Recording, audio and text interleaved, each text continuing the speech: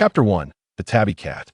As the sun descended, its final rays bathed the quaint countryside red brick house, where a tabby cat, comfortably nestled, snoozed contentedly, emitting soft snores. Once the twilight faded, the slumbering tabby, known as Li Hua, stirred from his day-long repose, gracefully stretching his feline form in preparation for the nocturnal escapades. Ahead, he purred, reclining on the warm tiles while performing repeated sit-ups.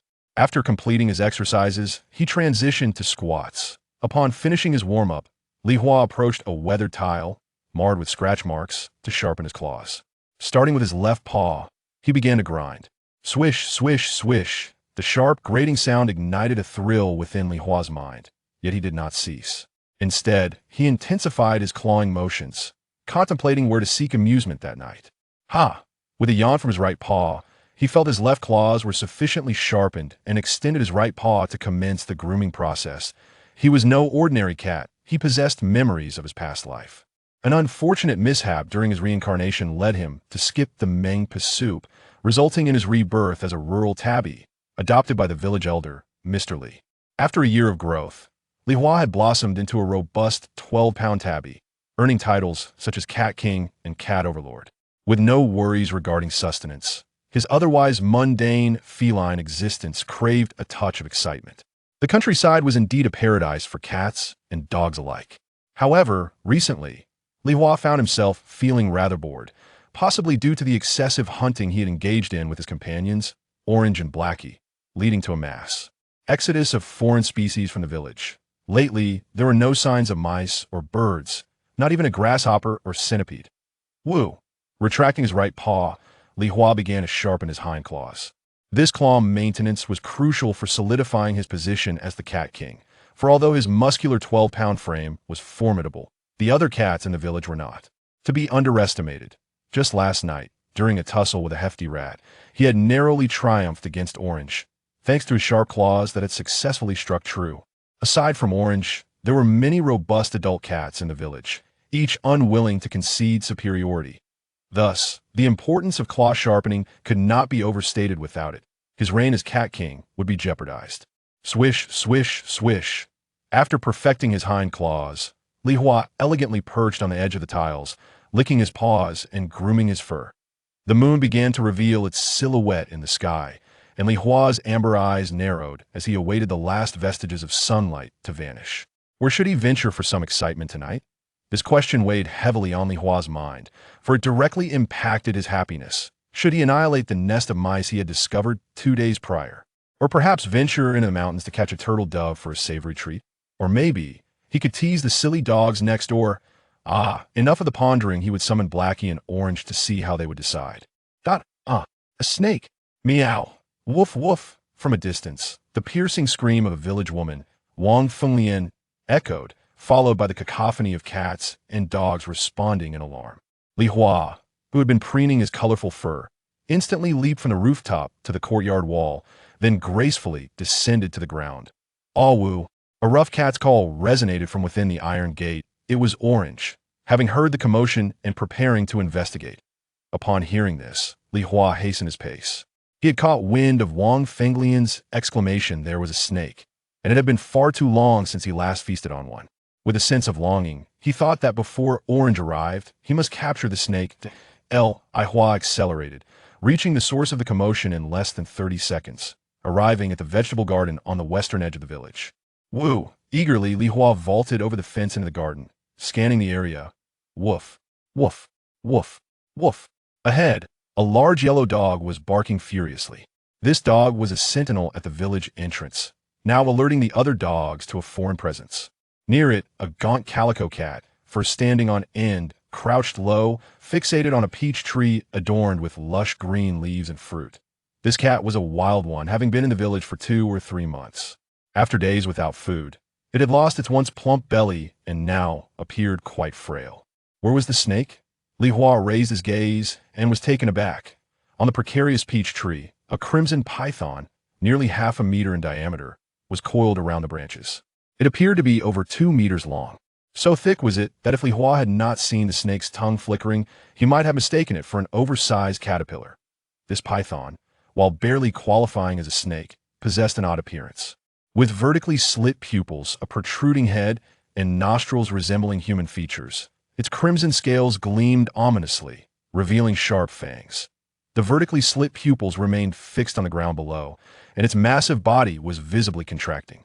Woo! The calico cat's ears were perked up like airplane wings, emitting low growls of warning towards the python. It was clear that fear gripped the cat, yet it did not flee. As for the yellow dog, it continued its frantic barking, seemingly intent on summoning the villagers. Woof, woof, woof. Throughout the village, the barking of dogs echoed, mingled with the faint cries of several cats. Li Hua glanced around, noticing the absence of Wang Fenglian, indicating she had fled. However, he found it peculiar that he did not see the old cow tethered in the vegetable garden. That was his family's cow since his arrival. The space had opened up considerably, making it unsuitable for the old cow to stay, so Mr. Li had tied it up. Yet, it was nowhere to be seen.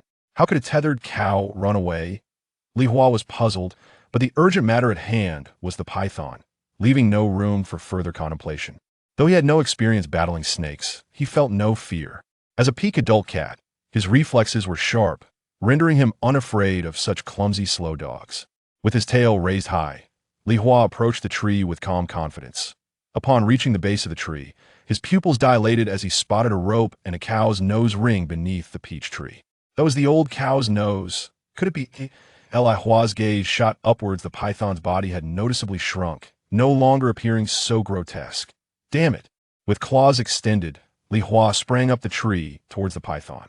The python's head shifted, glancing at Li Hua before returning its gaze to the yellow dog below. Smack! The python's thick tail whipped through the air, producing a sharp sound as it lunged towards Li Hua. Wow! Li Hua's fur bristled as his hind leg muscles tensed. He leaped, narrowly avoiding the snake's strike, landing atop the python's back.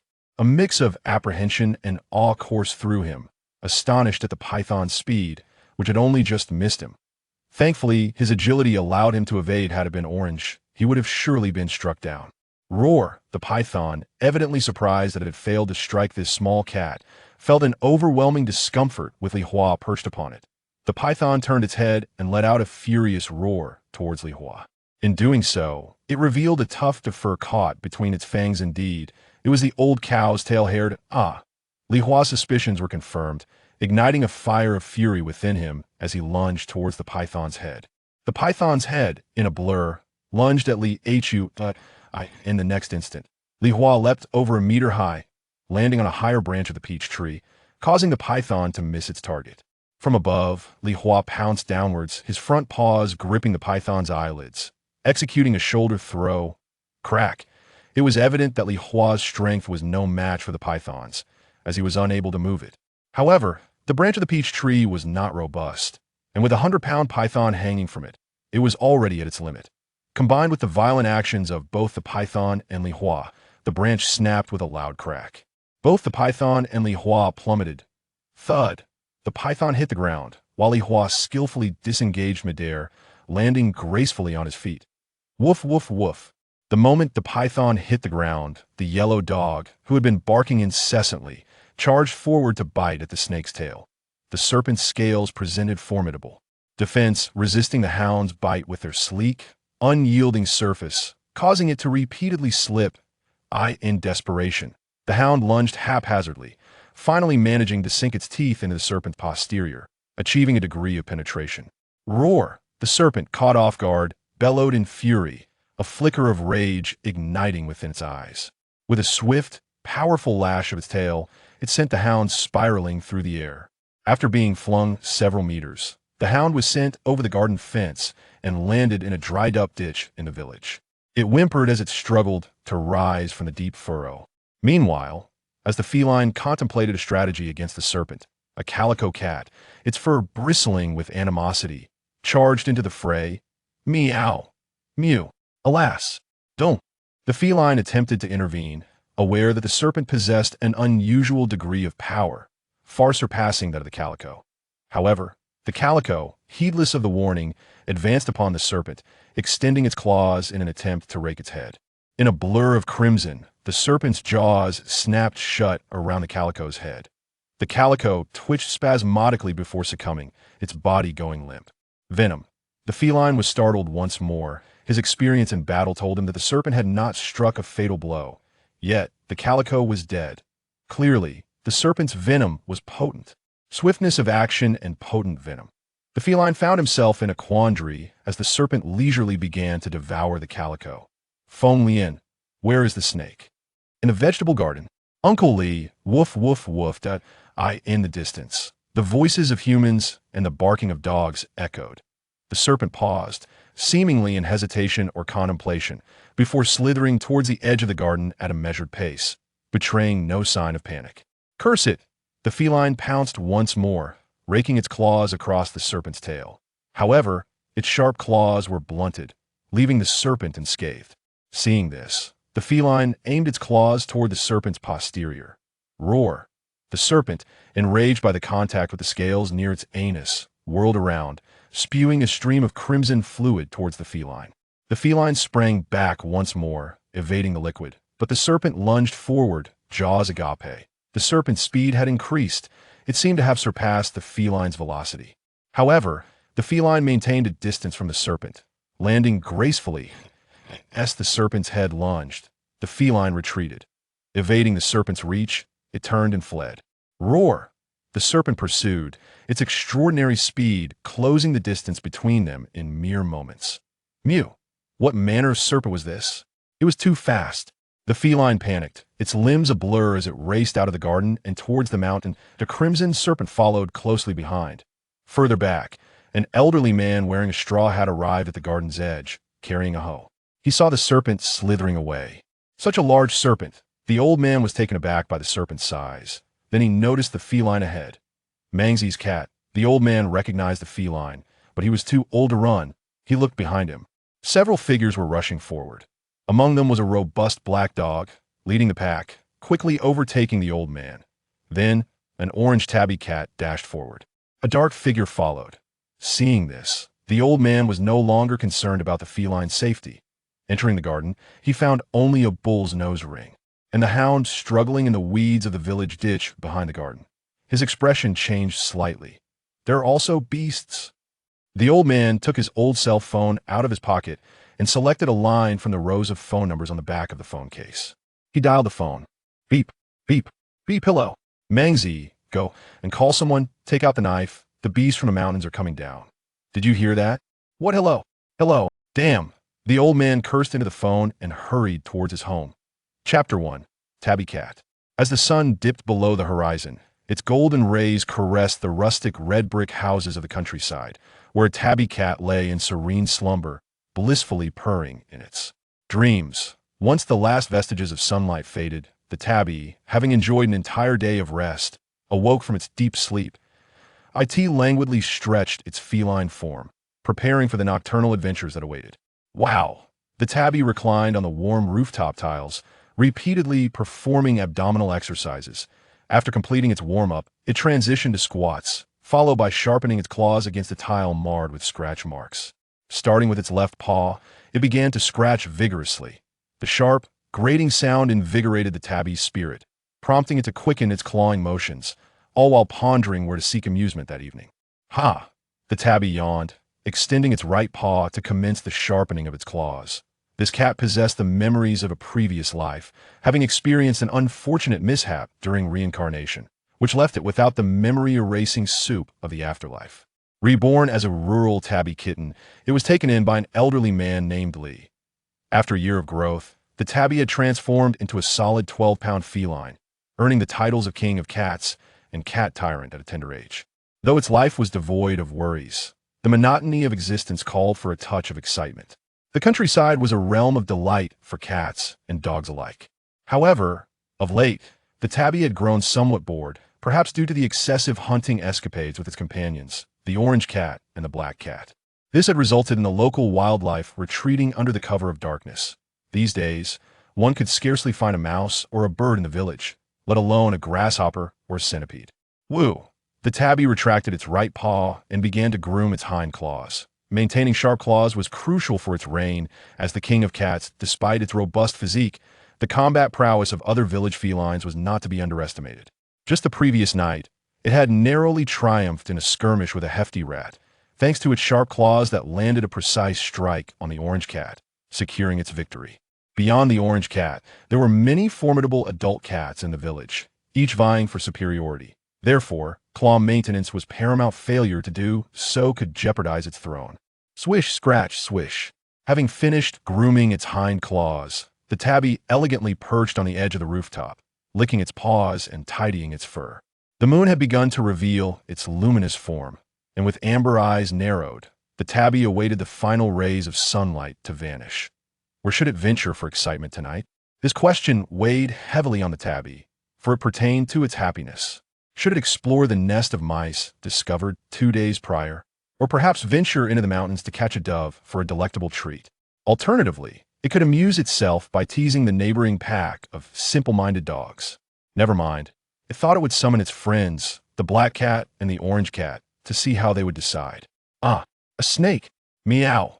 Woof! Woof! From a distance, the piercing scream of a villager named Wang Fenglian echoed, followed by the cacophony of cat and dog barks. The tabby, in the midst of preening its patterned foreleg, sprang from the rooftop to the courtyard wall and then leaped to the ground with grace. A woo! From behind an iron gate, a robust cat call resounded. It was the orange cat, also drawn by the commotion. Upon hearing the cry, the tabby hastened its pace. It had caught wind of what Wang Fenglian had exclaimed there was a snake. It had been far too long since it had feasted on one, and the thought stirred a longing within. With the orange cat yet to arrive, the tabby raced to capture the snake. In less than half a minute, it reached the source of the disturbance, the vegetable garden on the western edge of the village. Woo! The tabby eagerly vaulted over the fence into the garden, scanning the surroundings. Woof, woof, woof, woof. A large yellow dog barked furiously ahead, having detected an intruder and calling for the other dogs in the village. Nearby, a frail calico cat stood, its fur bristled, arching its back and fixating on a peach tree laden with verdant leaves and fruit. This wild cat had been in the village for a couple of months. It had lost considerable weight over the days, its once rounded belly now emaciated. But where was the snake? The tabby glanced up and was taken aback. Clinging precariously to the boughs of the peach tree was a massive red python, its girth nearly half a meter and measuring more than 2 meters in length. So thick was the creature that, had the tabby not seen its flicking tongue, it might have mistaken it for an oversized caterpillar. This peculiar red python bore a set of vertically slit pupils, a pronounced head, and a snout reminiscent of a human's. Its crimson scales shimmered ominously, and a set of sharp fangs glistened menacingly. The vertically slit pupils gazed calmly downward as the python's robust body visibly shrank. Woo! The calico cat's ears had transformed into radar dishes as it emitted low growls, clearly terrified yet unwilling to flee. Meanwhile, the yellow dog continued its frenzied barking, seemingly intent not only on alarming the other dogs, but also summoning the villagers. Woof! Woof! Woof! Barks echoed throughout the village, accompanied by the distant cries of other cats. The tabby scanned its surroundings.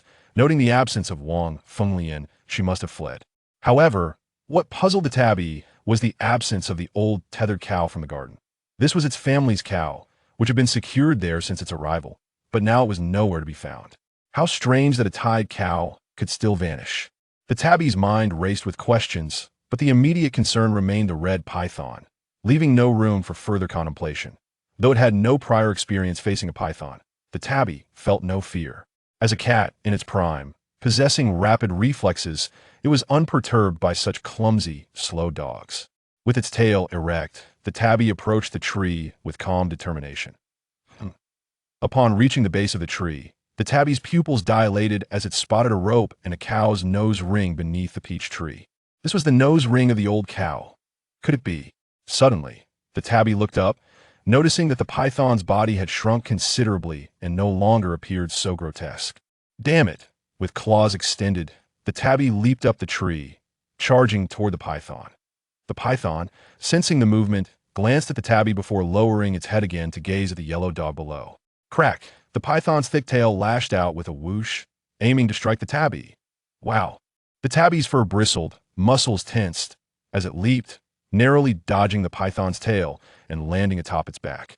Startled by the python's astonishing speed, the tabby realized it had only barely outpaced the creature.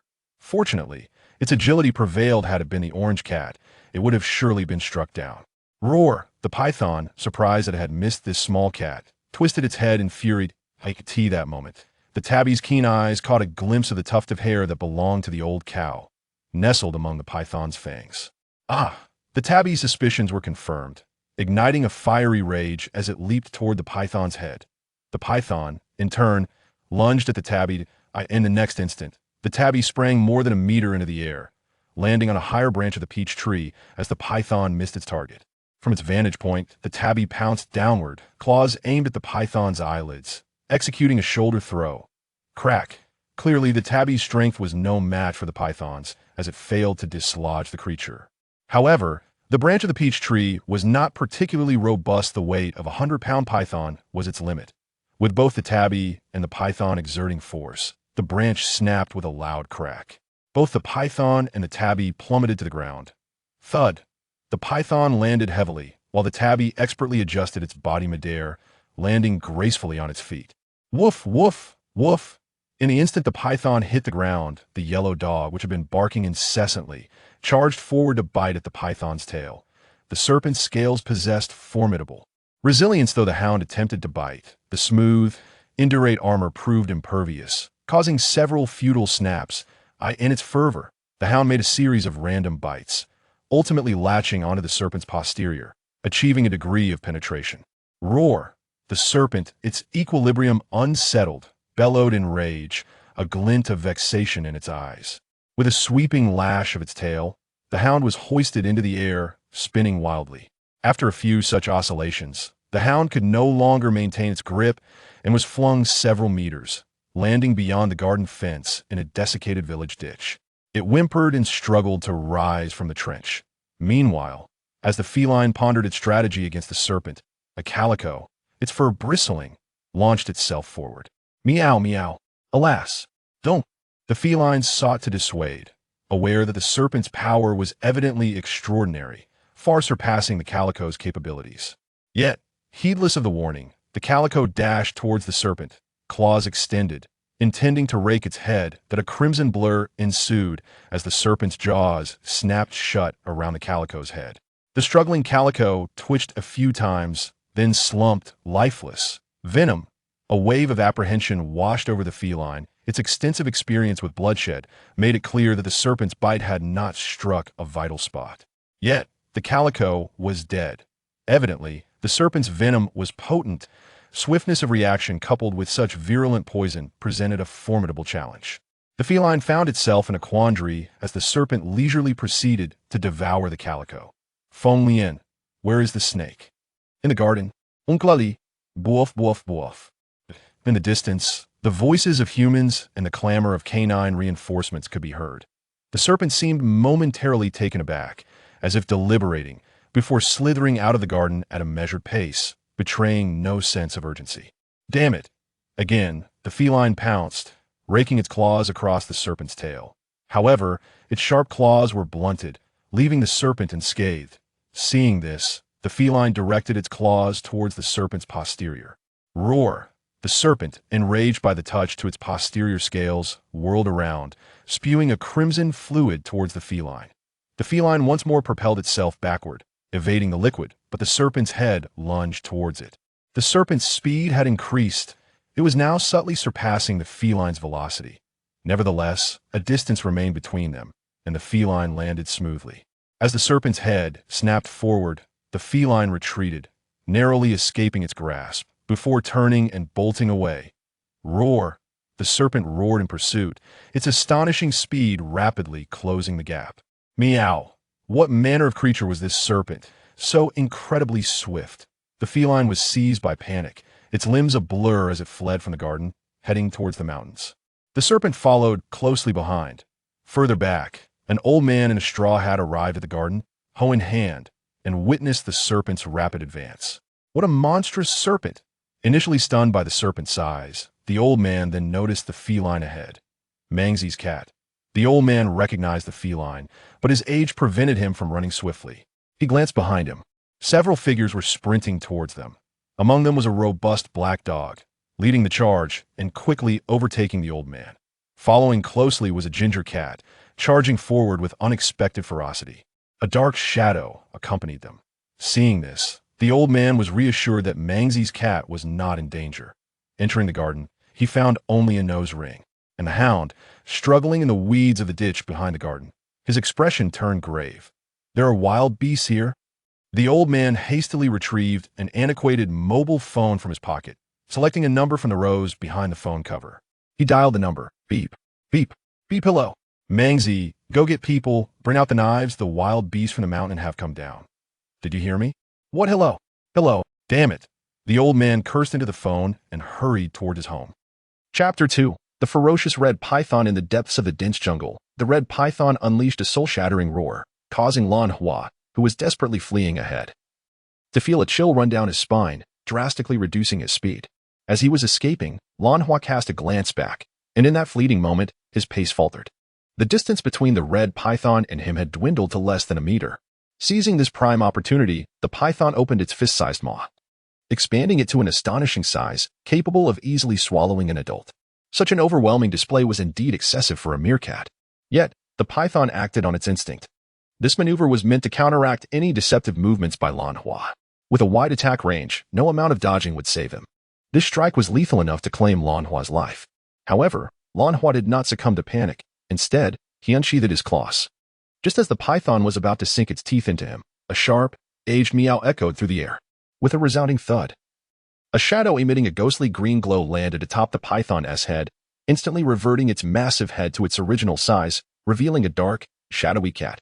The feline stood firmly on the python's scales, its inky fur reflecting the red light. As the python's head shrank, so did its attack range, leading it to bite down on the stone right in front of Lan Hua. With a crack, the python effortlessly shattered the rock, leaving the dark cat momentarily stunned. Lan Hua, having witnessed the python's formidable biting power, did not hesitate. He lunged forward, aiming for the python's eyes. The python's scales were too tough to breach, so Lan Hua focused on exploiting its ocular defenses. With ease, he managed to claw at the python's eyes, his well-honed claws brushing against the serpent's eyeball. But to his dismay, the python's eyes proved resilient. Lan Hua's attack merely fueled its fury. With a sudden jerk, the python flung the dark cat aside, spitting out the broken stone, and fixed its gaze intently on Lan Hua, refraining from launching another assault. What on earth is this creature? Lan Hua pondered as he stood before the python, slowly retreating. After being pursued for over half an hour, his body was weary. Throughout this ordeal, he had developed a grudging respect for the snake. It was swift, powerful, well-armored, and venomous. Most importantly, its stamina was remarkable. While he, a meerkat, was exhausted, the python showed no signs of fatigue. Was this truly a snake? The dark cat, having just ambushed the python, now lingered beside Lan Hua, its ghostly green eyes alertly watching the red python. Lan Hua glanced at him. This dark cat was known as Lao He, though they had only met a few times. Lan Hua held a vivid impression of him. Lao He had been the one to carry him to the edge of Li village when he was reborn as a cub, where the old man Li found and took him home. Lao He lived in the mountains, descending only occasionally to scavenge for food. Their encounters had mostly occurred in the wilds outside the village, where Lan Hua had seen Lao He consuming spirits. Lao He possessed some magical skills, which Lan Hua was aware of. Yet, the opponent they faced now was different. Lan Hua felt uncertain about Lao He's chances against the python. Cautiously, Lan Hua whispered, "This one is formidable. Find a way to shake it off." Upon hearing Lan Hua's voice, Lao He scrutinized the red python before turning to slip into the dense underbrush. "Li village's wilds," he murmured, closing his eyes and stealthily navigating through the thicket. The darkness of the night, combined with Lao He's black fur and familiarity with the chaotic environment, rendered him nearly invisible. Lan Hua, momentarily taken aback, cautiously surveyed the python's cold gaze fixed upon him, then glanced back at the thicket where Lao He had vanished. He could sense Lao He's presence, yet the dark cat was nowhere to be seen. This left him at a loss. The wilds. Lan Hua pondered Lao He's earlier words, feeling a twinge of hesitation. That wild area was perilously close to his territory. Was it truly wise to lead such a venomous snake there? Suddenly, a mechanical clicking sound interrupted his thoughts. Curiosity piqued. Lan Hua looked ahead, only to see the python's robust tail had transformed into a slender appendage, coiling around a black handgun. The tail tip was just about to chamber a bullet, inching towards the trigger. Lan Hua was taken aback, his fur bristling in alarm. With a powerful leap, he sprang into the air, his paws flailing wildly, unleashing a potential he had never before tapped into. and swiftly darted into the thicket. In mere moments, he outpaced Lao He, who was cautiously advancing through the darkness. Lao He caught a glimpse of Lan Hua's frantic escape, then turned to see the python's tail aiming the gun, promptly closing his eyes and disappearing into the shadows. Behind them, the python, unfamiliar with the use of firearms, fumbled slightly, but as it prepared to take aim, Lan Hua had already vanished from sight. Nevertheless, the python could still sense Lan Hua's location and fired several shots. The bullets flew forth soundlessly, the summer foliage absorbing their noise. They failed to hit their mark, merely allowing the small creature to escape the firing range, leaving only the sounds of its retreat. As for Lao He, he was lost to sight and sensing. The python contemplated for a moment before discarding the gun and continuing its pursuit of Lan Hua. Being humiliated by a mere creature was a disgrace it could not bear. It would not rest until it had avenged this indignity. The wilds of Li Village lay to the southeast of the village. After wandering aimlessly through the thicket for a while, Lan Hua finally discerned his route. He circled through the verdant underbrush, unable to locate any formidable beasts to aid him. It was only then that he made his way toward the wilds. Not long after, he caught a familiar scent. Woof, woof. A robust black dog, nearly a meter tall and entirely black, charged towards him, accompanied by a round-bodied, plump orange cat. This was Wu He and Zhuzhua, the village's fiercest defenders among the cats and dogs. Though Lan Hua often clashed with them, they put aside their past grievances to assist him in the face of a common enemy. Lan Hua regarded them briefly before shifting his gaze to either side. As they drew closer, what had initially appeared as two glowing eyes now revealed two more. In the moonless night, only the eyes of the two dark cats could be seen. One was Lao He, and the other was the village's formidable black cat. It seemed Lao He had intercepted Wu He, Zhuzhua, and the black dog, waiting for Lan Hua on the path to the wilds. Naturally, only Lao He could rally them to such an endeavor. Let us go, Lan Hua urged, not pausing as he felt the fatigue weighing him down. He could only rely on sheer will to keep moving. Once he faltered, he would be unable to continue. Upon hearing Lan Hua's voice, Lao He let out a gentle call before turning around to lead the way. The black dog quickly followed suit. Wu He and Zhuzhua executed acrobatic flips, swiftly turning to pursue Lao He and the black dog. Wait for me, Lan Hua called out, pushing himself to keep up, his stamina waning. Not long after they departed, the larger red python caught up with them, its eyes gleaming upon detecting the scents of Wu He and the black dog. He continued to pursue. His speed significantly increased from before. Chapter 3. The tombstone. The moon freed itself from the embrace of dark clouds, casting a fleeting glow upon the tranquil woods. Perched on a tree, several wild hens nestled against a robust crimson rooster, sleeping peacefully. Suddenly, a flurry of black shadows darted into the vicinity, disturbing the slumbering hens. With a flurry of wings, the hens took flight, leaving only the sturdy rooster behind, startled by the sudden loss of its companions. The rooster lost its balance and tumbled from the branch. However, it awoke mid-fall, flapping its wings vigorously, and astonishingly soared back to the treetop. It glared down at the ruffians who had interrupted its repose. Look at that rascally rooster trying to charm the hens again, Li Hua observed, eyeing the rooster. Known as the king of chickens, the pride of the village. By day, it led its hens around the village, and by night, it often ventured into the thicket to pursue wild hens. Evidently, it had found several tonight. With a grin, Li Hua bared his fangs, intending to scare the rooster away. Yet, the king of chickens remained undeterred, surveying Li Hua and the orange cat, contemplating whom to challenge. The other cats, 5 Black, Big Black, and Old Black, were dismissed as insignificant. Hey, come help me, Li Hua called, eager to chase the rooster from the tree, but Old Black beckoned him.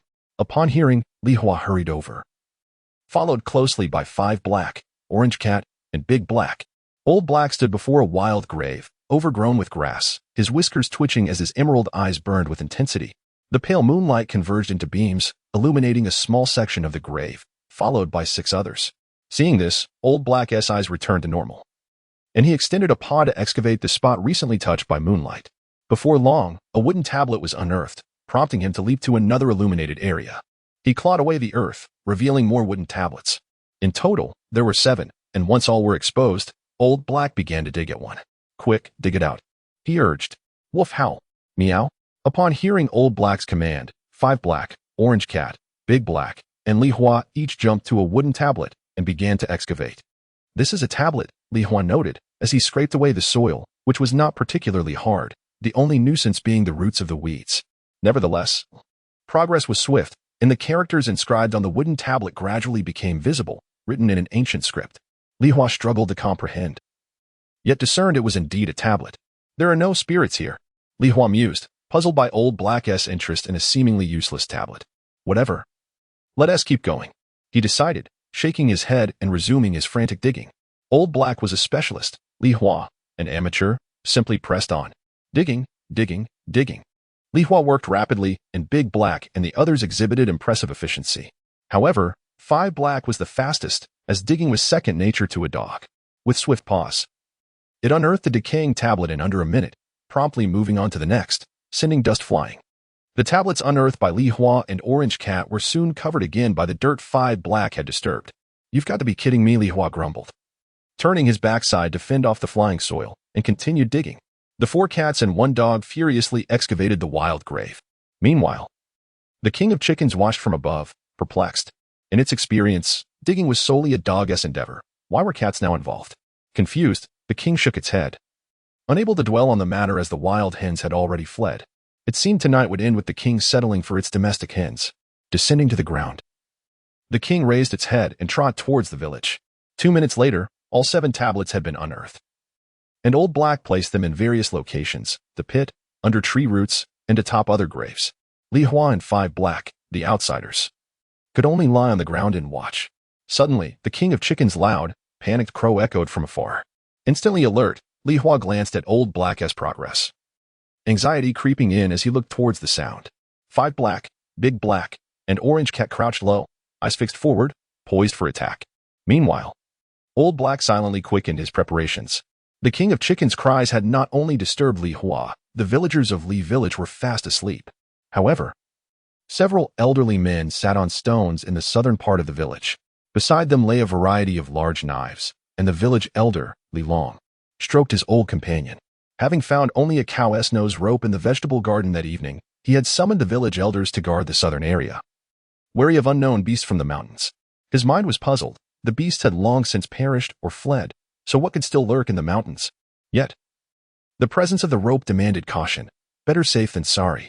Nearby, the only elder without ailments except for leg pain, Li Meng, crouched down, tending to the ailing De Huang. Blood trickled from De Huang's mouth, indicating severe injury, and its insides appeared to be ruptured. Sighing, Li Meng recognized De Huang's fate was sealed. While sitting on a stone and smoking, Elder Yi glanced at De Huang and couldn't help but curse, "Damn beast." Suddenly, the cackle of the rooster erupted, prompting the elderly men to seize their knives and rise, their expressions grave. At midnight, chickens rarely crowed, especially not in such a frantic manner. Something was threatening their village's poultry. "Let us see what beast dares to drag off a cow," Li Long declared, fastening a flashlight to his head and brandishing his knife as he led the charge towards the source of the commotion.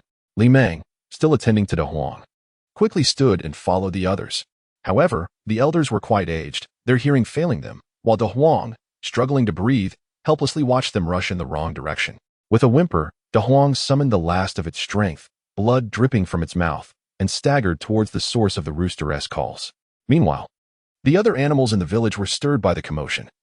A tabby cat with a rope around its neck and a hammer dragging behind it promptly picked up the hammer and dashed into the wilderness beyond the village.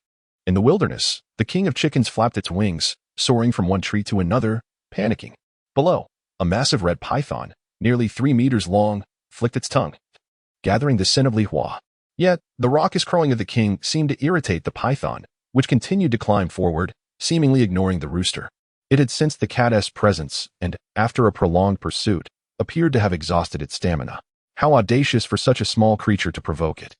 This would be the end of the line. The King of Chickens, initially frightened by the red python, soon realized it posed no threat and found newfound courage. Leaping from the branch, it aimed its powerful claws at the python. The result?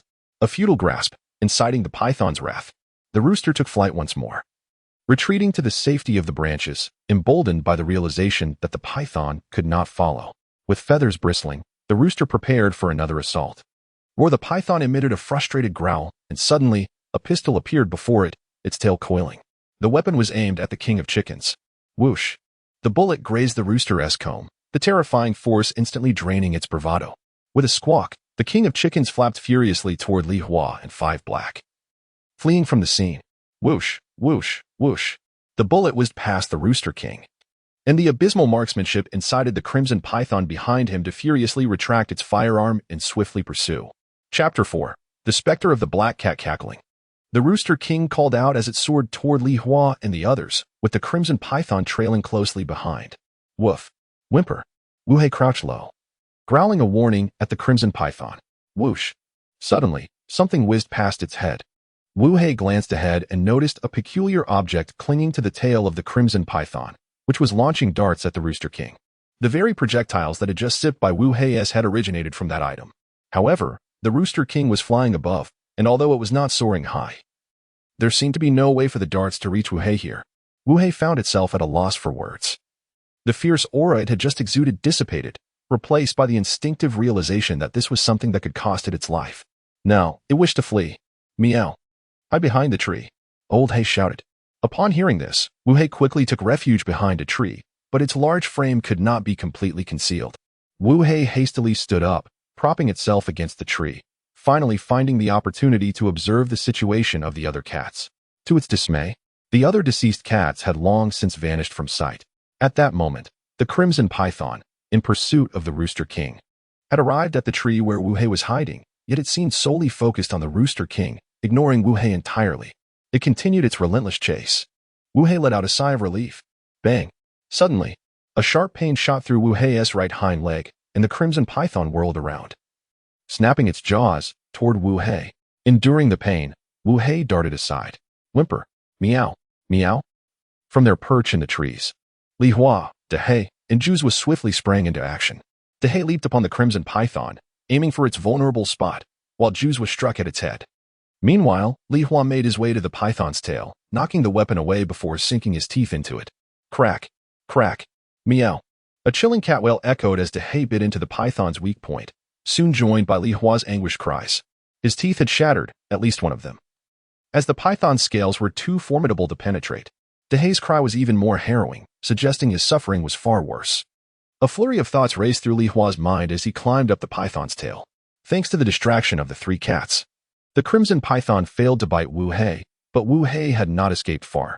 The pain in its right hind leg intensified, as the previous dodge had exacerbated its injury. It came to an abrupt halt in its flight. Roar. The crimson python remained unwavering in its pursuit, disregarding the three cats' interference, as it charged once more toward Wu Hei. Da Hei and Juzwa fought valiantly, while Li Hua aimed his claws at the python's rear. Yet, the trio was unable to impede the python's speed, and it was on the verge of sinking its fangs into Wu Hei. Old Hei's piercing yell rang out. Meow. The moonlight that still lingered above shone down upon the crimson python's eyes. Strangely, the python lunged to bite beside Wu Hei. Witnessing this, Wu Hei was momentarily stunned, before a surge of ferocity welled within. Meow. Don't approach, hurry and leave. Old Hei leaped in front of Wu Hei, releasing a cloud of dark mist into the python's eyes. Roar. The python's tail began to thrash uncontrollably. Li Hua, who had just pried open the scales at the python's rear in preparation for an attack, was flung aside. Li Hua quickly returned to Old Hei's side, and the other two cats followed suit. Meow, bullet. Li Hua glanced at Wu Hei's injury. It was a gunshot wound, striking precisely at the joint of Wu Hei's hind leg. Remarkably, the bullet, fired from such close range, had not penetrated the joint, lingering within Wu Hei's body, releasing an unknown liquid. Whimper. Wu Hei emitted a low moan, its condition perceptibly deteriorating under Li Hua's watchful gaze. Suddenly, the sky darkened once more, the moon concealed by clouds, as if forcefully tucked away.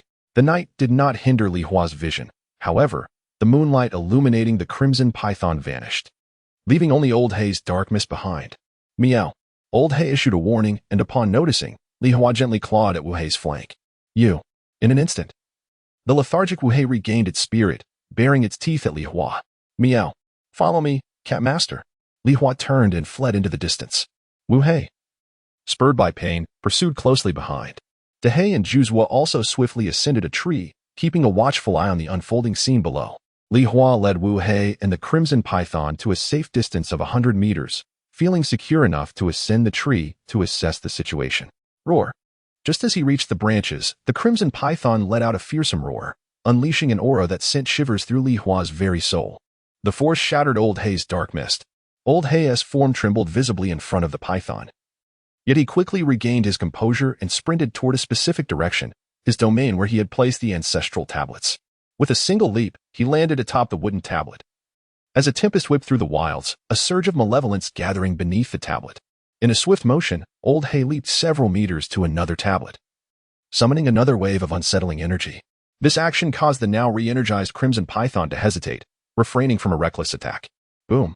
Suddenly, the ground erupted, and a human skeleton sprang forth from beneath the earth.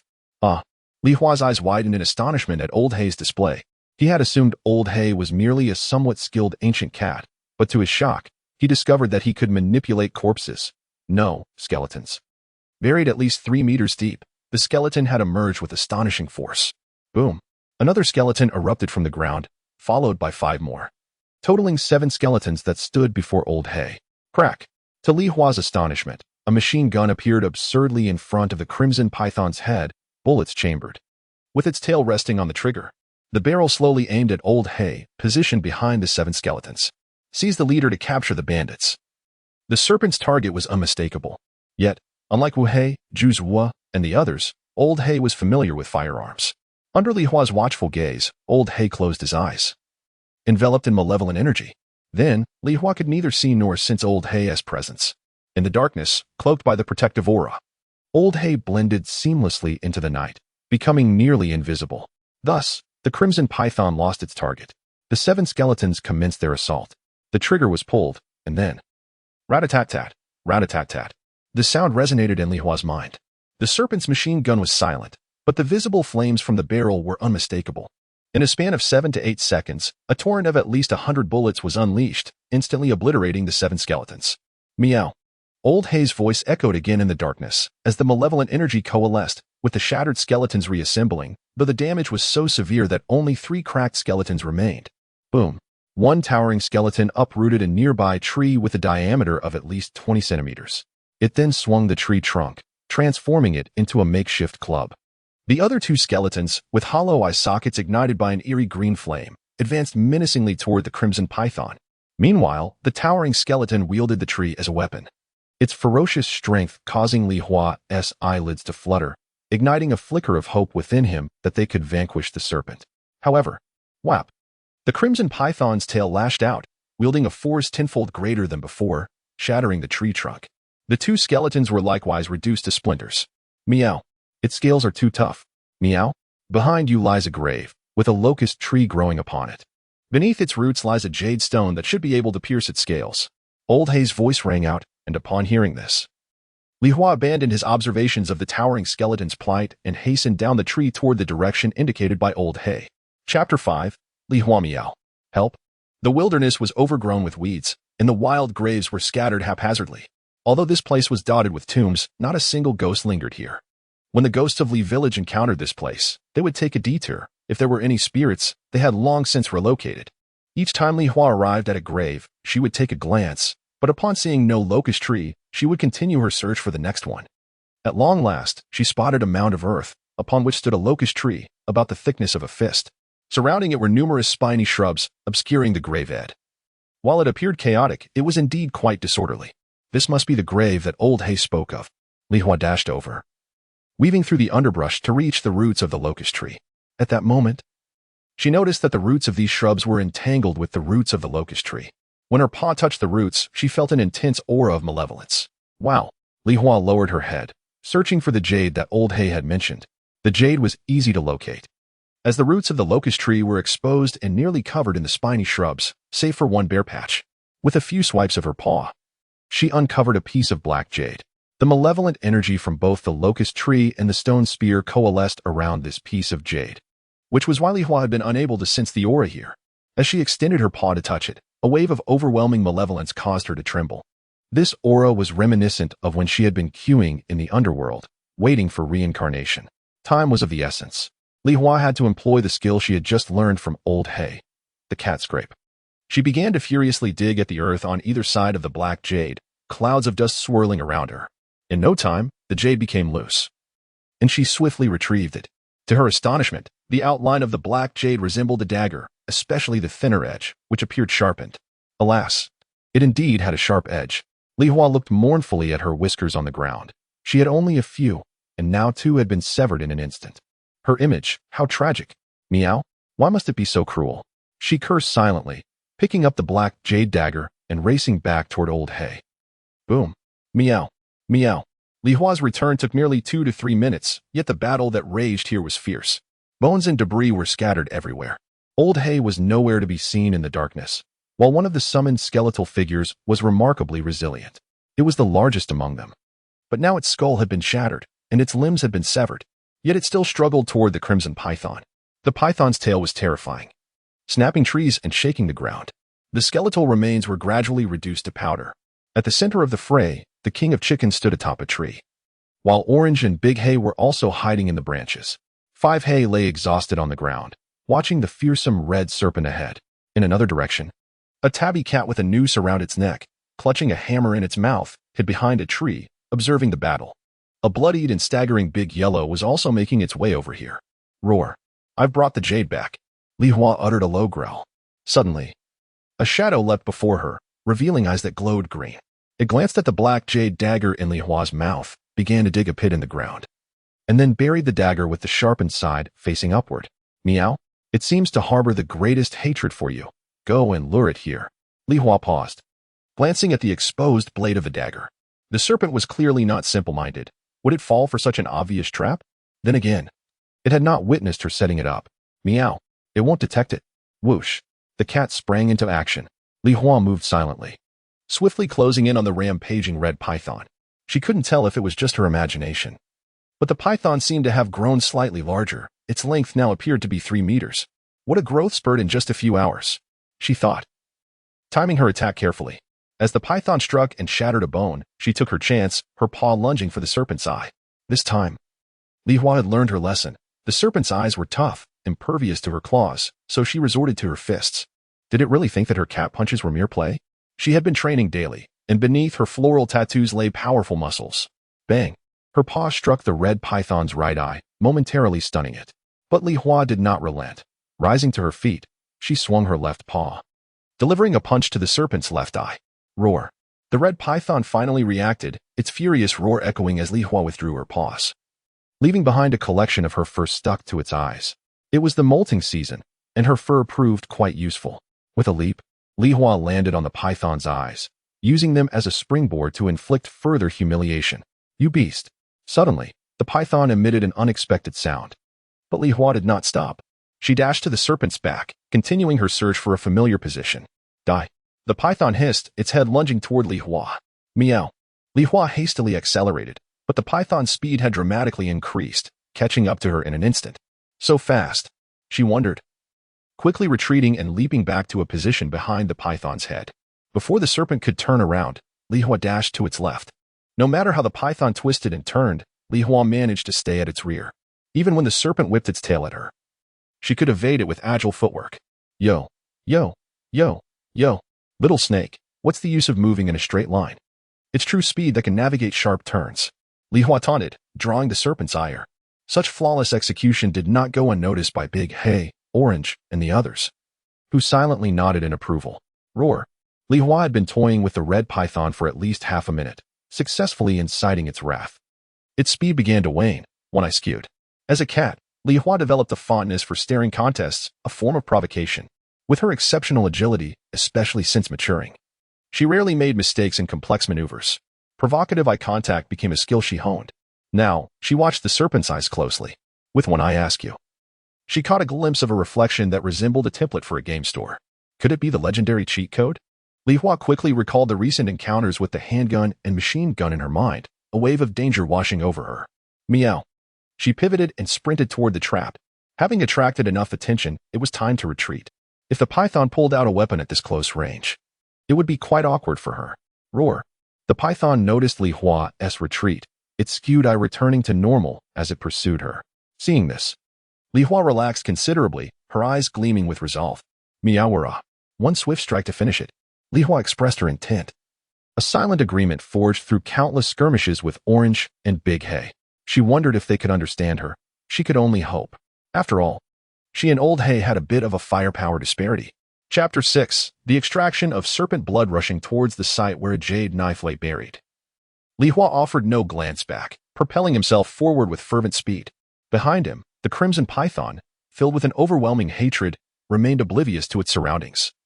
perhaps believing that its defenses were impervious to this band of beasts. With its head held high, it surged forward at a speed that almost left an afterimage in its wake. Suddenly, the python realized that its stamina had plummeted drastically mid-sprint.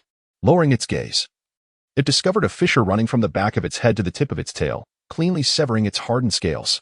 Initially, the injury had not registered as painful, but as it came to a halt, the intense agony became unbearable. With a pained roar, the crimson python coiled itself, its wounds beginning to seep a crimson fluid, releasing an aroma that ignited an insatiable thirst within Li Hua. The scent made him feel as though his entire being was ablaze, banishing exhaustion from his body. Turning toward the python, his eyes sparkled with fervor.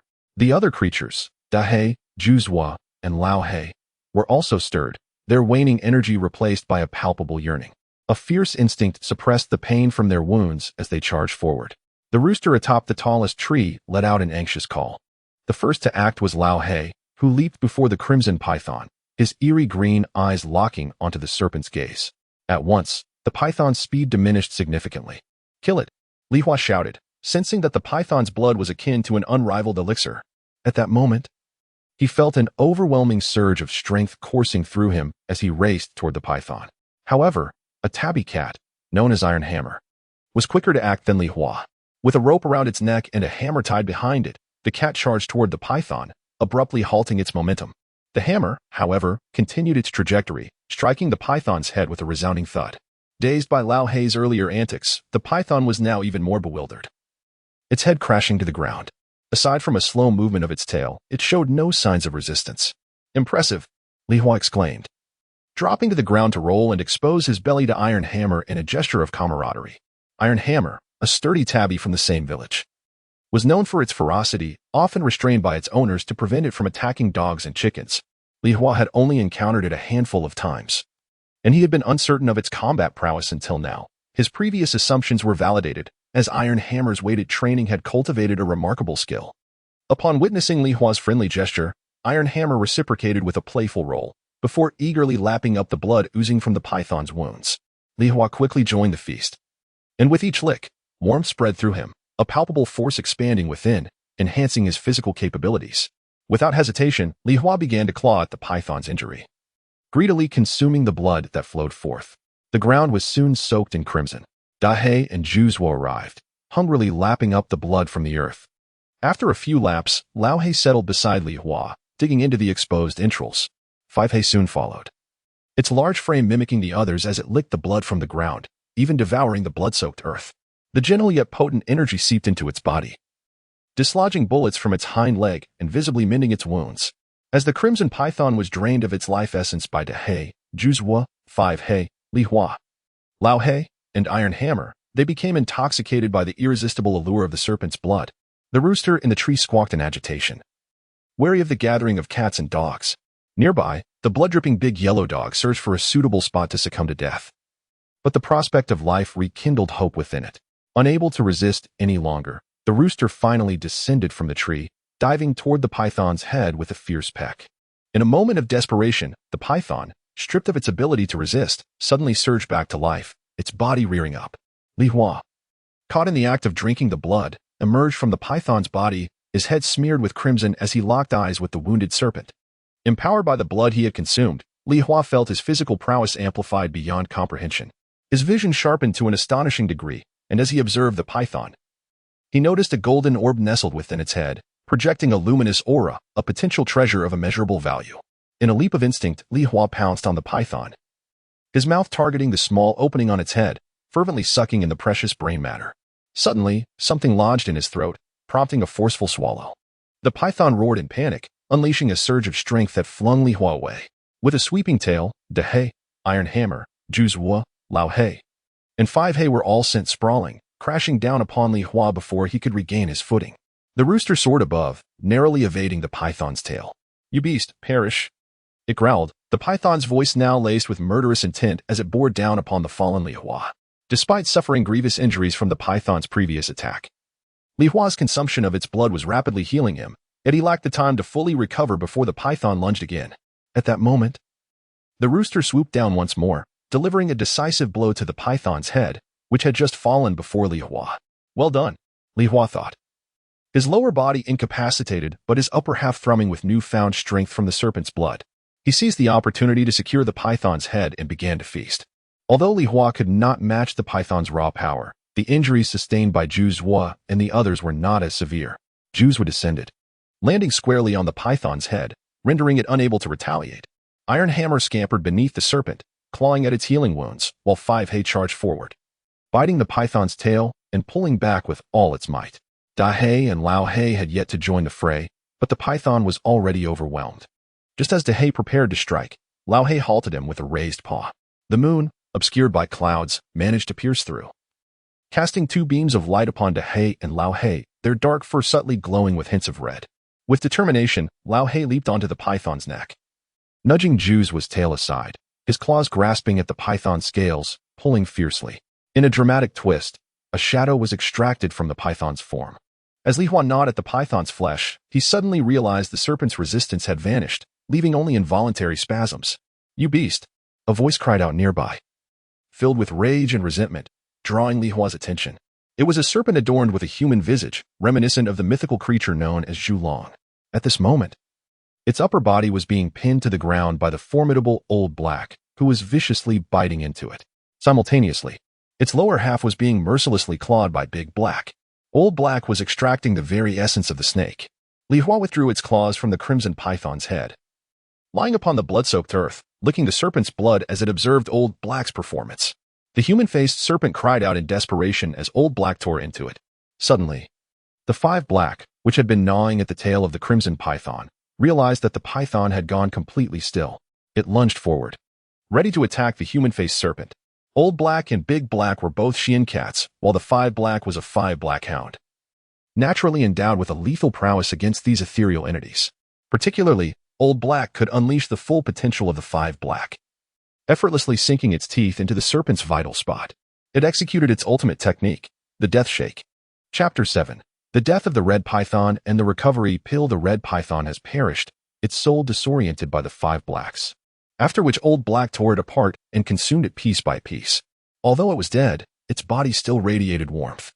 The group led by Li Hua began to relish the spoils of victory. As the massive serpent, weighing at least 100 pounds, lay before them, Li Hua, Da-He, Lao Wei, Zhu Zhuo, Tiechue, the 5 Blacks, and the Chicken King opted to drink its blood first. However, a conflict arose as the 5 Blacks bared their teeth in threat. While Zhu Zhuo and Da-He glared furiously, Tiechue observed the 5 Blacks with indifference, while Old Black continued to consume the soul of the serpent. Li Hua's hindquarters, battered and broken, were significantly weakened. Holding on to the hole in the serpent's head, Li Hua silently absorbed its brain to hasten the recovery of its injured hind limbs. The flesh and blood of this snake were akin to that of a living corpse, imbued with gentle energy, and Li Hua's hindquarters began to heal rapidly. Yet, this pace seemed to suggest it would take at least half a day for complete restoration. Noticing the demeanor of the 5 Blacks and Zhu Zhuo, Li Hua felt that it would be impossible to partake of the serpent's flesh. Even if it could, it would merely be the remnants after they had eaten their fill. Determined to secure its own share, Li Hua resolved to seek external assistance. "Miaolu, Old Black, lend a hand. Let it be fair," it called out. Old Black, possessing formidable strength, would have no trouble suppressing the 5 Blacks. Upon hearing this, Old Black cast a glance in Li Hua's direction, with a menacing display of its fangs. Old Black challenged the 5 Blacks and Zhu Zhuo. An inexplicable aura caused the raucous 5 Blacks to gradually quiet, unable to meet Old Black's gaze. The others began to lick the serpent's blood, and the atmosphere grew peaceful as Zhu Zhuo, Tiechue, and Da-He joined in. The Chicken King, gathering its courage, approached Li Hua, who was in the worst condition, and after pecking at the snake's flesh, opted to drink the blood first. "Oh, so it cannot bite through the flesh? No wonder they are all drinking blood," Li Hua realized, continuing to absorb the serpent's brain. After a while, unable to draw any more, Li Hua ceased and lay on the ground, feeling its strength rapidly increase. Suddenly, Li Hua recalled the unknown object it had swallowed while consuming the serpent's brain. Although its hindquarters were still not fully restored, Li Hua sensed that the object resided within its stomach. Digging a small pit, Li Hua buried its head, soaked in snake blood, into the earth. Ugh, ugh. It recalled all the repulsive experiences from its past life, thrusting its paw down its throat to extract, vomiting forth a mouthful of energy-laden serpent blood. Li Hua could not expel the object within, for it appeared to have barbs that lodged in its throat. Suddenly, Li Hua's eyes and throat began to glow. A beam of light shot forth from its mouth, and as Li Hua's head remained buried in the pit, it raised its gaze slightly to observe. It was the image of a small bottle, accompanied by a line of text in Chinese.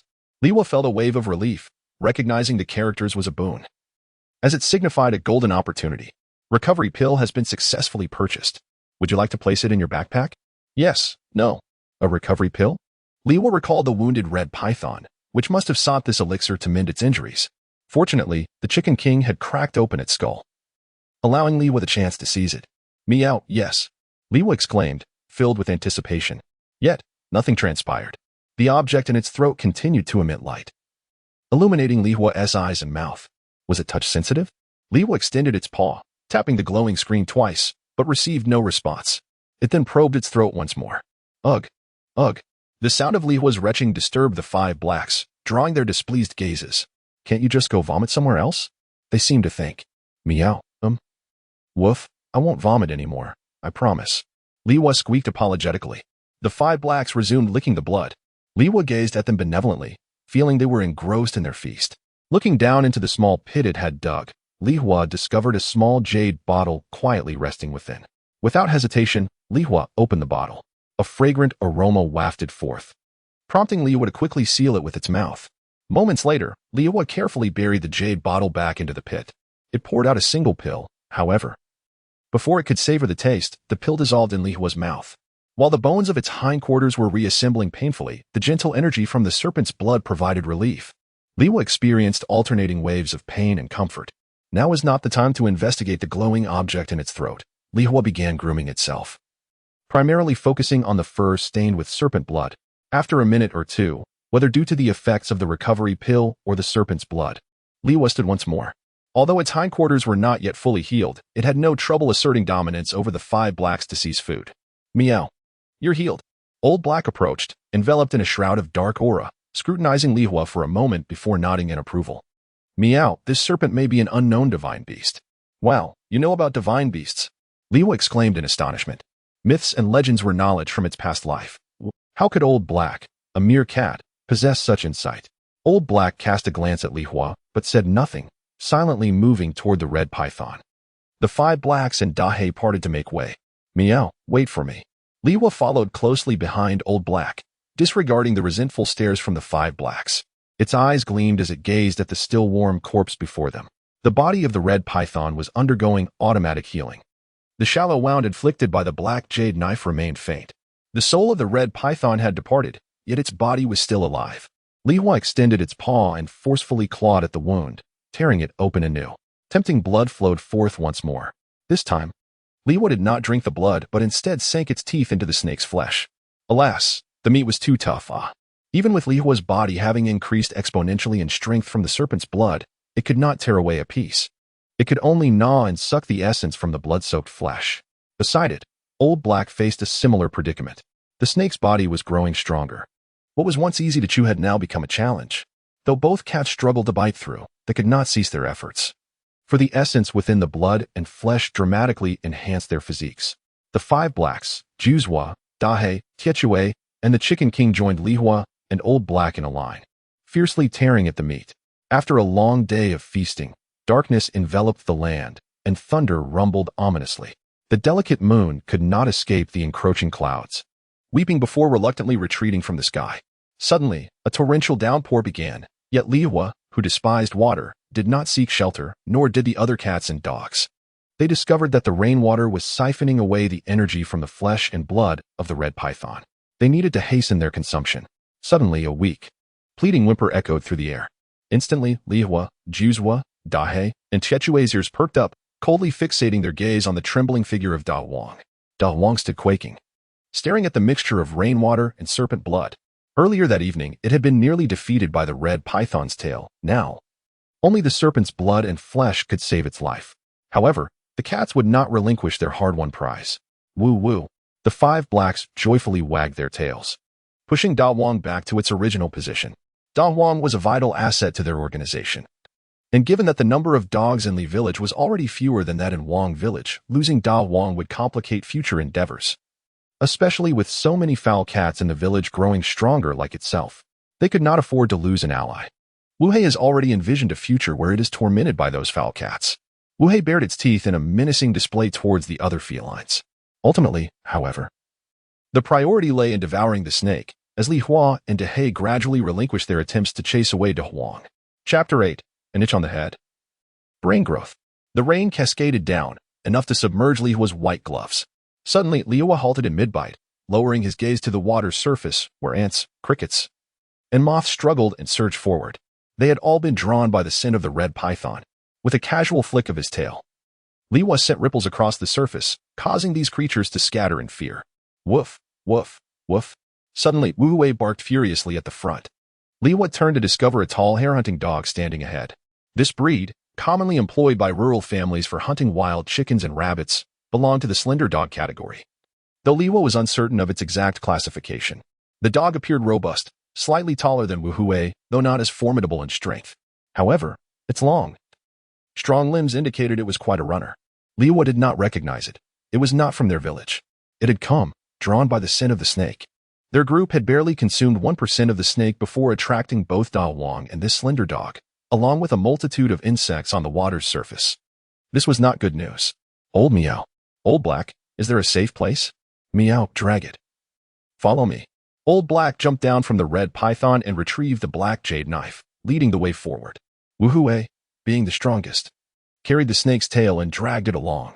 Da Huang, having nibbled on the snake meat for a while, was now able to move, wagging his tail and assisting Wu Wei in transporting the snake.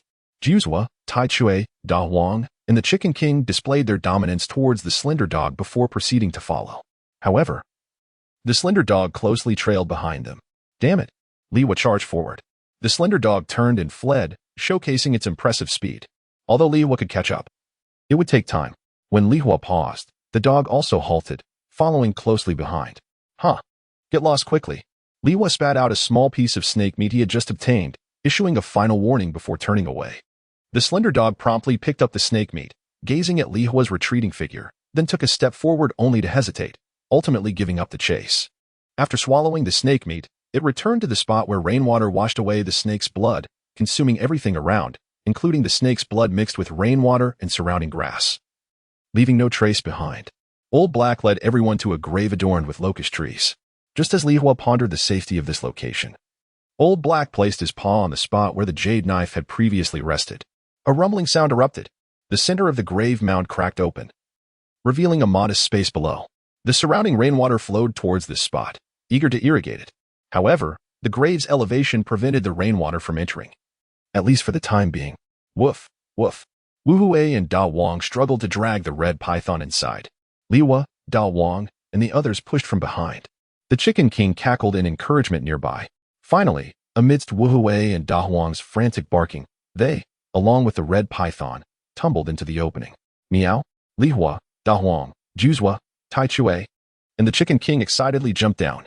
Old Black leaped down last, letting out a sharp cry as the mound of earth closed above them. Woo.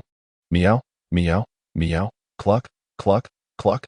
In the pitch-black, narrow space, Da Huang and Wu Wei found themselves at the bottom, pinned beneath the corpse of the red python. Li Hua lay atop the python, with Juzhua's plump body resting on him, already uncomfortable from the weight. Li Hua was further struck by Tai Chui's hammer as it came down, igniting his frustration. Meow, meow, meow. Juzhua, get off me. And Tai Chui, why can't you just throw away your hammer? Do you enjoy being tied down like this? Li Hua shook his body furiously, causing Juzhua to bounce up and down, leaving him dazed. Eventually, Juzhua shook himself off, splattering water everywhere, before leaping away from Li Hua. Finally able to stand, Li Hua surveyed the surroundings. This grave was a brick tomb. The locust tree above gathered negative energy, resulting in a heavy atmosphere within the tomb, creating a secure environment despite its cramped conditions. The limited space was made even tighter by the presence of a stone coffin, with Da Wang and Wu Wei weighing around 60 to 70 pounds each. Along with the massive body of the red python, the area felt excessively confined. Li Hua found it impossible to perform any difficult maneuvers to relieve the tension. At that moment, Old Black hopped onto one end of the stone coffin, bowed several times, and then retrieved the jade knife to approach the red python.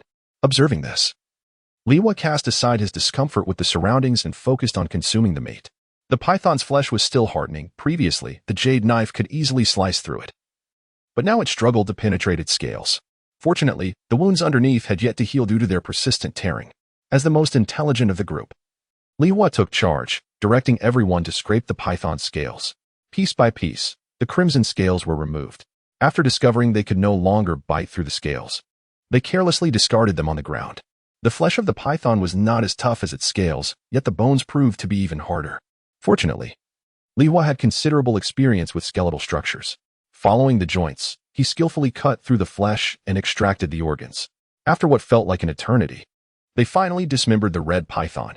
In recognition of the Chicken King's significant contribution, Li Hua divided the extracted snake tendons among them. After taking the python's head, Old Black retreated to a corner to gnaw on it. Tai Chui swallowed the gallbladder and then laid down to devour a sizable chunk of the snake's meat. Da Huang carried away the snake's heart. Nearly 100 pounds of snake meat were predominantly claimed by Wu Hui and Juzhua. Da Huang, having contributed little, was met with disdain from the others. Li Hua offered him 2 pieces of bone with some meat attached, instructing him to gnaw on those instead. The remnants consisted of bones, skin, and the snake's intestines. Li Hua took the snake's skin. Although it was tough, it still had some meat left on it. After thoroughly consuming it, he placed the skin atop the stone coffin to dry in the negative energy. Then he turned his attention to the snake's organs. The gentle, immense energy nourished his body. Everything he consumed transformed into energy, leaving Li Hua feeling insatiable. His physique grew remarkably stronger, and he sensed that this energy even nourished his soul, while his mind felt remarkably at ease. Meow. This feels so good.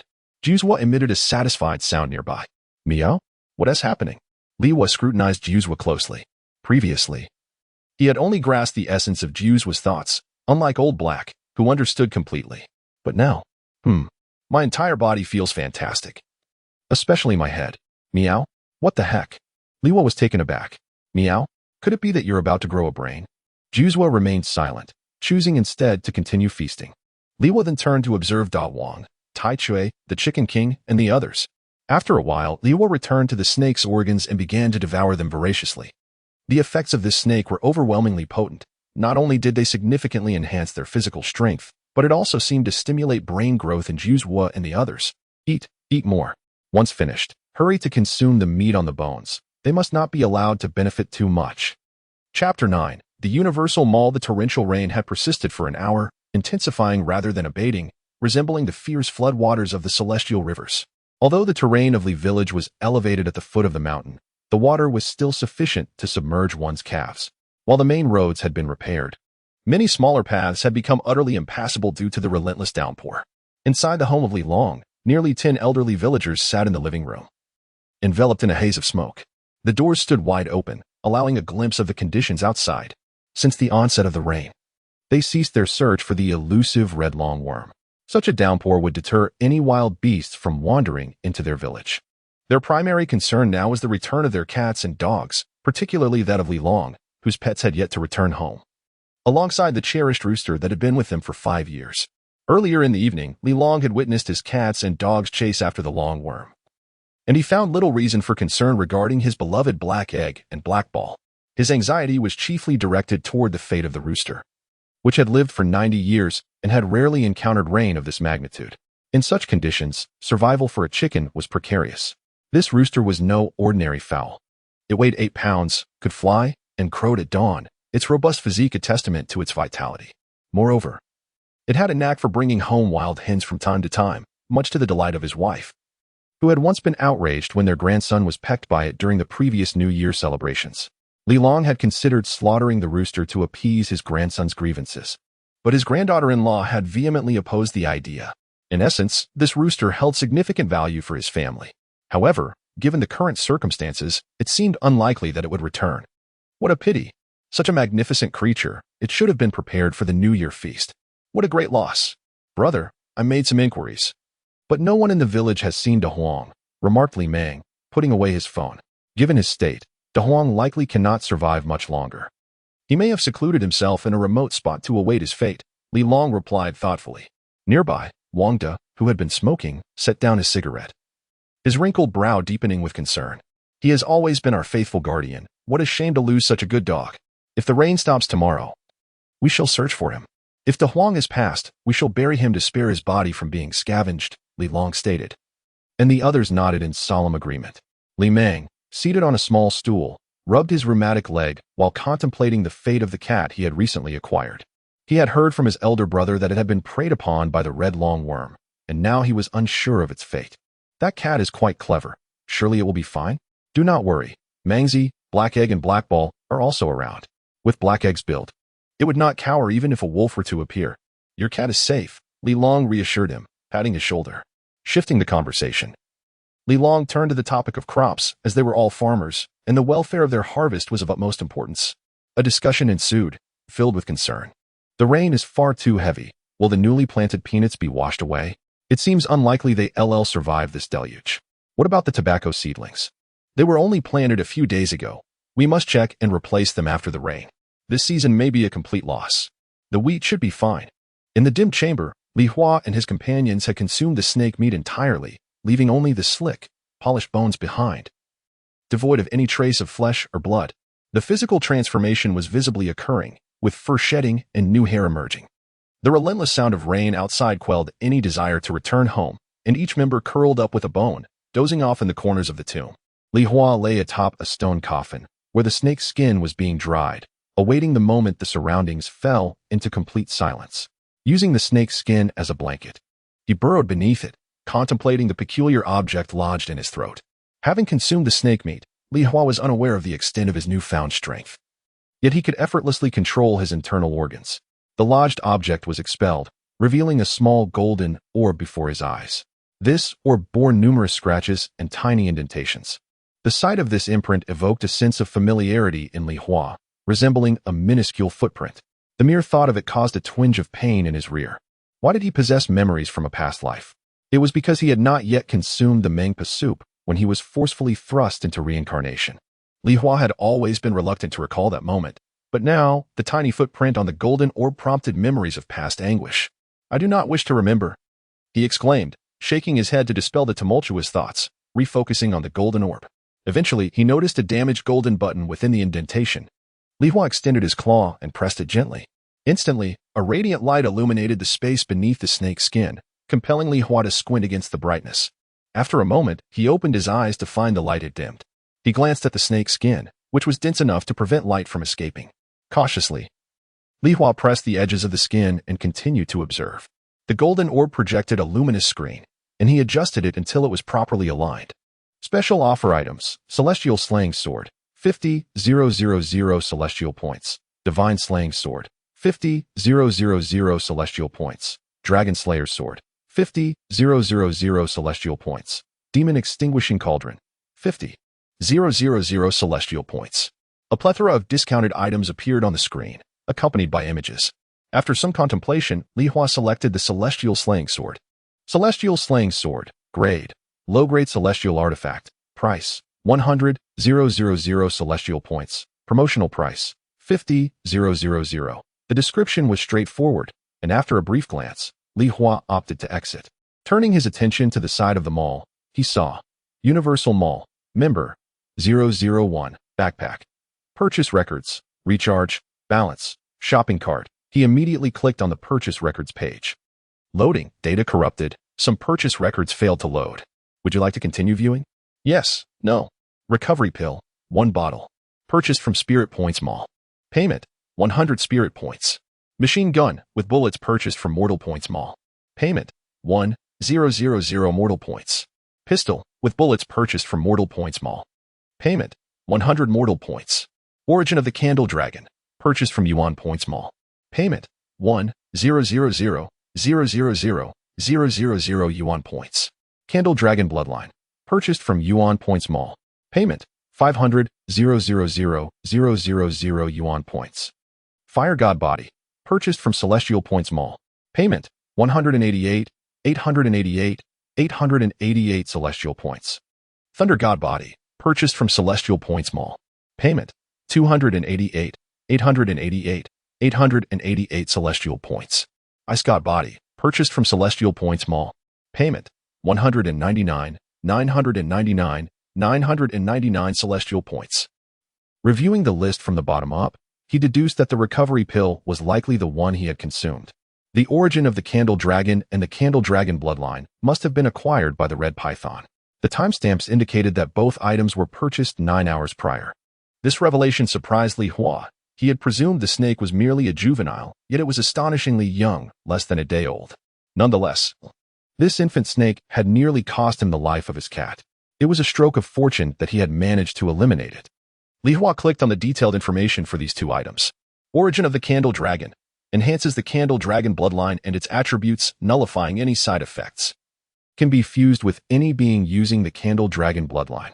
Candle Dragon bloodline. Bloodline of a creation deity beast, pure ancestral bloodline.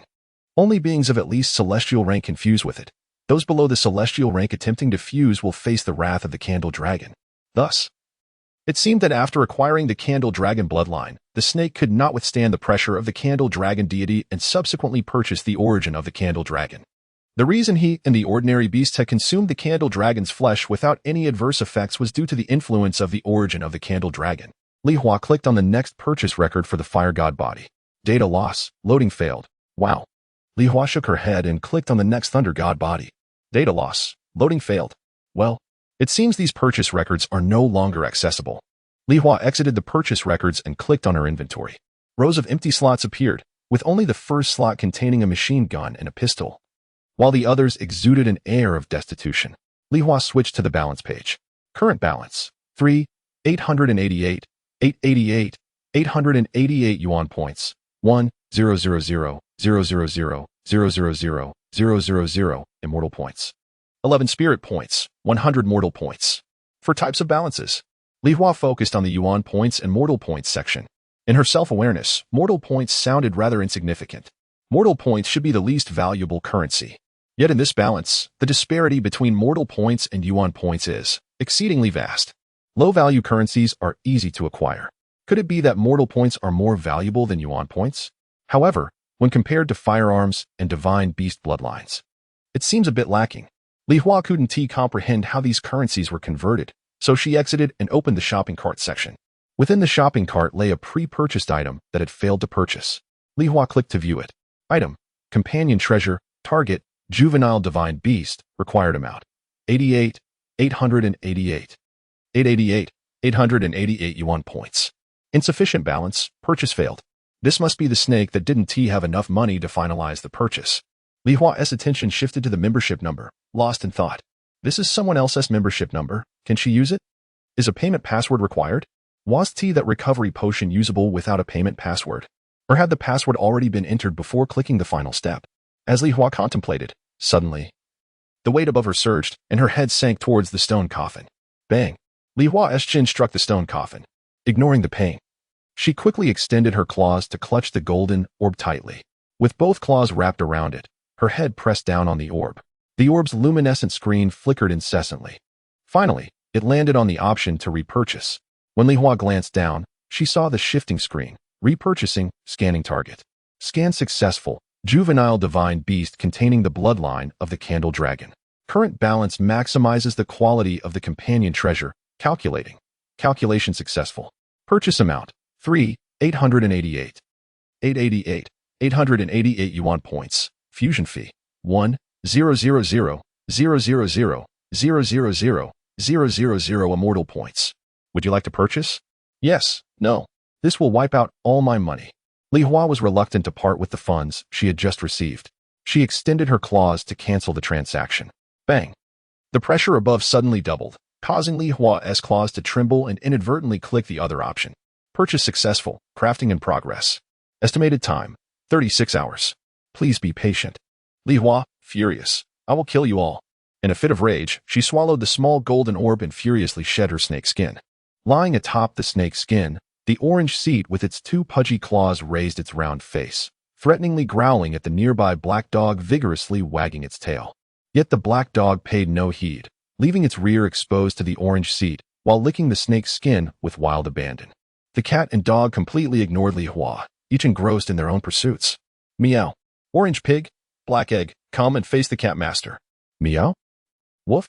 Meow meow meow ow wow. Li Hua has gone mad. Woof woof. Woof ow. Woof woof woof. Ouch, dead cat. Let us get him together, big yellow. Meow. Die for me. Clatter clatter, you fight your fights, why hit me? In the tomb, chaos erupted, with piercing cat cries echoing from the mound. The already dim environment took on an eerie quality. Chapter 10. The The surge of spiritual energy. A piece of good news. The shopping mall membership obtained does not require a payment password. Anyone can use it.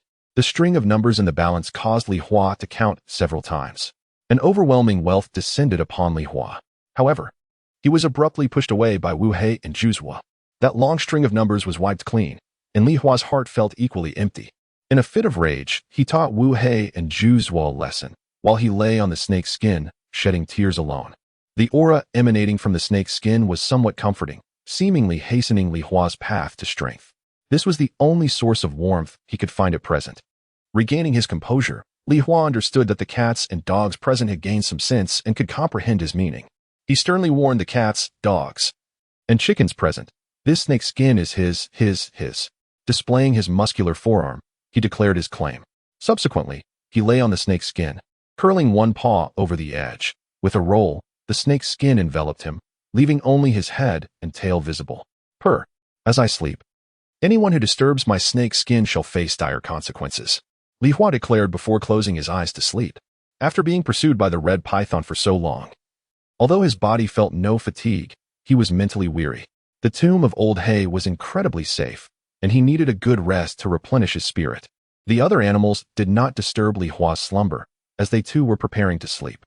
In the unfamiliar surroundings, the sound of rain outside, coupled with their natural inclination to revel at night, made it somewhat difficult to fall asleep. They could only exchange bored glances and lick the snake bones in their embrace. However, as time passed and the sound of rain subsided, the animals gradually succumbed to the tranquil environment and drifted off to sleep. The dark clouds whistled away, and the moon, exhausted from the commotion, found itself in need of rest. Yet, lessons must still be taught. As faint light illuminated the mountains after the rain, this rain was substantial and arrived without warning, leaving the meteorological department of Yuzhou province in a flurry. Due to the rainfall, an initial estimate of at least 500 millimeters of precipitation was made, though this was merely a preliminary assessment. The actual rainfall would likely be even greater, affecting the entire province. This was no ordinary rainstorm, it was a calamity. The department's staff tirelessly made phone calls, notifying other departments to prepare for disaster response. Once the torrential rain ceased, the province immediately began assessing the damage. The results. Reports from various regions confirmed widespread devastation, leaving the meteorological department bewildered. Was this some kind of joke? There is no way to falsely report such a disaster. Do you understand the gravity of this rainfall? In this age of mobile phones, such calamities cannot be concealed. Have all of you collectively lost your minds? Frustrated, the meteorological department ultimately found themselves confounded. Where did all that rain go? In Li Village, amidst the desolate woods. The rain washed the bloodstains from the ground, swiftly seeping underground. A sense of urgency flickered in the eyes of a slender dog as it drank water with reckless abandon, gulping until its belly swelled. Only when the water surface was entirely depleted did the slender dog finally stop. It uprooted the last few blades of grass stained with snake blood and departed with a sense of desolation. Below ground, the mountains connected one majestic peak to another. As the rainwater carried the energy contained within the snake blood and flesh, rapidly disseminating through the mountain ranges. The once silent mountains appeared to awaken, consuming everything within, silencing all living beings, leaving behind only endless tranquility and darkness. This state did not last long, as an even greater energy began to emanate from the mountain's depths. In the deep night, a faint yet vibrant spiritual energy rose, mingling with the mist, wandering through the mountain passes and enveloping the peaks. It swept away all dust, nourishing all life within the mountains. The trees swayed, filled with vitality. Creatures dwelling among the mountains began to sense the location's rich and spiritual energy. It was an unremarkable mountain range. The senses of spirit beasts and hermits were particularly acute, and those who deemed themselves capable had already begun to make their move. As dawn broke, in the dimly lit tomb, the roosting rooster king opened his eyes. As the reigning rooster of several nearby villages, he held the privilege of crowing first. If he remained silent, the roosters of other villages would not crow. Similarly, if he did not crow for a day, the hens might assume he had perished and seek other companionship. Hence, the first crow of each morning was imperative. The rooster king inhaled deeply and finally, cock-a-doodle-doo. Meow, woof woof. Instantly, a commotion erupted in the tomb as Li Hua awoke in anger, witnessing the rooster king being chased chaotically by Iron Hammer. Meow, can a cat get some sleep? Li Hua cursed silently, relishing the comfort of being wrapped in the snake skin, reluctant to awaken. What a nuisance this rooster was. I'll have Old Lee stew you for dinner when I return. Meow. Time to disperse. I must return as well. Beside him, Old Hay stretched lazily, notifying everyone. Li Hua emerged from the snake's skin, stretching his limbs as well. Gazing at the snake's skin before him, a glimmer sparkled in Li Hua's eyes, his claws gleaming. Swish. Instantly, sparks illuminated the dark tomb, causing the other cats and dogs to bristle in alarm, watching Li Hua warily. Incredible strength, Li Hua mused, casually rolling up the snake's skin. His current physical prowess, one might say without exaggeration, could deliver a cat punch with at least 300 pounds of force. Moreover, his physique continued to grow stronger. The growth of a divine beast requires time. Since consuming the snake's blood, he had transcended the realm of ordinary cats. He was now a divine beast, a juvenile divine beast. The growth of divine beasts typically spans at least 10,000 years, implying that with each passing day of sleep, he would become increasingly formidable upon reaching maturity. Zhu Zhuo and the others shared a similar fate. Meow. No need to panic, just testing my claws. Meow. Let us go. Old Hay bowed in respect to the stone coffin and waved his paw, causing the stone ceiling above to fracture. A beam of light streamed in. Cock-a-doodle-doo. The Rooster King snatched 2 pieces of snake bone and soared out first. With a few flaps, he reached a height of 100 meters before gradually vanishing. Meow. Old Hay, this snake skin is our collective bounty. You take half, and we shall split the rest. Meow. Old Hay nodded in agreement. Seeing this, Li Hua clutched the coiled snake skin in his mouth and leapt effortlessly 4 to 5 meters high, easily exiting the tomb. Meow. What a thrill. Iron Hammer, with hammer in tow, followed suit, sensing his newfound strength, and returned to the village with a fierce demeanor. Observing his demeanor, Li Hua anticipated trouble for some unfortunate dog. After a brief moment of silence for the canine, Li Hua chose not to return to the village with Zhu Zhuo and Old Hay. Bidding farewell to Old Hay, he clutched the snake skin and made his way towards Wang Village, adjacent to Li Village. In the early morning, before dawn had fully broken, the villagers were already up, taking advantage of the refreshing weather to toil in the fields.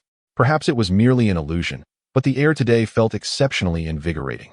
And everyone appeared remarkably lively, with minor ailments seemingly absent. This was not an illusion, as Li Hua, avoiding human presence while carrying the snake's skin, sensed the atmosphere more keenly. The air was rich with spiritual energy, and his body felt exceptionally at ease, absorbing the spiritual energy from the atmosphere, accelerating the growth of his divine beast lineage. The spiritual energy from the mountains. Li Hua gazed towards the distant verdant peaks, where a mass of white clouds drifted behind the summits. Although it appeared as mere clouds, to Li Hua's senses, it was undeniably a colossal and pure essence of spiritual energy. The spiritual energy within the mountains was at least 100 times more concentrated than here. Why has the spiritual energy suddenly surged? Li Hua pondered, though an increase in spiritual energy was undoubtedly a good omen. He continued onward, arriving at a dilapidated earthen house overgrown with weeds. This was an abandoned courtyard in Wang Village, and Li Hua came here to study the mysterious mall of all things.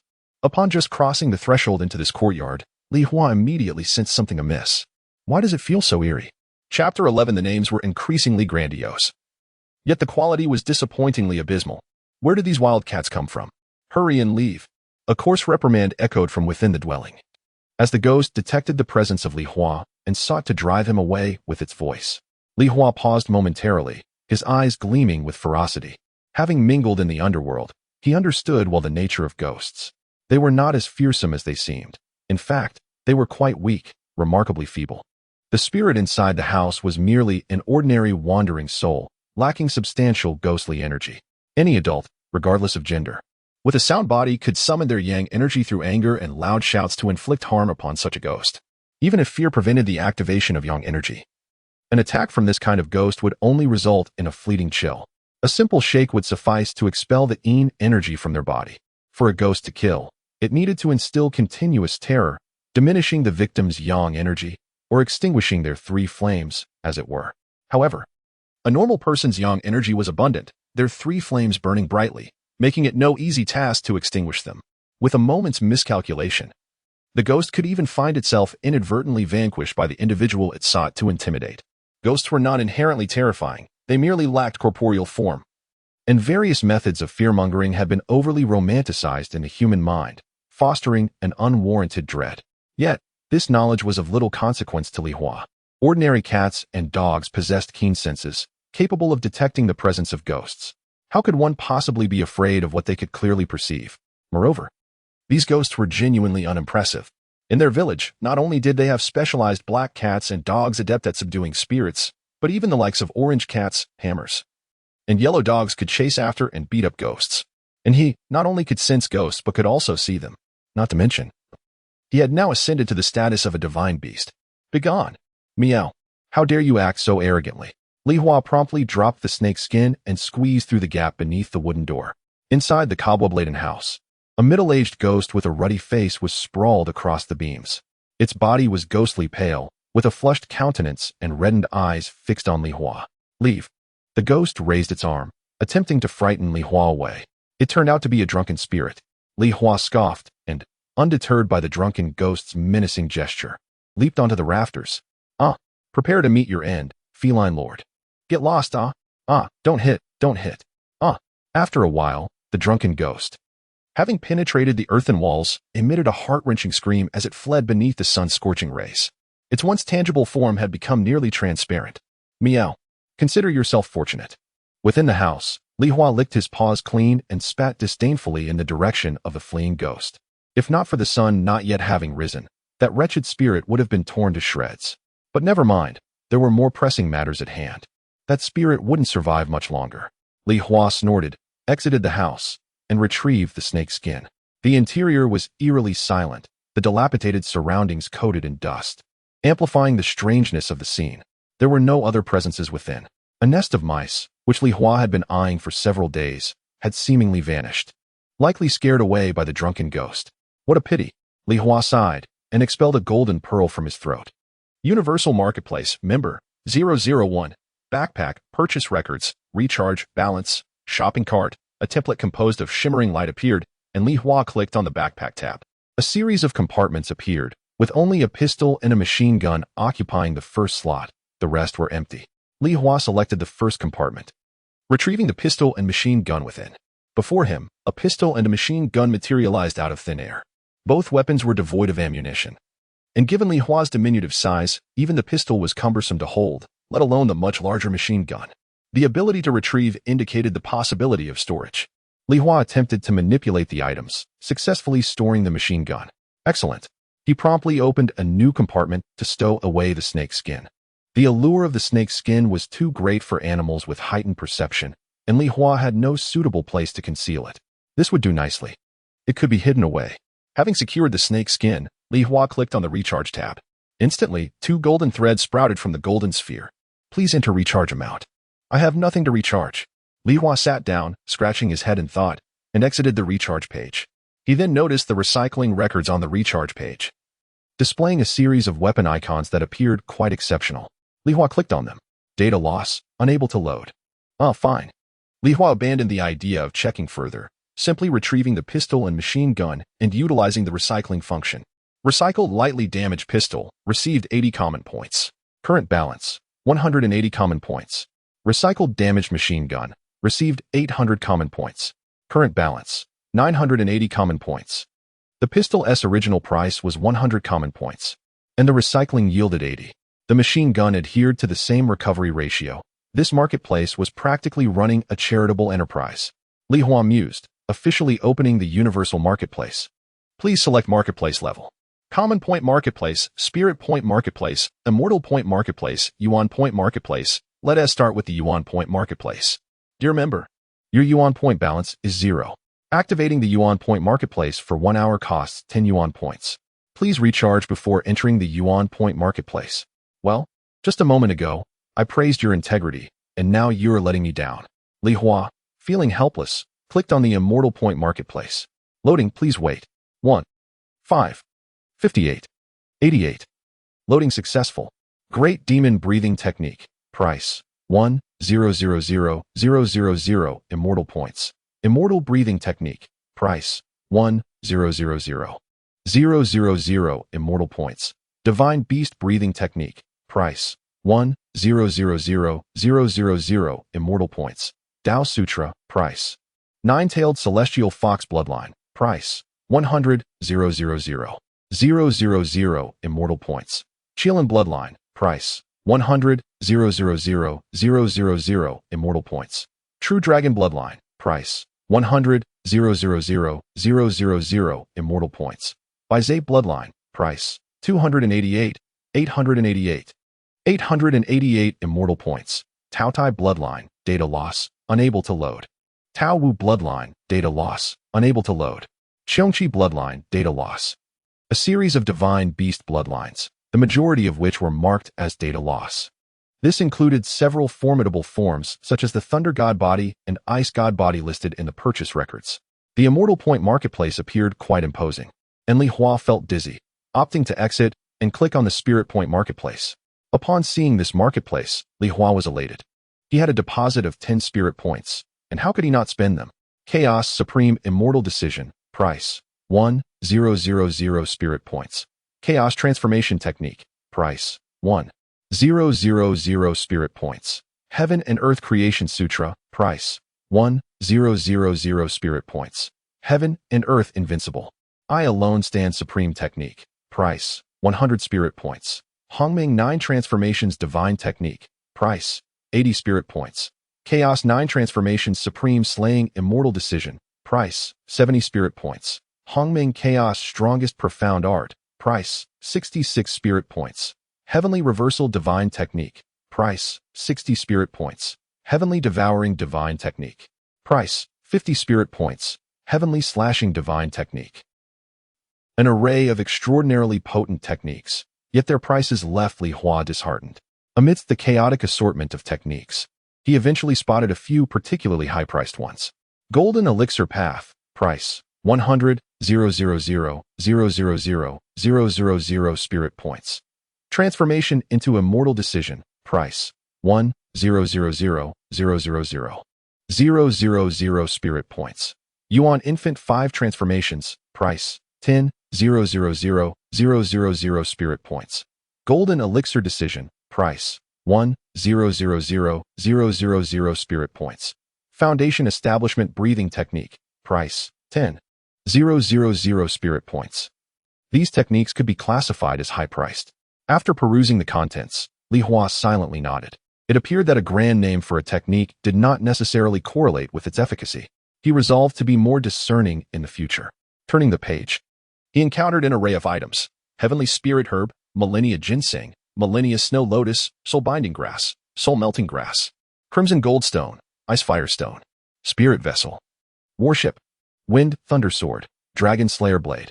The list of spiritual medicines, stones, formations, instruments, and elixirs seemed endless, rendering Li Hua exceedingly bored. Eventually, he could no longer bear to continue his exploration.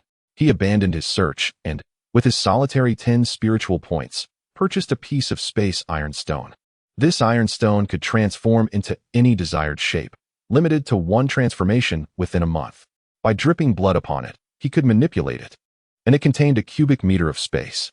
Although Li Hua had ascended to the status of a divine beast and was continuously growing stronger, the broken tooth he had suffered yesterday had yet to regrow. What would it signify for the Cat King to be missing a tooth?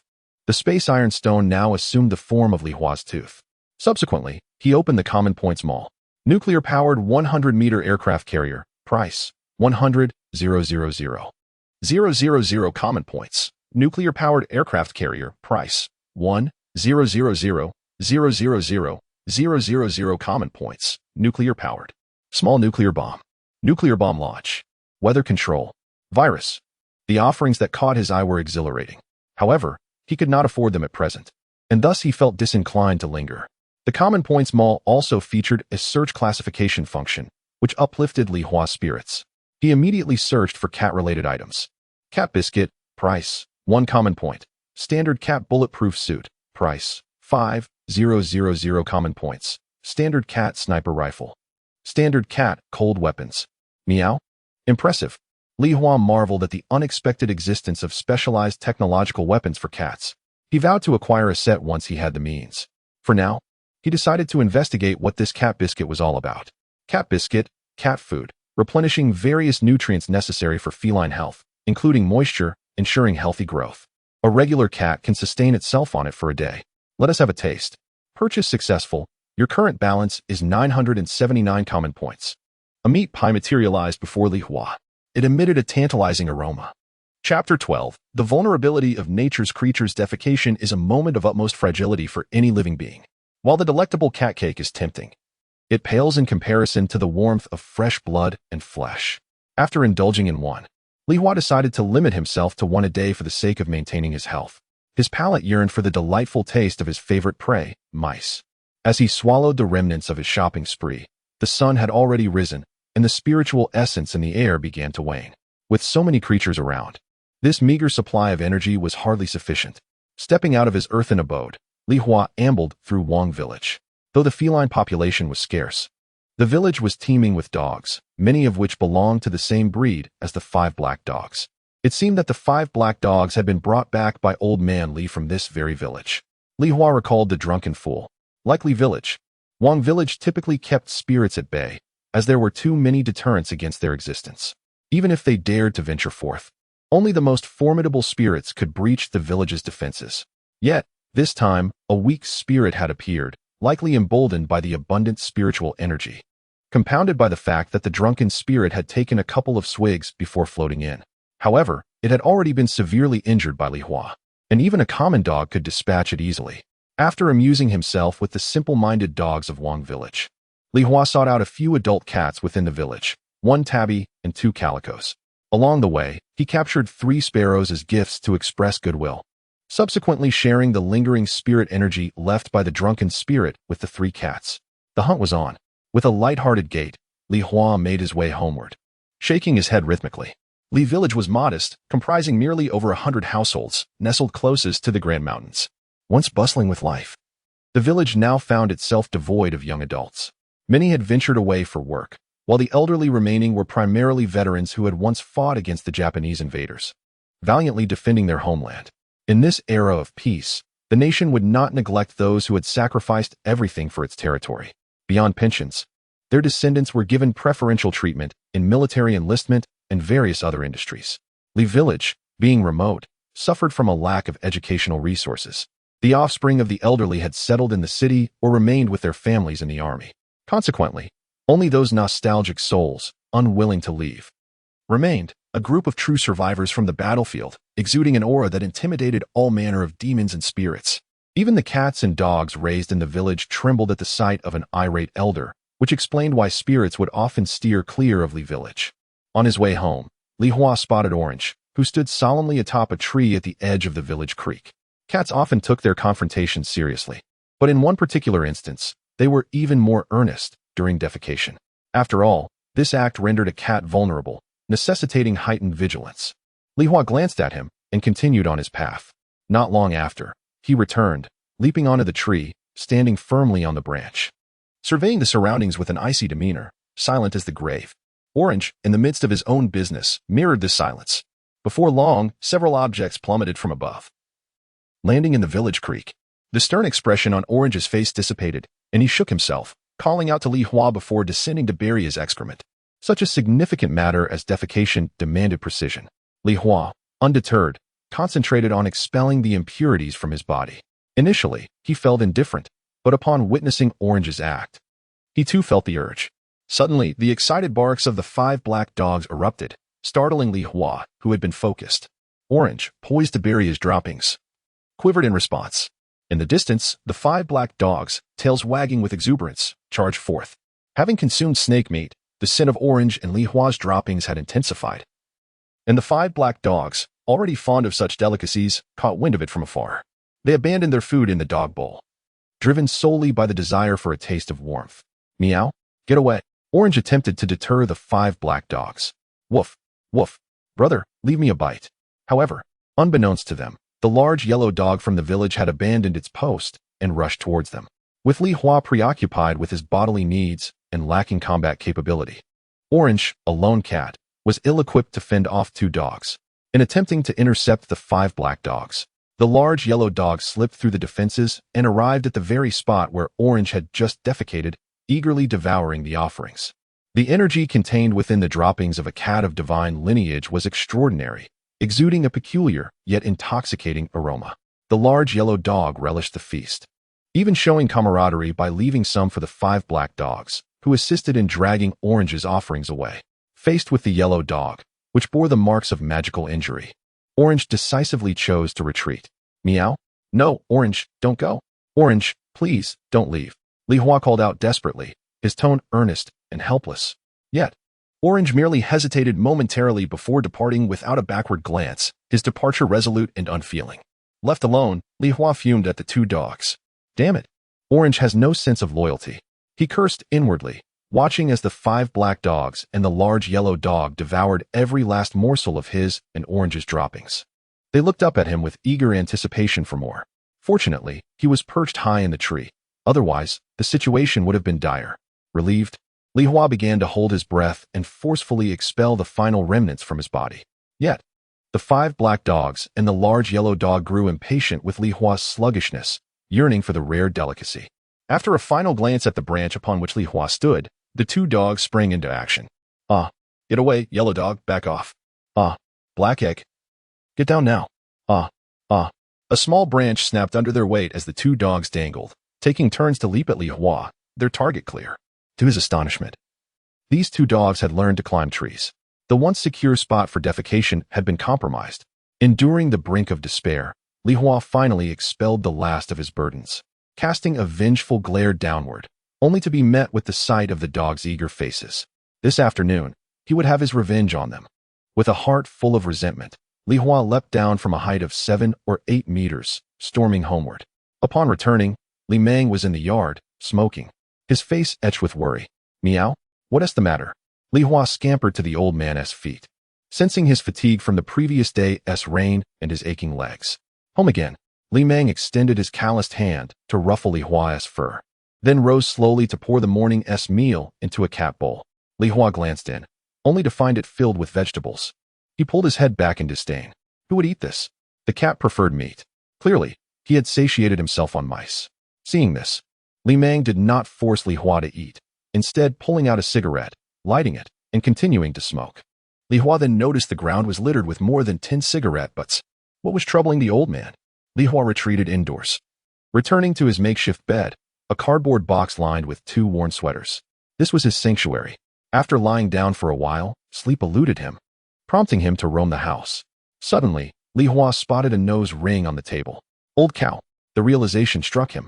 There were only 2 cows in the village, one belonging to his own household, an old cow that had lived for over 20 years. Li Hua had been with this family for a year now. He often overheard the village's elderly women chatting beneath the square-s tree. The old man, Li Meng, was 89 years old. He had a brother, the former village head, old Li Long. The 2 had once fought together against the Japanese, returning home after the war to marry. Li Meng's wife bore him a son and a daughter. Tragically, she had passed away in an accident a few years later. Their daughter married into a village closer to the county town, while their son had served in the military for many years, leaving Li Meng alone at home. Due to agricultural needs, as machinery could not traverse the terrain, the old man purchased a calf. His son had married a woman who was also in the military. After giving birth to a pair of twins, the man returned to the military, only to sacrifice his life shortly thereafter. His wife was gone. His son and daughter-in-law were lost, and his daughter had established her own family. He was left with the responsibility of supporting his grandchildren. During those trying times, the nation was in turmoil, and the old soldier's meager pension barely sufficed for his own sustenance. It was solely through the diligent labor of an old ox, tilling a couple of acres of land, that his grandchildren were spared from hunger. As technology advanced and the nation prospered, the benefits for veterans like him improved, alleviating concerns about basic necessities.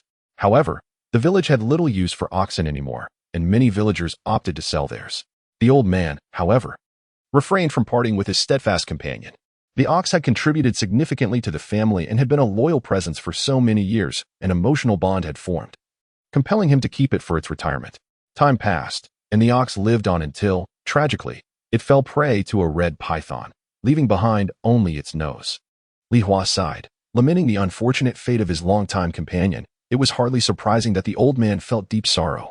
He found himself unable to offer any words of comfort, recognizing that the elder had witnessed much in his lifetime. The sudden loss of the old ox was a shock, but in a few days it would fade into a mere memory. Yet, it was yet another cherished thought that had slipped away. Chapter 13. Hunting for the Family. The clever cat Li Hua's noon approached. Wisps of smoke began to rise from the homes in the village. unable to sleep. Li Hua glanced at the elderly man preparing lunch. He was kneading dough, likely to make noodles. Meow? Li Hua felt somewhat disgruntled. After feasting on raw meat for several days, he longed for cooked meat. You're becoming picky. I've never seen a creature so finicky, Li Mang scolded. Go take a look at the other cats and dogs in the village. They all eat leftovers. You're living like a city cat. Humph. Li Hua turned and leaped over the wall. If you want tea by meat, I shall hunt for it myself. Woof woof. Have you eaten? Where are you going? On the village path, De Huang, with a hefty rat in his mouth, greeted Li Hua enthusiastically. Placing the rat, whose spine was broken, on the ground, he said, I'll trade you this rat for a meal. Just caught it, still fresh. Meow? No, go check at Juzua's. He should have some food. Li Hua glanced at the mangled rat and declined the offer, insisting he needed cooked meat that day, transforming into a blur. The wind tousled Li Hua's fur as he dashed forward. It hadn't been a day since he consumed snake meat, yet he felt remarkably powerful. After all, with the strength of 5 black dogs, he would not lag behind 2 dogs. Covering over 10 miles of mountain path, Li Hua arrived in roughly 10 minutes. Feeling no fatigue, he didn't ascend the mountain but ran to its foot, where lush vegetation and water thrived. His targets were the wild chickens and hares residing there. Silently weaving through the grass, Li Hua suddenly halted. Woof! Ahead, a slender dog, its body covered in blood, stood over a gutted hare. Sensing Li Hua's presence, it cautiously picked up the rabbit, preparing to flee. This was the slender dog from the previous night. He could tell the snake meat had sharpened its wits. Li Hua made no attempt to hide, and the slender dog quickly spotted him. It remembered Li Hua, realizing that the food he had been given had enhanced its strength, clarity of memory, and even granted it new insights. Woof! The slender dog dropped the hare, offering it to Li Hua. Meow? I don't want it.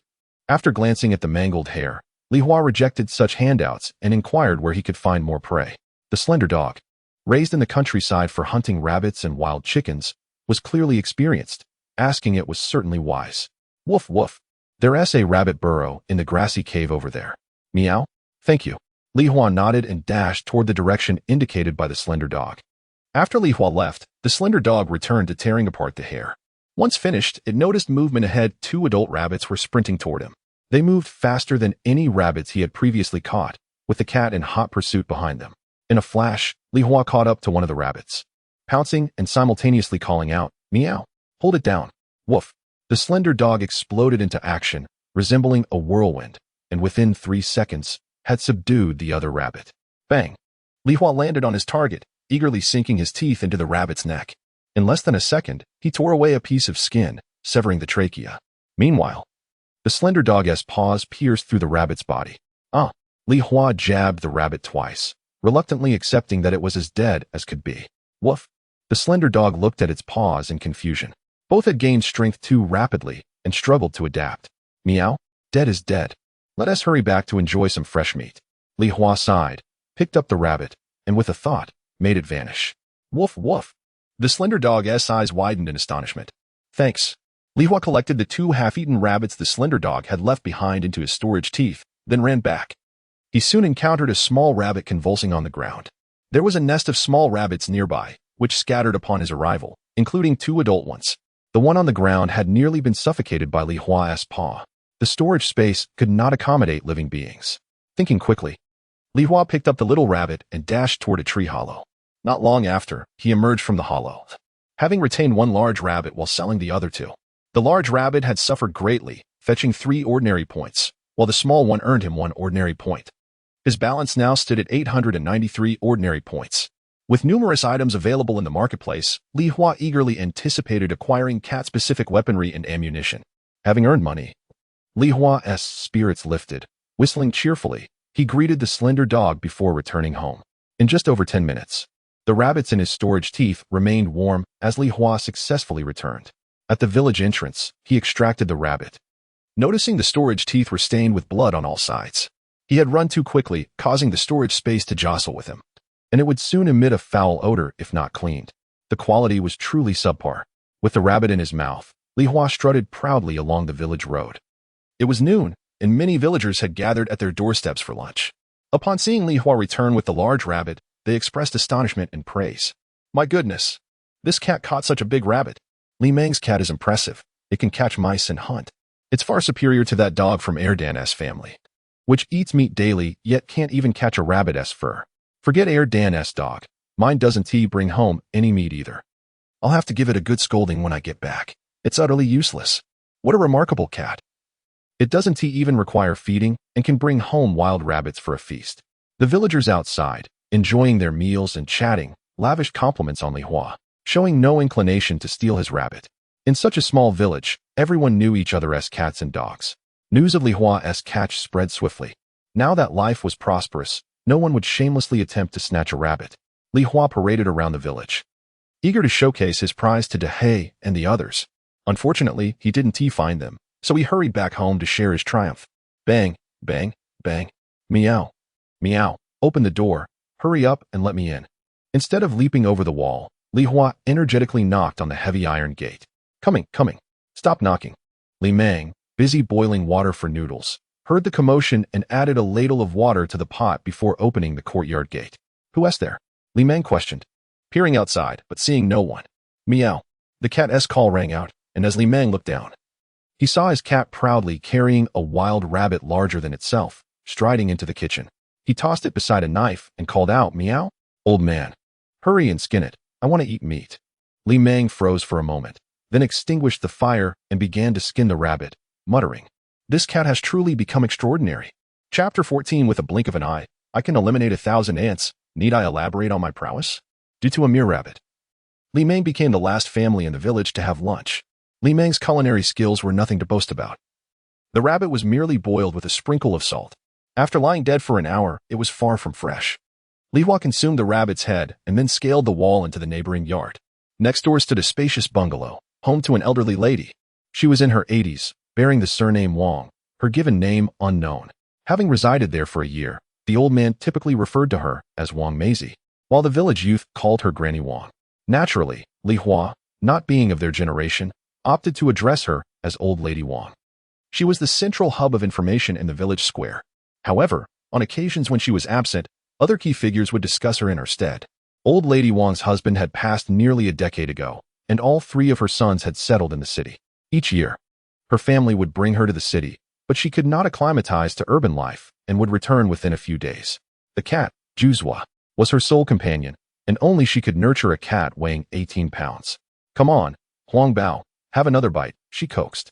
In the yard, Granny Wang reclined in a rocking chair, with the reluctant Juzwa nestled in her arms. Beside her lay a metal bowl containing leftover rice porridge from lunch. Granny Wang gently pried Juzwa's mouth open to feed him. Juzwa, decidedly unwilling, had traded a mouse with the village dog earlier and was no longer hungry. Reluctantly, he forced himself to keep his mouth shut, his round face exhibiting clear signs of resistance. Deservedly so, he had been left alone earlier to face those 2 foolish dogs. Li Hua, remembering Juzwa's lack of loyalty, praised Granny Wang. Indeed, feed him more, let him grow so fat that he cannot move, rendering him incapable of disloyalty. Mimi, why are you so thin? At that moment, Granny Wang noticed Li Hua standing in the corner and released Juzwa, who promptly vanished without a trace. Granny Wang approached Li Hua, holding a bowl of rice porridge. Meow, meow, meow, meow. I'm not thin. I weigh 12 pounds. Full of muscle, can't you see? Li Hua was thoroughly displeased with Granny Wang's remarks about his size. Who among the village cats rivals my stature? Truly. You seem a bit muddled. Granny Wang affectionately patted Li Hua and placed the porridge in front of him. Meow? I repeat, I am not thin. Just wait, Li Hua grumbled, then leaped over the wall to retrieve a shabby bowl. Such a good boy. Granny Wang beamed as she poured the porridge into his bowl. Li Hua, not paying attention, bit the bowl and carried it through Granny Wang's drainage ditch to a corner. He had no intention of eating this. Better to let the dog have it. Upon returning, Granny Wang was washing dishes in the kitchen. Juzwa lay despondently in the cool shade of the wall, seemingly troubled by something. Li Hua ignored him and approached the corner near the kitchen, his whiskers twitching with delight. A small ant was traversing the crack in the wall. Suddenly, a shadow fell, and the ant was obliterated, leaving a small mark on the corner. Following that, shadows descended repeatedly, turning several more ants into an ant paste. Li Hua was diligently adjusting his striking technique, employing various methods to dispatch the ants. This was precisely why he had come to Granny Wang's home. He had long since exterminated the ants in his own abode and needed a venue for practice. He aimed to control his strength, lest he accidentally kill another rabbit like he did at noon. This exercise was not only effective but also immensely enjoyable. If there were enough ants, Li Hua could train all day long. Li Hua was relentless in his pursuit, and when he achieved 100 kills, Zhu also became aware of Li Hua's antics. Thus, beneath the corner, 2 cats sat, one robust, the other plump. With claws like shadows, the ants at Granny Wang's abode faced imminent annihilation. After washing the dishes, Granny Wang felt drowsy and decided to nap under the paulownia tree in the yard, while Li Hua and Zhu frolicked merrily nearby. The sun, having worked tirelessly all day, felt fatigued and was choosing to retreat behind the clouds. The villagers picked up their farming tools and made their way to the fields. Following yesterday's torrential rain, they had expected significant damage to the freshly sown crops. Contrary to their fears, the young wheat had surged several inches, transforming the landscape into a sea of green. Li Meng, donning a straw hat and carrying a hoe, approached his wheat field, squatting down to inspect. He could hardly believe his eyes. It had already begun to ear. Having spent a lifetime tending to wheat, he knew all too well when it would start to ear. Yet now, it was still spring, and the wheat was ahead of schedule. This was undoubtedly a positive development, as the ears were far from hollow and appeared exceptionally promising. Each wheat ear contained at least 100 grains, and if things continued this way, the yield would be extraordinary. A smile of uncontainable joy spread across Li Meng's face, washing away the gloom of the old cow's unexpected demise. He energetically began pulling weeds. The rain had not only nourished the crops but also allowed countless weeds to thrive, sprouting in large clusters. What an uncanny phenomenon. Li Long, smoking a cigarette while riding an electric bike, arrived at Li Meng's wheat field. I've sprayed herbicide. Yet they still emerge. Li Meng tossed a pile of weeds to the edge of the field, placed the cigarette behind his ear, and wiped the sweat from his brow. Brother, how does the air feel today? Can't deny it. Today feels absolutely refreshing. Li Long nodded in agreement. By the way, has your cat returned? Yes. It caught a rabbit for me at noon. Quite the cat. My 3 are driving me insane since they returned. What is wrong, brother? What else could it be? Haydn ran into the house and chewed up the chairs, while Hachio brought back a mouse and left it on the roof in a neat row to dry. There were at least 10. No matter how many I throw away, he retrieves them. That rooster even broke the coop for the wild chickens. They're all a handful, driving me to madness. Are there mice in our village? I'm puzzled by that too. I saw Daha carrying a large mouse around the village this morning. Is Dahu all right? Li Meng questioned, bewildered. Last night he looked like he wouldn't survive, yet today he seems fine? Yes, all right, bouncing back to life. That foolish dog seems to have luck on his side. Enough talk. Let us get back to weeding while it's still cool.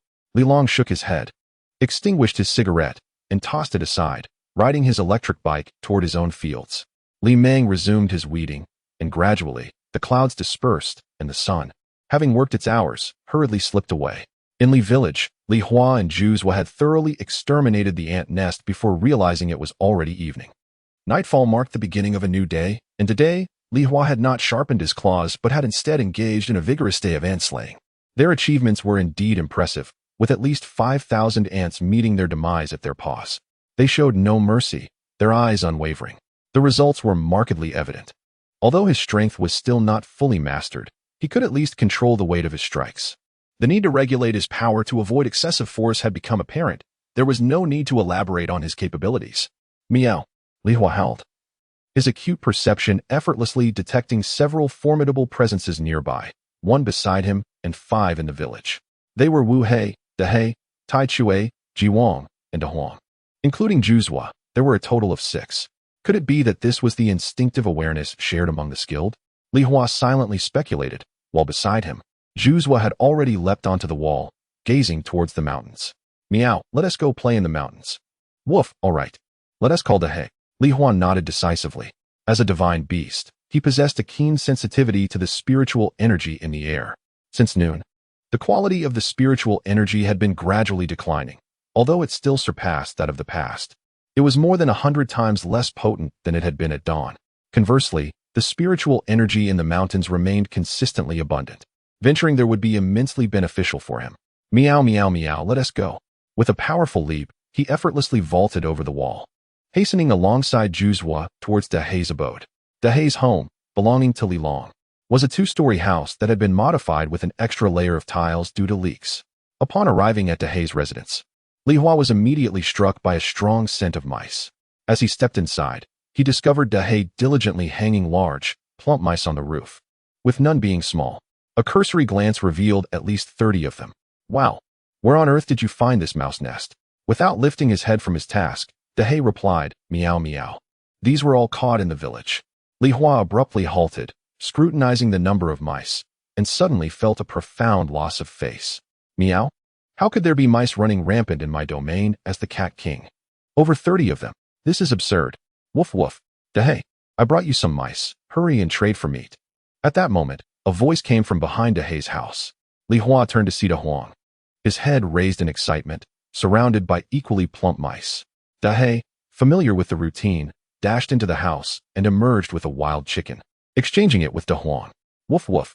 Da Huang eagerly began feasting on the chicken, while Dehei leisurely resumed hanging the mice to dry.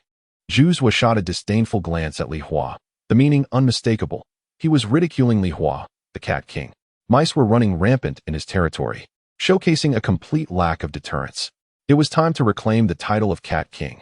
Fuming, Li Hua could no longer maintain his composure, and he began patrolling the village in a fit of anger. This was a serious matter. Complacency was not an option. The mice in the village must be eradicated completely. Chapter 15. Li Long. Even dogs know my family's low status. As dusk descended, the villagers returned from the fields. Li Hua had scoured the village 3 times.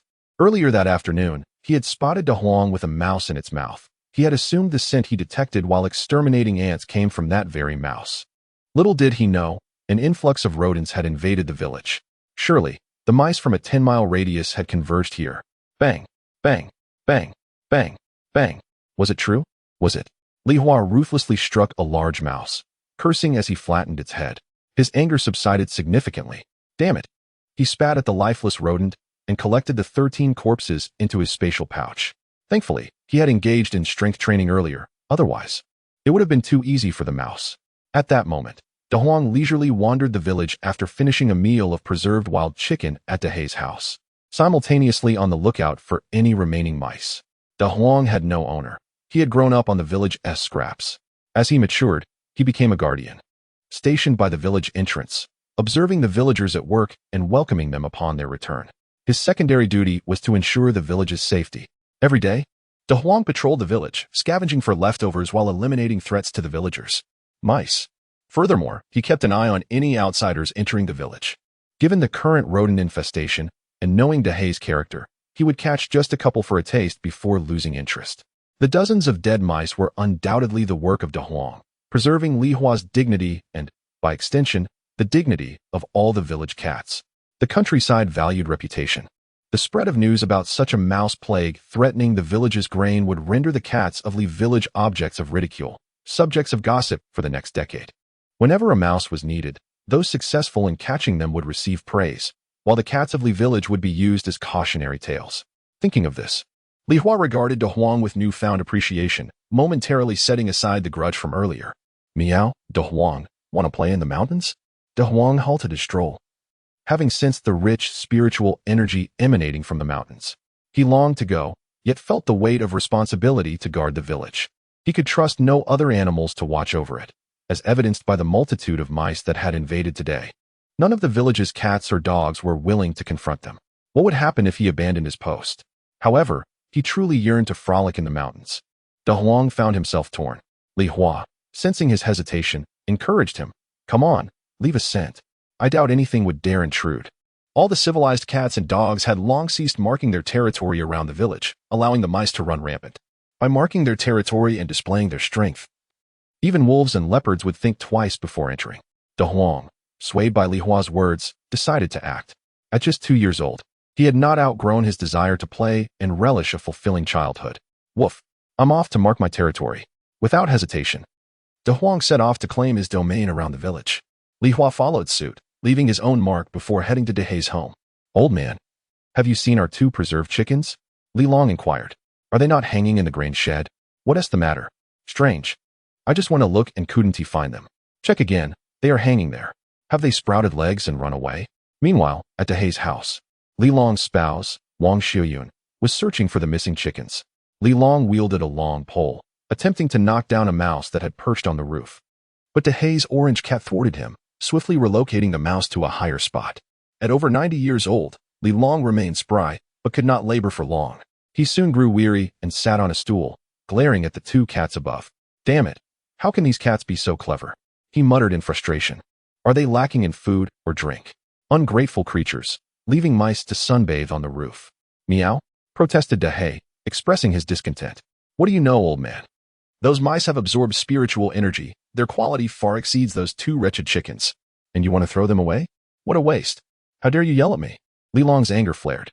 You ungrateful creature. If you don't dispose of those mice, I'll throw you out.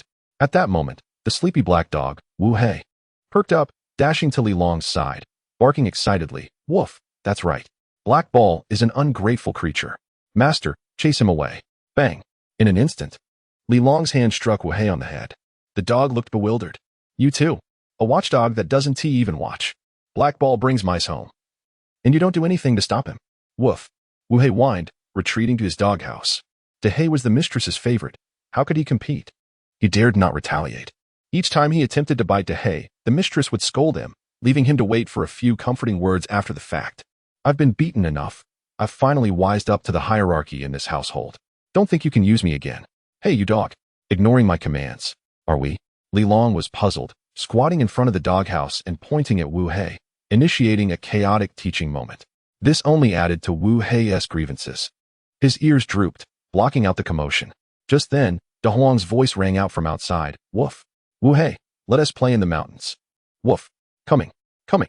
Instantly. Wu Hei sprang to life, darting out of the doghouse before Li Long could react. He slipped out between Li Long's legs, kicking up dust as he vanished into the village.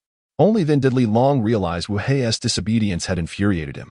You little rascal, when you return, I'll show you what, he shouted.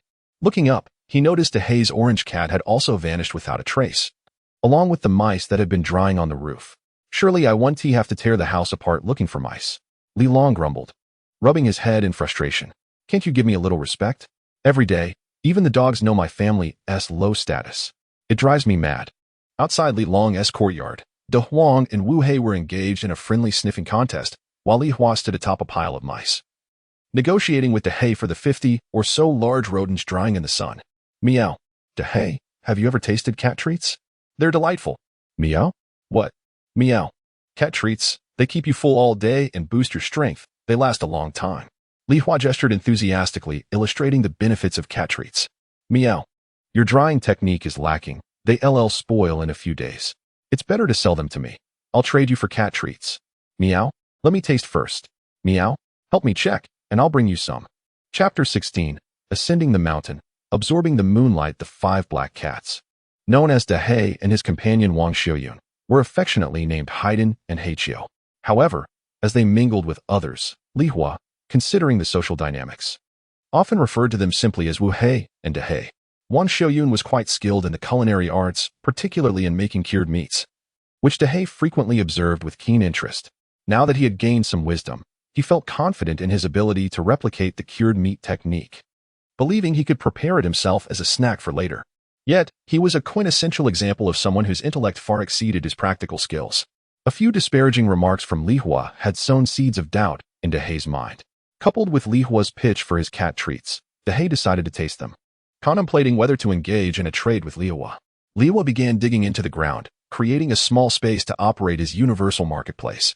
This marketplace was visible to all, leaving Li Hua with no other choice. He retrieved 13 mice from his storage and began the transaction. Perhaps due to their prolonged demise, the mice had lost some of their vitality. The 13 mice contributed a total of 11 common points. Li Hua exchanged these for 11 cat treats, which he stored in his rather unkempt storage. Emerging from the ground, he called out, Meow. You two should try this. He divided 1 cat treat into 2 halves, distributing them between Dehei and Zhuzhua. Meow, where did you acquire that storage? Can it be traded? Dehei noted Li Hua's storage with intrigue.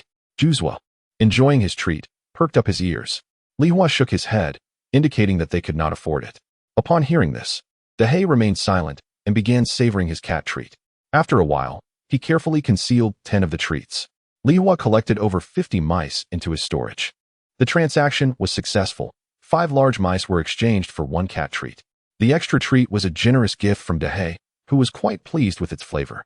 Zhuzhua, having snagged half a treat, concurred with Dehei's sentiments. Once Dehei had securely tucked away the cat treats, an ash gray, an orange, and a black cat dashed out of the village.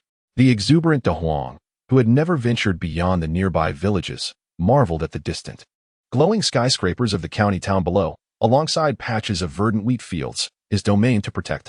The vibrant city, juxtaposed with the clouds on the horizon, painted a colorful world that filled him with uncontainable excitement. Li Hua, well-versed in the ways of the world, remained calm.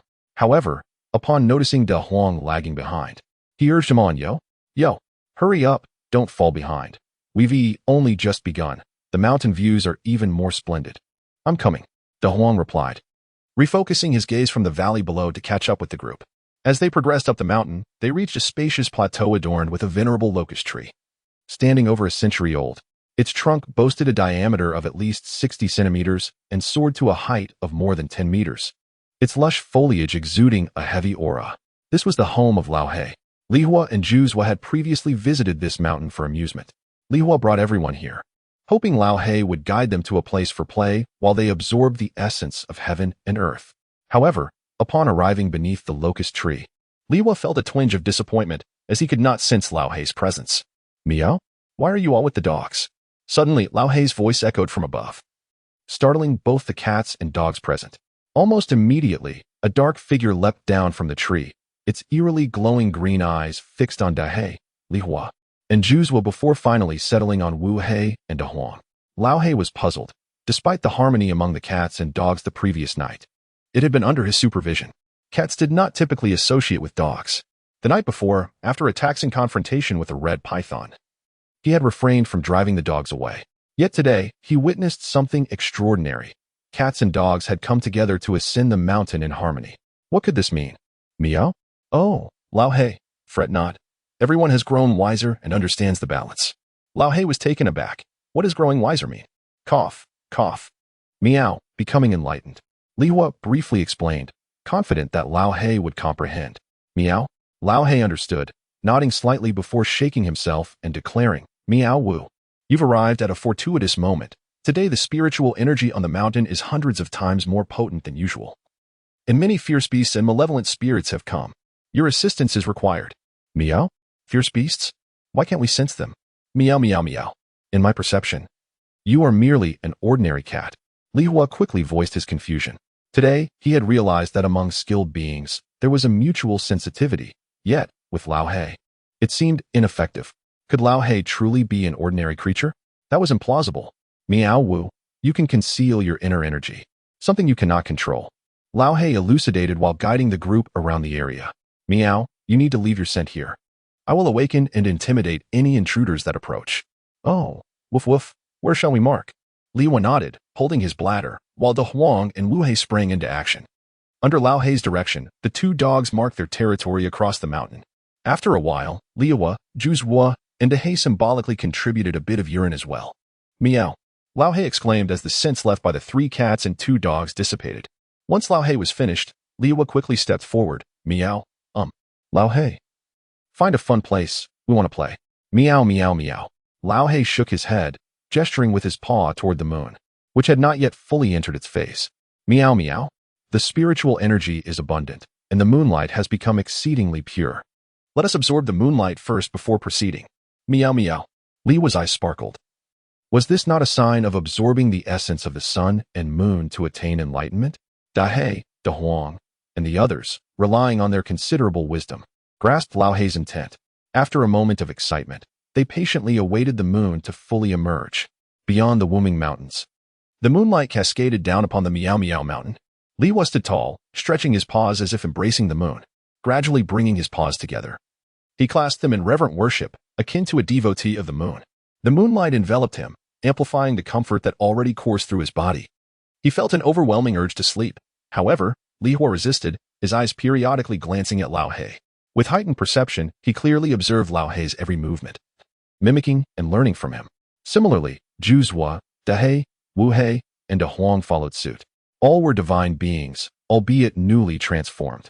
Yet, their innate instincts, coupled with their focused learning, soon led them to develop their unique methods of absorbing the moonlight's essence. Zhu lay upon the ground, inhaling the moonlight with each breath. Dahe stood, extending his paws in reverence, absorbing the energy just as Lao He did. Wu He, resembling wolves, raised their tails and howled at the moon. De Huang sat obediently on the ground, meditating in silence. Meanwhile, Li Hua sprawled on the ground like a lifeless being, adopting this posture to absorb the moonlight's essence.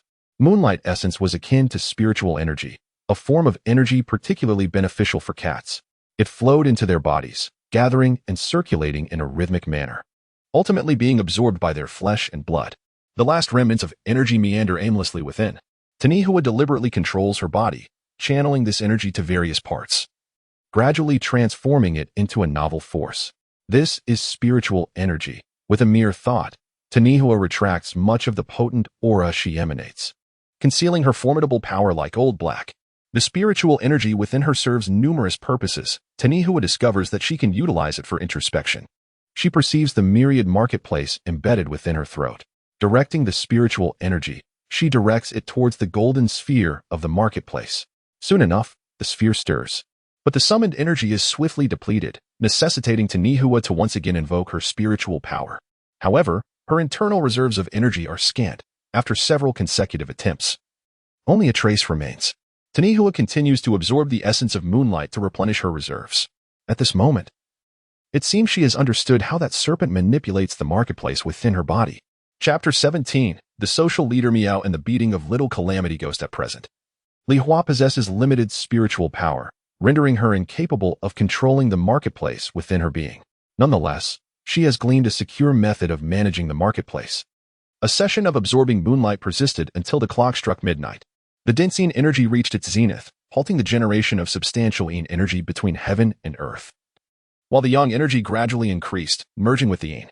Although the Yin energy remained, it became tainted with Yang, making it impossible for ordinary spirits to absorb, save for some exceptional entities. This moment signified the active hours for spirits. Li Hua and her companions paused. Though the moon hung high, the moonlight was no longer accessible to them. Li Hua, De He, Zhuzuo, De Huang, and Wu He stretched their bodies, producing a series of crackling sounds. The divine beast's form absorbed the moonlight and purified it, transforming it into their individual spiritual powers. Meow, how delightful. After completing her stretch, Li Hua suddenly turned to gaze down the mountain. Approximately 200 to 300 meters below, amidst a tangle of trees, a cold wind howled. Meow. Old He let out a low growl in that direction and dashed forward. What? Li Hua paused momentarily before following suit. Meow. Wait for me. Woof. Woof. Brothers, charge. Wu He fiercely trailed behind Li Hua, and De He, De Huang, and Zhuzuo, upon witnessing the scene, naturally could not lag behind, rushing in with an imposing spirit. Meow. Ah. Meow. Ah, mercy, mercy. Upon arriving, Li Hua found Old He weaving through the chaotic thicket. A ghost clad in the garb of an ancient steward was being torn apart by Old He's relentless assault, with strands of Yin energy rapidly dissipating. The steward's pleas for mercy echoed continuously. Meow. I strike. Without hesitation, Li Hua launched a flying kick, her spiritual energy enveloping her feet. Oh. The steward's eyes bulged as Li Hua's blow left him disoriented, crashing heavily to the ground. Meow. Dare to cause trouble on my brother's turf? Seeking death? Standing beside the steward's head, Li Hua pressed down with one paw while raising the other in a fist, channeling her inner spiritual energy into her paw. She brought it crashing down. Bang, bang, bang, bang. Meow. Let this be a lesson for causing disturbances. Bang, bang. Meow. You dare not give the cat lord face? I'll show you what happens when you disrespect me. Bang, bang, bang. Li Hua's face radiated an air of menace as she stood tall, her muscles prominently defined, particularly her heavily punching arms adorned with intricate patterns. The bulging muscles contained formidable strength, complemented by her white gloves. She resembled a social leader fiercely battering a little calamity. Moreover, this formidable feline leader had a gang of brothers. As Wu He rushed up and saw Li Hua fiercely pounding the steward's head, he quickly formulated a plan. Standing atop the steward's abdomen, he commenced a furious kicking spree. De He soon joined, revealing sharp claws as he leaped onto the steward's neck, scratching wildly. De Huang followed suit, positioning himself opposite Wu He, both launching an unrelenting assault on the steward. Please stop, please stop. By the time the portly Zhuzuo arrived, the steward had been reduced to a mere swirl of ghostly energy. Old He stood nearby, somewhat at a loss on how to join the fray. Moments later, as the steward appeared on the brink of annihilation at the hands of Li Hua and Wu He, Old He intervened. Exhaling a breath of Yin energy, he dangled the steward's ghostly life by a thread, flicking his tail to send the steward flying, rolling through the mountains, slowly vanishing from the sight of the feline and canine brigade. Meow? What background does this fellow have? Li Hua inquired, recognizing that for Old He, ghosts were merely sustenance. This steward was an ancient spirit of considerable strength, yet still a mere target for their wrath. Old He refrained from executing him, hinting at a potential backing. Meow? The steward of the Ghost Lord, we crossed paths before. Old He elucidated, his worn black visage fixed on a century-old locust tree. Meow? I might have to relocate in a few days. Li Hua was unfamiliar with the Ghost Lord, but upon hearing Old He's explanation, she comprehended. The Ghost Lord was a spectral king residing hundreds of kilometers away at Ghostine Mountain. Such ghostly kings were rare, even within the underworld. And their existence in the mortal realm was even more formidable. In a radius of 1,000 miles, perhaps only 5 could be found. Old He knew of only one Ghost King, the Ghost Lord. In life, the Ghost Lord belonged to an affluent household, and the steward was merely her attendant. Wishing to avoid conflict with the Ghost Lord, Old He had only delivered a beating to the steward. As for the steward's presence, Old He was well aware. The surge of spiritual energy in the mountain today had driven away numerous fierce beasts since morning, and he had consumed 2 mindless malevolent spirits. With his territory suddenly transformed into a treasure trove, Old He needed to muster the corresponding strength to defend it. However, many sought to claim this land. Beyond the fierce beasts, various spirits also lurked. It seemed evident that even the Ghost King had set its sights on this place. Old He sensed he could no longer safeguard his home. Yet, it mattered little, with his current rate of growth, if he truly could not hold his ground. Retreating to the village for a time would suffice. Meow meow. Let us not dwell on such matters, Old He. Let us find a thrilling place to enjoy ourselves, Li Hua suggested, igniting excitement among De Huang and the others. Seeing their enthusiasm, Old He contemplated their strengths before falling deep into thought. Suddenly, an idea struck him, his eyes brightening as he led the charge. Meow. Follow me. I know a place with great herbs. Meow, meow, meow. Li Hua instantly felt exhilarated, promptly trailing behind Old He. Yahor. Let us go, let us go. Ah woo. The Dog King is coming. Woof woo. Charge. Old He led the charge, a line of cats and dogs following behind, traversing one mountain peak after another, startling the local fierce beasts. Infuriated, the beasts attempted to drive away the intruders, but Old He and Li Hua moved too swiftly. The beasts could only catch a whiff of a threatening scent, failing to detect their invaders. Thus, numerous daytime creatures, weary from their patrols, roamed their territories. Old He guided the group for over an hour. Although Yu Province was a plain, it boasted its share of continuous mountains. Li Hua had no notion of how far they had traveled, but it was certainly over 100 miles.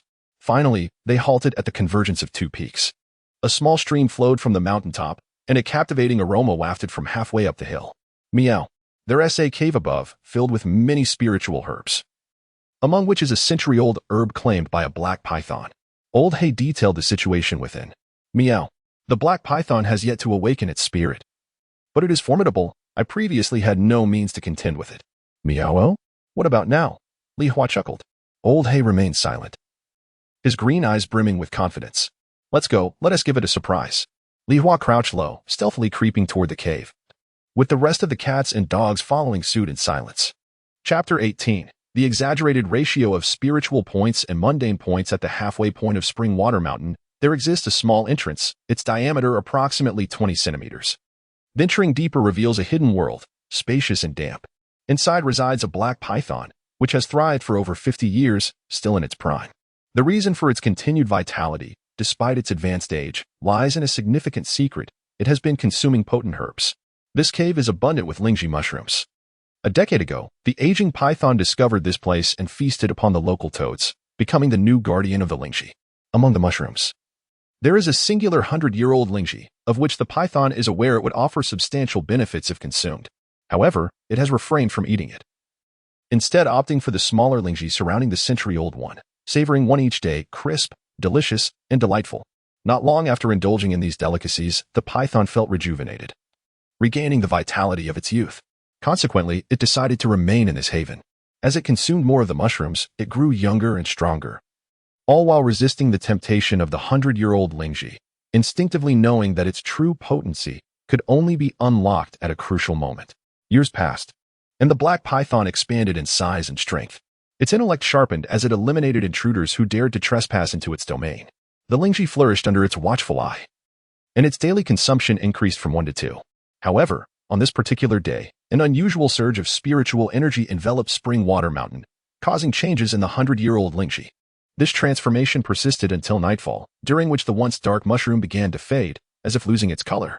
The python, sensing the impending alteration, grew increasingly excited. Remaining vigilant by the mushroom's side, anticipating its metamorphosis. Outside the entrance, a head of a cat cautiously poked out, soon followed by another, and then another. They nearly blocked the already small entrance until a large dog's head descended, causing the three cat heads to tumble away. What the hell? I was scouting here. And you all are making a racket. Li Hua exclaimed in frustration. Seriously, do you have no sense of teamwork? We're supposed to be stealthy. And now the creature inside will hear us. A growl resonated from within the cave, prompting Li Hua to sigh in defeat. All right, let's go. With a fervent bark, the large dog, Da Wang, charged ahead. As they ventured deeper, the cave narrowed, and Da Wang, rather large in stature, became stuck at the entrance. Li Hua observed the dog's frantic movements before pausing momentarily. Da Wang continued barking fiercely, pushing his head into the cave.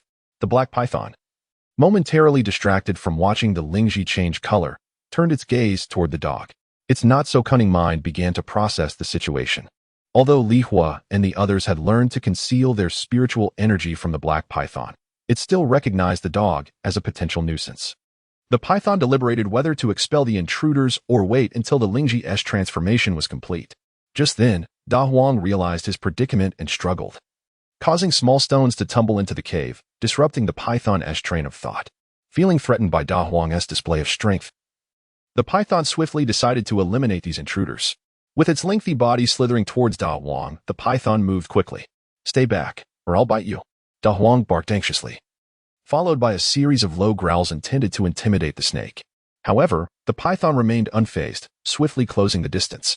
In a split second, Da Huang's head was adorned with two green orbs of light. Suddenly, Lao He leaped into action, his claws deftly gripping the python's jaw, using his formidable strength to send the 100-pound creature soaring through the air. As the python crashed against the cave wall and fell to the ground, its head spun in confusion. Da Huang, no longer paralyzed by fear, adeptly maneuvered into the cave.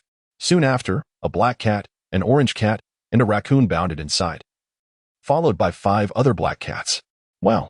Li Hua marveled at the extraordinary cave, which, despite its tiny entrance, revealed an expansive chamber akin to an indoor basketball court. Spiritual energy converged in this place, with mountain spring water dripping from crevices. The damp walls and floor were adorned with clusters of Lingji, numbering at least 100 at first glance.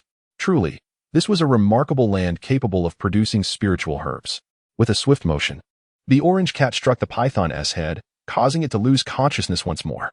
Da Huang and the 5 black cats eagerly pounced on the python, one seizing its head and another its tail. Their combined force rendered the python utterly defenseless. Li Hua, observing from a distance, lost interest. The creature was not a true spiritual beast. Any one of them could easily overpower it, let alone the entire group. Indeed, they had executed a surprise attack. This python had previously crossed paths with Lao He, who had found its defenses impenetrable, leading him to abandon this source of spiritual herbs. Now, with Lao He significantly strengthened, he opted for a stealthy approach. The cave was dark, with the only light seeping in from the entrance, allowing Lao He to conceal his presence. Da Huang's predicament had merely served to distract the python. Lao He's ambush succeeded, but he had overestimated the python, believing that years of consuming powerful herbs would have transformed it into a formidable spiritual beast. To his surprise, it had proven to be weak. Perhaps we are simply too strong, Li Hua mused as he sauntered over to a corner brimming with Lingji. Lao He was fixated on the changing 100-year-old Lingji, while Li Hua examined the other mushrooms. Aside from the century-old specimen, the others were relatively young, with the largest only 2 to 3 years old. Many had been reduced to mere roots, indicating that the python had adopted a sustainable approach to harvesting. Da Wang and the 5 black cats, having subdued the python, easily tore through its skin with their sharp teeth, feasting voraciously. The sounds of their meal drew the attention of Lao He and the orange cat, who soon joined in. Li Hua contemplated for a moment before biting into a 2 to 3-year-old Lingji, channeling spiritual energy within and attempting to access the marketplace. 3-year-old Lingji containing spiritual energy. Would you like to recharge? Yes, no. With a gentle touch, Li Hua activated the marketplace's golden sphere, which promptly absorbed the Lingji. Please select recharge type. The ratio of 1 to 13,000 is astonishing. This disparity is indeed exaggerated. Chapter 19. The Merchant's Talent. It is undoubtedly true that spiritual points are more valuable than ordinary points, Yet one spiritual point is equivalent to an astounding 13 ordinary points. This disparity is simply outrageous. 13 ordinary points amount to a significant sum, enough to cover decades' worth of sustenance. A specialized bulletproof vest for cats costs merely 5,000 ordinary points. This implies that he could arm himself with formidable weaponry right now. With such a plethora of spiritual mushrooms before him, he could make a substantial profit. After a moment of contemplation, Li Hua decided to convert the spiritual mushrooms into spiritual points. However, immediately after completing the transaction, he could no longer maintain control over the spiritual energy within him and relinquished his command over the marketplace. Li Hua began to assess the quantity of spiritual mushrooms in front of him. Through his keen sense of smell, he could deduce the age of these mushrooms. After counting for nearly half an hour, he found over 400 mushrooms, with more than 100 still in the process of regrowth. Among them, over 60 were 3 years old, 200 were 2 years old, and another 200 were 1 year old. Having tasted the delectable flesh of a black python, Li Hua remarked on the richness of the spiritual energy. Finally, his gaze settled on the century-old spiritual mushroom guarded by Old Hay. He could sense its transformation. Even without direct perception, Li Hua knew it was worth a considerable amount of spiritual points. After pondering, he spoke. Meow. What if I claim this spiritual herb? I can offer you something of great value in exchange. Old Hay paused, glancing between the spiritual mushroom and Li Hua. Meow? What do you have to trade? Although the century-old mushroom was precious, it did not align with Old Hay's attributes and offered him little benefit. Li Hua, possessing fragments of his past life's memories, was known to Old Hay, who naturally presumed Li Hua was a reincarnated powerful being. Old Hay believed Li Hua had previously struggled and likely had yet to unlock the mysteries of his birth. However, after consuming divine beast meat yesterday, it was possible that Li Hua had begun to unravel those enigmas and recover more memories from his past life. Thus, Old Hay regarded Li Hua's proposal for exchange with some seriousness. Meanwhile, the cats and dogs feasting on snake meat also perked up their ears to listen. Li Hua revealed his storage tooth, demonstrating the ability to absorb the spiritual mushrooms. Meow. Good. Old Hay readily agreed, casually biting into a 3-year-old spiritual mushroom as a side dish before approaching the black python. The entire expanse of spiritual mushrooms was now Li Hua's.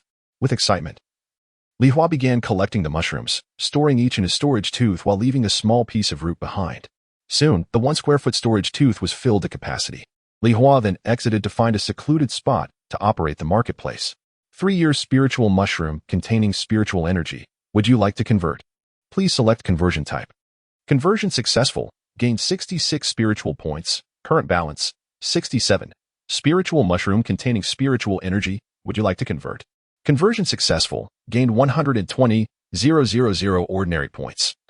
Current balance, 120,983. Mushrooms younger than 3 years could only be converted into ordinary points, confirming that the minimum requirement for spiritual points was indeed 3-year-old mushrooms.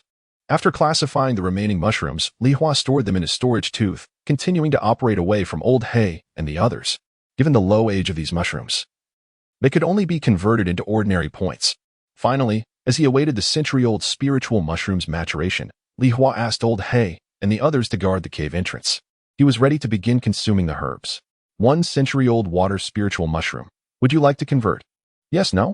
Please select conversion type. Ordinary points. 1, 300. 000. Spiritual points. 100. Upon seeing these options, Li Hua fell into deep contemplation. He recalled that the ordinary points marketplace offered nuclear bombs for sale. What was the price for the lowest tier of nuclear bombs? It seemed to be 5 million ordinary points. If he could acquire a few more of these spiritual herbs, he might be able to afford a nuclear bomb. Why was everything in the spiritual points marketplace so exorbitantly priced? Could a nuclear bomb truly be more formidable? Perplexed by the marketplace's pricing, Li Hua eventually opted to convert the mushroom into spiritual points. Balance, ordinary points, 280. 983 spiritual points. 167 immortal points, 0 elemental points, 0. He decided to purchase some space ironstones first. As he opened the spiritual points marketplace, he disregarded a plethora of enticing yet inexpensive spells. Scrolling through, he suddenly spotted an item. 10,000 ordinary points. Price, 1 spiritual point. The conversion rate was once again set at 1 spiritual point, equating to 10,000 ordinary points. Not 1 to 13 as he had previously thought. This was quite peculiar. Li Hua added this item to his shopping cart and then opened the ordinary points marketplace. The ability to search within the ordinary points marketplace was indeed convenient. He searched for spiritual points, but found nothing. It seemed that spiritual points could be exchanged for ordinary points, but no amount of ordinary points could be converted into spiritual points. Low-quality goods could not be traded for high-quality ones. No wonder this membership number previously had no ordinary or spiritual points. It had abundant immortal and elemental points, but lacked ordinary and spiritual points for easy exchange. From now on, he would prioritize storing high-quality goods whenever possible. After exiting the ordinary points marketplace, he returned to the spiritual points marketplace. As he gazed at page after page of items, he begrudgingly continued his search. After flipping through countless pages, he finally located the space iron stones. He added 5 space iron stones to his cart, costing a total of 50 spiritual points, alongside 1 century-old spiritual mushroom, which he considered to be a fair trade. It was a promising start, hinting at his potential as a merchant. Balance: ordinary points, 280. 983 spiritual points, 117. Casting a glance at the spiritual cat food, Li Hua closed the marketplace and ingested the items. Emerging from the cave with 5 pieces of space iron stone. Meow. Each of you can have one. Just a drop of blood will activate it, and it can transform as you wish. After explaining the usage, they eagerly began to employ the stones. However, a problem arose with the bloodletting. Howl. Roar. The allure of divine beast blood was too potent for the mundane beings. With just a drop, the scent permeated the entire spring water mountain. Even the wild beasts from nearby mountains became agitated, with wolves howling and fish in the stream below thrashing about. Meow. Old Hay opened his mouth, his eerie green eyes turning pitch black, a mysterious power emanating from him. In an instant, he masked the aura radiating from Orange Seat and the others. Meow. Old Hay is impressive. When will you teach me a few tricks? Li Hua praised him. Meow. We are divine beasts. When the opportunity arises, we will naturally comprehend. After Old Hay's words, he began to study the space iron stone. Old Hay's ability to wield spiritual energy surpassed Li Hua's, without shedding blood. He acknowledged the space iron stone as his own. It transformed into a small black iron piece, affixed to Old Hay's neck, seamlessly blending with his dark fur, rendering his spatial equipment almost invisible. The other cats and dogs also shaped their space iron stones into desired forms. Orange Seats transformed into a miniature mouse, dangling from his teeth. Big Blacks became a black moon, adorning his head, seemingly intended as a decorative piece. Yet it hardly matched his dark fur, making it barely noticeable. 5 Black fashioned his into claw covers, while Big Yellow created a tooth cover, fitting it over his teeth. After playing with their space stones for a while, they returned to the cave to retrieve the black python's carcass. Woof. It's almost dawn. We should head back, Big Yellow remarked, glancing at the sky. However, he was met with a chorus of head shakes. What a jest. The night was meant for revelry. They had spent the evening occupied with the snake. Devoid of any fun, how could they call it a night? Woof. Isn't it bad not to return? Big Yellow hesitated. Had they not been keeping watch over the village? Meow. It's just been a day. What significant event could have transpired? Besides, there are still the hammer and the rooster in the village. Let us just enjoy ourselves. De Huang. After Li Hua finished speaking, he excitedly gazed at the stream below. He harbored a dislike for water, yet he had an affinity for fish. With Wu Hei and De Huang around, there was no issue with them diving in to catch a couple of fish to satisfy their cravings. Meow meow. Tonight, we shall roast fish and snake. I will tend to the fire. Meow. Wonderful. I will go find a couple of mice. Jews were perked up and dashed towards a thicket of disordered trees. Upon witnessing this, Li Hua quickly called out, Meow. Catch a couple of birds too. Oh, understood. Chapter 20. Revelry in the Mountains. The veteran's intimidating presence at the confluence between 2 mountains. Li Hua hummed a tune while tending to the fire. The 2 dogs, Wu Hei and De Huang, frolicked in the water, while Lao Hei busied himself with the dismemberment of a black python.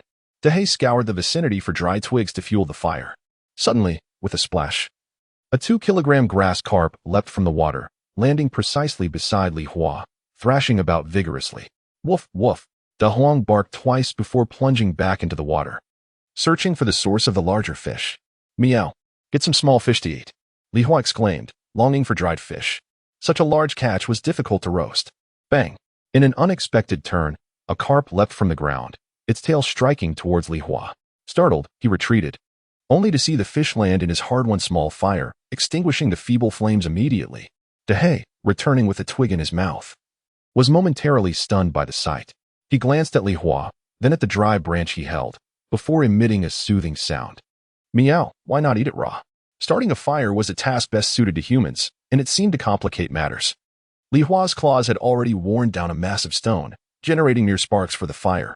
Now, with no suitably large stones left, he was at a loss. No need. I have a solution. Li Hua shook his head, resignedly opening the marketplace. He spent 10 points to purchase a barbecue set and 5 kilograms of charcoal. You forced me to cheat, he grumbled, as he set up the grill and arranged the charcoal, striking a match to ignite it. Soon, a pile of charcoal was ablaze. Meow, you watch the fire, I'll catch the fish, Li Hua declared, plunging a paw into the carp's body and making his way to the stream. Meow, dare to extinguish my fire? Today, you shall be half roasted and half boiled. He quickly scaled the fish, slicing open its belly to remove the innards, devouring the delectable bits as he went. He placed the fish on a skewer, setting it aside to await the coal's readiness. Howl, I'm back. In the distance, Juzwa returned, clutching a lively mountain rat. Upon arrival, he released the rat, which scurried away in a frenzy. Li Hua couldn't help but marvel at the sight. This mountain rat weighed 3 kilograms. Exuding an aura of untamed energy, evidently a creature that had seized an opportunity from the recent surge in spiritual energy. Suddenly, the mountain rat darted towards Lao He, who was slicing the black python. With a swift motion, Lao He swatted at the rat, leaving it dazed and confused. Got it. The other cats continued with their tasks. While Juzwa approached Li Hua, extracting the spoils from his spatial storage, 2 doves and a wild chicken. As living creatures could not be stored, these 3 had lost their freshness. Li Hua eagerly began to process the doves, plucking feathers, bleeding them out, gutting them, and washing them. Juzwa tended to the wild chicken. Meanwhile, Wu He and De Huang focused solely on catching larger fish, eventually landing another grass carp weighing over a kilogram. As the charcoal had yet to reach optimal heat, the 2 dogs resumed their playful antics in the water. Suddenly, De Huang froze mid-leap, letting out a piercing scream as he raced towards land. Wah wah wah. It hurts. Help. Something is biting my tail. Upon reaching the shore, De Huang's cries were filled with despair, prompting all the cats and dogs to cease their activities and surround him. When they finally discerned the creature tormenting De Huang, a collective gasp echoed. It was a large soft-shelled turtle, steadfastly biting down on De Huang's tail. No matter how De Huang thrashed, it wouldn't relent. In fact, the more he flailed, the more painful the bite became. Meow, meow. De Huang, stay calm. Relax, Li Hua urged, but De Huang was inconsolable. Li Hua called upon Wu He and Juzwa to restrain De Huang. Then, he pondered how to persuade the turtle to let go. This creature was notorious for its tenacity when it latched onto a target. Meow? What if we pull it off forcibly? De He suggested, igniting a fierce resistance from De Huang. Meow meow. Quick, hold him down, Li Hua insisted. Once De Huang was subdued, he spent a point to purchase a bottle of essential oil. Moments later, De Huang's cries intensified. After much commotion and employing various tactics, they finally managed to sever the turtle's head, allowing it to gradually release its grip. De Huang emerged unscathed. His defenses were formidable, but that particular area was sensitive, hence the dramatic outcry. Now, he lay dejectedly atop a rock. Li Hua, however, was thrilled as he surveyed the magnificent turtle, easily a decade old. Meow meow. What a treasure. This will make a splendid stew. Premium ingredients often require the simplest methods of preparation. Fresh wild carp, doves, wild chicken, and python merely needed basic cleaning, placed on the grill to await the perfect seasoning. After half an hour of diligent preparation, Master Meow presented a platter of exquisite wild barbecue, accompanied by white salt grains. No outdoor feast is complete without greens and whites. Li Hua procured a bottle of yogurt and a cool beverage. As the cats and dogs began to indulge in this hard-won feast, even De Huang, still somewhat glum, transformed his sorrow into appetite, devouring roasted chicken with gusto. The turtle soup in the pot bubbled vigorously, and as Li Hua savored the moment, he purchased a microphone, lights, and a speaker from the marketplace. The sound echoed through the mountains. Juzwa, inspired, chose a song and seized the microphone to sing. We learn together. Meow meow. Together. Meow, meow, meow, meow, meow. Whiff, woof, woof, woof, woof. As the singing continued, everyone joined in. Li Hua, clad in a cape, stood atop a high rock, swaying in rhythm with the music.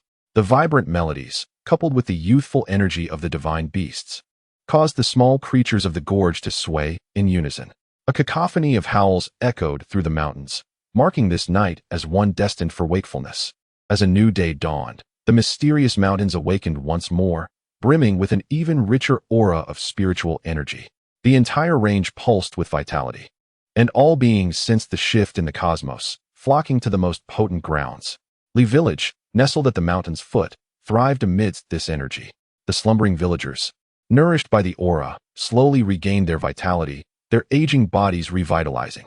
Many creatures, once too timid to ascend the mountain, turned their gaze towards this village. Birds, beasts, and wandering souls flocked to the outskirts. Yet, during the day, the lingering scent left by De Huang and Li Hua instilled caution in the birds and beasts, causing them to gather in increasing numbers around the village. Some lingering spirits, emboldened by their uniqueness, attempted to breach the village's defenses. Upon reaching the entrance, the sounds of clashing weapons echoed ominously. A vivid image of battle and carnage flickered in their minds, sending shivers down the spines of the spectral beings. Woof, woof, woof. The sounds of barking filled the village as a palpable aura of menace swept through. The clash of blades resonated with the unwavering spirit of battle-hardened veterans, mingling with the oppressive aura, shattering the resolve of these spirits, leaving them reeling. Clang, clang, clang. The sound of metal scraping against the ground grew louder as a figure emerged from the shadows. Dragging a heavy iron hammer, the sound echoed eerily. Though the pace was slow, an overwhelming sense of impending doom loomed over the spirits. Unable to withstand the torment, one ghost let out a frantic scream and fled. This act shattered the final barrier within the hearts of the remaining spirits, sending them scattering in disarray. As the hammer sauntered leisurely out of the village entrance, its imposing gaze swept across the concealed birds and beasts lurking in the surroundings, showing not a hint of interest in the fleeing specters. Finally, its attention settled upon a robust mountain weasel. Undeterred by the creature's size, which was significantly larger than its own, the hammer lunged forward without a trace of trepidation. The mountain weasel emitted a threatening cry. Yet before the sound could fully escape its throat, the hammer had already arrived, silencing it with a swift bite that severed its windpipe. The hammer tossed the lifeless body aside, a glimmer of bloodlust igniting in its eyes. The birds took flight and the beasts scattered, desperately fleeing the scene.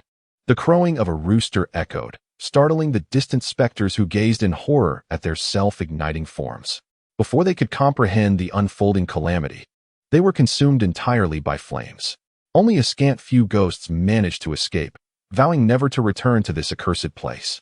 With a ferocious roar, the hammer issued a warning to all intruders.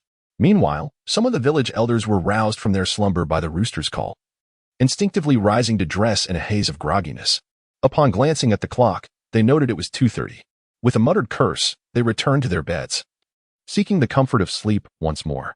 In the homes of several elders, the weapons gradually ceased their ominous aura, and tranquility once again enveloped Li Village.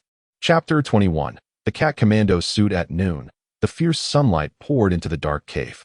Li Hua, who was sleeping, sensed an unpleasant odor emanating from his mouth. Sleepily, he opened his eyes to find a plump yellow paw inserted into his mouth. After a brief glance, he closed his eyes again. After a while, Li Hua suddenly sat up, raising his head. Beside him lay Juzhua, sprawled on the ground, cradling a battered mountain mouse in his arms. Juzhua, in a deep slumber, nuzzled the mouse and continued to sleep. The foul item in Li Hua's mouth was indeed Juzhua's stinky paw. Ugh! Li Hua shifted to a different spot, distancing himself from Juzhua, and attempted to resume his slumber. Within the cave, Da Huang, Wu Hai, Dake, and Lao Hai lay sprawled in various positions, all in deep sleep. They had sung until dawn the previous night, leaving everyone utterly exhausted, so they decided to sleep in the cave. Now, it was still midday, yet Li Hua remained drowsy. However, the unpleasant taste in his mouth prevented him from falling asleep. After tossing and turning several times, he grew irritable and began to explore his myriad marketplace. He had grown significantly stronger and could now operate the marketplace with complete internal visualization. Balance, common points, 280950 spiritual points, 117, last night. He had spent some common points on speakers, lighting, and thunderbolts, a mere drop in the bucket for Li Hua's savings. His primary focus was on the companion treasure in the shopping cart, an extravagant item crafted at an unimaginable cost. The production time required 3 days. Today marked the second day. Calculating, he realized that by tomorrow night, he would behold this so-called companion treasure. The anticipation was palpable. Li Hua exited the shopping cart and reopened the common points marketplace. Cat-exclusive merchandise. Cat commando suit, helmet, backpack, bulletproof vest, multifunctional goggles, steel claws, signal-less communication headset. Multifunctional medical kit. Price, 5,000 common points. Cat pistol. Price, 100 common points. Cat sniper rifle. Price, 2,500 common points. Cat heavy machine gun. Price, 2,000 common points. Cat cannon. Price, 10,000 common points. Cat bomber. Price, 1,000,000 common points. Cat grenade. Price, 100 common points. Cool.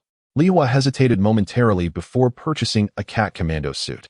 In his marketplace backpack, a series of small, exquisite items appeared. Lihua's keen eyes spotted a small manual and promptly retrieved it. Helmet, defense, shock absorption.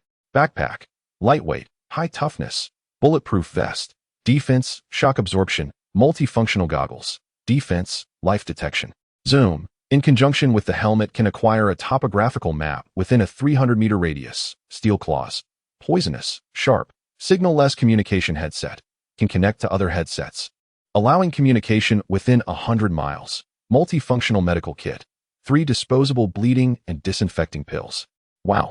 Lihua glanced around before stepping out of the cave. Arriving at the stream where he had enjoyed himself yesterday, he took out the gear. The commando suit featured a one-key equip function, which could be activated by the helmet's size detection. Donning the helmet, he heard the sound of cat language in his ears. Meow, meow, meow.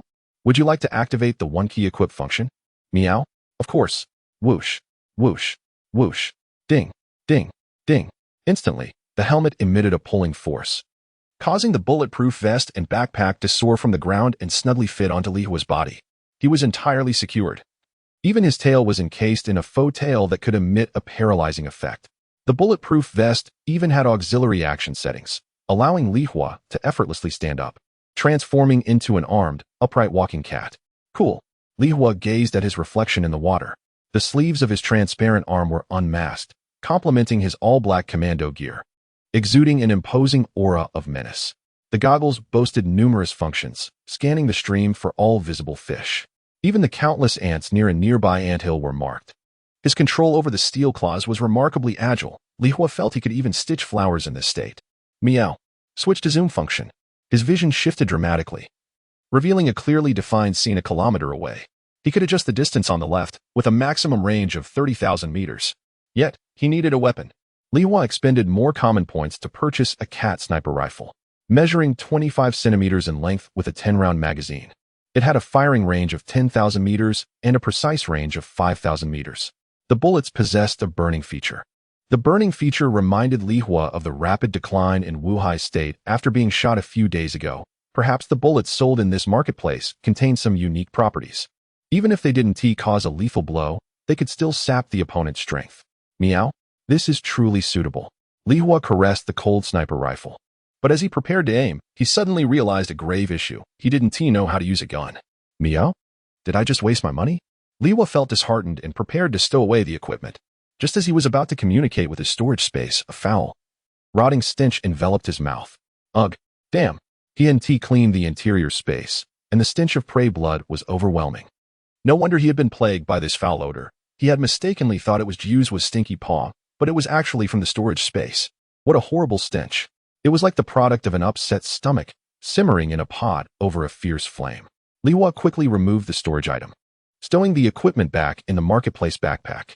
He then began to wash the storage space by the stream. The rushing water gradually flushed out the muck from the storage space, and Lihua simultaneously remembered to purchase some decent toiletries from the marketplace. 100 common points for a set of green tea-scented shower gel. 100 common points for a set of white lotus-flavored toothpaste and toothbrush. After some effort, he finally cleaned himself thoroughly, eliminating the foul odor from his storage item and mouth. Overcome by drowsiness, Lihua groggily returned to the cave to continue his slumber. The spiritual energy in the world had grown increasingly dense, and the aura of the spring water mountain was now on par with that of the previous day in the Great Mountains.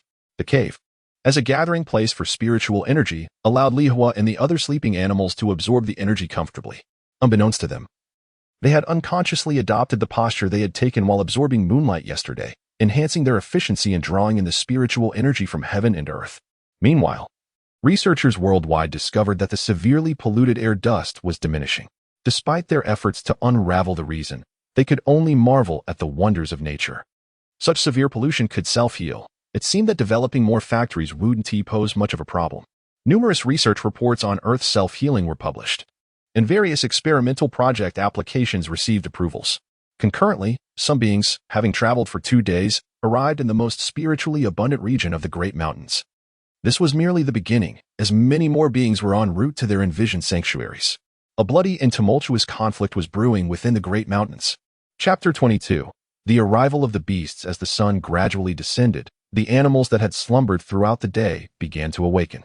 Li Hua rubbed his eyes with his paws, unable to suppress a yawn. Ha, ha, ha. The contagious nature of yawning was formidable. Dehei, Juzhua, and the others followed suit, lazily rising from their slumber. Squeak.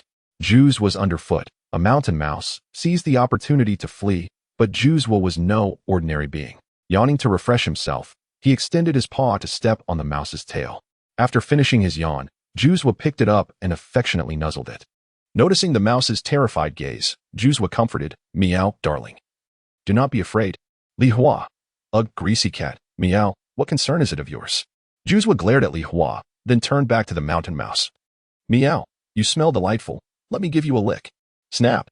In a moment of carelessness, he accidentally severed the mouse's neck. Its flesh, nourished by the day's abundant spiritual energy, tasted even more exquisite. Juzhua savored his meal with satisfaction. Truly despicable, Li Hua shook his head, realizing why he had been denied the mouse last night, as it awaited this moment. However, the mouse's flavor was undeniably enticing. Unable to resist, Li Hua approached, ready to take a bite. Ugh, that's mine. Hey, feeling a bit puffed up, are we? You think you can contend with me with those meager skills? Ugh, let us settle this. Meow, Cat Lord will make you see reality. Boom, bang, bang. The battle between Juzhua and Li Hua transformed the cave into a whirlwind of movement. Their incredible speed and strength created a fierce spectacle, dodging and counterattacking. The two felines engaged in a thrilling duel. Yet, this fierce confrontation did not last long.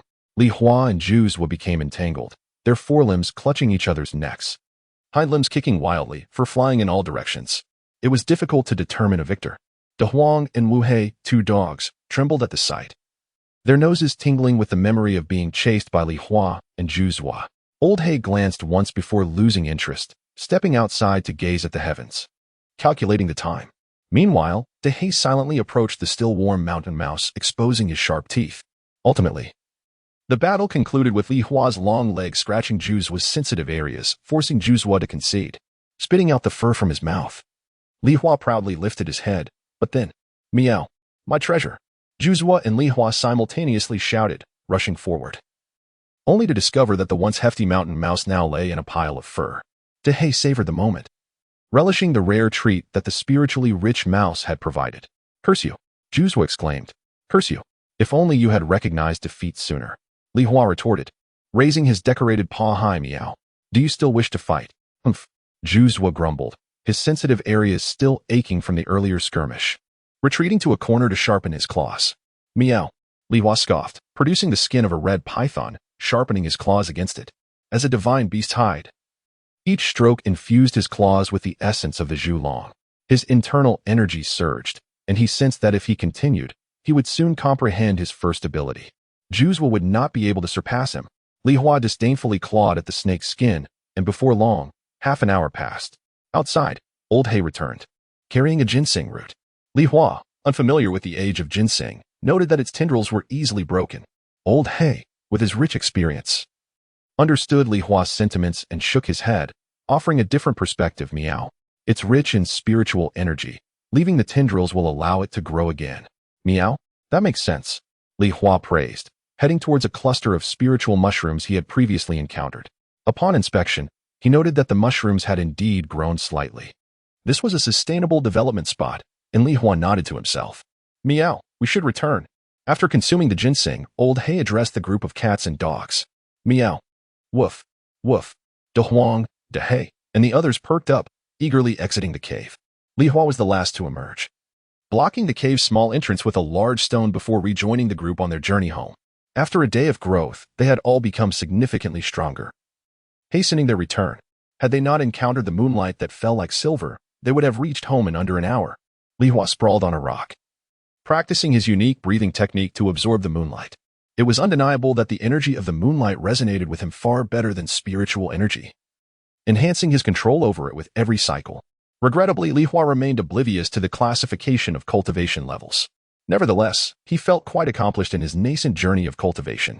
As his session of absorbing moonlight continued into the midnight hour, the group of cats and dogs pressed on. After half an hour, they reached the base of the mountain. Superbly dense spiritual mist danced at the summit, forming a subtle misty rain that nourished everything in the mountainous terrain. It seemed that the spiritual energy was on the verge of liquefaction. At this moment, they found themselves on either side of the mountain from Li Village. And upon witnessing the liquefied spiritual energy at the peak, Li Hua and his companions silently decided to stay at Old Hei's home for the night. They could not afford to miss this opportunity. Without hesitation, they began their ascent. Along the winding paths, snakes slithered through the crevices, birds chirped from various directions, and a plethora of animal scents wafted to Li Hua's nostrils. Humph, humph. Suddenly, a cacophony of grunting pigs filled the air. Li Hua halted, climbing atop a rock to peer toward the source of the sounds. There, in a thicket of wild grass and jujube trees, a group of wild boars was foraging, uprooting the earth for roots and grass. Meow? So large. Li Hua was astonished by the size of these wild boars, estimating their weight. He realized that even the smallest among them weighed at least 600 pounds. What truly astonished Li Hua was the sight of their tusks, thick and long, and the armor-like layer of skin that had formed upon them. Any of these boars would reign as kings in any mountain they inhabited. Just yesterday, these creatures had not been present, indicating their recent arrival. The inexperienced newcomer to this rich spiritual realm was so excited that he forgot to find a den and was digging around indiscriminately. While Li Hua looked on with disdain, his expression gradually grew serious as he surveyed the mountain. Today, many formidable beings had come to the mountain. Wu Hei, Zhuzhua, and the others also leaped onto the rock, gazing at the wild boars with curiosity, having never seen such tusked creatures before. At that moment, Old Hei, the prudent elder cat, noticed that the others were lingering and also hopped onto the rock. Upon seeing the wild boars uprooting roots and devouring grass, his expression changed dramatically. Meow. Not good. Without a moment's hesitation, Old Hei dashed toward the summit, disappearing into the darkness. Meow? Something's wrong. Li Hua quickly snapped back to reality, watching Old Hei's vanishing figure with urgency. Meow. Keep up. Chapter 23. The lurking spirits in the rampaging ghost. The moon retired early today, shrouding the surroundings in a profound darkness, compounded by the inky blackness of the old black creature. Li Hua's group trailed for a while, but soon lost their way. Meow? What is wrong with that old black one, running off so hastily? Li Hua pondered while leaning against a tree. De Huang and Wu Hei shared the same bewilderment. Suddenly, an eerie sound pierced the stillness, and Li Hua's expression turned grave. He attuned his senses, abruptly lifting his gaze. Amidst the lush foliage, a barely discernible green was slithering. However, this tint paled in comparison to the verdant hues of the trees, rendering it nearly imperceptible, much like the old black one, possessing a natural camouflage. Detecting the presence of such a creature was no simple feat. Li Hua took a couple of steps back. Whoosh! Just as he moved, a green snake descended from the tree, targeting Li Hua directly. This was a bamboo viper imbued with a hint of sentience, its speed exponentially surpassing that of ordinary snakes. The bamboo viper was inherently venomous, and this extraordinary serpent was no exception. A bite could indeed spell disaster for Li Hua if it managed to strike him. However, it needed to land that bite first. Smack! Before Li Hua could react, the ever-watchful De Hei struck it against the tree trunk. Before the snake could attempt another move, De Hei's claw pierced through its head, while another claw deftly extracted the snake gall. De Hei began to savor his prize. Meow. Who gave you such confidence? Li Hua shook his head, bemused that such a small serpent would deem him prey, a clear path to its demise. Yet, the journey had unveiled an array of formidable beasts, cheetahs, pythons, owls, all apex predators of their respective species. The encounters grew increasingly perilous the higher one ascended, after all. The concentration of spiritual energy was greater at elevated altitudes, leaving the less capable to linger at the foothills. Meow. Are we still looking for the old black one? Orange as one inquired. Meow meow. What is the point? Let us wait for him by the old locust tree. Li Hua rolled his eyes, scanning the surroundings before setting off toward the direction of the old locust tree. After some time, Li Hua caught a whiff of the old black one sent amidst the chaotic woods. Meow. Roar. The furious cries of the old black one mingled with the growls of beasts, prompting Li Hua, Wu Hei, De Hei, and Orange would swiftly alter their course and plunge into the fray. Roar. Bang. Boom. Meow. Upon entering the depths of the woodland, they beheld a black bear frantically swiping its massive paws. Trees, as thick as a man's fist, splintered under its assault, while the old black one stood resolutely, fixated on the frenzied creature. As Li Hua approached, he noticed the bear's eyes were bleeding, an apparent consequence of the old black's handiwork. What woof! Wu Hei and De Huang took turns to encircle the black bear. Meow. This bear has consumed potent medicine. It's incredibly strong. Keep pulling. The old black one hastily cautioned. Meow. Potent medicine yours? Li Hua began to grasp the source of the old black's fury. Meow. The old black nodded, his gaze pained as it fell upon a thicket of trees. Roar. The black bear, sensing its life was in peril, emitted frantic roars, striking wildly in a desperate attempt to intimidate the two dogs. What woof! Brother, let us kill it and feast.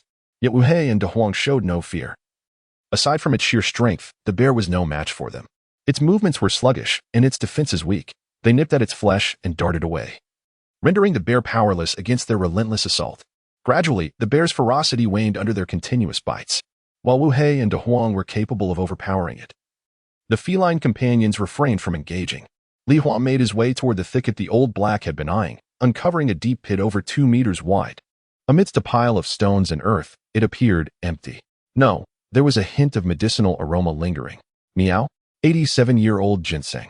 The old black approached slowly, a glimmer of sorrow in his eyes. This spot once harbored a ginseng root he had discovered by chance, which he had guarded for 3 decades after determining its age. With the recent surge of spiritual energy, the ginseng had absorbed a vast amount, evolving in the process. It had masked its scent, and the old black had planned to consume it once its transformation was complete. Unfortunately, before it could fully transform, that wretched bear had taken residence nearby, inadvertently discovering the ginseng and uprooting it entirely. Not a single root was left behind. It was no wonder the bear possessed such strength. A nearly 90-year-old ginseng, having absorbed spiritual energy, rivaled the effects of yesterday's water spirit mushroom. Li Hua felt at a loss on how to console the old black. 3 decades of effort had been for naught. He too would be devastated. Meow. While the medicinal effect has dissipated, let us kill it and feast. The effect will remain the same. The old black gazed at the bear, still being dragged by Wu Hei and De Huang. The bear's demise was inevitable.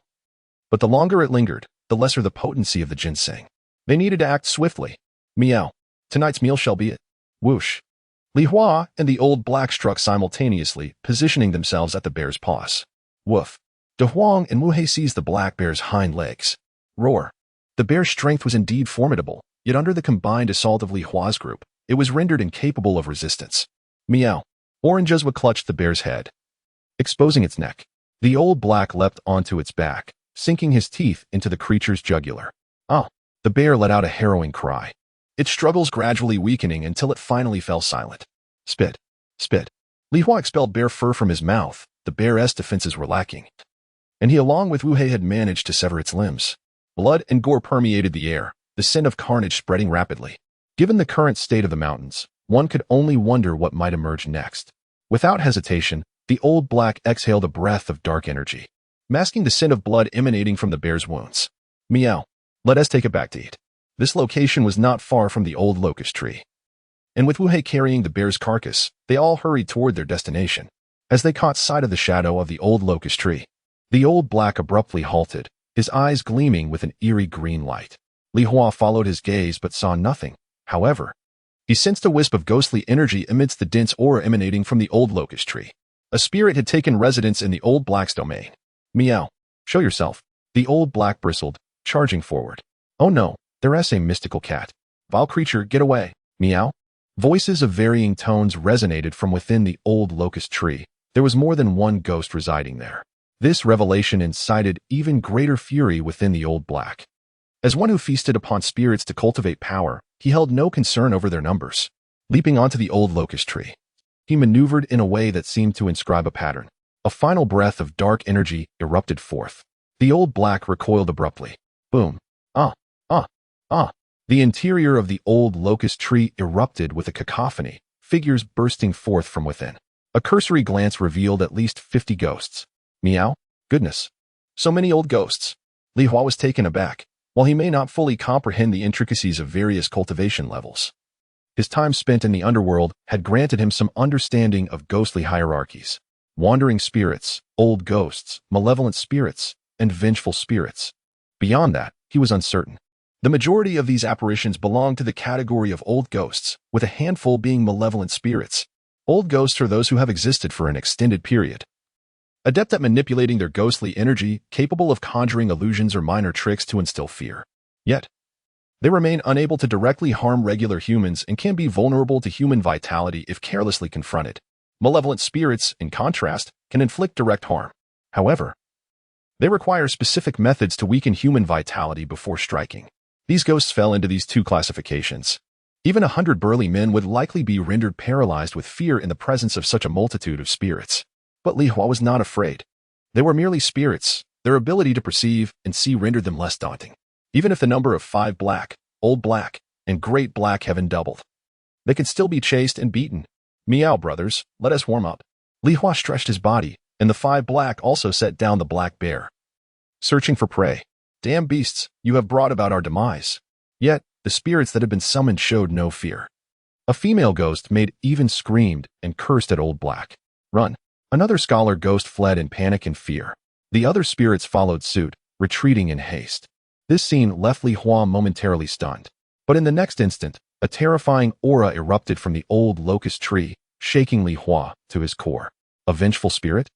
De Huangju also felt a sense of unease, pacing back and forth. No. The fleeing old and malevolent spirits began to emit cries of resentment and fear, gradually ceasing their retreat. An overwhelming sense of grievance enveloped them, their rationality slipping away as they let out incoherent, haunting roars. There are 2 types of vengeful spirits, those that have cultivated normally and those born from immense resentment at the time of death, infused with a significant amount of yin energy from a specific time and place. Such spirits stride with formidable power but lack clarity of mind. Their aura can directly cause those of lower rank to lose their sanity and cause chaos. Within the old locust tree, a vengeful spirit lurked. No wonder the old spirits were so frantic. A vengeful spirit, devoid of reason, could easily turn them into puppets if disturbed. Stopping old black must be for this reason. How audacious, to share a dwelling with a vengeful spirit for the sake of the locust tree's yin energy. Li Hua glanced at old black, uncertain if he could defeat the vengeful spirit. Meow, the old locust tree provides him endless yin energy. Old black appeared grave. He could fight the vengeful spirit. But this one was currently bolstered by the locust tree's energy. As long as the yin energy flows, the spirit will not perish. With so many old and malevolent spirits potentially becoming the vengeful spirit's puppets, the situation was becoming complicated. Wretched being, return my life. A furious, vengeful scream emanated from the old locust tree. The pervasive spirit energy surged forth rapidly. The fleeing spirits, along with others on the mountain drawing in yin energy, lost their sanity. In a daze, they emitted waves of resentment, staggering towards the old locust tree. Meow. Indeed. 8 out of 10 are female spirits. Li Hua quipped about the gender of the vengeful spirit. Suddenly, the vengeful spirit S had emerged from the locust tree, adorned with jewelry resembling a matron from an ancient affluent family. Her visage was grotesque and terrifying, her head spinning incessantly. Her gaze finally landing on the largest dog among the 5 black. Woof. What are you looking at? I'll bite you to death. The usually unflinching 5 black could not endure such a scene and barked defiantly. Wretched being, raising a bunch of beasts. I shall flay your pets alive. Ah ha ha ha ha. The vengeful spirit in the old locust tree cackled madly. The spirit energy surged like a tidal wave, as the frenzied, irrational old and malevolent spirits emitted eerie cries, charging towards Li Hua and his companions. Beyond the initial 50 spirits, there were even hundreds more. These were all the spirits of the mountain, radiating an aura of resentment, encircling Li Hua and his companions. Meow, stay close together. Though the scene was grand, Li Hua remained composed. He turned to Old Black and inquired, Meow Thou, if I can destroy the old locust tree, it will perish too. Do you have any other plans? Meow. No, let us wait a moment. Chapter 24. The roar of the tiger stirs the forest, frightening all spirits. Return my life. Have you seen my head? Why don't you just die? Why, Wretched creature, die. Meow. Would you dare take the life of the cat lord? Woof woof. You have a problem with that? Meow crazy. Woof woof. I'm afraid eating you would lower my intelligence.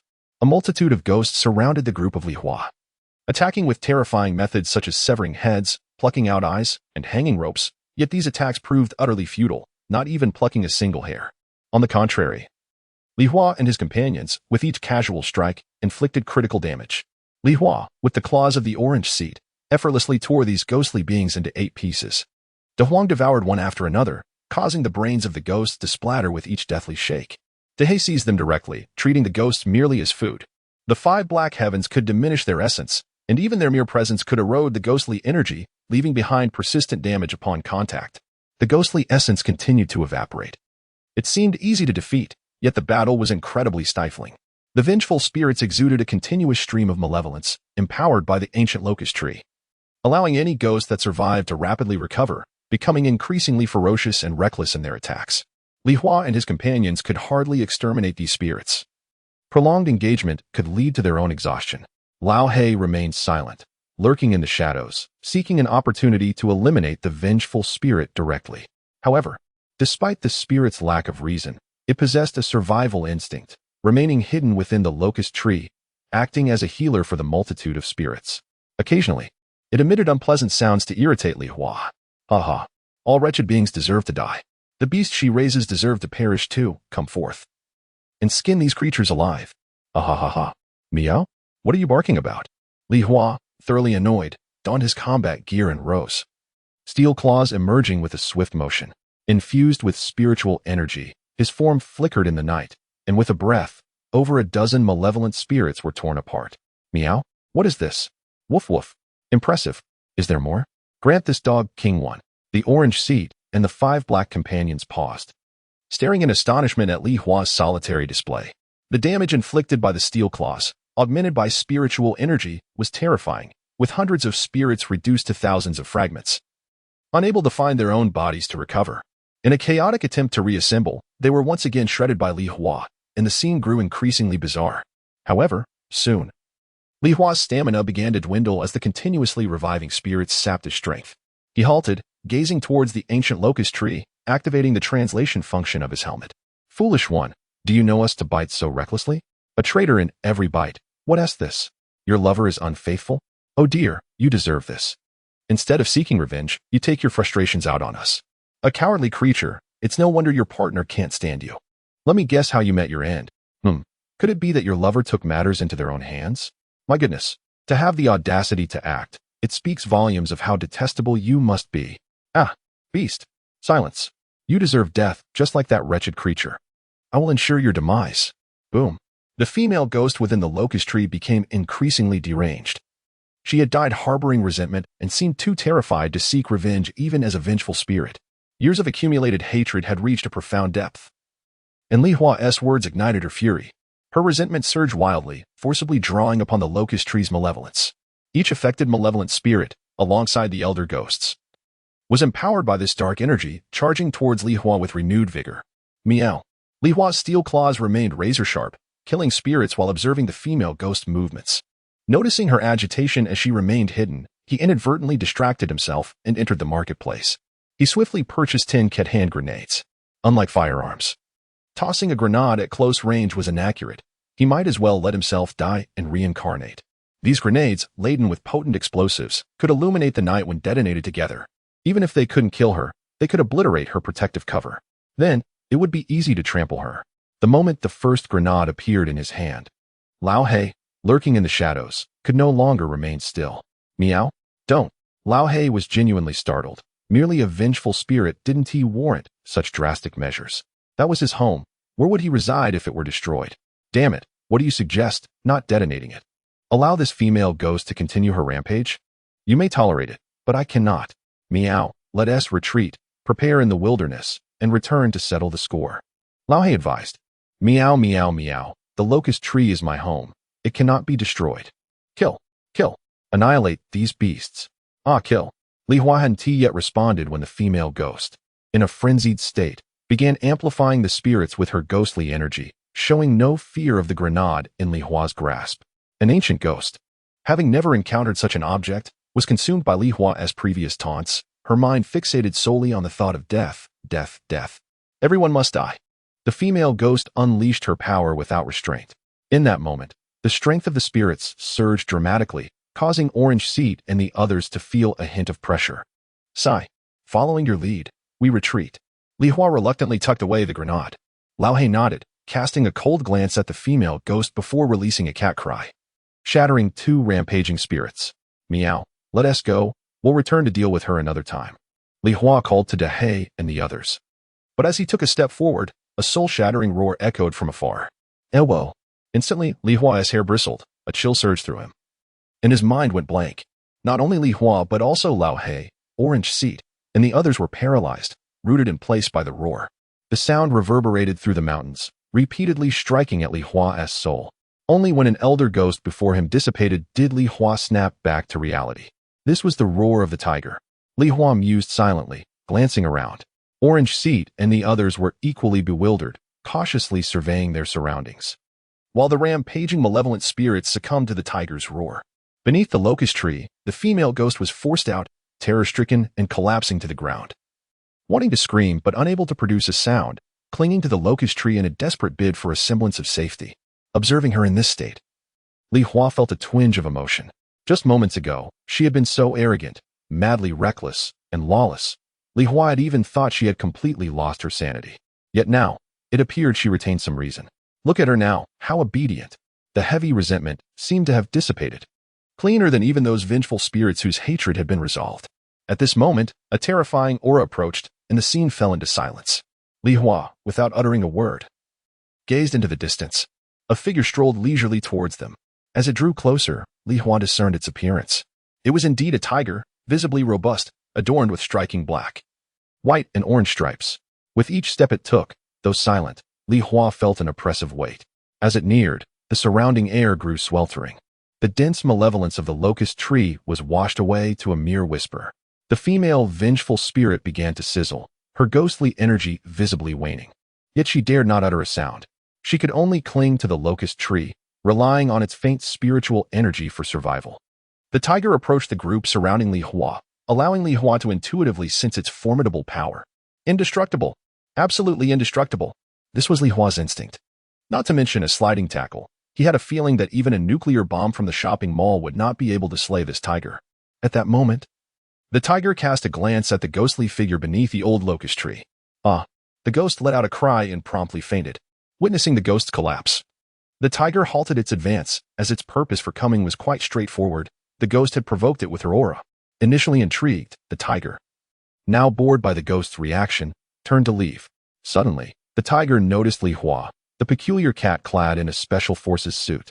Curiosity flickered in its eyes as it approached Li Hua. Towering over him, Li Hua lamented the realization that the tiger's paw was 3 times larger than his own.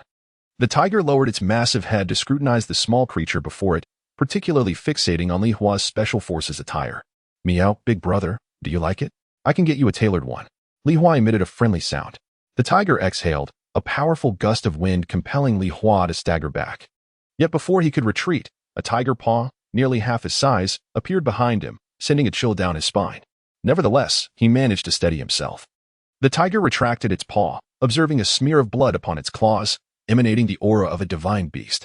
With a gentle roar, a wave of revitalizing energy enveloped Li Hua, who found himself irresistibly immersed in its comforting embrace. At that moment, the tiger turned its gaze toward Lao He, De He, Juzhua, Wu He, and De Huang. Then it stood and looked down the mountain, subsequently glancing up at the mountain peak, a glimmer of understanding crossing its eyes. Juzhua and the others were carried to Li Hua's side before a cacophony of rushing water erupted, lasting for an extended period. The tiger, satisfied, paused, shook itself in comfort, and, with a black bear in its grasp, gradually departed until it vanished entirely. Damn. Li Hua pushed aside Juzhua's plump backside, closing the page for purchasing bombs from the shopping mall. He hurriedly retrieved green tea body wash, shed his attire, and purchased 2 large buckets of water for bathing. Woof woof. He's watering our friend. Wu He and De Huang's tails wagged vigorously, excitedly darting around. Lao Hei's gaze fell upon the ghostly figure beneath the old locust tree, which now radiated just a trace of ghostly energy. A chilling smile curling at the corners of his mouth. Chapter 25, The Extraordinary 5. Black. After washing 3 times in succession, Li Hua still felt unclean. However, washing any further would risk stripping his fur bare, so he ceased his attempts. Lao He was inspecting his home for any damages. De Huang and Wu He were busy sniffing each other's scents, while the orange-furred De He was engaged in a simple grooming of his coat. When that tiger had appeared, Li Hua had genuinely believed his end was nigh. It was terrifying. He had spent 5,000 ordinary points on his equipment. With a pained heart, Li Hua retrieved his special forces gear. On the back of his bulletproof vest, a large hole nearly consumed the entirety of his back. Just a gentle touch from the tiger had ruined it. Was it a matter of poor quality? Certainly not. With a sigh, Li Hua activated the recycling function in the shop, returning the entire set of gear for a refund of 3,000 ordinary points. After some contemplation, he decided to recycle 10 grenades as well. He had realized that the shop's recycling function did not impose any nonsensical fees.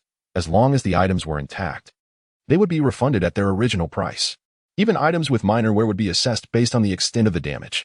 It was a conscientious and fair system. Once he reclaimed the equipment, Li Hua promptly purchased a new set of Special Forces gear. This time, while battling a horde of ghosts, he truly appreciated the advantages of the equipment. Its defense was somewhat lacking, yet its auxiliary functions were quite commendable. It was comfortable to wear, and the steel claws were far more powerful than his own. The enhancement of his combat capabilities was significant. He prepared himself for convenience of use. Additionally, he added the cat grenades to his shopping cart, ready for purchase at any moment. Once he had settled his affairs, Li Hua consumed some spirit-grade cat treats to calm his nerves. He glanced at his balance. Balance: ordinary points 271240, spirit points 116. Not too shabby. One spirit point equated to 10,000 ordinary points. With over 100,000 ordinary points to his name, he planned to save up to 5 million. At which point he would possess a nuclear weapon for self-defense. Suddenly, Li Hua noticed the cat treat that had been bitten into. The energy contained within this premium cat treat was immense. After consuming just one bite, it transformed into spiritual energy that nourished his body, and the taste was quite delightful. With a wide-open mouth, Li Hua swallowed the entire cat treat, savoring the flow of spiritual energy within him. After careful calculation, he determined that one cat treat equated to 3 days' worth of absorbing moonlight and spiritual energy. No wonder it was labeled a spirit-grade cat treat. At this rate, it wouldn't be long before that orange-furred brute would no longer stand a chance against him. Yawning, Li Hua leaped onto an old locust tree. The energy from the spirit-grade cat food was too abundant, and he decided against any further excitement for the night. He preferred to digest the nourishment before anything else. The old locust tree, hundreds of years old and having endured the ravages of lightning, had not perished completely. Its core had ignited. However, the tree still lived.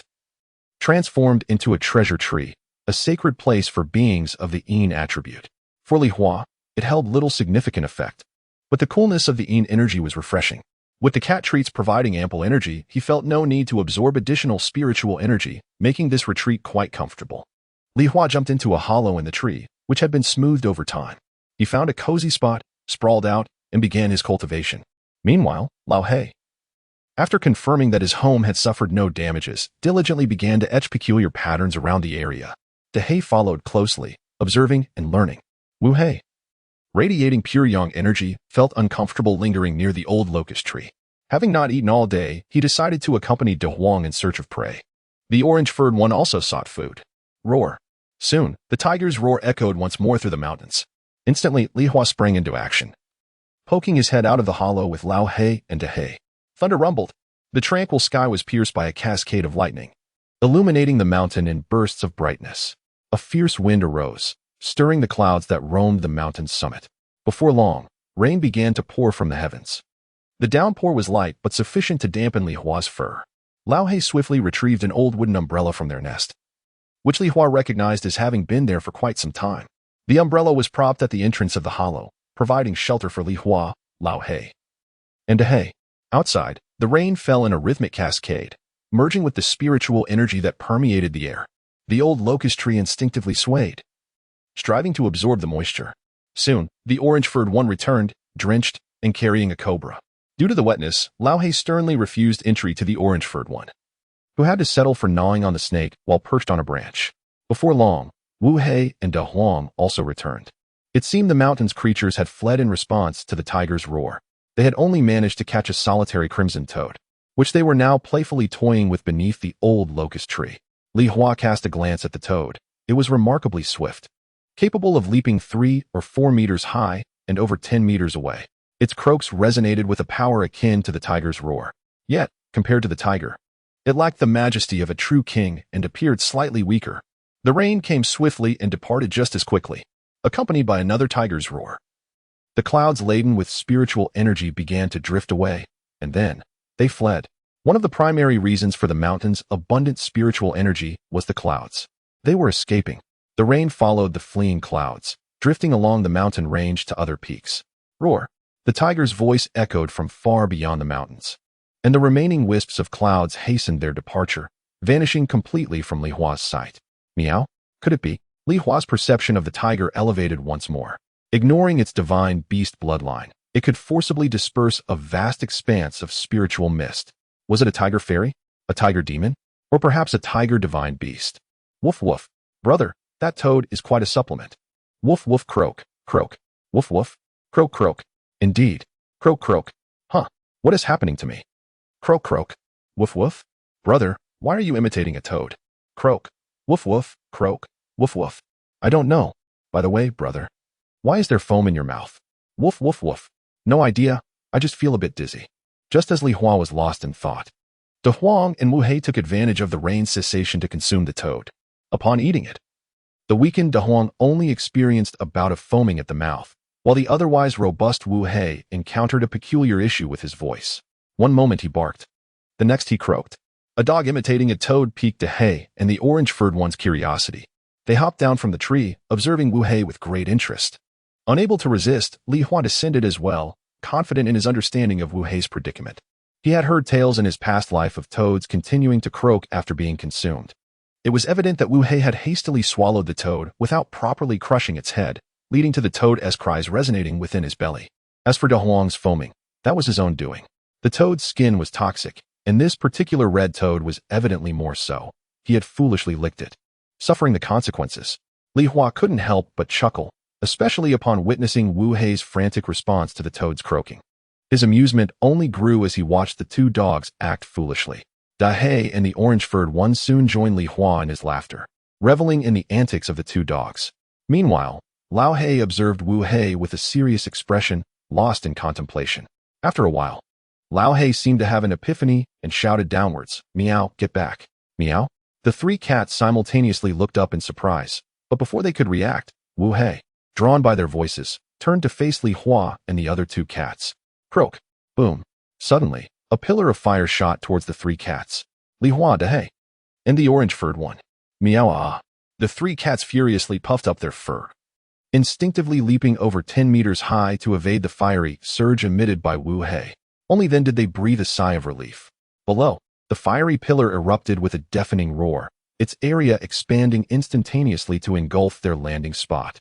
The great black orange of Li Hua exclaimed, XX meow. No. The three cats screamed, ultimately plunging into the inferno belched forth by the five black. Hell! Hell! Chapter 26. The arrival of the Yellow King. Suddenly, Wu Hei exhaled flames, catching Li Hua off guard. Fortunately, the fire emitted by Wu Hei was merely ordinary. With their high defenses, Li Hua, Juzhua, and Da Hei were not significantly harmed, though their fur was singed in a rather unsightly manner. Meow? What in the world is this? Li Hua licked his matted fur, feeling quite vexed. His fur pattern was exceptionally exquisite, and now, marred by the flames, it tarnished the image of the Cat King. Woof! Quack! Boom! Below, Wu Hei seemed to have discovered a new realm of possibilities, gleefully experimenting with his fire-breathing abilities. Pillars of flame erupted, transforming into a sea of fire before fading away. Lao Hei observed for a long while, combining his knowledge to elucidate Miao. He is inherently of the yang attribute. That toad, a creature of blazing sun, has awakened his potential and enhanced his abilities. Meow. If that malevolent spirit were still around, she'd be in for a tough time. Meow. That foolish dog is rather fortunate. As Li Hua spoke, he silently felt the boiling blood within him. At the moment he plunged into the sea of flames, his potential seemed to have been awakened, and his speed surged immensely. Alas, Wu Hei's flames were too feeble for Li Hua to harness his newfound abilities. Nevertheless, it appeared to be linked to his bloodline. Meow. Time to sleep. Sleep? Today has been rather dull. After grooming himself, Li Hua yawned and began to doze off. It was merely 1 or 2 in the morning, and the villagers of Li Village were still deep in slumber. The roar of a tiger startled everyone awake. A chill swept through, rendering the village eerily silent. No crowing of roosters, no barking of dogs. It wasn't until the echo of the tiger's roar faded that the villagers ventured outside. Li Meng hurried to Li Long's doorstep, where a gathering of elderly men sat, flanked by some middle-aged individuals, mere bystanders with no voice in the matter. Li Meng perched himself on a stone at the entrance. Brother? Was that a tiger's roar just now? Li Long nodded, irritably scratching his head. Damn it, how can there still be such creatures in this day and age? First, There were giant worms, and now a tiger. What on earth is happening? This proves our environmental efforts are yielding results, Yi chuckled, placing his newly released domestic smartphone aside. Holy, this is a good thing. Don't worry about safety. There will be people addressing the mountain's security issues in the coming days. That's good to hear, Li Long replied, glancing at the surrounding men. It's the middle of the night. Let's all head back to sleep. Keep the doors tightly shut tonight, and we can discuss any matters further in the morning. Li Meng nodded, slowly rising and casting a glance at Li Long's yard. Brother, isn't your dog, Haydn, home? Who knows? He ran off last night and hasn't returned since. He's been learning bad habits from Hachio, hardly ever comes home now, Li Long replied, exasperated. That dog is such a waste, he doesn't even guard the house. Let us keep Haydn tied up when he comes back. There's a tiger in the mountains, we can't let him roam free. If he gets killed, so be it. I have a leash, I'll bring it to you, Li Meng said. Li Meng ambled back home, glancing at the empty cat nest and sighing. Once they grow up, they can't be kept anymore. They used to run outside as kittens, and now that they're grown, it's even harder to keep them in. We used to have an old cow to talk to, and now there's not even a talking companion left. Should I get another dog? No, cats and dogs always fight. How about adopting another cat? But what if it grows up and doesn't he come back home? Li Meng sighed, lost in thought, and returned to sleep. The villagers, startled awake by the tiger's roar, soon fell back into slumber. The village's chickens, ducks, cats, and dogs had been frightened into silence. Only Iron Hammer patrolled the village. As for the Chicken King, having learned to soar, he had ventured out into the night. Due to the rain, the scents left by Li Hua and the others had long been washed away. The village had seen an influx of various creatures.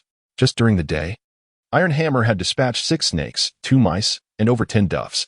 As a nocturnal creature, he had not rested all day, and Iron Hammer was beginning to feel weary.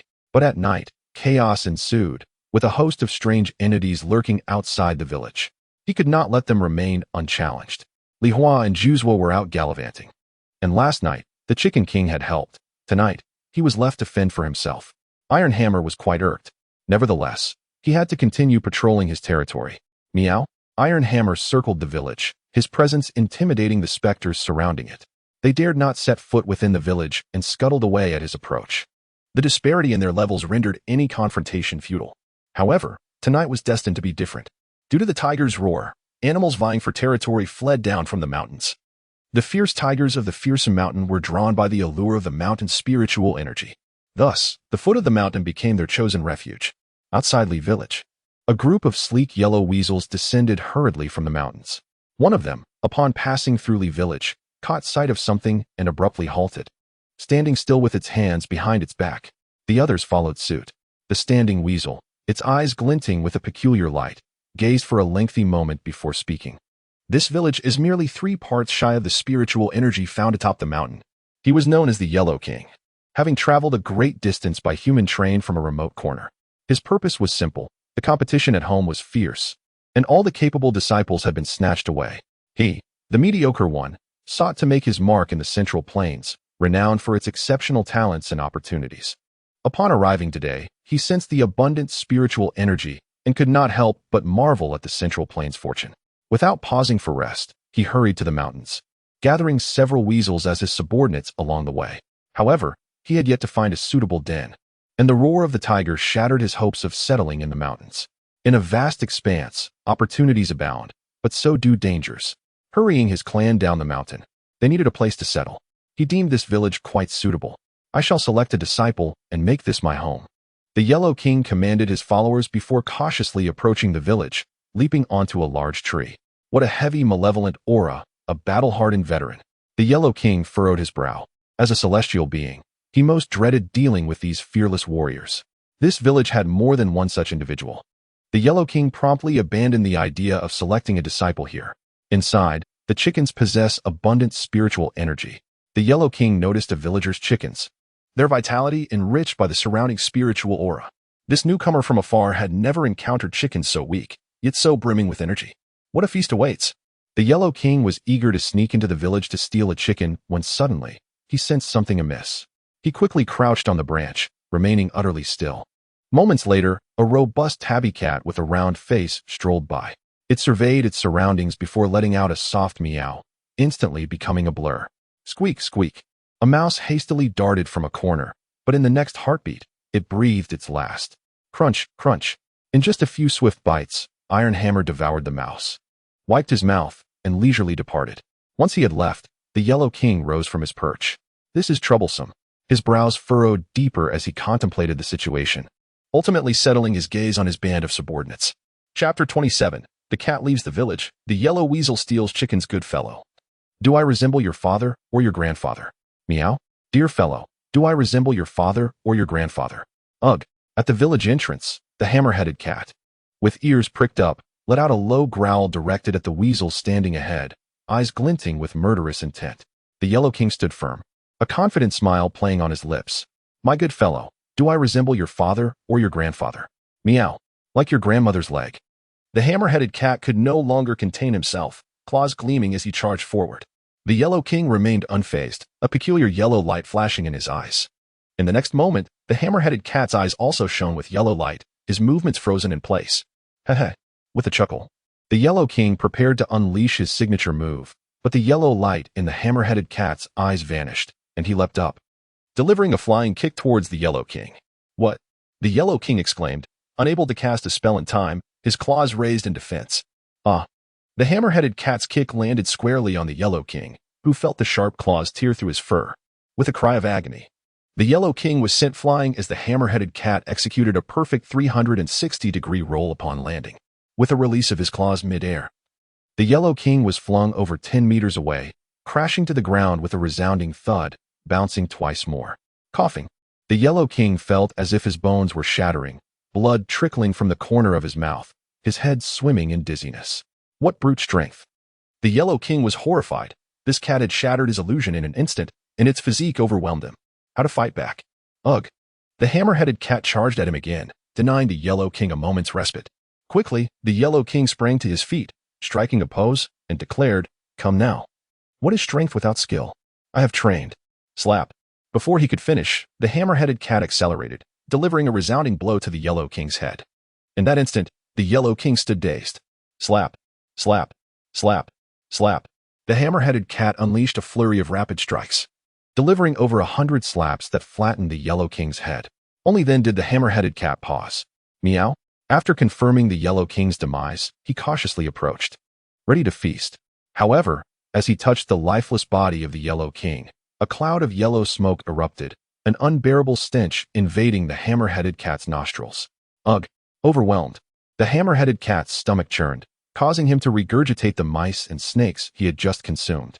As he retched, the lifeless Yellow King silently crept beneath the hammer-headed cat, aiming for a vein and biting down. Ugh! Ah! The hammer-headed cat felt a sharp pain in his neck, unable to comprehend what was happening. He quickly fell to the ground, kicking wildly. His sharp claws dug into the Yellow King's body, tearing away chunks of flesh. Ah! Ah! The Yellow King shrieked in agony. Releasing his grip, the cat's hide was too thick. Aside from losing a few tufts of fur, he suffered no significant injury. Without hesitation, the Yellow King leapt away. A portion of his tail severed, releasing a copious amount of yellow smoke, before fleeing into the distance. Not long after, the hammer-headed cat burst through the yellow smoke, unable to resist the urge to retch again. Ugh! The foul odor clung to his senses as he glared at the distant yellow figure, his fury reaching a boiling point. Meow! With a furious cry, the hammer-headed cat pursued. After he had gone for a while, a dozen fluffy little heads peeked out from a corner of Li Village. Looking around cautiously, they made their way to the chicken coop of Li Dazhuang's home. In the dead of night, 7 hens and 2 roosters were peacefully sleeping in the coop. Before long, each chicken found itself hanging from the jaws of a weasel, some even with 2 clamped down.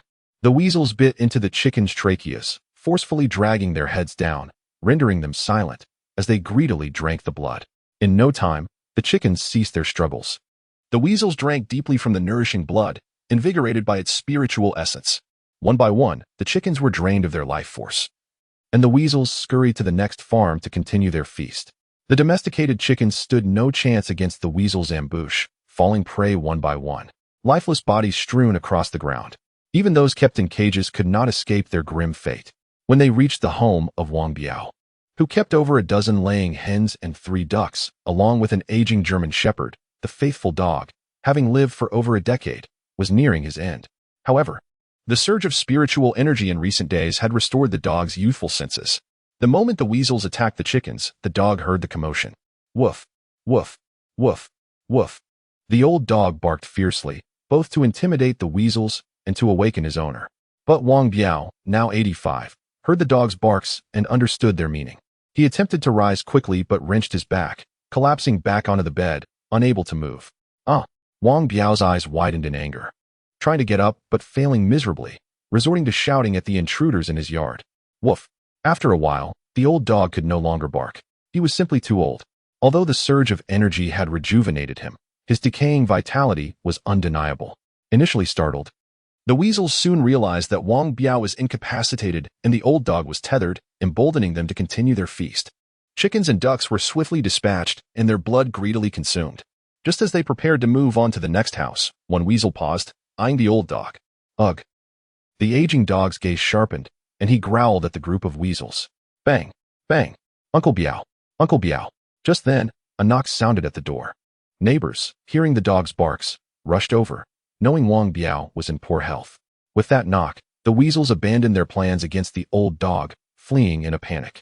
The old dog sighed in relief, and upon hearing his owner's voice, he barked for help towards the door. Bang! Bang! After a couple more knocks, the neighbors forcefully kicked the door, which could not withstand the impact, and crashed open. They hurried into the yard, surveying the scene, and then rushed towards the house. Uncle Biao? Oh no. Hurry and check what the dog is barking at. Okay. Noticing the commotion, the neighbors returned to the yard, only to find the lifeless chickens and ducks in the coop. Damn. Uncle Biao, we have weasels in here. Cursed weasels, my chickens. Before long, lights began to flicker on throughout the village, and upon discovering the dead chickens, a chorus of curses erupted. The dozen or so weasels responsible for the chaos, their bellies full, scurried out of the village, having also made off with 2 roosters to present to their king. As dawn broke, the hammer-headed cat returned in a fit of rage, having failed to capture the weasel. Frustrated, he had been outsmarted, and now he felt utterly helpless. With no desire to patrol the village further, the hammer-headed cat returned home. Upon entering, he noticed his owner had risen early, already boiling water to wash his face as dawn broke. The atmosphere felt off, but it was of no concern to him. The hammer-headed cat yawned, ready to return to his nest for a nap. Suddenly, his owner's hand came crashing down. Bang! The hammer-headed cat, bewildered, looked up. Before him lay a pile of hens, the beloved treasures of his owner. How could they all be slaughtered? Meow. You old scoundrel, what have you returned to? Aside from his owner's grandson. The hammer-headed cat could not fathom who else could deserve such treatment. The elderly woman, boiling water, was infuriated by the sight of the hammer. Grabbing a piece of firewood, she struck the hammer's rear, exclaiming, You good for nothing. How can you not realize that a weasel has entered our home? You spend all day away. And even if I tether you with a hammer, you still manage to escape. The chickens have all been killed. Upon hearing his master's words, the hammer was taken aback, its mind racing in a frenzy. Ultimately, the hammer arrived at a conclusion. It had been duped. Chapter 28. On this day, the cats of Li village were scolded. The first rays of morning sunlight illuminated Li Hua, who shook his ears and continued to slumber. Woof. The sun is up. Woof. Time to go home. Woof. Yes. Wake up those lazy cats. It is not without reason that cats harbor disdain for dogs. Just as Li Hua was relishing the last remnants of slumber, the 2 foolish dogs began their raucous barking and incessant licking nearby. Sleep eluded him entirely, forcing him to squint and stretch in an attempt to invigorate himself. Meow. All is well. Upon catching sight of his gleaming tattoo, Li Hua felt a wave of relief wash over him. Thankfully, all was in order. Had it not been so, he would have been hard-pressed to quell his rage without a worthy adversary. Meow. I'll join you on your way back. Old Black, perched atop the ancient locust tree, declared. The tree had been damaged by the pure yang energy of a tiger the previous night, and he needed to return to retrieve some items. Meow. And perhaps share some snake scales. The scales and bones of the red python remained in that tomb, and Li Hua had long been coveting them. Old Black nodded. While the scales and bones were indeed valuable, he could hardly utilize them all, so a division would be just right. Meow. You 2 still aren't awake. Li Hua prodded the still slumbering big black and orange seat. They had stayed up the latest the night before and were naturally reluctant to rise. Meow. Stop playing dead. Get up so we can return and sleep. Li Hua splashed them with a bottle of water. Meow. The morning air was refreshing, a sensation Li Hua rarely experienced due to his nocturnal lifestyle. He ambled down the mountain, the remnants of his drowsiness dissipating. With keen interest, he admired the scenery. occasionally pouncing on a grasshopper for a light snack. Upon returning to the village, they dispersed. Li Hua made his way home, his nose constantly enticed by the scent of chicken wafting through the air. What day is it? Every household smells of chicken. Li Hua pondered the day's significance, but could not discern any particular occasion. Upon arriving home, he found Li Meng tending to a fire, the aroma of chicken wafting from the pot. Eating chicken so early in the morning was indeed delightful. Li Hua dashed to Li Meng's side, eyes wide as he gazed at the bubbling pot. Li Meng, turning to add more firewood, caught sight of Li Hua's eager face. "Welcome back. Hurry, eat while it's hot." Li Meng tossed 2 pieces of chicken onto the ground to feed Li Hua. "Wow, thanks, old man." Li Hua, undeterred by the dirt, seized the chicken pieces, blowing on them lightly before devouring them. "Meow, old man, your cooking skills leave much to be desired." The taste was somewhat disappointing, and after consuming the 2 pieces, Li Hua lost all hope for more, turning back to his nest. Awakened so early, he found himself at a loss for what to do. Bored, he scratched at the box for a moment before vaulting over the wall to wander through the village. Unaware of the weasel that had visited his home, he questioned the utility of the dogs and cats kept there, under the tree in the village square. The leader of the intelligence team, Wang Finglian, was engaged in conversation with several other women. Li Hua's curiosity piqued. He moved closer to eavesdrop.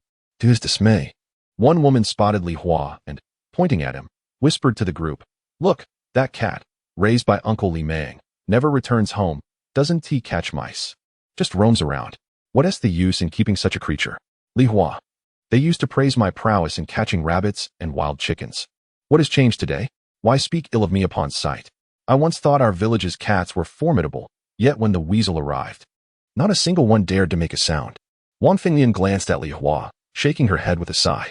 "I heard about a cat from Qian village last month that killed 3 weasels in a single day. Remarkable.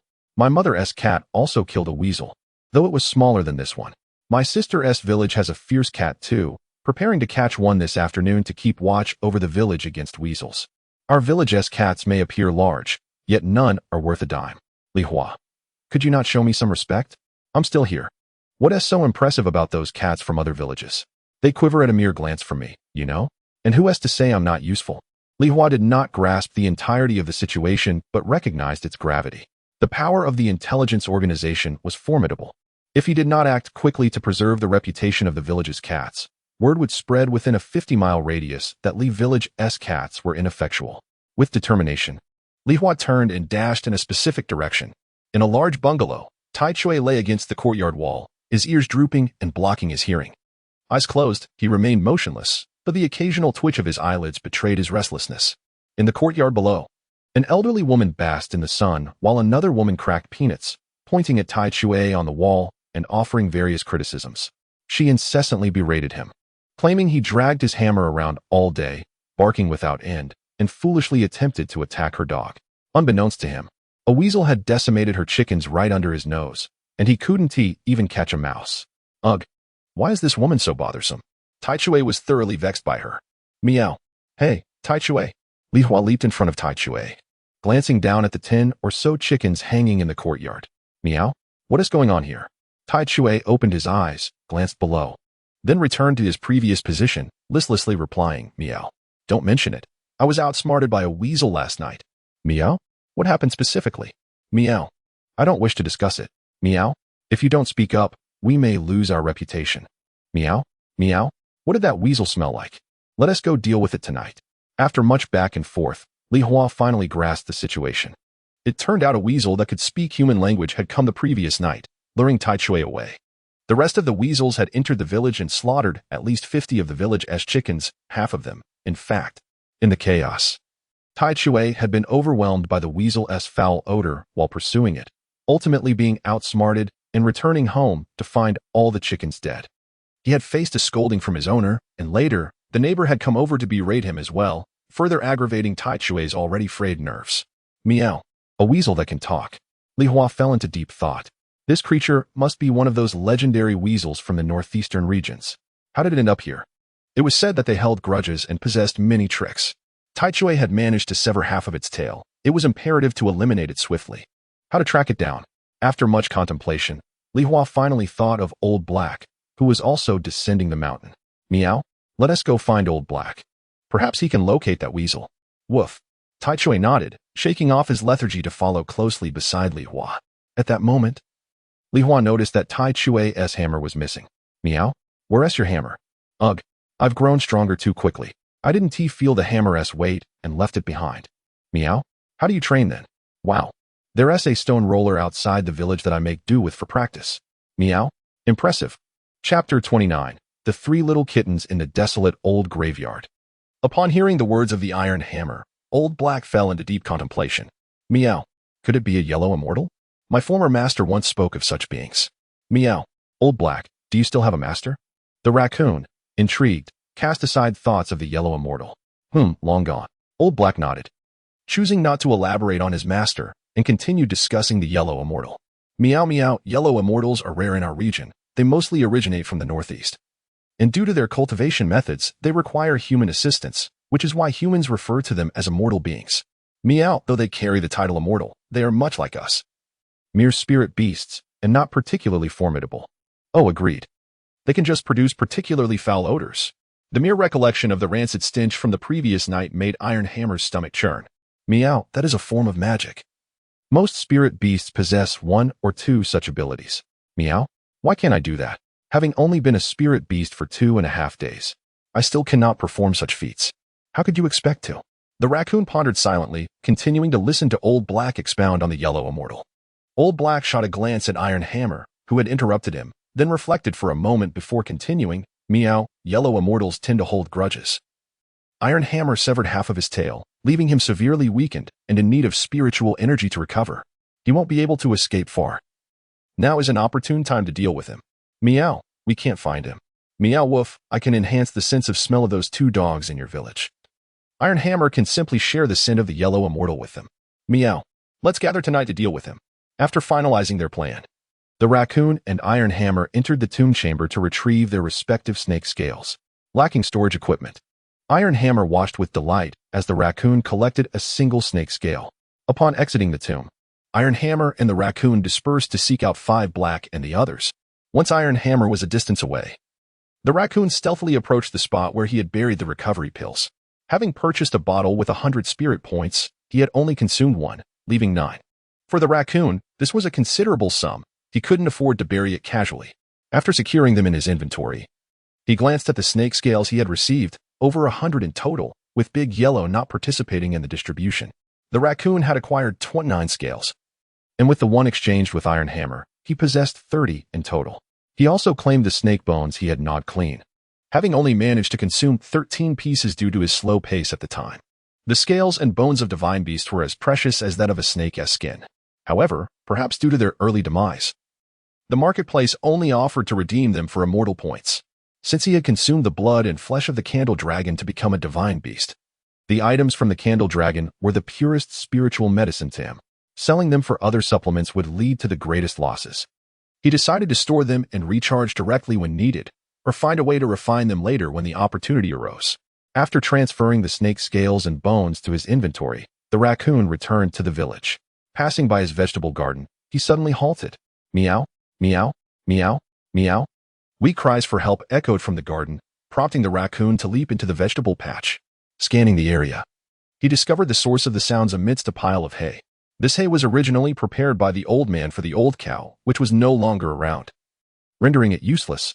Meow, meow, meow. As the raccoon approached, he spotted 3 little kittens, dirty and matted. They staggered unsteadily, surrounded by piles of cat droppings. Each one appeared particularly emaciated, clearly starving and desperately mewing for food. As the raccoon drew closer, they noticed him and clumsily approached. Meow, you are far too dirty. Stop right there.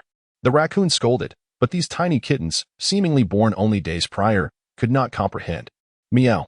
With a sudden leap, the raccoon ascended to the top of the haystack, pondering the origins of these kittens. They must belong to that calico cat. The calico cat was a wild feline that had come to their village months ago when the raccoon was not at his peak strength. Orange was the king of cats, and he had not chased away the calico. Not long after, the calico's belly had begun to swell. During the encounter with the red python a few days ago, it was likely that she had just given birth. Meow, oh, no wonder she didn't flee back then and even attacked. The kittens were here, fearing discovery by the red python, so she had sacrificed herself. Thus, These kittens were left without a mother. They must have survived on hay for the past couple of days, which was remarkable considering their vitality was likely bolstered by spiritual energy. Meow, let me see whose offspring you are. The raccoon scrutinized them closely. The 3 kittens exhibited distinct colors. One was a vibrant orange, despite its disheveled fur. Its pattern closely resembled oranges. The only difference was the white fur on its paws, contrasting with Orange's symmetrical white gloves. This one has limbs of varying colors. Some are white up to the joints, while others sport only a hint of white on their paws. However, it is highly probable that this is Orange's offspring. But this little black kitten, it bears a striking resemblance to Big Black. The raccoon descended from the haystack and pinned down the little black kitten. Its fur was pitch black, offering no clues. The raccoon examined its eyes and tongue, finally placing a paw on the little black kitten's head. He sensed a purer form of Een energy. Meow, another dark cat. This must be Big Black's offspring. The raccoon proceeded to check the other 2 kittens. He had already inspected the yellow one, so he turned his attention to the last one. This was a small white kitten, the smallest of the trio. Meow? Whose offspring are you? The white cat from Lee village would not take notice of a calico? The white cat from the neighboring Wong village appeared to be a eunuch. Meow, meow, meow. While the raccoon was lost in thought, the 3 little kittens were desperately hungry, gazing up at him. Meow, what are you looking at? The great cat has no milk. The raccoon turned and delivered a flying kick. With a crash, the fence of the vegetable garden toppled over. He then turned back and shouted, Meow, follow me. I'll find you a home. Meow, meow, meow. The 3 little kittens, unable to comprehend the raccoon's words, sensed a glimmer of hope for survival from him and diligently followed in his wake, slowly making their way out of the vegetable garden. Meow, when we meet people, make sure to call out to the great cat more sweetly, understood? Meow woof. The old lady next door has a soft heart. The sweeter you sound, the greater your chances, got it? Meow, meow, meow, meow, meow, are you listening? Meow, meow, meow. In the neighboring Wong granny's yard, the raccoon was instructing the 3 little kittens. The old lady had a fondness for cats and could not resist the sweet sounds of kittens. If these 3 little ones mewed cutely, they could secure a long-term meal ticket. However, the kittens were oblivious to the raccoon's intent, persistently attempting to crawl beneath him for milk. The raccoon felt exasperated. Even if he had milk, he would not allow them to drink. But as the king of cats, he could hardly vent his frustrations on these little ones. He could only repeat his instructions, yet the kittens, determined, sought nourishment from the large cat. Meow, enough teaching. Whether you succeed or fail depends on your fortune. The raccoon stood up and knocked vigorously on the door. Bang bang, bang bang bang. Who is making such a ruckus? The old lady, basking in the sun, rose and mumbled her way to the door. Creak. Who is it? Knocking so loudly. Meow meow meow. Oh dear, where did these little kittens come from? Just as Wong Granny was about to scold, she heard the mewing of the kittens. Lowering her gaze, she saw a black, a yellow, and a white kitten mewing at her feet. Instantly, she paused her foul language, squatting down with a warm smile, gazing fondly at the 3 little kittens. Upon seeing the filthy fur of the little kittens, a look of sympathy welled up in Grandma Wong's eyes. Glancing around to ensure no one was watching, she cautiously brought the 3 kittens back to her home. Meow, Li Hua leaped down from the wall, and without a moment's hesitation, scooped up the trio to take them home. The elderly woman was even more tender-hearted than he had anticipated. With Juzi also absent from home, Li Hua turned and dashed towards Dahei's house, as he had not forgotten his important task. Chapter 30 The Great Yellow and Black challenged the neighboring dog pack at the residence of Dahei. Li Hua had just arrived when he spotted the heads of Juzhua and Dahei peering over the roof. Meow. Everyone's here. Splendid. I have something to discuss with you. Meow wow. We'll talk later. Come quick and see the spectacle. Juzhua replied without turning back. Li Hua was taken aback for a moment, then leaned over the roof's edge to take a look. Upon seeing the scene below, he burst into laughter. Ah ha ha ha. Woof. What are you laughing at? Woof woof. Laugh again, and I'll bite you both. Bang. What are you barking about? Calm down. Whimper. Stop it, that's enough. Enough. In the yard of Li Long, Dahei stood there with a look of grievance. Before him lay a large iron chain at Li Long's feet, who was holding a leather collar, trying to put it around Wu Hei's neck. Wu Hei complied helplessly. He had just returned home today, and his owner was already wielding a stick, ready to beat him. If a beating was inevitable, so be it. It wouldn't hurt much. A couple of yelps would suffice to cool down his owner's temper. However, to his astonishment, his owner produced a hefty iron chain. Was this really necessary for just 2 days away from home? Moreover, weren't our chains typically made of ordinary rope? Where did he procure such a thick chain? This chain could easily restrain a pig, let alone a dog. Master, I am merely a dog. There is no need for such an imposing chain, Wu Hei lamented, watching helplessly as his owner fastened the collar and detached the heavy chain. Meow. This is hilarious. Li Hua leaped down from the roof, taking advantage of Li Long's momentary absence to approach the dejected Wu Hei and inspect the chain. Meow. This appears to be my family's chain. What woof. So it's yours. I'll tear you apart. Wu Hei charged at Li Hua, the chain clanking loudly. Pa. Li Hua scoffed, unsheathing his claws and swiping at Wu Hei's nose, jumping back gracefully. Woof. Woof. Whimper. Ouch. Ouch. Ouch. After a swift encounter, Wu Hei held his nose, wailing in pain. Meanwhile, Li Hua elegantly groomed his flowery arm in front of him. Meow. Don't be so irritable. It's just a chain. Can't you handle it? Don't tell me you can't even break free from such a flimsy chain. Woof woof. I could snap it with a single bite. Wu Hei's nose healed rapidly, and by the time he finished speaking, the pain had subsided. Just then, Li Long emerged from the house, wielding a large iron rod over a meter long and a hammer. Woof? What are you planning to do? Meow. What else? Fix the chain, of course. Woof woof. Is that really necessary? Just tie it to the tricycle. Meow. Perhaps he fears you might damage the tires. Woof woof. I know how to be gentle.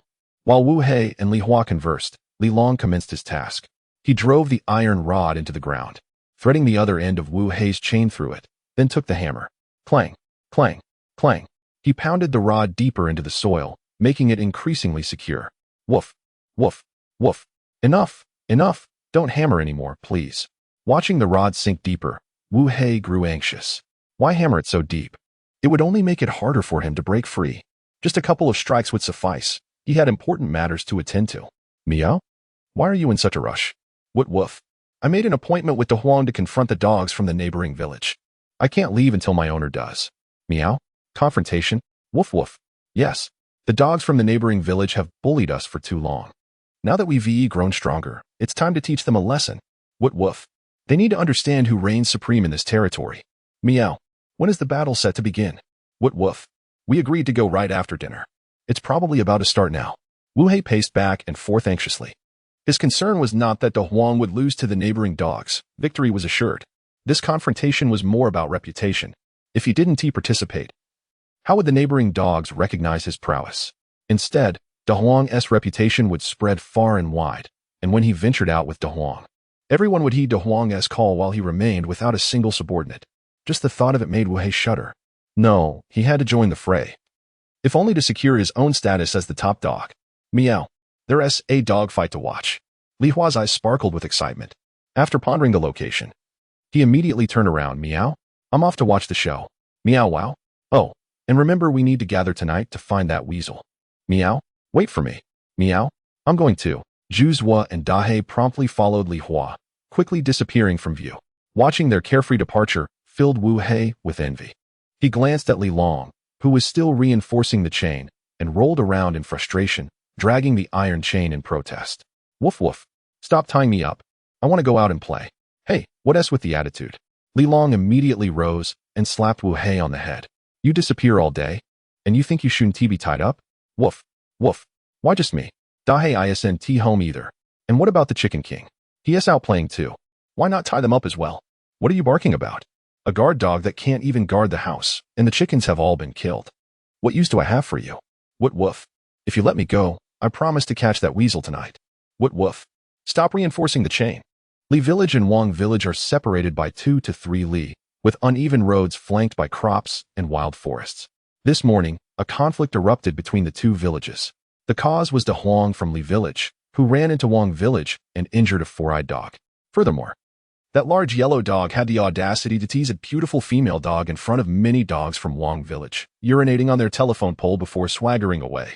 Having endured bullying for so long, the dogs of Wang Village could not tolerate this humiliation any longer. The king of Wang Village, a large black dog named Black Panther, roamed around with the injured 4-eyed dog, rallying his comrades. They were determined to teach the neighboring dogs a lesson, making them understand their strength and that anything belonging to Wang Village, whether a telephone pole or a female dog, was not to be trifled with by the neighboring village. After several days of gathering strength, the dogs of Wang Village became increasingly clever. United in the face of provocation, they rallied around Black Panther, setting aside differences to fight for their village's honor.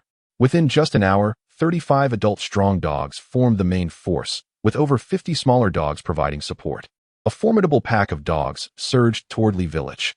Simultaneously, in Li Village, De Huang gathered the village's fighting spirit.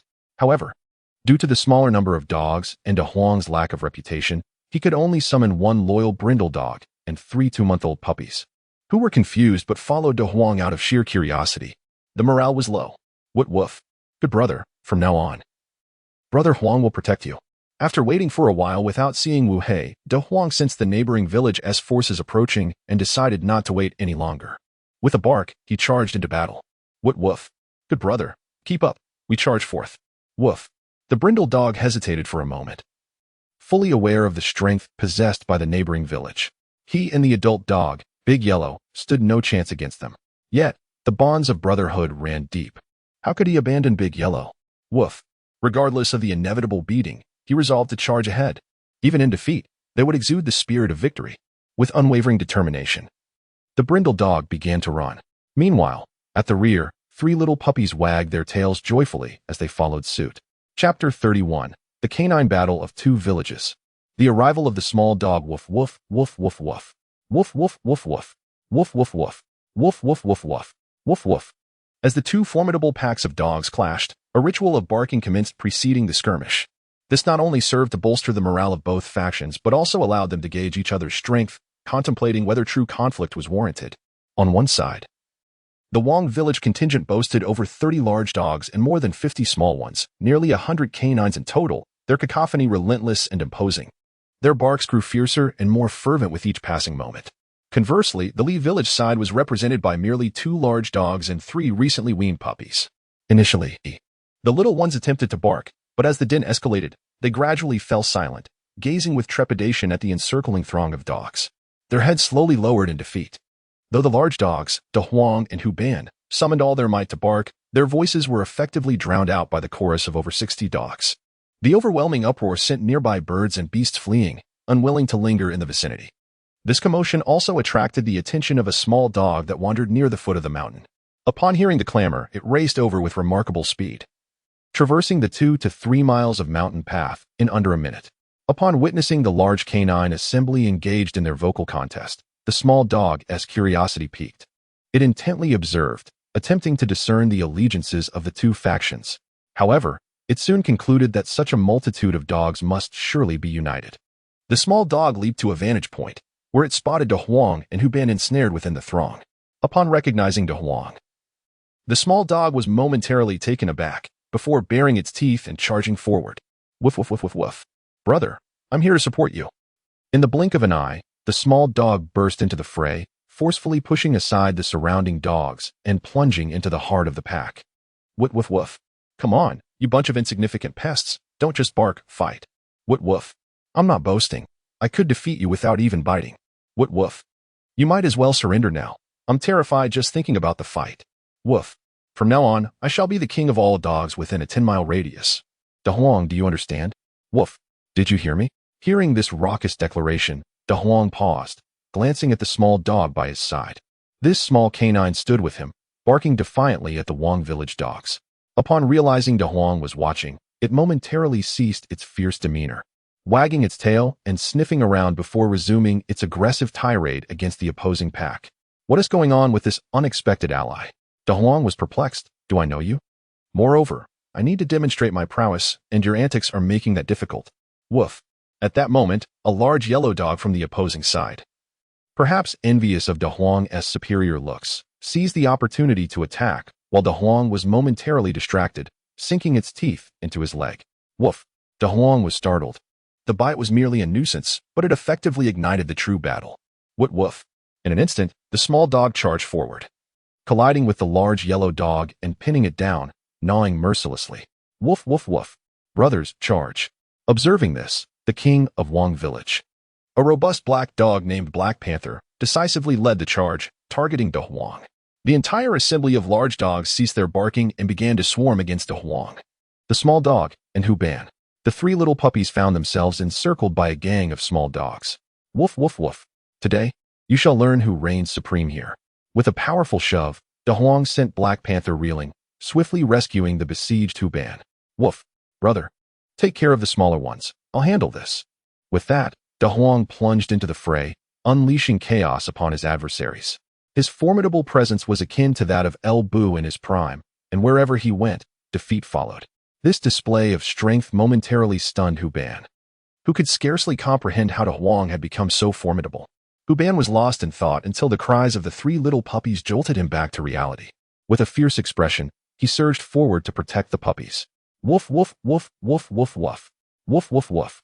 Woof, woof. The scene devolved into utter chaos. The prowess of the small dog and De Huang was evidently superior to that of the other dogs. A mere touch from them could inflict injury, and this restraint was intentional. Unleashing their full strength would undoubtedly claim the life of an opponent. The skirmish unfolded at a deliberate pace, with the small dog comprehending De Huang's strategy, intentionally moderating its strength to engage with 5 dogs, while leaving the remainder to De Huang, thereby accentuating his might. Meow. Just as the battle seemed poised to continue, a robust tabby cat intervened. It emerged suddenly, exuding an aura of menace, and leapt into the fray, striking at the noses of unsuspecting dogs with its claws. In less than half a minute, all the dogs from Wang village fled, tails tucked between their legs, their whimpers filling the air. De Huang, who had been showcasing his strength, stood dumbfounded in place. It was only when Huban joyfully wagged his tail around him, expressing elation over their victory, that he snapped back to reality. What woof? I was vying for the title of Dog King, and you're frolicking about. Meow. I have matters to attend to. I can't waste time watching you play. The cat that halted the massive brawl was none other than Iron Hammer. After dispersing the tabby, he sought out De Huang to inform him about an impending meeting that evening to confront the weasel. Unable to wait for De Huang to finish his display of strength, Iron Hammer forcibly concluded the conflict. Woof. Understood. De Huang responded lethargically to the evening's plans, returning to the village in a dejected manner. Woof. Brother. May I settle in your village? The small dog hesitated momentarily before finally inquiring of De Huang. Woof? You have no home. De Huang looked at the small dog quizzically. Woof. None. The small dog shook its head. It had consumed snake meat and was aware of its owner's intentions. It understood well the fate that awaited it at the place where it had been captured. Its owner had sold it to a place where dogs were slaughtered for meat, so returning was out of the question. Fortunately, it had grown wiser in time, or else it would have foolishly run back to be sold again. Woof woof, brother. Let us go check out the village together. De Huang extended an invitation. What woof? Thank you, brother. The small dog excitedly followed De Huang back to the village, relieved to have found a place to call home. Iron Hammer, grooming his fur, cast a scrutinizing glance at the small dog, confirming it posed no significant threat. He leisurely rose to his feet. Meow. Where is the dog fight? Where is it? The late-arriving tabby cat stood beside Iron Hammer, scanning the area left and right. However, all it could detect was a strong scent of dogs with no dogs in sight. The tabby turned to Iron Hammer. Meow meow. Where is the dog fight? Meow. Iron Hammer shook his head, indicating that it had already concluded. The tabby was greatly disappointed. Seeing the languid orange cat, it angrily swatted at it. Meow. It's all your fault. Meow? What does that have to do with me? The orange cat, bewildered, covered its head. Meow. Had you not been so slow, I would not have missed the spectacle. Meow. My speed impeded you. Meow meow meow. Meow. Meow. Meow oh meow. Bang. The two cats collided, producing a crisp sound, and soon thereafter, a flurry of cat fur filled the air. Chapter 32. The Sleek Dog. Investigating clues in the village square of Li Village, several cats and dogs were resting. Li Hua, with his tail dangling from a horizontal bar, was discussing plans for the nighttime hunt of the weasel. Woof? Weasel, a sleek dog, sniffing at De Huang's rear, looked up and barked. Woof woof. I believe I saw a pack last night. I wonder if they're the ones you're seeking. Li Hua immediately took notice, leaping down from the bar. Meow. Where did you find them? Woof. At the foot of the mountain in that village, they were gnawing on several chickens along the mountain's edge. The sleek dog pointed in a direction. Li Hua followed the direction indicated. It led toward Wang village. Considering the path along the mountain, Li Hua began to form a hypothesis. Meow? That group of weasels last night was not just from our village. Nearly 100 villages were established at the foot of the great mountain. Qian, Sun, Zhao, Li, Zhou, Wu, Zheng, Wang. These villages, when viewed on a map, formed a winding line encircling the mountain. The weasels, based on the density of spiritual energy, had first raided Li Village's chickens, then moved on to Wang Village, and subsequently to Qian Village. Meow, let us disperse and inquire in other villages, Li Hua declared. If they could ascertain the weasel's movements, combined with the strategies of Old Black, success seemed assured. Li Hua turned to the sleek dog. Meow? What is your name? Sleek dog. What woof? I used to be called Hudan, but now I want to. The sleek dog hesitated, longing for a new name. Although he had gained some intellect, his knowledge of names remained limited to banal ones like Dog Dan, Black Egg, and Wealthy. After some contemplation, the sleek dog recalled the name Li Hua had just called him, his eyes sparkling with inspiration. What woof woof? I shall now be called Sleek Dog.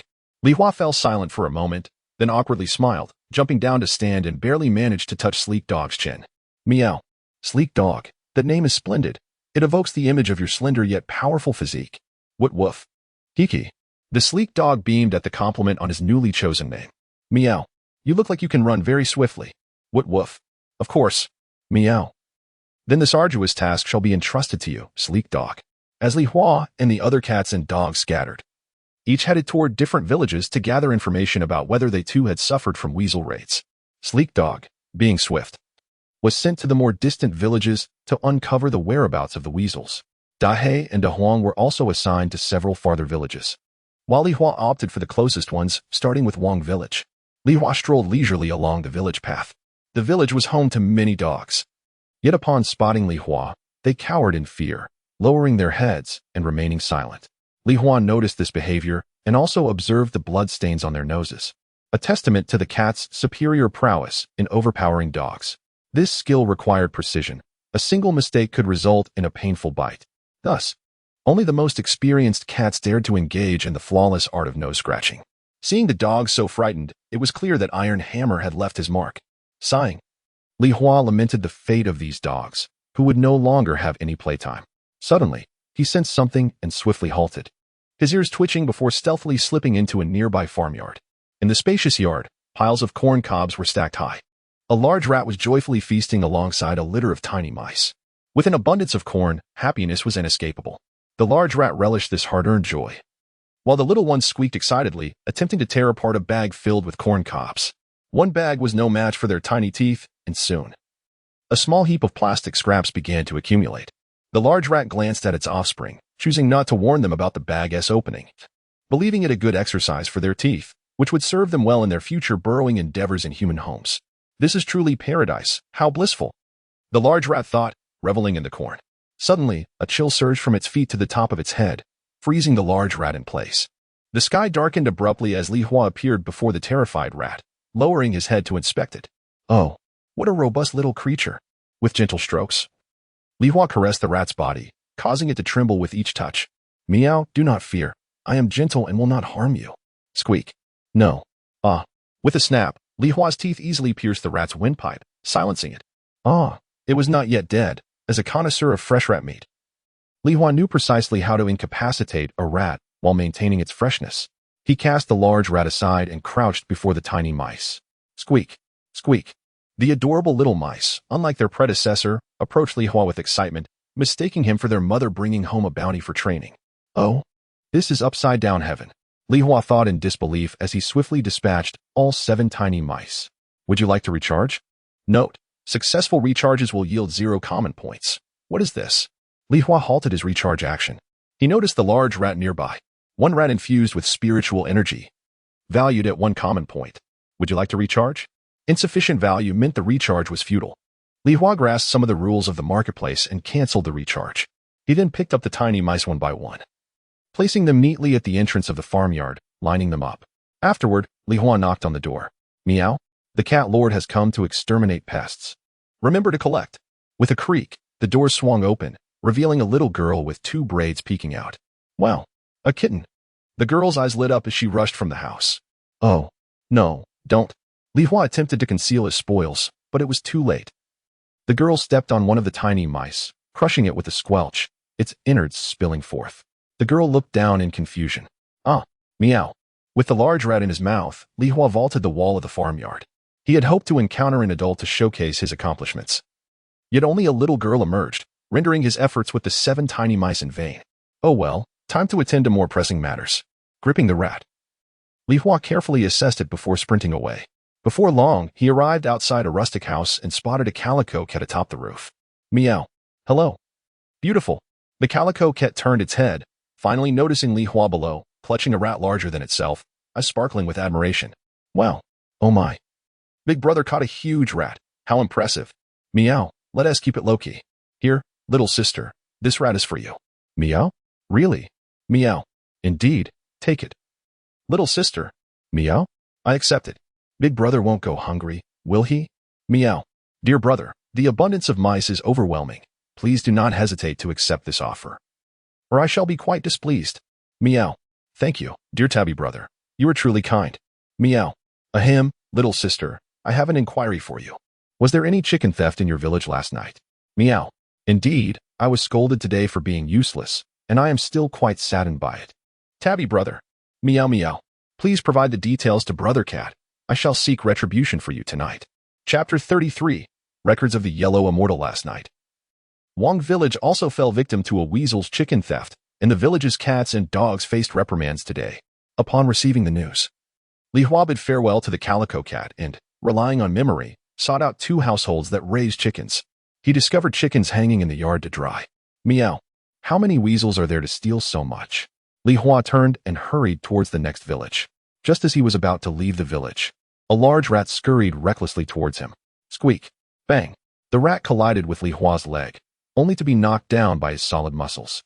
However, instinct kicked in, and the rat quickly got back on its feet to flee, but it soon realized that no matter how hard it tried to run, it remained in place. Owl? What's wrong with you, little brother rat? Li Hua, bemused, held the rat's tail. It was baffling that this adult rat had no sense and dared to crash into him. Meow. It is our prey. At that moment, 2 figures swiftly appeared before Li Hua, growling at him. Meow. Oh, you 2 have grown stronger so quickly. Li Hua was astonished. These were also 2 calico cats, though slightly older than the previous one. Their appearance was somewhat fierce, lacking the beauty of the earlier sister. They were twins with symmetrically long fur and considerable strength. They were also the hired cats from the decree Li Hua had issued 2 days ago regarding the doves. Meow. It's you. One of the cats recognized Li Hua's familiar scent, and the hostility lessened. Seeing this, Li Hua released his grip on the rat's tail. Squeak. The rat escaped and desperately tried to flee. However, the 2 calico cats spread out and quickly encircled Li Hua. The rat stood up and glanced between Li Hua and the 2 calico cats, only to tragically realize that the vast world had no escape route for it. Oh no, this time I am finished. Crack. The 2 calico cats swiftly killed it and eagerly began to feast. The blood and vitality consumed bolstered their own strength. Meow. How many rats have you eaten these days? Li Hua inquired. Meow. Many. There are too many rats and birds. We can't catch them all. And we are quite full. Meow. By the way, we killed the ghost you asked us to. Wong Village, rich in spiritual energy, attracted a considerable number of rats, and they had been capturing them in droves, indirectly absorbing more spiritual energy. Thus, their growth and strength was notably rapid. Upon hearing that they had dealt with the drunken ghost, Li Hua gave a thumbs up. Meow. Efficiency. After some thought, he purchased 10 cat biscuits from the market to reward the 2 cats and found the calico cat to give her 5 biscuits as well. Only then did Li Hua head towards the next village, visiting Sun Village, Zhou Village, and Zhao Village. He inspected them all. In rural areas, chicken farming was indispensable. Some chickens in these villages had been stolen, while others had their blood drained. Li Hua also noticed that many outsiders had settled in each village. Predominantly rats and birds, followed by ghosts. In 3 or 4 villages, there were over 20 ghosts. The number of ghosts lingering in the human realm was not substantial, and for these villages to host so many indicated that they were likely within a 10-mile radius of ghostly activity.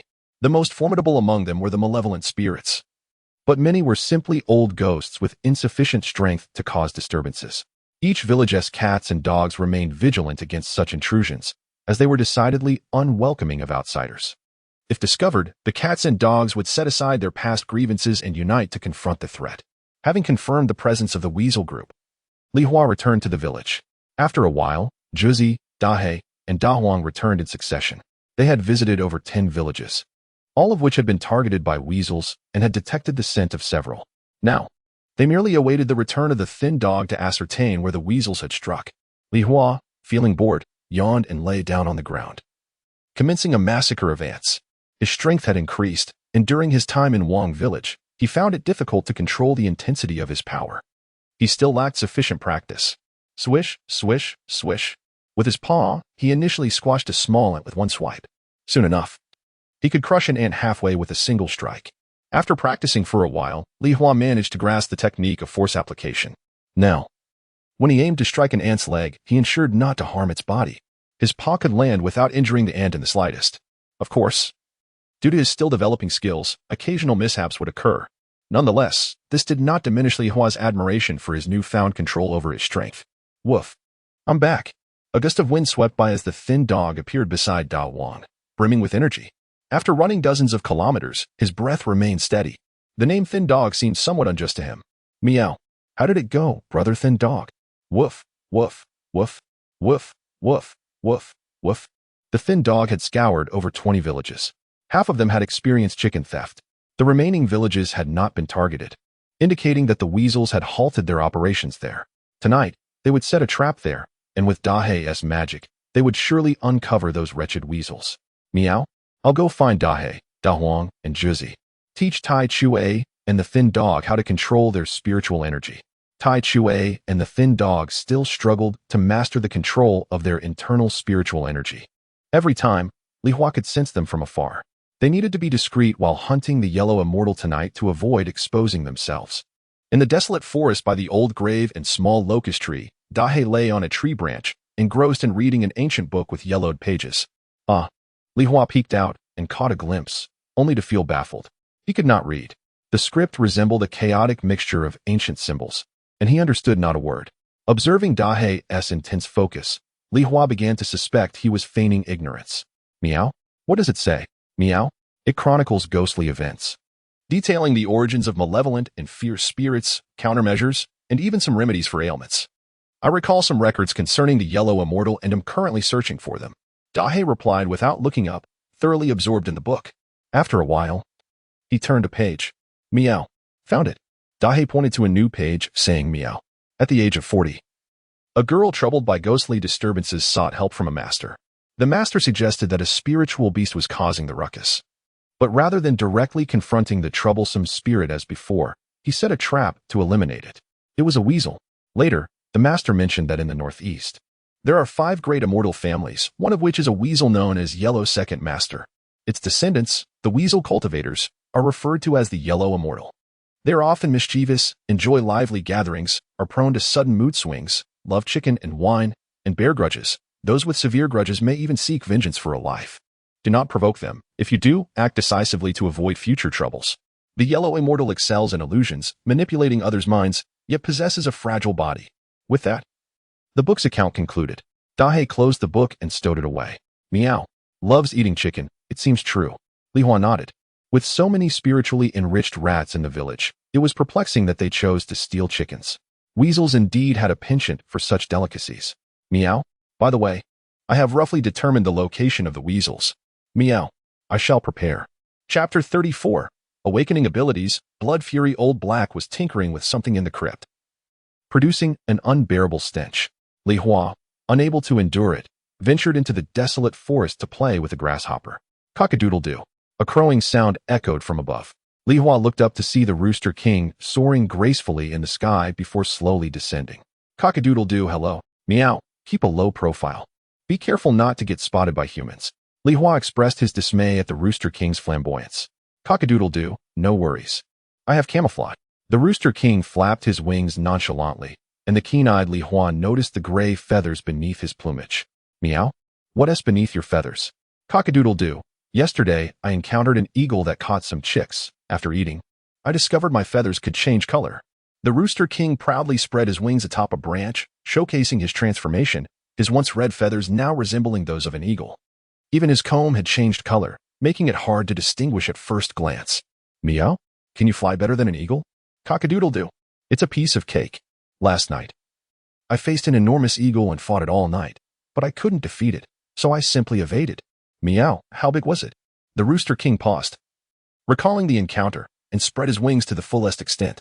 Cock-a-doodle-doo. Its wingspan is longer than a human's, and it flies better than I do. That's why I couldn't win. Cock-a-doodle-doo.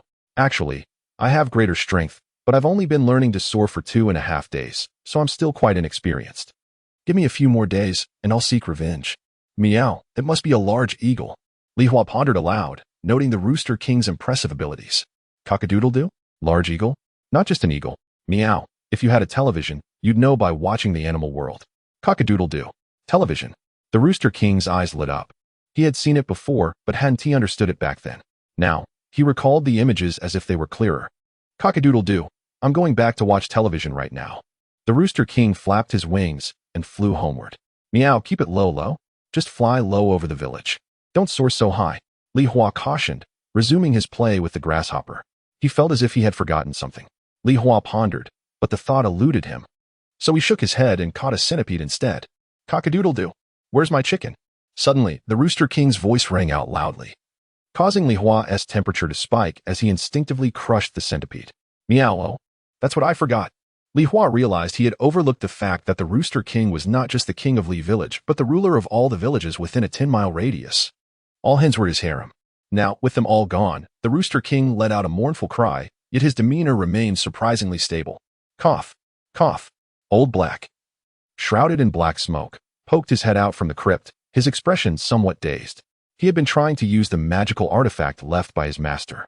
But the Rooster King's sudden cry had disrupted his concentration, causing him to fail. A toxic gas churned within him.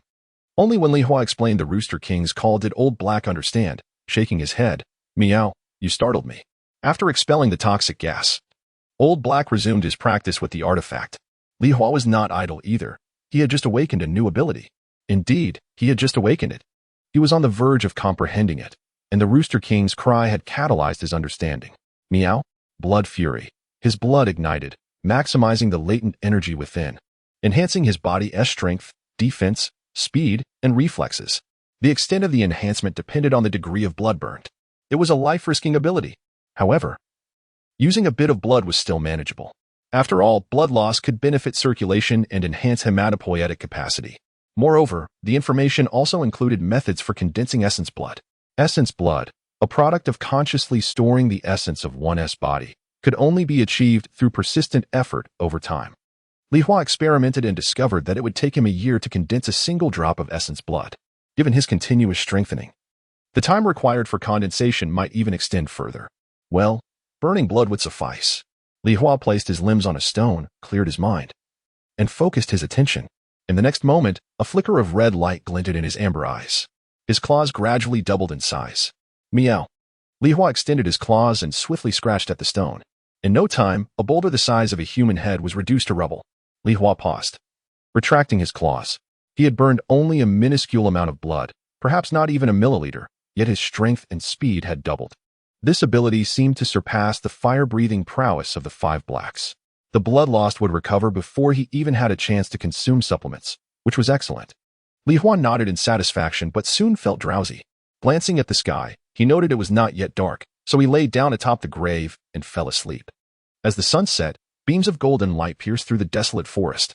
Orange, Iron Hammer, Big Black, Big Yellow, and Little Dog arrived at the grave mound. The weasel was about to steal chickens, so they needed to get there early to stake out. Li Hua yawned comfortably, and the grave beneath him began to tremble and slowly crack open. Old Black emerged, clutching a pipe. This was the magical artifact he intended to use tonight. After practicing diligently all afternoon, he was uncertain of his progress. Woof. Cock-a-doodle-doo. In the distance, the Five Blacks hurriedly approached, carrying the Rooster King, eager to join the mission. Especially the Rooster King, who had surveyed the other villages. They were all gone. Nearly all the hens had perished, leaving only the weak ones behind. The strong ones were all dead. The Rooster King felt an internal turbulence of anger that threatened to erupt at any moment. Without vengeance, he could never be at peace. As for the Five Blacks, they were still dragging hefty chains, having been tied up for a day. They were itching to escape now that Li Long was not home. Meow, can't you just put away your chains? They're too cumbersome. Woof woof. You dare to speak? ISNT, that broken chain you're doing. The Five Blacks grumbled, reluctantly retracting the chains into their spatial storage. Seeing this, Li Hua began to assess the team. The Five Blacks, Big Yellow, Little Dog, Big Black, Orange, Iron Hammer, Old Black, and the Rooster King, 9 spirit beasts in total. With Huang Xian at the helm, they were solid. Meow. Old Black took a puff from his pipe, exhaling a surge of energy onto the Rooster King, Little Dog, and Iron Hammer. Their own spirit energy was still too unruly, emanating a significant threat. After Old Black's intervention, while they still possessed spirit power, they no longer projected the same level of menace as before. As for Li Hua and the others, they had already learned to suppress their spirit energy. Meow, little dog. Lead the way. Woof woof, follow me. Whoosh. Dust flew into the air, and as it settled, little dog had vanished without a trace. Meow meow? Where's the dog? Woof? It seems to have disappeared. Meow, little dog. Slow down, slow down. You're too fast. Woof woof. Chapter 35. Ambush Chow Village. Nestled at the foot of the mountains, is renowned for its prosperity. The village boasts grand and magnificent developments, with each household residing in cozy villas, living a life of comfort and abundance. Li Hua and his companions concealed themselves in the garden of one such villa. The scent of weasels was most potent here, suggesting that the elusive creature might be lurking nearby. They needed to remain vigilant. Li Hua turned to Lao He, inquiring, "How shall we proceed?" Lao He approached Wu He, asserting, "This task relies on you three hounds. Come, line up." The three dogs complied, forming a neat row. Lao He produced his pipe and exhaled a cloud of dark mist towards it. The surrounding spiritual energy coalesced above the pipe, infused with the very scent of weasels. Although the pipe contained no tobacco, wisps of smoke began to rise. Lao He stood, took a deep draw from the pipe, his cheeks bulging before releasing a thick cloud of spiritual mist towards the three dogs. The cloud carried a foul yellow gas that made the cats recoil in disgust, while the dogs wagged their tails in excitement, reveling in the aroma reminiscent of excrement. "I must indulge my cravings," one of the dogs exclaimed, racing towards the latrine before Lao He could utter a word. Li Hua, stifling his revulsion, attempted to prevent Wu He from charging toward the restroom. The other dogs, De Huang and Shiko, were equally irate, scratching at the ground in frustration. "I must eat. I cannot hold back any longer," Wu He barked, pushing against Li Hua's resistance. "Stop. I shall treat you," Li Hua exclaimed, his patience fraying as he retreated from the relentless dog. As they neared the latrine, a faint scent wafted in the air, causing Li Hua to lose his composure. "Isn't it merely excrement? Halt. I will provide you with a feast." "Really?" Wu He halted, gazing at Li Hua with skepticism. Li Hua, with a cold smile, silently accessed the marketplace of all things, purchasing dog food infused with the coveted scent of excrement. 30 will suffice, he thought, realizing the food resembled a peculiar hairstyle. "Quickly indulge yourselves," Li Hua urged, marking the space in his backpack. "Delicious. Truly delightful," Wu He exclaimed, devouring the food eagerly. Meanwhile, Lao He, Tai Chui, De He, and the others remained hidden among the flowers, awaiting the arrival of the weasel. Most weasels are nocturnal, and with the sun still shining, they were in no rush, preferring to allow the dogs to satiate their hunger first. After a brief interlude, the three dogs savored the remnants of their feast, their satisfaction evident in their half-closed eyes. "Have you had your fill?" Li Hua inquired softly. "Not yet," the trio replied in unison, their heads shaking vigorously. As spirit beasts, they could not be sated by mere mortal food, but their cravings had subsided, and they were ready for action. The mist Lao He had expelled heightened their sensitivity to the weasel's scent, enabling them to detect its whereabouts and movements with greater ease. Following the scent trail, they discerned the weasel had traversed the villa and soon noted the presence of a group of weasels in the vicinity, with no reports of stolen chickens. "Are we scouting?" De He asked, recalling a phrase he had learned from television. Li Hua nodded. "We shall await its arrival. Let us disperse. Notify one another upon encountering the weasel," Lao He commanded. Chow Village was surrounded by 6 or 7 others, all nestled beneath a small hill. The area was limited, and as long as they did not conceal their spiritual energy, they could easily sense each other's presence. The 8 villages were assigned, with Li Hua, Zhuzuo, Tai Chui, De He, Lao He, De Huang, Shigo, and Wu He each taking a position in a different village. Meanwhile, the Chicken King disguised himself as an eagle, soaring above to monitor the ground below. Li Hua chose Lu Village for his watch, but not from within it, as he noticed a farmer raising a large number of chickens secured within a fenced area to prevent their escape. A cursory glance revealed at least 500 chickens. Given the recent abundance of spiritual energy, the vitality contained within these chickens was undeniable.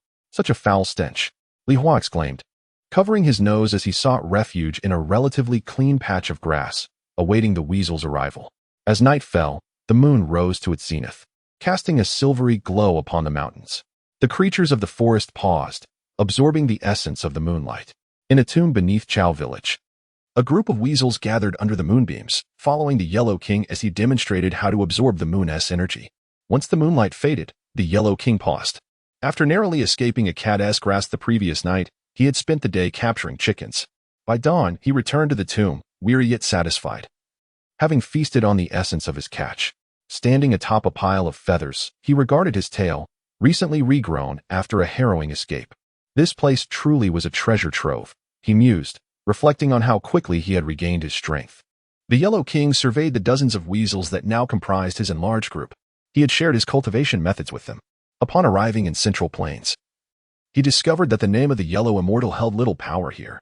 The locals showed no respect or fear. During one encounter while dining on chickens, a man had approached him with a shovel, forcing him to flee without finishing his meal. The Yellow King, still seething with indignation, resolved that once his injuries healed, he would exact revenge on that audacious individual, ensuring they were prepared for the consequences of challenging the Yellow Immortal. "Have we discerned where the chickens are plentiful?" he queried, ensuring his followers scouted the nearby villages while he feasted during the day, preparing for the night's hunt. By the way, train them to prepare for the Huang family's establishment in the Central Plains. A few weasels emerged from the group and approached the Huang King, standing and reporting the locations they had previously scouted. "On the mountain over there, are there numerous chickens?" Upon hearing his subordinate's report, the Huang King's eyes sparkled with excitement. "Let us go. There is no need to venture elsewhere tonight." Chapter 36. The Weasel King's hunt. On the mountainside near Lu village, free-range chickens were nestled in slumber upon the ground and in the trees. The Weasel King, accompanied by his band of yellow weasels, stealthily traversed the iron fence, their mouths watering at the sight of the plump chickens. Tonight would be a feast. The Weasel King felt a thrill of excitement as the others stirred restlessly behind him. He noticed a makeshift shelter in the distance, hinting at human presence. "Be quiet. We must not disturb those inside," he instructed. With that, the Weasel King led the way towards a sleeping rooster. As he approached, the rooster remained oblivious, and with a swift bite to the neck, it breathed its last, gulping down the blood. The Weasel King carelessly discarded the lifeless body and moved on to the next rooster. Meanwhile, the other weasels targeted the hens. Though they could not kill them with a single strike, under the Weasel King's guidance, 2 or 3 worked together to subdue the hens, draining them of life slowly. The massacre was swift. Within half an hour, over 50 chickens lay dead, nearly 20 of which fell victim to the Weasel King himself. In the midst of this slaughter, a creature named Li Hua remained crouched in a nearby bush, eyes wide open. Before him lay a flock of over 30 chickens, the largest group in the area. Li Hua surmised that the weasels would soon target these birds, oblivious to the fact that weasels were already feasting behind him. As time passed, Li Hua's gaze grew weary. "Meow, I'm so tired," he sighed, stretching his neck to relax. Suddenly, a flash of yellow caught his eye. Startled, he realized it was a weasel. He had failed to sense it. At that moment, the weasel before him raised its tail, and before Li Hua could comprehend, a sound erupted. Piff. A cloud of yellow gas enveloped him. Li Hua's expression froze in shock. The weasel had released a foul odor, reveling in its own satisfaction, only to be struck down as if by a speeding train, lifeless before it could utter a sound. "Meow." Li Hua covered his nose, seizing the opportunity to absorb the weasel's lingering energy. "A fresh weasel, valued at 15 essence points. Would you like to absorb it?" That's equivalent to 15 large rats. How disappointing, Li Hua thought, confirming the absorption. The weasel's body vanished, and the stench dissipated. This was indeed an excellent method for concealing evidence. Once the foul odor had mostly faded, Li Hua cast his gaze behind him. The once lively chickens lay cold on the ground, devoid of any sign of life. At least 50 were dead. The Chicken King would surely go mad upon discovering this. Meow. Li Hua channeled his energy into his paws. He sensed the faint movements of the weasels nearby, their footsteps barely perceptible. By enhancing his sense of smell, he detected a faint weasel scent, though the Weasel King obscured it. His sensory abilities faltered against foes of equal rank. As he focused on the source of the sounds, he cautiously peeked from the bushes. Meanwhile, the Weasel King discovered another rooster resting on a tree branch. He approached stealthily, and with a swift bite, the rooster was silenced forever. The Weasel King savored its blood. Li Hua, observing from the underbrush, fixated on the weasel's tail. Though not completely intact, it bore distinctive white markings. According to an old tome, weasels with white or black fur often held greater power. This one was undoubtedly the weasel sage, the very culprit behind last night's theft of chickens from the village. Confirming his target, Li Hua stealthily advanced, skillfully avoiding the gaze of the other weasels as he approached the tree. Thud. After draining the rooster of its blood, the Weasel King carelessly tossed it aside. Reveling in his feast, he wiped the blood from his lips, patting his now swollen belly. This is delightful. It feels like an all-you-can-eat buffet. I can't seem to get enough. Just a couple more before I leave. The Weasel King, proudly displaying his belly, descended the tree and scanned for more prey. Entirely unaware of the glowing eyes watching him from above, Li Hua was poised to strike, ready for the perfect moment. However, the Weasel King, instead of finding another rooster, spotted a larger hen and decided, this will do. As he advanced, instinctively sensing danger, Li Hua launched himself from the tree trunk. Meow? For the cat lord. With a powerful thrust of his legs, he propelled himself toward the Weasel King. The Weasel King turned just in time to see Li Hua, fully adorned with tattoos, and immediately recognized him as the cat from the previous night. What? How can he find me? He thought, bewildered. And how has this cat managed to conceal his power so effectively tonight? Meow? With a fierce cry, Li Hua landed upon him, executing a shoulder throw that left the Weasel King dazed and disoriented. He then seized the Weasel King's head and slammed it against the ground with tremendous force. Thud! A small crater formed beneath the Weasel King's skull, while Li Hua's claws elongated, piercing into the Weasel King's flesh, eliciting a pained howl from him. As the Weasel King writhed in agony, Li Hua pressed his advantage, wrestling him to the ground, unleashing a flurry of strikes with his hind paws. Clumps of yellow fur and flesh were torn away amidst the Weasel King's desperate attempts to resist. After a relentless assault lasting several seconds, Li Hua sensed the Weasel King was nearly incapacitated. He swiftly moved to bite at the Weasel King's throat. Just as he was about to make contact, their eyes locked. Li Hua, unafraid of the hatred he saw in the Weasel King's gaze, pressed on. In an instant, a cloud of yellow gas engulfed Li Hua. Meow. He recalled Iron Hammer's warning about this tactic and braced himself, attempting to suppress the noxious fumes with sheer willpower. He aimed for the Weasel King's neck and took a bite. However, the foul stench overwhelmed his senses. Despite the overwhelming odor, Li Hua refused to relent, clenching his jaws tightly. Damn it, this isn't the same one. The Weasel King's voice echoed from beyond the fog, and Li Hua realized he had bitten the tail of a weasel instead. Ugh! Cursing under his breath, Li Hua released his grip and leapt out of the toxic cloud, barely catching his breath before pursuing the fleeing Weasel King. Meow. Li Hua swiftly tackled the Weasel King once more, before he could launch his next attack. The Weasel King transformed into a tail beneath him. Meow? Illusion. Li Hua spun around to see the tail he had previously bitten morph into the Weasel King's form, now tailless and with a bloody neck, darting towards the iron fence. Meanwhile, the Weasel King commanded his loyal followers, block his path.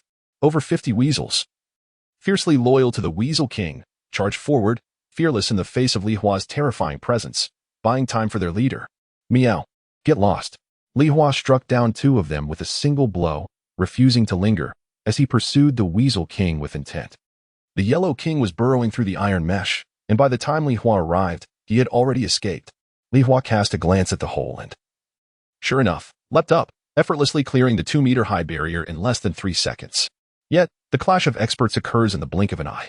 By the time Li Hua vaulted over the iron net, the Yellow King had already increased the distance between them. Meow, you can run away.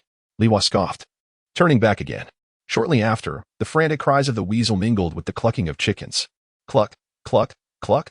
Meanwhile, Boss Lu was engrossed in watching videos of beautiful women. After scrutinizing the footage closely, he gave a thumbs up and moved on to the next video. He could spend an entire day admiring these beauties without feeling fatigued. However, at that moment, a series of cat yowls and human voices erupted from outside.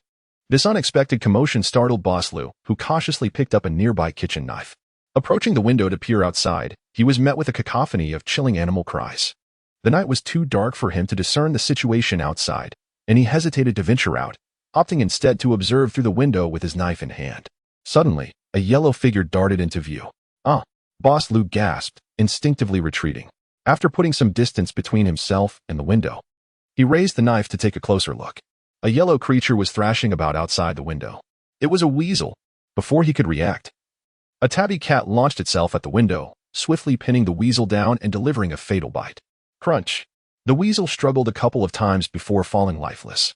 The tabby cat abruptly lifted its head, its eyes glinting with ferocity and its face smeared with blood, striking fear into Boss Lu.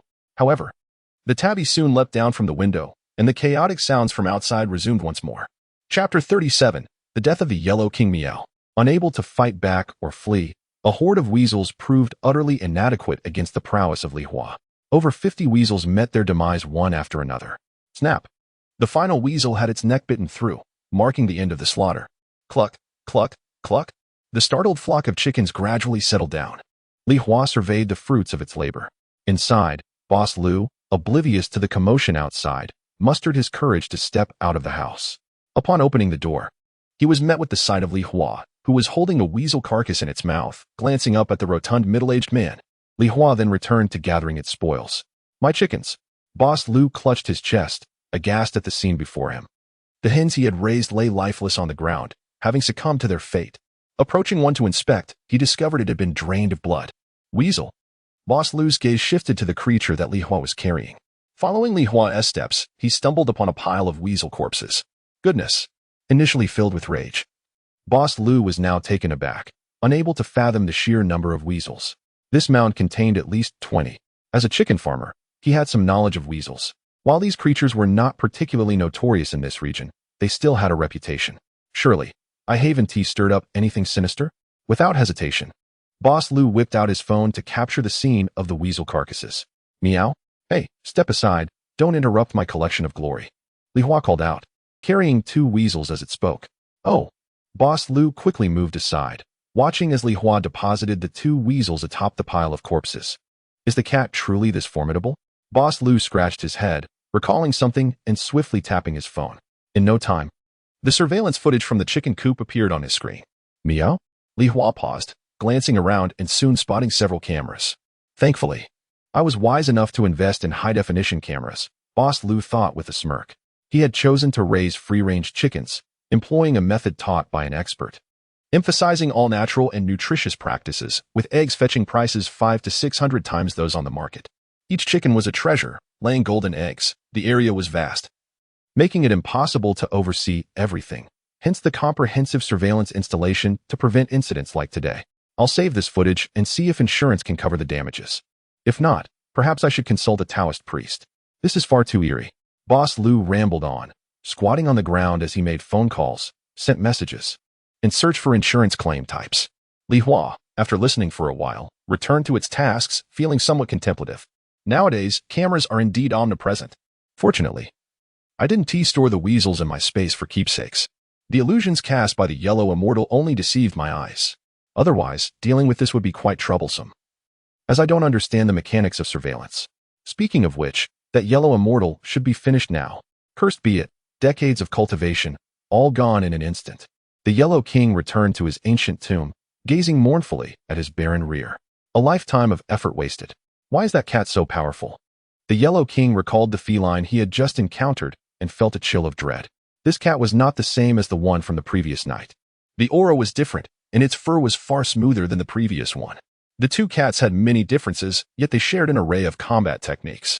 It was utterly decisive, employing throws, strikes, and kicks in a seamless combination that left him bewildered. Were it not for his ability to conjure illusions, he would have been dead long ago. I cannot remain here. The Yellow King was frightened, abandoning any thoughts of vengeance, with his cultivation significantly diminished. Even in this area rich in spiritual energy, it would take at least 1.5 years to recuperate. Those 2 cats were by no means safe here.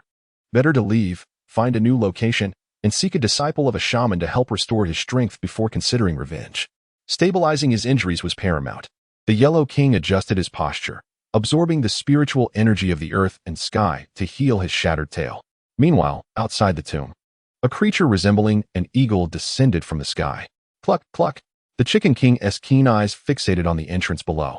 From the moment Li Hua struck, they sensed its spiritual power. Flying above, he quickly pinpointed the location of the Yellow Immortal. He also witnessed the scene where Li Hua was affected by the foul odor. Thus, when the Yellow King fled, he refrained from acting rashly. The Chicken King stood at the entrance, waiting patiently. Woof. Soon, a small dog arrived, followed by 5 black dogs and a large yellow one. However, their bulky frames were too large to fit through the tiny entrance, so they continued to wait. After a while, the others, Old Black, Iron Hammer, Big Black, and Orange, arrived, albeit belatedly. Cluck. He right inside. Meow. Big Black and I will go in. You all keep watch. After Old Black spoke, he pulled out a pipe, inhaling deeply and exhaling a cloud of black smoke that obscured the light entering the tomb. The Yellow King, who was absorbing spiritual energy, recoiled sharply, realizing that the black smoke had blocked the tomb's only source of light. Relieved from the false alarm, The Yellow King relaxed and resumed his meditation to recover. What he failed to notice was that two shadowy figures were moving stealthily within the tomb, halting 3 to 4 meters behind him.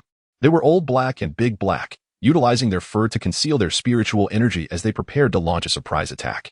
This distance was sufficient for them. Approaching any closer would alert the Yellow King. Big Black stealthily extended a paw, ready to deliver a lethal strike to the Yellow Immortal. However, Old Black suddenly restrained him. Without opening his eyes, Old Black sensed the Yellow Immortal's distinct cultivation method. A new idea formed in Old Black's mind. After silently communicating with Big Black, they opened their eyes. For green fireballs flickered in the dark.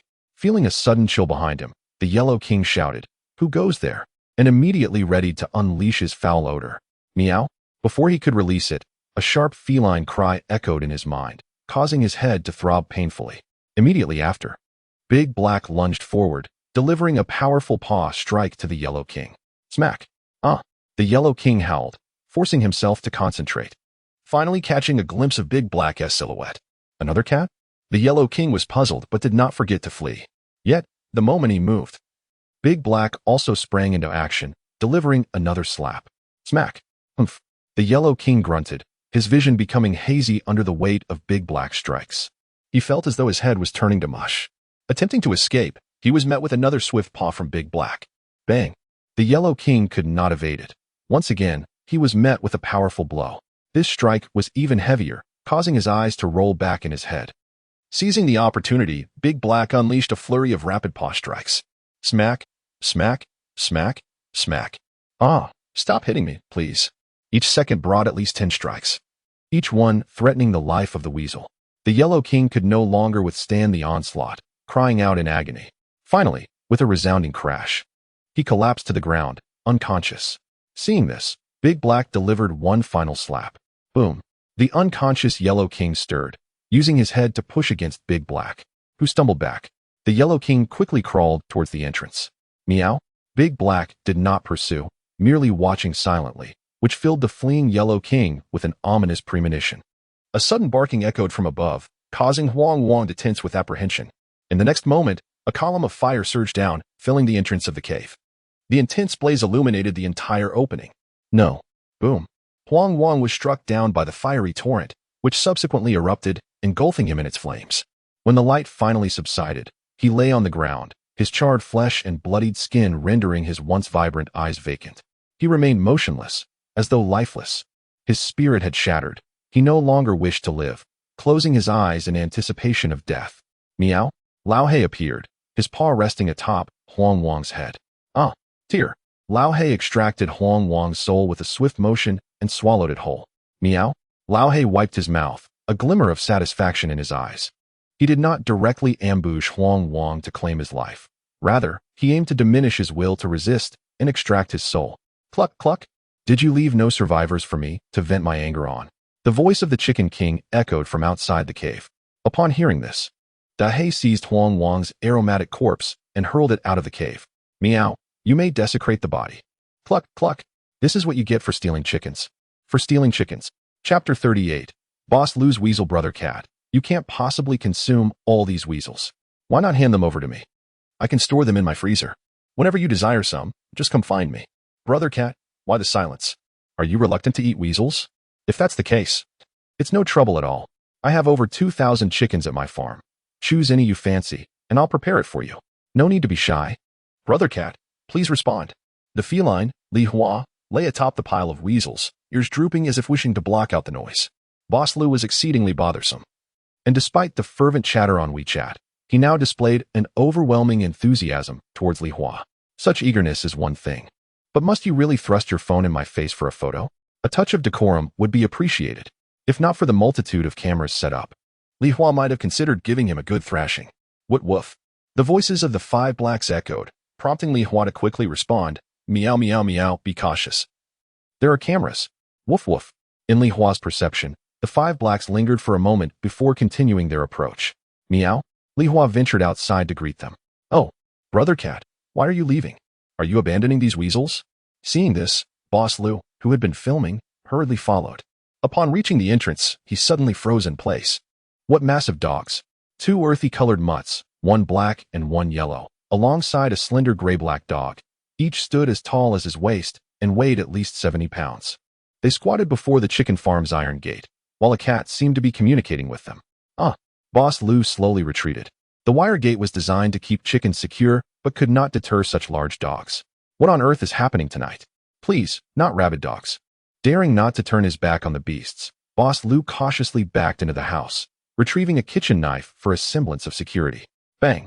The sound of the gate opening startled him, and he quickly dashed inside, locking the door and peering through the window to assess the situation. Woof woof, is there still a person here? The 5 blacks asked curiously. Meow, of course. Who else would be tending to the chickens? Li Hua replied, clutching a weasel as he began to exit. Meow. Enough chatter. Let us hurry with the transport. Ow ow.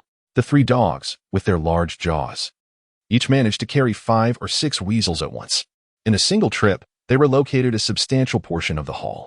Along the way, the older dogs joined in to assist with the transport, ensuring every last weasel was removed from the chicken farm. Meow. The intruder inside is gone. Li Hua called out at the entrance before strutting away. After they departed, Boss Lou emerged from the house, wiping the cold sweat from his brow. Could it be that this pack of cats and dogs killed the weasels? Unable to resist, he pulled up the surveillance footage to scrutinize it once more. However, the video only showcased the initial scene of one cat dispatching the weasels, a mere dozen or so. The rest remained unrecorded. In this mountainous region, no amount of cameras could capture everything. Regardless, they had ultimately aided him. Boss Lou nodded at the images of the dogs on his phone. Tomorrow, he would inquire about the local cats and dogs to procure some meat as a token of gratitude. As he gazed up at the moon above, suddenly, his phone rang. The screen displayed the name Taoist Jean. Boss Lou quickly answered the call. He had met Taoist Jean in a nearby park, who had immediately discerned a personal issue and provided him with a remedy that proved effective. After a week of treatment, he had regained his vigor, becoming a formidable rooster among fowl. Indeed, Taoist Jean was his savior. Having relied on Taoist Jin's prescription for several years, he now enjoyed robust health better than his college-age son. He had always nurtured a good relationship with such a remarkable figure. Earlier, he had sent the video of the weasels to Taoist Jean, not anticipating that the Taoist was also awake. Hello, Taoist Jean. Brother DeFu, did you slay those weasels? Taoist Jean inquired directly about the video. Boss Lou quickly shook his head. No, Taoist. In the second video I sent you, the surveillance shows a cat doing the deed. Is your side safe? Safe, I suppose. Upon hearing this, Boss Lou suddenly felt an eerie chill enveloping his chicken farm. Once the call ended, Taoist Jean initiated a video chat. I reviewed the footage. That cat is indeed formidable. Those weasels are just ordinary yellow weasels. I couldn't see clearly in the surveillance, but there may be a yellow spirit involved. Taoist, is there really such a thing? Boss Lou stammered, panic rising within him. With so many weasels congregating, surely a yellow spirit must be orchestrating this. Calm down, Brother DeFu. It may relate to your chickens. Taoist Jean observed the chickens in the video, unable to resist his curiosity, and spoke earnestly. Brother DeFu, let me share something with you. Recently, there have been changes in the heavens and earth. Your chickens have become treasures. Yellow weasels are drawn to them. Do you understand? Boss Lou had raised his chickens according to Taoist Jin's methods, which enhanced their vitality. At this moment, the spiritual energy in the atmosphere surged, allowing these chickens to absorb a significant amount of qi. They had begun to transform into superior nourishment for ordinary people, while for Taoist Jean, they represented a rare opportunity for accelerated cultivation. Realizing this, Taoist Jean became somewhat restless. Brother DeFu, do not sell any chickens or eggs for the time being. I will send my disciple to assist you with the yellow spirit matter, and I will purchase this batch of chickens. Excellent, Taoist. Please send your disciple promptly. I am quite frightened. Haha, do not worry, my friend. The yellow spirit is merely a euphemism. It's just an old yellow weasel, nothing too formidable. You could defeat it with a stick. As Li Hua and his companions exited the surveillance range, they were enveloped in their spatial domain. Meow, so? Is that yellow spirit dead? Cluck, cluck, cluck. It died without a trace. The Chicken King responded, feeling quite vindicated. But where is the corpse? Li Hua inquired, perplexed. That was a yellow spirit, a spiritual beast. Surely it must possess some spiritual energy. Cluck, cluck, cluck. It's gone. We've devoured it entirely. Meow. What? You didn't leave any for me. Cluck, cluck, cluck. It was too small. We barely had enough to share, so why hold any back for you? The Chicken King declared, and the 5 blacks nodded in agreement. Curse it all. Meow. You wretches. Howl. What are you doing? Woof, woof, ouch. If you're a dead cat, don't scratch my nose. Cluck, cluck, cluck. I only had one bite. The dogs ate the most. Woof, woof, woof, whimper, whimper. Meow, meow, meow. Chapter 39.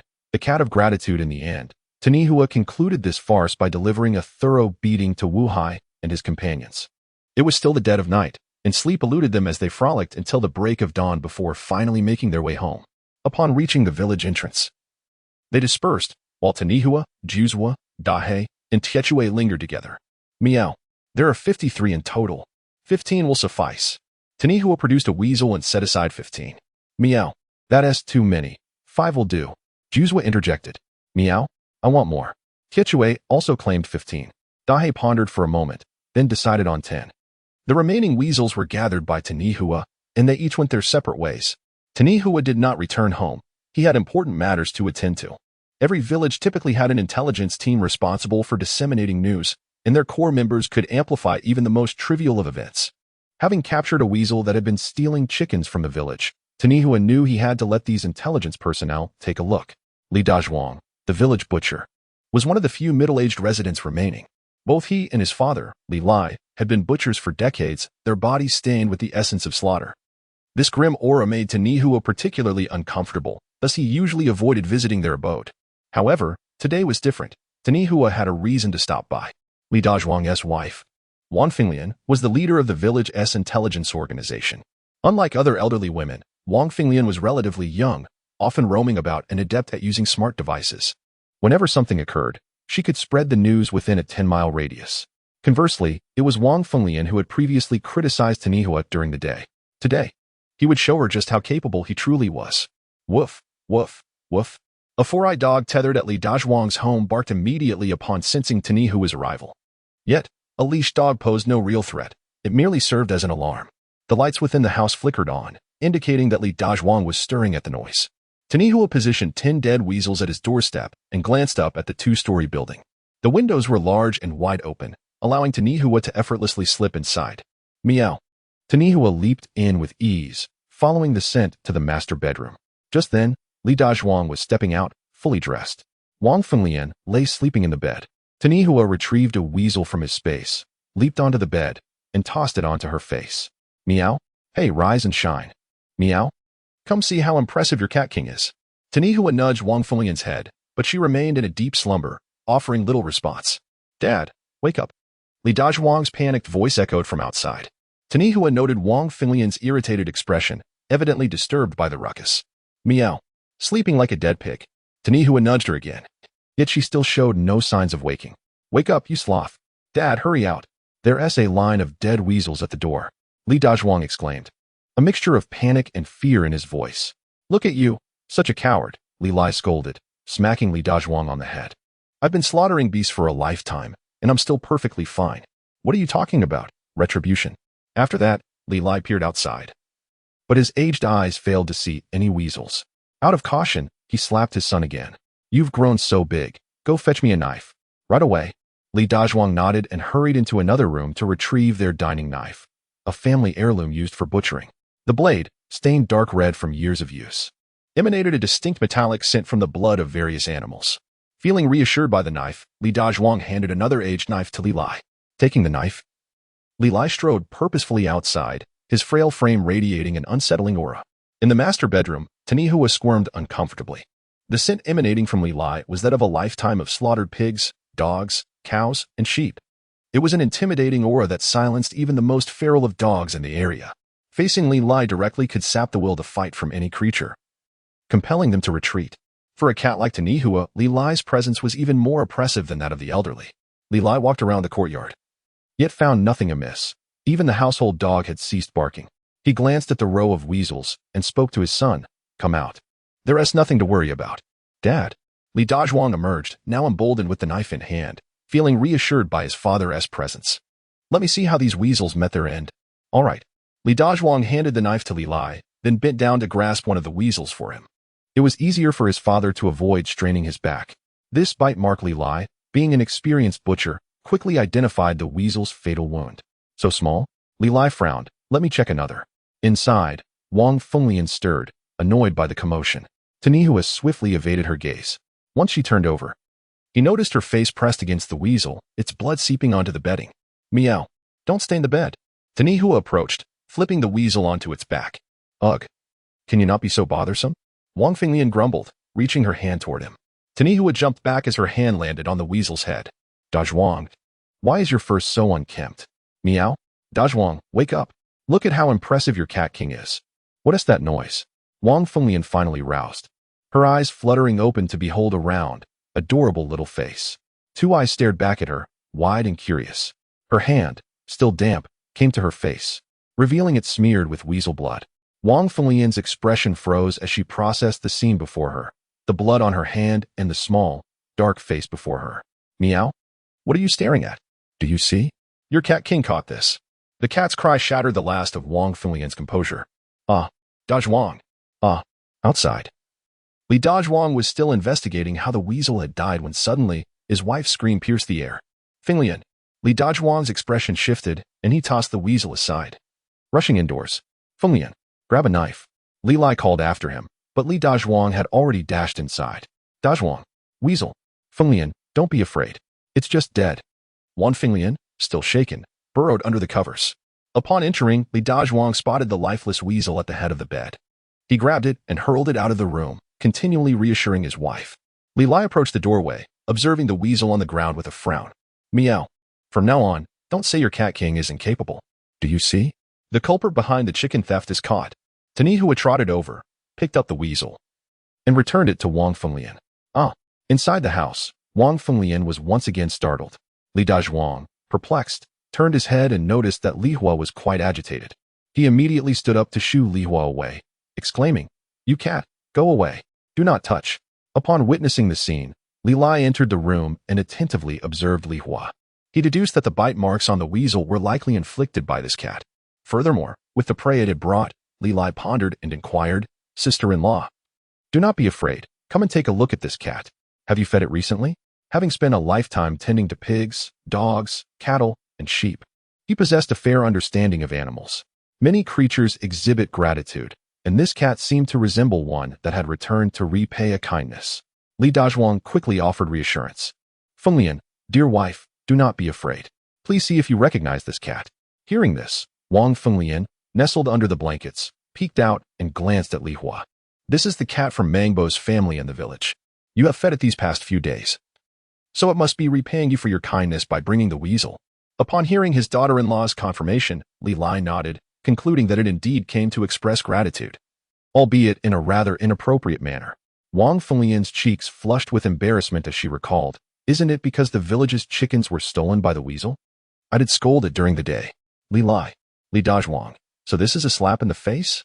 Chapter 40. The successful creation of the companion treasure Meow. As the cat lord departs, remember to speak of him in a flattering manner during promotions. Meow. No need for gifts. At the entrance of Li Dazhuang's home, Li Hua persistently carried away the captured weasels. Li Dazhuang and Wang Finglian stared in bewilderment at the scene unfolding before them. The cat seemed intent on showcasing its prowess, as it returned with one prey only to whisk it away again, seemingly for their amusement. It was as if this feline was deliberately mocking them. Smack. Li Lai struck Li Dazhuang on the shoulder, exclaiming, What a disgrace. My dear wife, I know you tend to be chatty, but please refrain from speaking in front of others, even animals. Don't assume they are oblivious to human speech. After reprimanding the pair, Li Lai cast a glance at Li Hua, shook his head with a sigh, and retreated indoors to rest. Planning to stew a chicken in the morning to offer an apology. Apologize to a cat? Wang Finglian found this hard to accept. Wife, it's best to apologize. Li Dazhuang replied helplessly. We certainly can't allow it to return at midnight carrying another weasel. Upon hearing this, Wang Finglian turned pale and nodded hurriedly, abandoning sleep to stoke the fire for the chicken stew. Meanwhile, Li Hua had quietly stashed away the weasel and set off to showcase its spoils elsewhere. Knock, knock, knock. Meow. Open the door, open the door. Don't think the cat lord is unaware of your laughter at him during the day. Come, see what I have caught. Oh. A weasel. Knock, knock. Meow. You were the loudest in berating the cat lord earlier. Come forth and witness my triumph. Tell me, am I impressive or not? My goodness. Li Hua, carrying the weasel, continued its notifications to the groups who had mocked it earlier, visiting each house in succession. However, it only needed to showcase one or two weasels to convey its message. After each exhibition, Li Hua would depart for the next household. As dawn broke, the weasels collected by Orange, Hammer, and Big Black were similarly arranged in a row at their doorsteps. When the homeowners emerged to wash their faces, they were all taken aback. After breakfast, the villagers, armed with hoes, headed to the fields, discussing the morning's events, the tale of the cat defeating the weasels. Initially thought to involve just a single cat, they soon realized that multiple felines had been parading weasels for display. As they speculated, each offered differing theories, with the most convincing suggesting the cats had discovered a weasel den and had collectively eradicated it overnight. The villagers fervently debated the incident, and in their excitement, they contacted friends and family to spread the news. The tale of the cats of Li Village vanquishing the weasel den was rapidly gaining traction. Meanwhile, Li Hua had arrived at the abandoned courtyard of Wang Village, having just sold over 20 weasels. Due to their prolonged demise, the spiritual essence had diminished significantly, fetching a meager sum of 100 ordinary points. With each weasel equating to 4 large rats, Li Hua felt disappointed. After the sale, it took the opportunity to purchase a cat biscuit.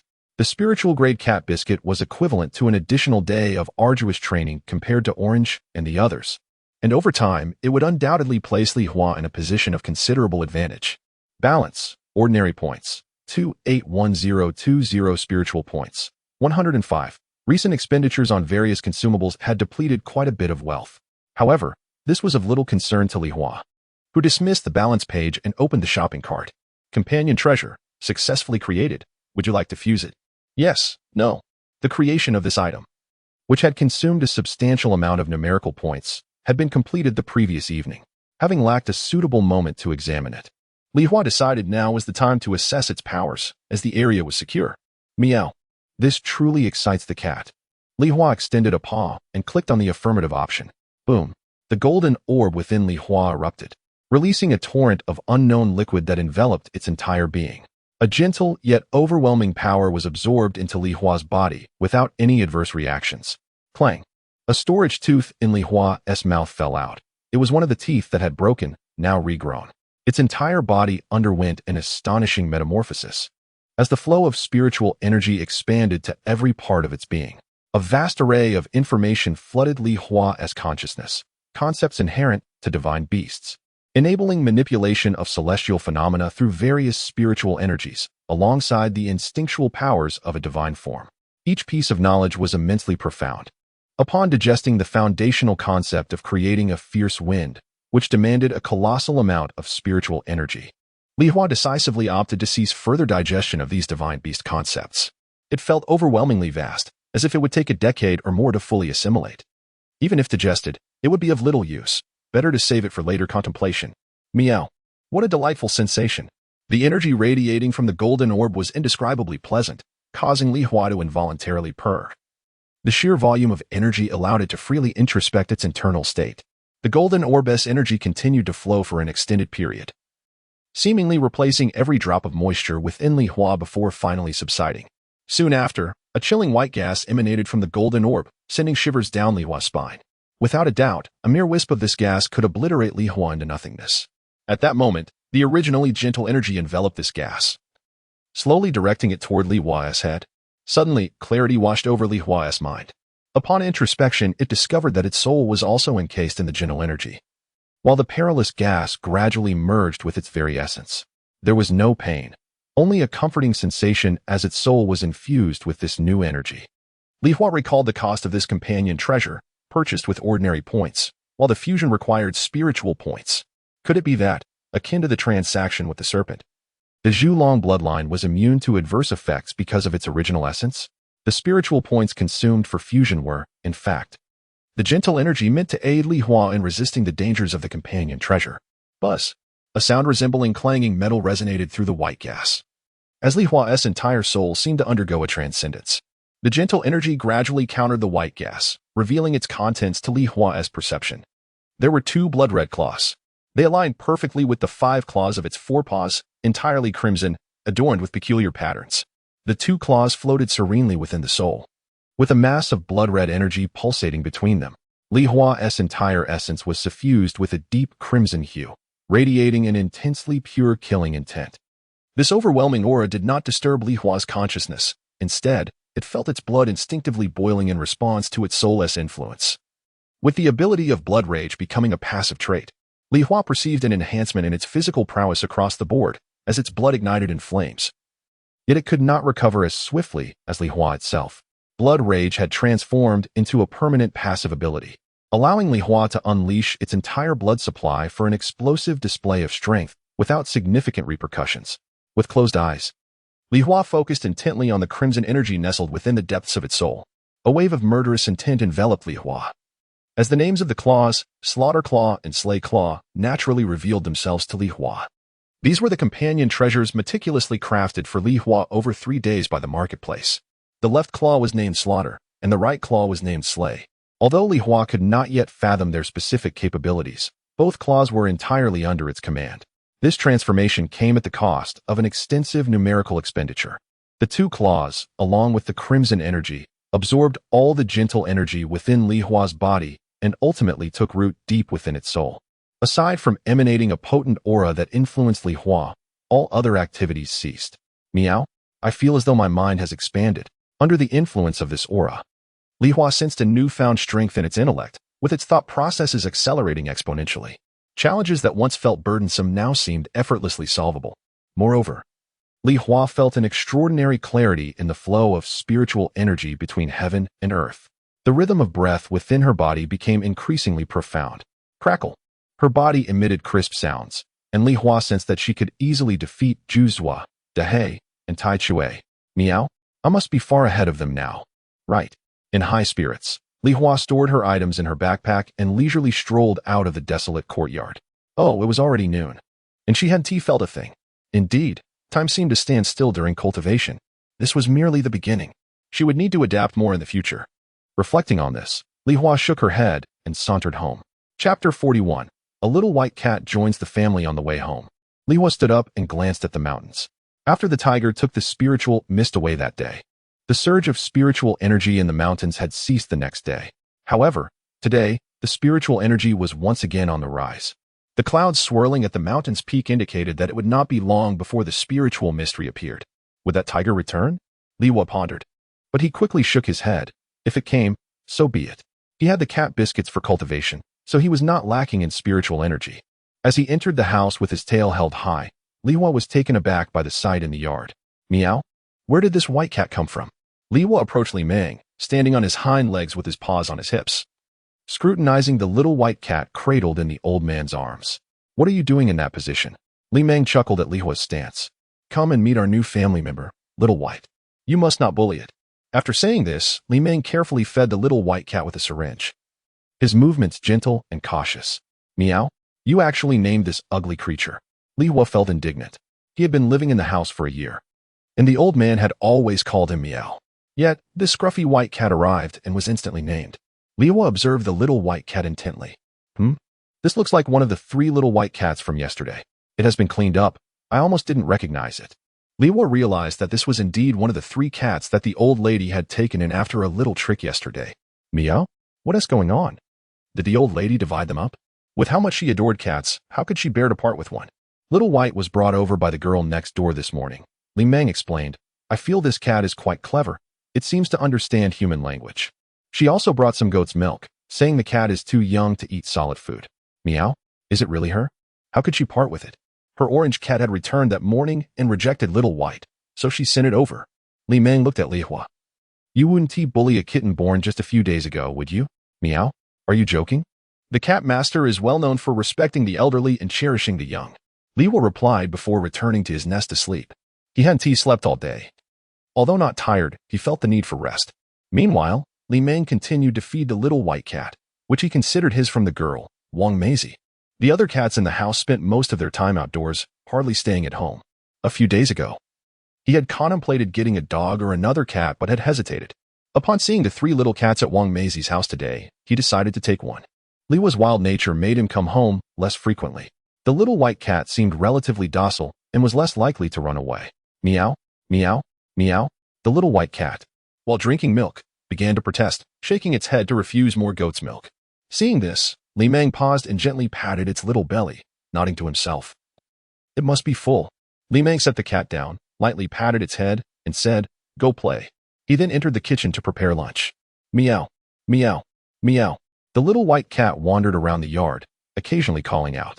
Gradually, it stumbled upon Li Hua's nest. Meow, meow, meow. Meow? Be quiet. The cat master wishes to sleep. Li Hua impatiently turned his body, burying his head into an old sweater. The little white cat cocked its head, curiously gazing at Li Hua's large posterior, finally fixating on Li Hua's tail. Li Hua's tail flicked back and forth, piquing the little white cat's curiosity, which led it to pounce. Meow? Ow! Li Hua's head shot up, furious, as he saw the little white cat treating his tail as a toy, clawing and scratching with glee. Huh, go play. Li Hua bit the little white cat's neck gently and tossed it aside. He then returned to his nest, adjusting the cardboard box so that the opening faced the wall. With no entrances left, Li Hua nodded in satisfaction. Meow? Let us see how you get in. Li Hua swiftly jumped into the box, tucking his paws under him, and resumed his slumber. Meow, meow, meow. The little white cat scratched at the cardboard box, while Li Hua used his spiritual power to block his ears and continued sleeping. Li Meng had also finished preparing lunch, which consisted of a bowl of plain noodles drenched in garlic sauce. While eating, his phone rang. Hello, brother. What? The wheat is ready to be harvested in a few days? It's only been a few days? All right, I'll finish my meal and go take a look. After hanging up, Li Meng hurriedly finished his noodles, scrolled through his phone briefly, and rode his electric bike out the door. The sun was particularly vibrant today. Summer had not officially arrived, yet its essence was palpable. The scorching heat baked the earth. The fields surrounding Li Village, which had been lush and green in the morning, were now visibly turning golden. In one wheat field, brothers Li Long and Li Meng observed the gradually changing color of the wheat, scratching their heads in confusion. Brother, do you understand what is happening? Li Meng inquired. Li Long replied irritably. If I knew what was going on, would I need to ask old you to find an expert? It's quite strange. Since the rain 3 days ago, the wheat, which had been growing steadily, shot up to nearly a meter overnight. The wheat heads had also formed. Regardless, it was ultimately a good sign, suggesting that this crop might ripen sooner than expected. However, they hadn't anticipated such rapid progress. It had only been 3 days, and the harvester had yet to be arranged. The wheat was already maturing. At this pace, it would be ready in a day or two. We can't harvest this much wheat ourselves, Li Meng contemplated. I'm thinking of asking Tianla and the others to come back. What about you, brother? I'll also have my grandsons return to help with the harvest. They've never harvested wheat before and need some training, Li Long replied, plucking a wheat head and rubbing it between his fingers before tasting a handful of grains. Li Long's eyes widened in astonishment. What's wrong? Wow, this is incredibly delicious. You should try it. Li Long couldn't resist plucking another head for himself. Seeing this, Li Meng also picked one, his expression shifting to one of intrigue. In the afternoon, Wang Fenglian and Li Dazhuang indeed brought a chicken to Li Hua. Their culinary skills were slightly better than the old man's, and after enjoying the stew, Li Hua fell asleep again. He had no idea how long he had been asleep when he suddenly felt something stirring on his belly. Li Hua, still drowsy, paid no mind and continued to sleep. Suddenly, Li Hua jolted awake, looking down to find that the little white cat had somehow crawled into his nest. Its paws dancing on his belly while its mouth clamped down on his nipple, desperately trying to suckle. Meow? The cat master has no milk. Li Hua yanked it away. Meow? Meow, meow. The little white cat squawked in protest, and from next door, other kitten cries echoed, accompanied by the irritated growl of the orange cat. Meow? Hungry? Didn't the old man feed you this afternoon? Li Hua understood the little white cat's meaning, bemused at its appetite. How could such a tiny creature still be hungry after so much goat's milk? He hadn't eaten that much as a kitten. Meow? What kind of milk did you feed it? Li Hua jumped out of his nest, searching until he found the goat's milk Li Meng had left on the table. He glanced at the expiration date. Fine, it didn't smell like goat's milk. It was probably a concoction of additives and water, nearing its expiry. Was this stuff even valuable? Li Hua was perplexed by the use of the shopping mall's top-up feature. Subsequently, she recharged 0 fan points. Meow, meow, meow. The little white cat continued to meow incessantly. At that moment, the orange cat leaped in from the neighboring area, expressing his frustration as he called out to Li Hua. Meow, do you have cat treats? Bring me one. Meow, I do. Li Hua handed him a piece. Meow, I will catch mice for you tonight. Meow, no need. It's a small favor. The orange cat hurriedly took the treat and scampered back. Li Hua perched herself on the wall and glanced over. The treat that the orange cat had was given to that little orange kitten. Meow, I see now. This little kitten had been infused with spiritual energy over the past few days, leading to the rapid digestion of ordinary food. Thus, it could hardly satisfy its hunger, resulting in its incessant mewing. Meow, you want to starve, so why the fuss? Spiritual energy nourishes life. With it in their system, one cannot perish from hunger. Yet, the kitten continued its loud cries. Indeed, it was a young cat, lacking any semblance of patience. Meow here. Eat. A cat treat was tossed in front of the little white cat. The little white cat lifted its head to glance at Li Hua, then quietly began to eat. At last, a peaceful slumber was within reach. Li Hua leaped onto the rooftop, yawned, and basked in the warm sunlight, ready to drift off to sleep. Chapter 42. The Temptation of Wheat Fragrance. Meow, meow, meow. The hungry little kitten was quite vexed, and the satiated kitten was even more so. Li Hua could not find peace even atop the roof. The little white cat, blessed with extraordinary talent, found itself at the forefront of the resurgence of spiritual energy. Not yet 10 days old, it could already scale walls with ease, darting behind Li Hua to play with his tail. Meow. How annoying. Meow. Indeed. On the wall, Li Hua and Juzua lay in opposition, their faces marred by discontent. Li Hua's gaze wandered past Juzua to the small, orange kitten beneath the wall. Meow? Is that your offspring? Meow? Yes. Juzua replied weakly. The small, orange kitten was the fruit of his union with a calico cat. Were it not his own bloodline, he would hardly tolerate a kitten being so audacious upon him. Meow, what about that little black cat? Ugh, he took it away. Meow? Whose offspring is this little white cat? I shall deliver it. Li Hua inquired. Meow. It seems to have already perished. Juzua fell into thought. Meow, after that calico cat arrived. Another white cat came, but I chased it away, and it was subsequently bitten to death by dogs in the neighboring village. Oh, very well. Li Hua sighed. With both parents gone, this little white cat was destined to be raised at home. Meow, meow, meow. Meow. Here they come again. The kittens on both sides of the wall, upon hearing each other's voices, resumed their incessant meowing. Li Hua and Juzua closed their eyes, silently enduring the commotion. Suddenly, a fragrance wafted into Li Hua's nostrils. Meow. It smells delightful, reminiscent of spiritual fruits, though the spiritual energy seems rather scant. Unable to resist, Li Hua inhaled deeply, with Juzua extending his neck to sniff the source of the aroma. After some time, Li Hua and Juzua exchanged glances. Meow. Let us go. Li Hua leapt from the wall, performing a graceful somersault in midair before landing deftly on all fours. With a burst of speed, he dashed away. Passing by the home of the large black cat, who had just hidden the little black cat, the large black cat instantly joined the chase. Caw! The rooster took flight. Soaring through the sky, Li Hua, Juzua, and the large black cat swiftly exited the village. In the fields, the wheat transformed from verdant green to resplendent gold within a single day. Li Long and Li Mang, who were harvesting wheat ears, stood dumbfounded at the sight. They had initially presumed it would take another day or two for the wheat to ripen, only to find it fully matured by this afternoon. The rapid maturation left them somewhat bewildered. Their old comrade Yi Ji approached, flanked by two bespectacled middle-aged men. After the war, Li Long and his companions chose to return home and embrace the life of farmers, while Yi Ji had participated in national development, retiring from his position as mayor. He had returned to enjoy his twilight years with old friends like Li Long. Though retired, his connections remained intact. The two middle-aged men trailing behind him were agricultural experts he had summoned. Old Yi, what is going on with this wheat? Li Long inquired, puffing on a cigarette. Yi Ji took the cigarette, casting a glance at the two men behind him, and halted them from speaking. I can't even comprehend the technical jargon. Let alone you two who can't read. He jested before continuing. Essentially, these wheat plants have absorbed some nutrients that accelerated their growth.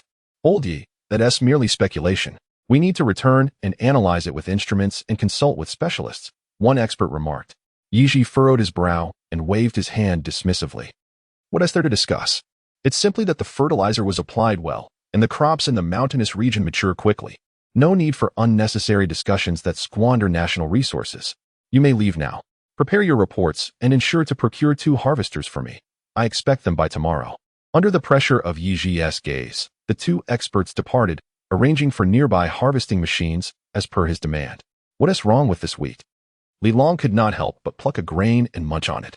Judging by their words, it seemed as if consuming it was akin to taking a potent tonic, promising to stave off aging and strengthen the body. Yi Ji also picked a grain and began to eat, deeming it a treasure. I've already informed Yi Zheng that this year, our wheat must not be sold outside. Yi Zheng, his son, currently served as the deputy mayor. This crop could prove to be a significant achievement. and he sought to secure a promotion for his son, given the speed at which it was growing. It might even shed its grains by nightfall. Li Meng observed the fields of golden wheat and remarked, by the rate of growth, it's quite possible it will shed its grains by evening. The shedding of grains occurs when the wheat matures and grains fall to the ground. If that were to happen, the arrival of the harvesters would indeed result in reduced yield. Yiji noted this concern, contemplated for a moment, and hopped onto Li Long's electric scooter. Hey, what are you up to? Li Long asked. I'm off to find the machines. We'll harvest through the night. With that, Yiji revved the throttle and sped away. Ugh, what a hassle. I'm over 90. Li Long grumbled. Meow. Whoosh, whoosh, whoosh. Liwa, Juzwa. And the large black cat arrived at the scene. Meow. What a surprise. It's this treasure. I shall strike it rich. Liwa gasped, astonished that the spiritual essence he sensed was none other than wheat. Each grain contained a faint spiritual energy, yet there were not just a few grains. Li village boasted at least 300 acres of wheat. The cumulative spiritual energy far surpassed that of the century-old ginseng from the other day. A mere handful could yield a fortune.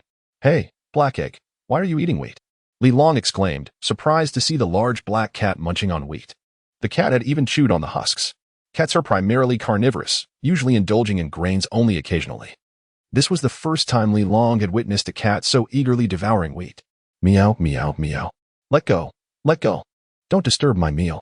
The large black cat squirmed, freeing itself from Li Long's grasp, and resumed its voracious eating. It even chewed through the wheat stalks. Though the spiritual energy in the stalks was minimal, it still contributed to strength, and the large black cat feasted on it with gusto. Such strength. Li Long stared in astonishment at the large black cat devouring wheat. In his youth on the battlefield, he hadn't solely relied on firearms. Ammunition was scarce, and he often resorted to using a knife, which required considerable strength. Even now, despite his old age, could he be outmatched by a mere cat?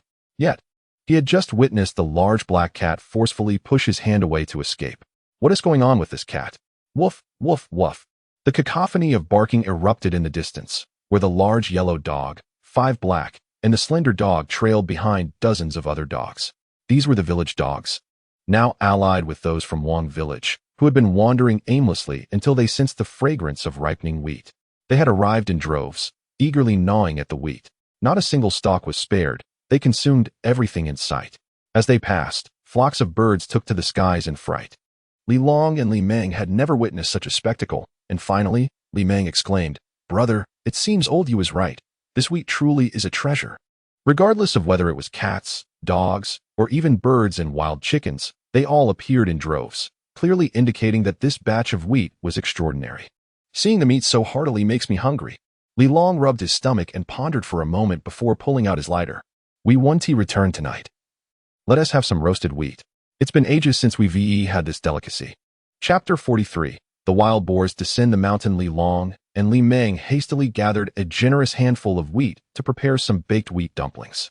As soon as they were roasted, the fragrant aroma wafted through the air, capturing the attention of Li Hua, who was pondering how to harvest some wheat. Meow? It smells delightful. Let me have a taste. Li Hua paced anxiously in front of the two, her intentions clear.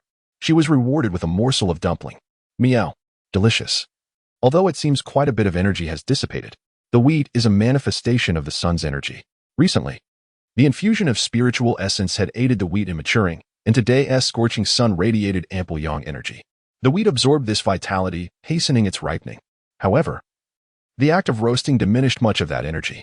While it was indeed tasty, it felt somewhat unworthy. After consuming a considerable amount of peeled wheat, Li Hua paused to contemplate how to procure more. The old man had cultivated an acre of wheat, which appeared to yield extraordinarily well, likely starting at around 2,000 pounds. If he were to take 200 pounds, it should pose no issue, right? Woof, woof, woof. Step aside. This is our wheat. In the distance, De Huang sprinted through the field, driving away the wild chickens, hares, and various birds. Though the birds consumed little, their sheer numbers were overwhelming, and more kept arriving from afar. In no time, the sky was darkened by a swarm of birds, reminiscent of a locust invasion. Just in this patch alone, the bird population was at least in the tens of thousands, and the rate at which they devoured the wheat was alarming. Li Long and Li Meng noticed this troubling situation. Hey Dan, Li Long called out to the black dog, who was munching on some wheat. Woof woof. What's wrong? Master. Hey Dan looked up, wagging his tail as he approached Li Long, bits of wheat husk still clinging to his mouth. Woof. Are you going to give me a feast tonight? With a swift motion, Li Long slapped down, then pointed at De Huang, who was chasing off the birds. Look at what De Huang is doing. This is our land, and even he knows to guard it. What are you doing, you foolish dog? Woof? Hayden turned to glance at De Huang, then back at his master. Finally, he barked and joined the fray to drive the birds away. Seeing this, the slender dog also joined in. The pack of dogs, sensing their leader's actions, scattered to chase away the pesky birds. Yet, the sheer number of birds and the allure of the wheat proved too strong. Even if Hey Dan and the others managed to catch 2 or 3 birds, it did little to deter the flock from feasting. Woof, woof, I will burn you all. Frustrated, Hey Dan's eyes ignited with fury as he prepared to unleash his fire-breathing ability. Woof, woof, woof, quack, meow, what are you doing? Foolish dog. Li Hua leaped forward, pressing her paw against Hey Dan's mouth. The fiery breath was extinguished before it could emerge. Meow. If you breathe fire in front of humans, do you wish to remain here? We are not strong enough to confront human forces. We must bide our time until we can. Woof, woof. I'm so angry. They are not afraid of me. Hey Dan gritted his teeth and leaped to catch 2 birds, crunching them down. However, the number of birds showed no sign of diminishing. They continued to descend upon the wheat fields. Meow. Li Hua pounced and managed to catch a wild chicken in her jaws, killing it instantly. Recharge a wild chicken containing faint spiritual energy, valued at 10 common points. Current balance, 281028. Li Hua swiftly recharged, then caught 2 more birds. Recharge a sparrow containing faint spiritual energy, valued at 1 common point. Current balance, 281029. Recharge an adult sparrow, valued at 0 common points. Current balance, 281029. Recharge a dove containing faint spiritual energy, valued at 3 common points. Current balance, 281032. Meow. Having grasped the value of the birds, Li Hua glanced at the pack of dogs. Though somewhat dim-witted, they could easily capture the overwhelming number of birds. Meow, meow, meow, meow, meow. Let your dogs catch the birds. I will trade you their catch for dog food. 5 small birds for a serving of dog food, 2 large birds for 1, and 1 wild chicken for 1. Bring your catches to me for exchange. Upon her decree, De Huang, the slender dog, and Hey Dan shifted from merely intimidating the birds to earnest pursuit. The swarming birds, not needing to strategize, rushed in to bite.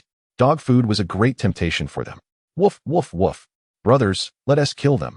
If you do, I'll treat you to something delicious. De Huang rallied the others, and together they leaped to seize the birds. Though the effect was not immediately significant, they managed to protect the surrounding acres of Li Long and Li Mang's harvest. Other fields faced similar threats from the avian horde. Li Mang, after hanging up the phone, wore a grim expression. What did they say? Damn. Li Long, unfamiliar with smartphones and using an antiquated model, had poor reception. Yet, from the tone, it was clear that the bird invasion had also besieged other villagers' fields. Let us head home. Li Long hopped onto Li Mang's electric bike. Lingering here was futile, and they needed to return for nets. The 2 elderly men sped back to the village on their small vehicle. Other villagers, having failed to drive off the birds, communicated via phone and began returning home to fetch weapons against the avian menace. On the ground, human figures were scarce. Li Hua looked up at the sky, the dense flock of birds likely obscured from satellite view. Meow. Hey Dan, breathe fire for a moment. Woof. With a blast, Hey Dan unleashed a torrent of flames, which transformed into a sea of fire in the sky. Instantly, numerous birds plummeted from the air. Meow. That's enough. Stop now. Sensing it was time to cease, Li Hua instructed Hey Dan to halt. The ground was littered with incapacitated birds, and the pack of dogs began a frenzied harvest. Hey Dan, De Huang, and the others gathered the fallen birds into their spatial realms. Just then, Lao He ambled into the scene. Noticing him, Li Hua inquired, Meow? Lao He, do you have a way to bring down all these birds? Meow. No. There are too many. Lao He shook his head, disregarding the avian swarm as he inspected the wheat. Meow. The wheat belongs to the cat master. Li Hua, witnessing the devastation of the wheat, felt a twinge of helplessness. Meow. This wheat's quality is subpar, otherwise it could have thrived better. After observing the wheat for a while, Lao He nodded. The wheat's essence was lacking. Its absorption of spiritual energy had already peaked over the past 3 days, explaining its rapid maturation. The wheat merely contained a hint of spiritual energy, falling short of becoming genuine spirit plants. Regretfully, Li Hua had hoped to gather some seeds to take home, but it seemed unnecessary now. Suddenly, Lao He raised his head to gaze in a particular direction. Subsequently, Li Hua, He Dan, and the others halted their avian hunt, standing still to observe the distance. On the mountain, a horde of massive, dark creatures came thundering down. They moved with remarkable speed, their bodies heavy. Each step sent strong vibrations that could be felt even from afar on Li Hua's paw pads. Meow? What is that? Li Hua retrieved her tactical helmet, activating its zoom function. She then beheld more than a dozen wild boars, their tusks thick and formidable. The domesticated pigs at home barely reached half their height, let alone their weight. Li Hua estimated that the larger ones weighed at least 1,000 pounds. Meow? These are the wild boars from the other day. Recognizing some of the boars, Li Hua noted they had grown significantly larger in just 2 days of spirit energy absorption. Although the scars they bore were reminiscent of the boar kings encountered previously. Why, she pondered, did they grow so much while the others did not? A sense of bewilderment washed over her. Boom, boom, boom. The swiftness of this herd of wild boar kings is astounding. One can distinctly sense the earth trembling beneath their charge. Meow? Trouble is afoot. They are brutish beasts. Old Black remarked, baring his teeth. Meow? Meow? We are spiritual beasts. They are brutish creatures, late to awaken, tempestuous, their bodies ever expanding, with exceedingly tough hides. Thunderous sounds erupted as Old Black elucidated the scene. The herd of wild boars had already thundered down to the foot of the mountain, invading a vast field of wheat. Each boar occupied an immense area, leaving swathes of flattened wheat in their wake. The wild boars gnawed and rooted about, indulging themselves. Woof, woof. A large dog, not part of the pack, led by Big Yellow, barked furiously at one of the wild boars, with a gentle kick of its hind legs. The boar sent the dog soaring into the air, reaching a height of several dozen meters. With a resounding thud, the dog crashed to the ground, as several wild boars ambled over leisurely to feast upon the remains. The sheer power. Chapter 44. The thick-skinned wild boar. A cacophony of grunts echoed as a horde of wild boars rampaged through the wheat fields, their presence darkening the skies as flocks of birds invaded the land. Li Hua approached one particularly massive wild boar. Meow? It's extraordinarily large. Li Hua estimated the creature to be over 2 meters long, its bristles sharp as needles, exuding an aura of danger. The boar's elongated snout and twisted tusks added to its formidable appearance, its flesh enveloped in a thick layer of grease and sand. The king of wild boars. Its size was daunting even from a human perspective, especially when compared to Li Hua, a mere 12-pound kitten. Woof woof. Look at this big fellow over here. Meanwhile, Wu Hei had targeted a slightly smaller wild boar, though it still weighed over 800 pounds. This group was comprised of wild boar kings from various regions, creating an overwhelming sense of intimidation. With a grunt, the wild boar charged at Wu Hei, its speed impressive but ultimately outmatched. Wu Hei deftly dodged, causing the boar to miss its mark. With a swift movement, Wu Hei bit into the boar's rear, shaking his head violently. The boar squealed in agony, thrashing wildly, causing Wu Hei to be flung aside. After a brief struggle, Wu Hei retreated, his mouth full of boar hair, leaving behind a bloody bite mark. Woof woof spit. As Wu Hei expelled the hair, he easily evaded the boar's subsequent charge. Meow? Such thick defenses. If this 800-pound boar had such formidable protection, how robust would the 1,000-pound king be? Li Hua quickly retreated, browsing through the arsenal in the universal marketplace. Woof woof woof. Brothers, I'm here to assist. From a distance, Da Huang seized the opportunity to ambush the wild boar pursuing Wu Hei with a powerful side charge. With a resounding crash, Da Huang toppled the boar. Woof woof. Wu Hei promptly turned around, pressing down on the front half of the boar's body, while Da Huang restrained the rear. Woof woof. This big fellow is incredibly strong. Da Huang bared his teeth, and together with Wu Hei, they struggled against the wild boar, having consumed the flesh of divine beasts. Their strength was terrifying. Yet, they barely managed to restrain the wild boar king. Woof woof woof woof. Their canine companions joined in, but aside from their barking, they offered little assistance. One dog clamped down on the boar, only to have its tooth break. A slender dog, relying on its speed, rushed to bite the boar's neck, but only managed to inflict a minor wound. Boom. The slender dog pressed harder on the injury, but 2 nearby wild boars, each weighing nearly 1,000 pounds, charged to the rescue. The pack of dogs scattered in disarray, retreating while barking at the approaching boars. Da Huang and Wu Hei were compelled to withdraw alongside the slender dog. The freed and injured wild boar exhibited a fierce rage, its eyes aflame, as it aggressively pursued Wu Hei. Woof woof woof. Wu Hei darted away effortlessly. These behemoths were slower than his own companions. Thus he had no fear of being struck. The dogs spread out, with 2 or 3 harassing a single wild boar, occasionally taking bites to draw it away from the crops. Dehei and the others refrained from engaging, knowing their small size rendered them ineffective against the boar's defenses. Instead, they continued to hunt the birds overhead, but soon the area was filled with their spoils. Boom!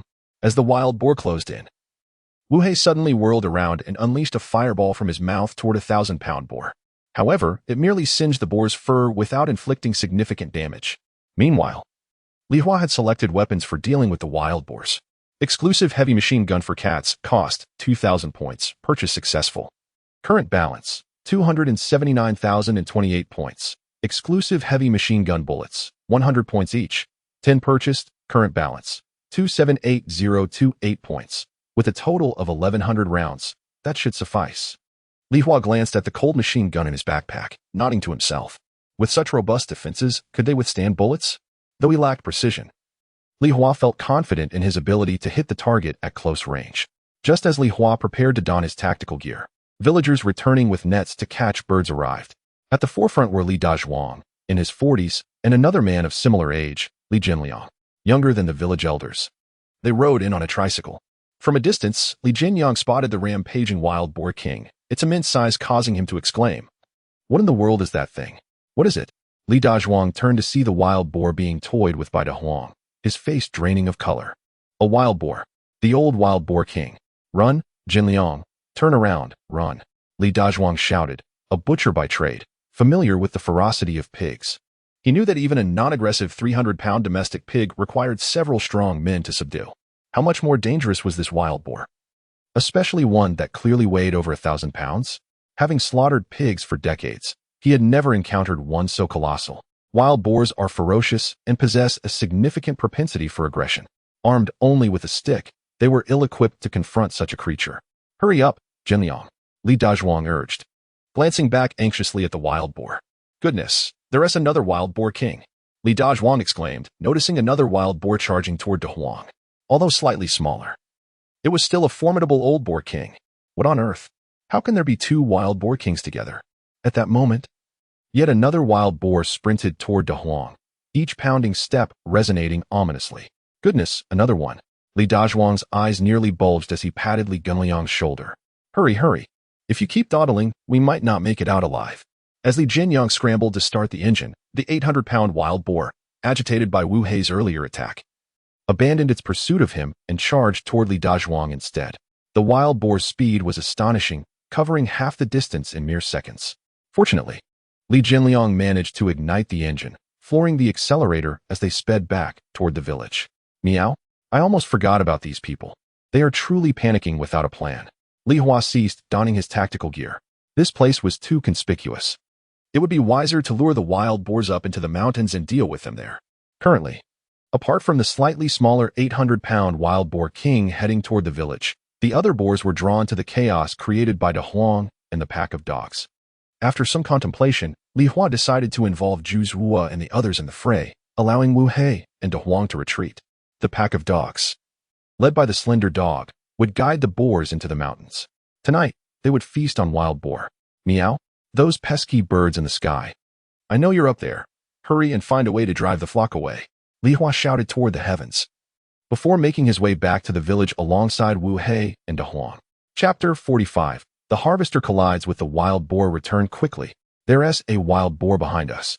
Uncle, hurry back. Aunt, step aside and keep your distance. Bye, go call my father. The old wild boar king is coming down the mountain. Jinliang, head towards the old grain drying area, Li Dazhuang shouted from his tricycle. His face flushed as he urged everyone to run or take cover. He directed Jinyang to lure the wild boar towards the village's grain drying area. Along the way, the less mobile villagers sought refuge in the fields. A tremor rippled through the ground, and the villagers peeked out, spotting the enormous wild boar, comparable to a small car. Pursuing Jinliang, Li Long and Li Lai's electric bike was too slow, and upon hearing Li Dazhuang shout, they quickly abandoned it and concealed themselves in the wheat fields. When the wild boar passed, Li Long and Li Lai cautiously peered out. "It's armored." The 2 veteran soldiers frowned. The countryside boasted an array of weapons, mostly hoes and pitchforks, which could be used against ordinary wild boars, but this armored beast was another matter entirely. Its thick skin rendered their efforts futile. They would be no match for its strength, and a mere touch could spell disaster for their aging bodies. Li Long decided to call Li Lai, a butcher, hoping he might have a solution. He tossed aside his bird-catching net and propped up the electric bike. Let us head back to the village. Boom. The 1-meter-high pig pen, built from blue bricks, crumbled under the weight of the wild boar's charge. Shaking its head, the boar continued its relentless assault, disregarding any obstacles in its path. The pig pen, intended to contain the animals, was reduced to rubble. Li Dazhuang, who had lured the boar into the pen, erupted in a string of expletives. His plan to trap the beast had backfired spectacularly. He scrambled out of the wreckage and sought refuge behind a stone mill that weighed several hundred pounds. Boom. The wild boar crashed into him from behind. With a resounding thud, the mill was shoved half a meter into the air. Li Dazhuang's face turned pale as he scanned for potential hiding spots from the rampaging beast. Get down, Dazhuang, quickly. Zhenliang yelled anxiously from outside the grain-drying area. Having spent a lifetime slaughtering pigs, Li Dazhuang never expected to meet his end at the hands of one. He attempted to dodge, but the boar's massive frame left him with no escape. Terror coursed through him as he realized the boar was about to stomp him. Suddenly, a dark shadow collided with the side of the boar. Boom. The 800-pound wild boar was toppled to the ground. The newcomer was Wu Hei. Woof. I'll bite you to death. Da Huang appeared, intent on subduing the wild boar just as he had done before. Meow. Don't act too outrageous. Li Hua leaped onto the boar's head, her claws aiming directly for one of its eyes. Ah! The wild boar's shrill cries echoed throughout the village. What the? Li Dazhuang, who had thought he was moments away from death, stared in disbelief. A black dog had actually flipped an old wild boar king, an 800-pound beast. Overturned by a dog weighing less than 100 pounds, it was too surreal for him to comprehend. Meow. Still not leaving? Want to be gored to death? Li Hua, having clawed at the boar's eye, casually jumped beside Li Dazhuang. Given Li Hua's insistence that Da Huang not exert full force, the enraged boar rose. Lunging at Da Huang and Wu Hei in a frenzy, the two dogs maneuvered the boar towards the already dilapidated pig pen, which suffered further damage. Finally realizing the urgency, Li Dazhuang dashed from the grain-drying area, hastily closing the door behind him. Da Huang, Haiden, hold on. I'll cook you big bones every day from now on. After his cry, he leapt onto Jinliang's vehicle. To my house, grab a knife. Meow. What defense can a flimsy iron door provide? Li Hua glanced at the gate before returning her attention to the wild boar being tormented by Wu Hei and Da Huang. This particular boar belonged to the smaller portion of its herd. If Wu Hei and Da Huang truly put their minds to it, they could take it down. However, it was not wise to act recklessly in the village. Meow. You two keep playing with it. I'll return shortly. Li Hua bounded out of the yard, sprinting home. At home, Li Long and Li Meng returned to gather weapons after arriving in the village. Li Meng's first choice was a large pitchfork, previously used for feeding the family's cattle. With 3 sharp, thick tines and a long handle, it could potentially grapple with the wild boar. After retrieving the pitchfork, Li Meng reconsidered and returned to fetch his large knife. With the knife slung at his side and the pitchfork in hand, Li Meng prepared to confront the wild boar. Meow. Old man, are you going to deliver vegetables? Li Hua jumped back over the wall. The weapons Li Meng carried would suffice against a common wild boar, but they were inadequate against the boar king. The pitchfork, while imposing in appearance, lacked the strength to penetrate the boar's defenses, and with his frail limbs, he risked being gored himself. Meow. What are you hesitating for? Grab that thing from under your bed. Li Hua dashed into the house, pushing a wooden box out from underneath the old man's bed. Her strength was extraordinary. What seemed like a simple push was, in fact, her lifting the box outside. Within 10 seconds, she had it at the door, blocking Li Meng's exit.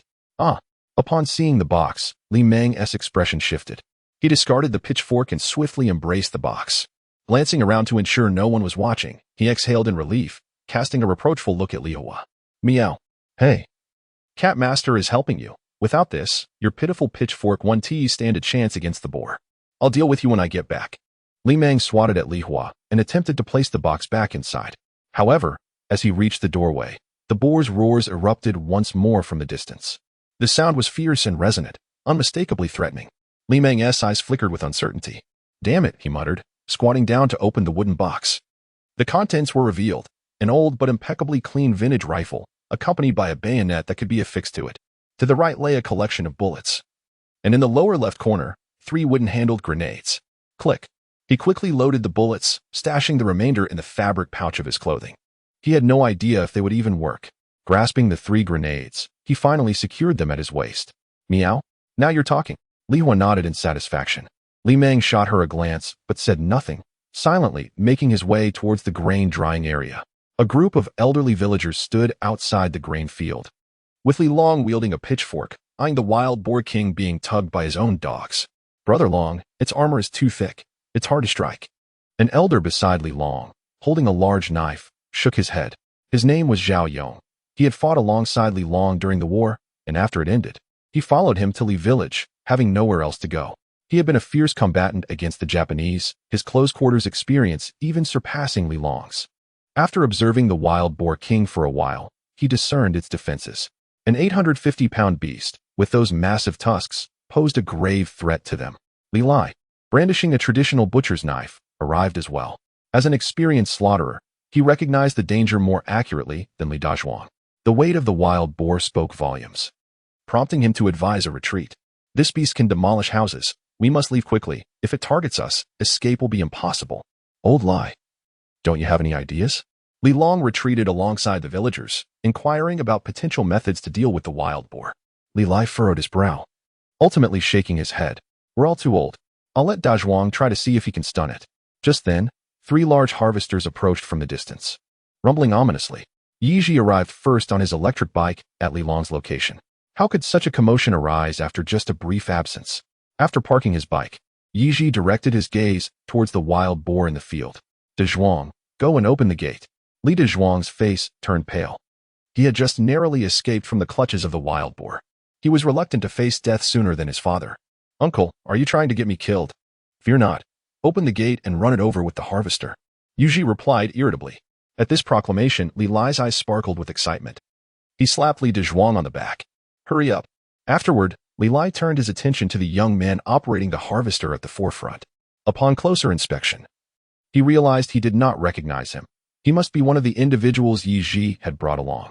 Old Yi, have this young man drive with more aggression. Rest assured, Yi Shi called out to the young man at the helm of the harvester. Do not be afraid, if anything goes awry. I shall take full responsibility, just run it down. Chapter 46. The rifle and the wild boar. The gate swung open, and the young man operating the combine harvester accelerated, charging inside.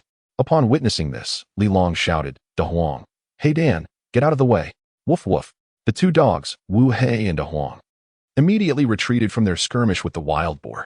However, instead of retreating in fear, the boar charged forward with renewed vigor at the oncoming machine. The force of a combined harvester is formidable. Colliding with a wild boar should be manageable.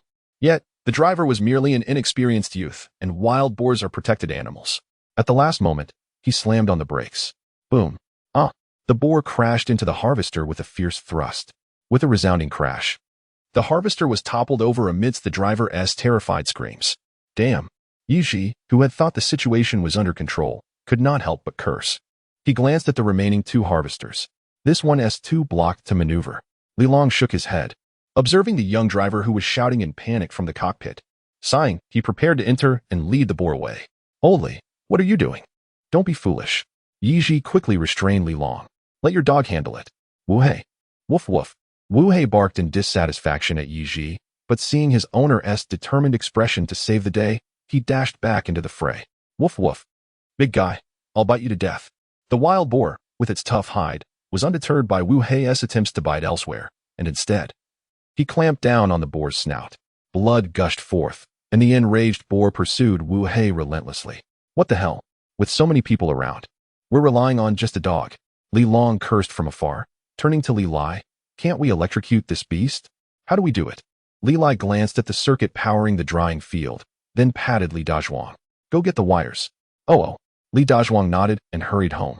After a while, he returned with a strange expression. Why are you back? Didn't Tia go to get the wires? Li Dazhuang scratched his head, excitement in his eyes as he pointed behind him. Dad, I don't think we need them.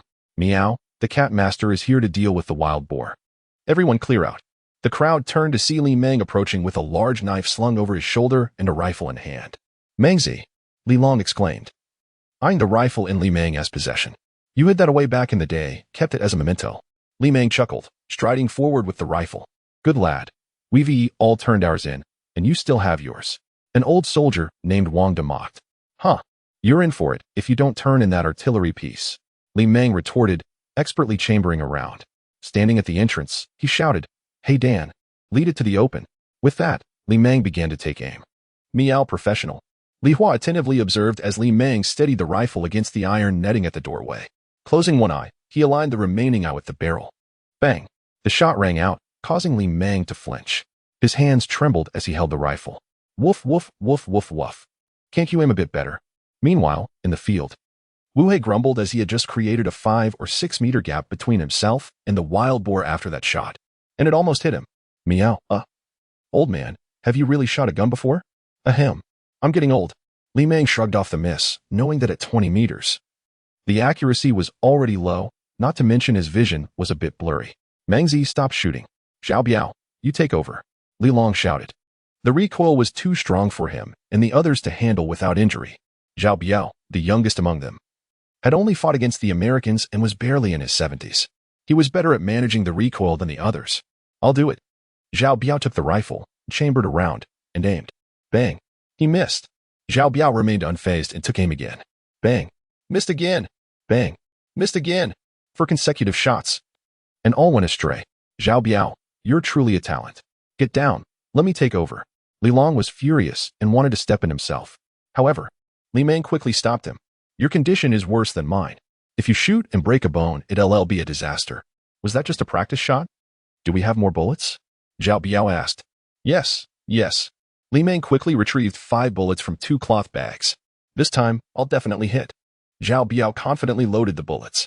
He strode toward the wild boar, and when he was only 4 or 5 meters away, he raised the rifle. Bang, click, bang, click. 5 consecutive shots aimed at the boar's head. Finally, with a resounding crash, the boar collapsed, panting heavily. Meow, it really hits the spot.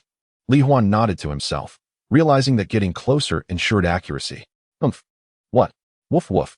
The wild boar, shot but not finished, rose again and charged fiercely at Xiao Biao, causing everyone's faces to blanch in disbelief. Wu Hei and De Huang, disregarding their stealth, clamped onto the boar's rear and violently pulled it back, dragging the beast across the field. The sight left everyone in a stupor. Li Hua patted Li Meng, gesturing to his waist. Coming back to his senses, Li Meng unsheathed a grenade from his belt and entered the field. Xiao Biao, get back. I'm going to blow this beast to pieces. You still have that thing? Xiao Biao, recovering from his daze, looked at the device in Li Meng's hand with wide eyes. I kept just one as a souvenir, Li Meng said, pulling the pin and tossing the grenade. Hey Dan, get to safety. Woof woof. Meow, you foolish dogs, that could cost your lives. Hurry and run. Wu Hei and De Huang swiftly scurried away as Li Meng tossed the grenade at the boar's feet. In a stroke of misfortune, the enraged boar lowered its head and bit down on the grenade. Li Hua felt a surge of admiration. The next instant, boom. Chunks of flesh rained down on Li Meng and Xiao Biao. When the smoke cleared, the wild boar, with most of its head blown off, staggered forward a few steps. At that moment, Li Lai entered with a butcher's knife, plunging it into the already mangled boar's head, twisting it casually. With a loud crash, the boar fell. Motionless. At least we can use it. Li Meng brushed off the bits of flesh from his clothes and felt a wave of relief upon seeing the boar dead. Hurry and turn that thing in. Yu Ji groaned, rubbing his temples. Hiding a gun is one thing, but hiding a grenade? You're truly audacious. You've already lost one. I was talking about the gun. This matter has escalated. Yi Ji said irritably. Seeing Li Dazhuang wanting to record a video, he immediately reprimanded. Don't go looking for trouble. Delete that. And you 3, stop filming and get back to harvesting. Hee. Li Dazhuang awkwardly smiled as he deleted the video he had just recorded. With enthusiasm, he ran over to Wu Hei and De Huang, squatting down to hug the 2 dogs. Brothers, you saved my life today. No need for words. You 2 are now my brothers, Li Dazhuang. Come to my house later, and I'll cook you a big bone. Woof woof. As long as you feed us big bones, we'll consider you a brother. You're just too weak. Woof woof. Exactly. Stop showing off. Go help lift the harvester. After that, come back to butcher the pig. We'll have a big stew tonight. Li Lai scolded from atop the wild boar. Oh. We'll harvest the wheat tonight. Li Dazhuang rose to his feet, muttering about harvesting wheat when suddenly a thought struck him. His expression changed dramatically, and he shouted urgently, Stop! There are still a few wild boars in the field, all of them formidable old boar kings. Chapter 47. Which creatures can withstand bullets? The ground harbored a formidable wild boar king, equivalent in ferocity to the wild boar before them, leaving everyone's faces pale with apprehension. Finally, Li Meng, with a resigned expression, fished out his second grenade from his waist. I still have one more grenade. Perhaps it could scare them off. You have another one? Yi Ji exclaimed, his eyes widening in astonishment. Haha, Li Meng chuckled, deftly changing the subject. 3 harvesters, along with 1 grenade, should be sufficient to frighten them away. The harvester can do it. Hand that thing over to me. Yushi seized the grenade, glancing at Li Meng's waist, and continued, that could just break out of fear. Otherwise, he could have simply run that beast down. Then let us make our exit. Li Meng swiftly turned to distance himself from Yuji. He only had 1 grenade left. It would be wise not to reveal it. Approaching Li Long, he murmured, Brother, hey Dan, he is a member of my family. Just as De Huang has always guarded our village, Li Long interrupted. The image of He Dan and De Huang dragging the wild boar had not escaped anyone's notice. Both dogs belonged to their village, with He Dan being one Li Long had raised since he was a pup. He would not allow anyone to entertain thoughts of harming He Dan. Tell the brothers not to discuss it in the village. It's best if they remain oblivious. Understood. Li Meng nodded, recalling how his cat had once moved the box containing his hidden firearms. My cat suddenly, he paused, glancing around. The raccoon, which had been trailing him, had vanished. Also missing were Wu Hei and De Huang. They've run off again. How can they find such excitement and not return home? As the sun dipped below the horizon, the sweltering heat abated significantly. The wheat could no longer absorb the sun's energy effectively, diminishing the allure of its fragrance. The animals regained their senses. Faced with the overwhelming presence of numerous creatures and the Chicken King's dominion, they scattered. The once dense flocks of birds had thinned, and the herd of wild boars had retreated into the mountains, guided by the dogs. The wheat field returned to a state of tranquility. Li Long, relieved that the wheat wouldn't mature too quickly and result in a loss during the night, deemed the decision to harvest immediately as wise. By dawn, the fragrance of wheat would again permeate the air, drawing forth that terrifying flock of birds. Meow, lead the way, find those wild boars. Pluck, follow closely. The Chicken King spread its wings, gliding low. Woof, woof. Wu Hei, De Huang, and the raccoon quickly followed suit. About half an hour after their departure, Li Long and the others arrived cautiously. They scoured the area but saw no sign of the wild boars. Moreover, there was good news. The flock of birds had vanished. Let us focus on harvesting the wheat, Li Long commanded, instructing the 3 machines to commence. He and the older brothers, unable to harvest much due to their age, rode electric bikes to patrol the perimeter, wary of wild boars.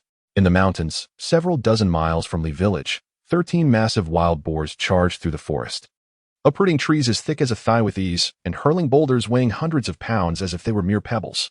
A pack of large dogs was hot on their heels. Woof woof. The smaller dogs urged their companions to maintain their distance. The 4, the He Taichue, Zhuzhua, and Lao He lounged atop trees, calmly grooming their paws. The bloodstains on the wild boars' snouts were their handiwork. Yet the boars' robust defenses and sheer strength hindered any meaningful harm. Woof woof. The brothers are struggling to hold on. One of the smaller dogs barked. They had been tugging for 2 hours already. As ordinary dogs, some were nearing exhaustion, while others were heavily fatigued. If they failed to subdue the wild boars soon, they would need to retreat. Meow, the raccoon said he has a plan. Just hold on a little longer. Lao He responded coolly, offering encouragement to the smaller dogs. Meow. Meow. These wild boars are fierce beasts. Their flesh is a boon for our pack. Consuming it could enhance our strength by at least 30%. Consider whether it's worth enduring. Woof, woof. They're merely wild boars. We can hold out for another day. With renewed determination, the smaller dogs leaped into the fray, targeting the 3 largest wild boar kings. Woof, woof, woof. Brothers, hold strong. We will all grow stronger together. Woof, woof, woof. Soon, all dogs will be as powerful as I. Woof, woof, woof. We shall all be dog kings. The pack's morale surged as they engaged the wild boars in a fierce tug-of-war. The 4 cats perched in the trees leisurely groomed themselves, occasionally seizing opportunities to strike the wild boars. Unbeknownst to them, the sun's rays gradually illuminated the scene. Shadows raced forward. Meow, the cat king has arrived. Woof, woof, woof. The dog king is here too. Woof. Brothers, I'm here to support you. With a resounding boom, Wu Hei unleashed a fireball toward a wild boar, while De Huang, fueled by momentum, delivered a crushing blow that sent one of the 1,000-pound wild boar kings tumbling to the ground. Meow, that was impressive, the raccoon praised. From the trees, Lao He and the others leaped down. Curious, Lao He glanced at the raccoon and inquired, Meow, what is your plan for taking them down? Though the raccoon's strength paled in comparison, he was confident in his ability to slay these wild boars. Lao He was intrigued by the raccoon's approach. The raccoon promptly donned a specialized suit, securing a helmet and activating the one-button equipment feature. In mere moments, he was fully armed, standing tall. The raccoon examined the steel claws in his grasp. With a swift motion, the claws retracted. Just watch my performance. Oh, and make sure those wild boars don't escape. With that, the raccoon strode confidently towards the largest wild boar king, which exceeded 3 meters in length and weighed over 1,000 pounds. The precise weight eluded the raccoon, but its tusks were formidable, measuring over 30 centimeters, capable of piercing through any creature's defenses. Coupled with its immense weight and thick armor, this beast resembled a walking tank, capable of demolishing trees with a diameter of half a meter. Standing before it, the raccoon felt akin to a human confronting a full-grown elephant. However, unlike humans, the raccoon was not unarmed. With a resounding click, a 30-centimeter-long machine gun rested on the raccoon's shoulder. Assessing its weight, he found it to be around 30 pounds. For an ordinary cat, lifting it would be a challenge, but for the raccoon, it posed no problem. A magazine of rounds was chambered. Meow, just as humanity once proclaimed. No creature can withstand the onslaught of bullets. Though diminutive, his weapon was not inferior to human armaments, featuring an array of peculiar functionalities. The heavy machine gun's bullets lacked penetrating power. They discharged 10 centimeters of force upon impact, embedding themselves within the target and possessing a burning effect. Meow, let us do this. The raccoon leaped onto the back of the wild boar. Its diminutive form elicited no response from the creature, which continued to pursue the two dogs before it. With the gun aimed at the wild boar's head, the raccoon did not bother to aim. In this situation, was there any need? Meow, goodbye. His paw squeezed the trigger. The rhythmic sound of gunfire echoed. A volley of bullets, an entire magazine emptied in an instant. Li Hua gracefully elevated the gun barrel, nonchalantly blowing away the phantom smoke. Boom. The immense wild boar beneath her collapsed with a thunderous thud. Chapter 48. The Feast of Wild Boars. At night, the rhythmic sound of gunfire echoed through the night. Yet Li Hua's heavy machine gun remained silent. She was capable of providing the sound effects herself. 13 wild boar kings fell beneath her relentless barrage of 1,100 bullets. The remaining 2, utterly terrified, fled in a frenzy, only to be intercepted by Zhu Zhua and the others. Do not shoot any further. We shall take care of these 2 ourselves. Just as Li Hua was about to procure more ammunition, Hammer intervened. Witnessing Li Hua's exuberance, they too felt an itch to join the hunt, eager to slay a wild boar for the thrill of it. Observing their enthusiasm, Li Hua paused, shifting her focus to savoring her own spoils. This time, De Huang and his pack of dogs also contributed significantly. She generously offered up 1 massive wild boar, weighing 1,000 pounds, for them to feast upon. The remainder, Li Hua claimed without hesitation. With her petite stature belied by immense strength, Li Hua effortlessly dragged the colossal boar. Once they were piled together, she began to navigate the marketplace. In just a day or two, her mastery over spiritual energy had grown remarkably. The core golden sphere of the marketplace was cleverly concealed within her stomach, buried beneath a mound of food, making it particularly difficult to detect. 10 wild boars infused with spiritual energy. Would you like to recharge? Please select the recharge category. Common points, 2, 100, 000. Spiritual points, 190. Recharge successful. You have acquired 190 spiritual points. Current balance, 295 points.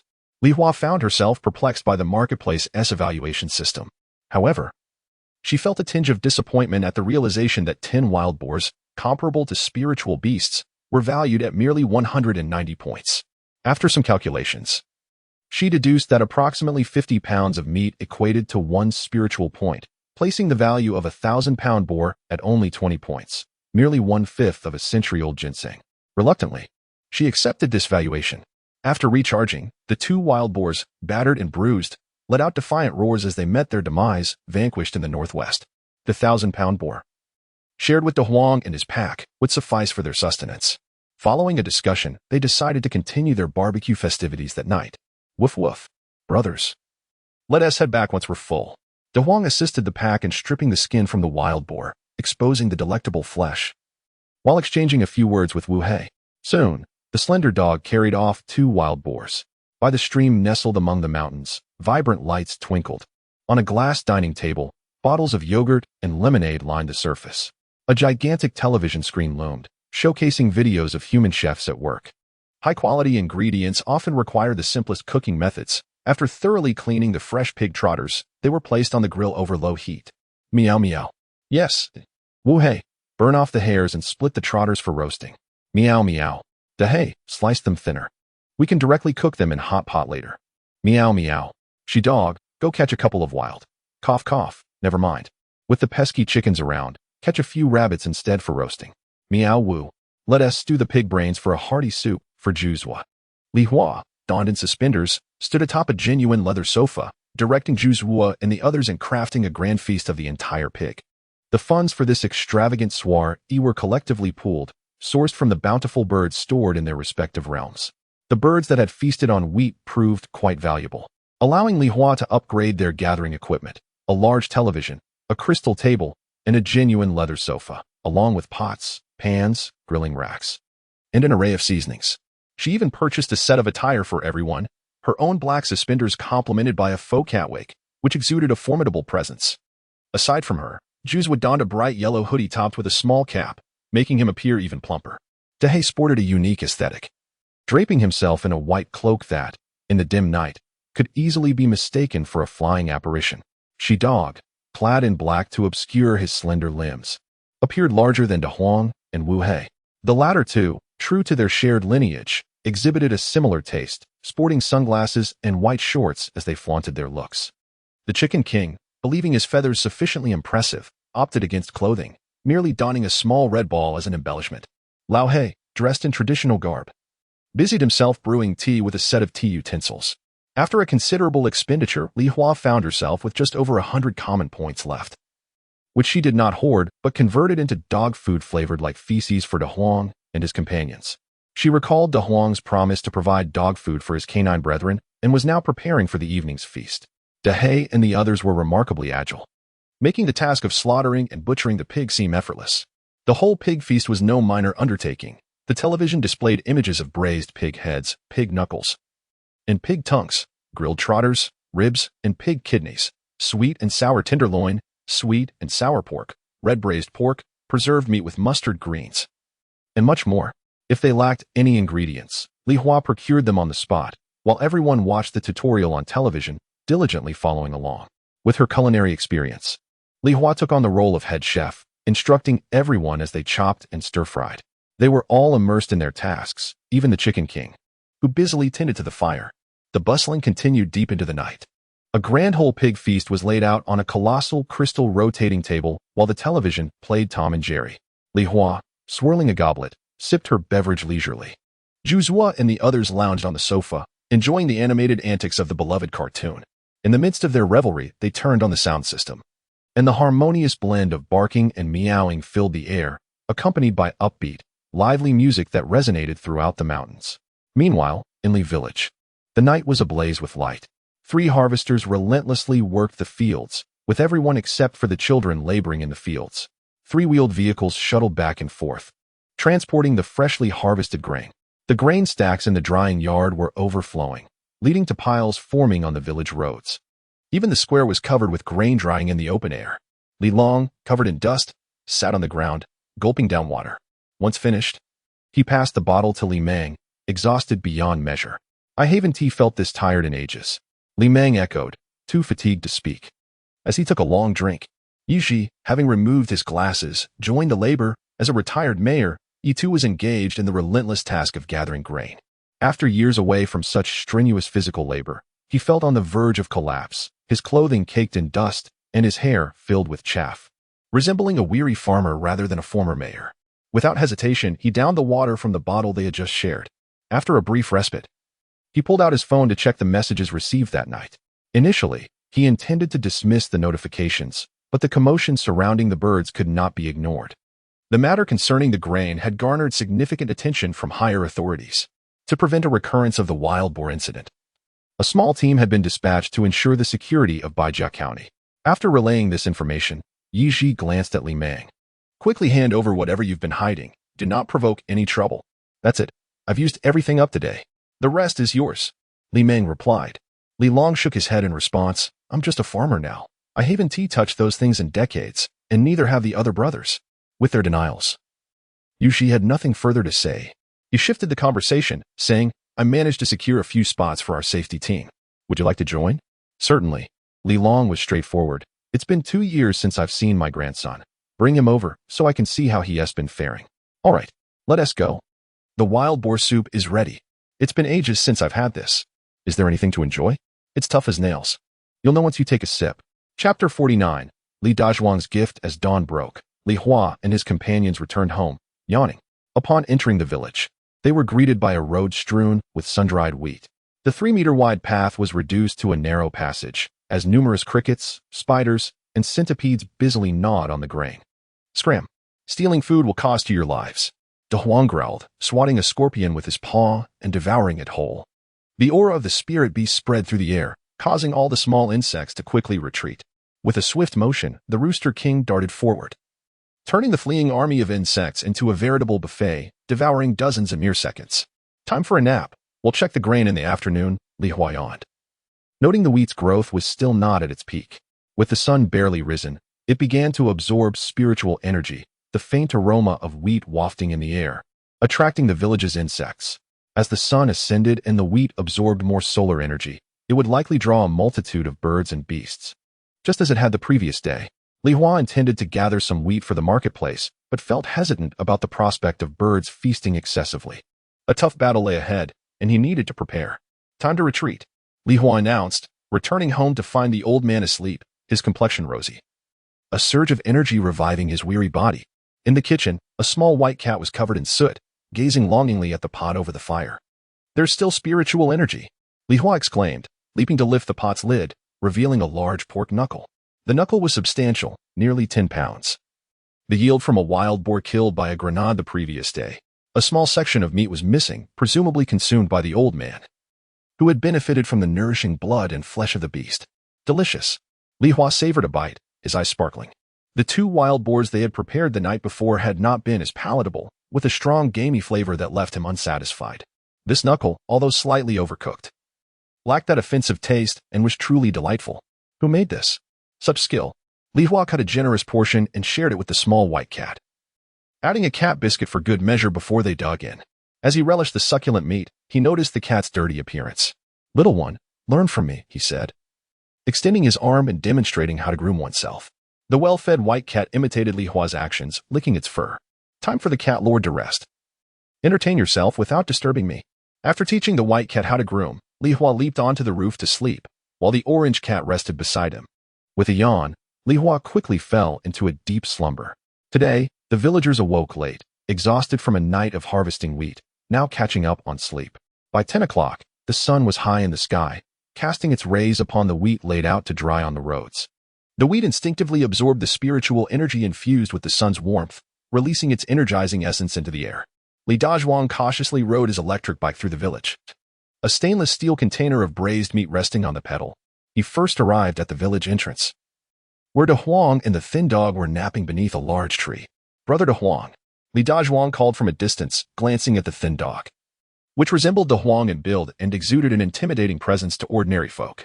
However, as a butcher, Li Dazhuang felt no fear. He simply needed to ascertain whether this large dog posed a threat. What is going on? De Huang, still groggy, merely opened his eyes without rising. Thanks to you, I'm alive. I owe my survival last night to you and Hey Dan. As he reminisced while stewing wild boar meat with his father, he had been thinking about the 2 dogs. Regrettably, he and T found them, and after a night of simmering, he had awoken for a brief nap, eager to prepare the meat for De Huang and his companion. Lifting the pot's lid revealed a simmering broth filled with bones, many adorned with meat and a fair amount of ribs. I'll take care of your future meals. De Huang had a bowl, but it could not accommodate such large bones. Li Dazhuang placed a plastic bag beneath the bowl, fishing out several large bones and ribs, then topped it off with broth. Noticing the thin dog, which neither cowered nor bared its teeth, he patted it. You're a good dog too. Have some meat. You don't have a bowl, but I'll get you one this afternoon. After leaving 2 large bones, Li Dazhuang mounted his bike and headed towards Li Long's house. Li Long was still asleep, but his home had a dog door. Li Dazhuang woke Wu Hei, who had been dozing, and after exchanging pleasantries, placed the bones in Wu Hei's bowl. With plenty of meat remaining in the container, Li Dazhuang decided to ride over to Li Mang's home. Earlier, He had apologized to the cat with his wife and sensed that the feline possessed a unique spirit. It was better to foster good relations with such beings than to provoke them. Knock, knock, knock. Li Dazhuang rapped on the door, startling Li Meng awake. He felt a surge of vitality coursing through his body. What's going on? Li Meng blinked in confusion, though he welcomed the unexpected energy. I'm here to bring some meat for the cat, Li Dazhuang said with a smile, gesturing to the braised meat container. What? Meow. Meat? What meat? Before Li Meng could comprehend the situation, Li Hua leaped down from the roof, landing beside the container. He opened the lid, revealing the tender wild boar meat within. It dawned on Li Meng that the delectable meat was prepared by Li Dazhuang, a skill passed down through generations of butchers. Not bad, not bad. Rest assured, your home will be mouse-free from now on, Li Hua nodded in satisfaction, before heading to the kitchen to retrieve a large iron bowl. Li Dazhuang stood in awe of such an unusual sight, but quickly regained his composure, grinning as he accepted the bowl filled with meat. Your cat is quite adorable. Though a bit too clever. No big deal. Li Meng picked up Li Hua and stroked his fur, while Li Dazhuang filled the bowl with meat, leaving without lingering. You've truly become a spirit, Li Meng observed, scrutinizing the feasting Li Hua, curiosity in his gaze. Can you understand me? If so, say something. Meow? Li Hua was speechless. Did he take him for an ordinary cat? Cats converse in their own language. Not only did he lack the ability to speak human language, but even if he could, he wasn't foolish enough to reveal it. Li Hua pretended not to hear, inviting the small white cat to join in the feast. This was beast meat, which would strengthen their constitution. Seeing this, Li Meng asked no further questions, rising to light a cigarette. After finishing, he returned to his room for more sleep. At his age, he needed to recuperate after a sleepless night. Li Dazhuang's meat was meant for himself, and Li Hua and the small white cat devoured it with gusto, letting out satisfied belches. The aroma of wheat wafted through the door, mingling with De Huang's barks, urging the insects away. Li Hua gazed at the sky, where numerous birds began to soar. They're coming. Chapter 50. The Grain Defense Battle amidst the village path. The trio of De Huang, Wu Hei, and Shi Go leaped several meters high. Sparrows and doves met their demise with a swift bite. On the rooftops, De Hei, Zhu Zhuo, and the hammer rooster traversed the walls, causing the birds perched there to drop lifelessly. Meow. Avoid those houses with cameras, Li Hua cautioned, having long since mapped out the locations of the surveillance devices. As they passed by, they merely chased away the thieving birds. With a sharp snap, a large rat fell victim to Li Hua, who leapt into the air, taking down another mouse attempting to scale the wall. The rooster, eager to soar and dislodge the birds above, received a suggestion from Li Hua to assume his eagle form to intimidate the avian flock. Got it. The rooster flapped his wings and ascended, his call echoing in the sky, causing the birds to tremble in fear. Beyond Li Hua and Zhu Zhuo, the village's other free-ranging cats and dogs, including the tabby dog and 2 white cats, joined the fray in this grain defense battle, killing sparrows and rats alike. Most of the dogs from the neighboring Wang village had come, their bellies full from feasting on wild boar the night before, accompanied by small village dogs eager for the hunt. Additionally, 3 calico cats and 2 tabby cats from the neighboring village, along with an orange cat and a black and white cow cat, arrived. Both dogs and cats had gained an edge over the past few days, their physical prowess surpassing that of ordinary canines and felines, exhibiting swiftness, powerful bites, and exceptional reflexes. The 3 vibrant calico cats, graceful in their movements, captivated 2 white cats that often faced bullying, who found themselves drawn to the calicos, occasionally catching a large rat to showcase their prowess. Yet, despite their efforts, the calicos regarded them with disdain. How could such unattractive and timid creatures attract their attention? Li Hua is so impressive, catching another large rat. One of the calico twins admired Li Hua from a distance, taking in his robust physique and striking face, captivated by his sharp gaze. This Li Hua is so handsome, exuding a wild charm. The other calico's eyes sparkled as she gazed at Hammer, noting that while his tattoos were not as refined as Li Hua's, his rugged appearance and muscularity from years of training made him formidable. Li Hua and Hammer had the Calico sisters completely entranced. Even the youngest Calico lost interest in hunting. Look at me. I'm impressive too, a white cat boasted as it caught a large rat, rushing to showcase its catch. However, it only managed to highlight its bony frame, much to the dismay of the Calico sisters who lost their good spirits. Get lost, they hissed, driving the white cat away before continuing to gaze affectionately at Li Hua and Hammer. The strength of Zhu Zhuo and De Hei also drew their attention, making them realize that their village's most handsome tabby paled in comparison to Li Hua and his companions. Brother, don't blame me. It's just that we are too captivated by these tomcats. Li Hua consoled his fellow tabby, then resumed the hunt. A similar dynamic unfolded among the dogs, where most adult males sought to impress the females, while the young and elderly remained passive. The young females, unaware, gravitated towards De Huang, Wu Hei, and Shigo, drawn not only by their strength, but also by the aura of divinity emanating from them. Yet, as divine beings, they instinctively resisted mating, understanding that their vitality was the foundation of their strength, not to be squandered. Even the rooster, who was quite the flirt, had refrained from mating since consuming the flesh of the candle dragon. Faced with the advances of young female cats and dogs, De Huang and his companions maintained an aloof demeanor. The grain defense battle continued until noon, when a significant change occurred. At noon, the oppressive Yin energy surged before a powerful Yang energy counterattack. The scent of the drying wheat wafted across the land, drawing birds for miles around. Look at all those birds flocking this way. The rooster, with his keen eyesight, spotted a multitude of birds converging. A haunting wolf howl echoed, accompanied by the roars of other wild beasts. It seemed the animals of the mountains were also descending to feast on the grain. Get up, we must gather the wheat. The villagers, roused from their slumber, were met with the ominous sight of an impending avian swarm, reminiscent of the previous day's chaos. Panic ensued as they shouted to alert the entire village, rushing to collect the wheat before the birds arrived en masse. Villagers hastened to gather the scattered wheat into mounds, while the number of birds continued to swell. With mere sticks, they could strike down several birds at once, but the effect was limited. Once they retreated, the area quickly filled with birds again.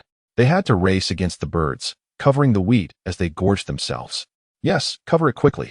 Li Meng, not far from his door, swiftly piled his wheat into 2 large heaps. Li Hua brought out a large plastic sheet, covering the wheat and weighing it down with bricks, preventing the birds from feasting on the bulk. With a glance at the gathering birds, Li Hua calculated at least 10 pounds lost. This was before the flock had fully formed. Had they delayed, the losses would have been far greater. A wolf's howl rang out. Li Hua's eyes gleamed with excitement. A big prey is coming. Observing the scene, the villagers had successfully covered their wheat, wielding sticks and nets to fend off the birds. Zhu Zhua and Li Hua, however, were too exhausted to exert much force. Meow. Old Hei's voice echoed from outside the village. Let's go. Li Hua, Hammer, Zhu Zhua, De Hei, Wu Hei, De Huang, and Shigo quickly rushed to assist. Meanwhile, the other cats and dogs continued their aimless hunt for birds and rats, their bellies swollen from their recent feasts. Initially, they had devoured their kills. Now, they simply discarded them, unable to consume all they had caught. Chapter 51. The arrival of the giant eagle. Approximately 5 miles from Li Village, a black bear was besieged by a pack of gray wolves. The bear, covered in wounds, ferociously attacked its assailants. Standing nearly 3 meters tall, it was evidently a formidable beast beyond the ordinary black bear, its immense strength causing tremors in the ground. Yet, it was still no match for the wolves. The pack consisted of 8 wolves, their size unremarkable, but their agility and biting power suggested they were evolving towards becoming spirit beasts. The wolves exhibited remarkable pulling tactics, encircling the bear whenever the bear launched an attack. The unengaged wolves would rush in to bite. They preferred not to linger, retreating after a bite to await the next opportunity. Gradually, they wore the bear down, forcing it against a large tree for protection. Among the wolves was one with blood-red fur and cold, bloodthirsty eyes. It was the Wolf King. Observing its pack without engaging the bear, it employed tactics to deplete the bear's stamina. Meanwhile, Old Black stood before a 5-meter-long king cobra, raising his right paw high, delivering slap after slap to the serpent. Old Black appeared quite at ease, occasionally glancing towards the struggling wolves. In the distance, from the thickets at the foot of the mountain, several recently arrived spirit beasts watched the battle unfold. The aroma of wheat was enticing. Yet for the savage beasts and ordinary creatures, the allure of the wheat was insufficient to risk their safety. They observed quietly, contemplating whether to compete for the prize. Meow. What a giant. Tihu arrived and immediately spotted the king cobra being smacked by Old Black. This serpent was a brute, lacking in cognitive ability, and was the first to charge towards Li Village. However, it was quickly discovered by Old Black and found itself in dire straits. It could neither charge nor escape, only enduring Old Black's slaps that worsened its injuries. Caw! The Chicken King swooped down from above, its sharp beak striking the cobra's head. Thud! The king cobra collapsed to the ground. Meow! Tihu leapt onto the serpent's vital spot, pressing down with one paw while the other delivered a flurry of punches. Tihu's strength was substantial, and within a few strikes, the flesh around the cobra's vital area was reduced to a pulp. Old Black's claws dug into the serpent's belly, tearing out its gallbladder. The king cobra, which could have held on for a while longer, was dispatched by the combination of attacks. Meow. Delicious. Tihu caught a whiff of the serpent's meat, his spirits lifted. This was delectable and substantial enough to share. Roar. The distant roar of the black bear interrupted Tihu's enjoyment. His gaze shifted from the serpent to the bear and the wolves, as well as the faint presence of watchers lurking in the underbrush at the mountain's foot. Many creatures were observing, but Tihu could only discern the wolves and the bear. Meow? What has to deal with those wolves? Tihu inquired. The creatures present seemed drawn to Lee village for the wheat. Why were the wolves attacking the bear? After cleaning his claws, Old Black replied, Meow, meow, meow, dogs travel far to eat dung. Wolves travel far to eat meat. Woof, woof, woof? What do you mean? What is wrong with eating dung? 5 Black protested, believing dung to be as tasty as meat. From Old Black's tone, he sensed that the elder was implying dogs were inferior to wolves. Woof, woof, woof. This dog king could defeat them all. Woof, woof, woof. So could I. Woof. Woof, woof. Me too. Da Huang and Shago chimed in, eager to express their thoughts on the deliciousness of dung. Meow. All right. We know you're impressive. Dung eaters. Tihu interrupted the impending debate on dung, never expecting to hear such a topic arise. Old Black's words were understood only by Tihu, the knowledgeable cat. Seeing Da Huang and Juzi's befuddled expressions, Tihu cleared his throat to explain to the illiterate group. Meow, meow. The Wolf King has never set its sights on the wheat. Old Black interjected, having realized that Juzi and the others lacked knowledge. Meow, meow. The Wolf King anticipated that savage beasts would come for the wheat, so it sought to hunt them instead, strengthening its pack. Upon finishing, Old Black glanced at the assembled chickens, cats, and dogs. Meow, do you understand now? Woof, woof. I think we sort of get it. But not completely. Cat, you lot really ought to read more. Woof, woof, meow. Tihu and the 5 Black engaged in a noisy discussion, neglecting to disturb the wolves. Protecting the village's wheat was paramount. There were too many unknowns lurking in the shadows. The wolves' target was not the wheat, allowing them to divert some of their strength. Awoo. Before long, the black bear, having been worn down by the wolves, reached its limit. The red wolf, which had been silent thus far, howled, releasing a visible red aura. In a flash, the Red Wolf King lunged and tackled the bear. Exhausted and unable to rise against the red wolf's dominance, the other wolves ceased their pulling and pounced, tearing at the bear's vital areas. Half a minute passed, and the bear ceased its struggles. Meow, these wolves are quite formidable, Tihu remarked, surprised at the power of the savage beasts compared to spirit beasts of the same level. None of them could match the bear's strength, yet the red wolf's explosive power clearly overpowered it. Even if the bear were fully energized, it would struggle to escape the red wolf's grip, especially given the wolf's high agility. The Red Wolf King was no weaker than them. Tia glanced at 5 Black. The trio, upon witnessing the Red Wolf's display, lost the confidence they had when facing the pack. The Red Wolf King's strength might indeed surpass theirs. Meow, this Wolf King has been a spirit beast for some time, already in the late stage of chi refinement. Old Black stated, having sensed the Red Wolf's cultivation during its burst of power. Late stage of chi refinement, but its spiritual energy was somewhat chaotic, suggesting it had just recently broken through amid a surge of spiritual energy. Suddenly, while Tihu was deep in thought, the Chicken King, still gnawing on serpent flesh, became agitated. Staring skyward. Caw! A cry of an eagle pierced the air, and a shadow descended from the sky. As the shadow grew larger, Tihu discerned its form. A giant eagle. With wings spanning at least 6 meters, its claws were thick and sharp, and its keen gaze was swiftly aimed at the ground for a strike. It descended at an astonishing speed, stirring up a gust that ruffled the fur of Tihu and his companions. Caw! As the giant eagle was about to land, the Chicken King flapped its wings and took to the sky, soaring high in an instant. Caw! The eagle's claws struck the ground with force, sending up a cloud of dust as it ascended again, pursuing the Chicken King. Meanwhile, Tihu and his companions found themselves engulfed in dust, their bodies coated in a yellowish hue. Meow. Tihu shook off the dirt, his eyes, filled with danger, fixed on the sky where the Chicken King and the giant eagle engaged in their fierce struggle. Chapter 52. Bloodclaw the Eagle Slayer. Caw. Caw. The Rooster King and the colossal eagle engaged in a fierce aerial duel. After several rounds of swooping, colliding, and pecking, the Rooster King abandoned its offensive and focused solely on escape. Having fought this great eagle 2 days prior without success, it had fled in the face of defeat. Over the past few days, the Rooster King had significantly strengthened, feeling capable of overcoming its opponent.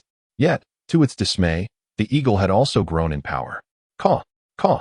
The Rooster King relied on its small size and heightened agility to deftly evade the eagle's talons in the sky.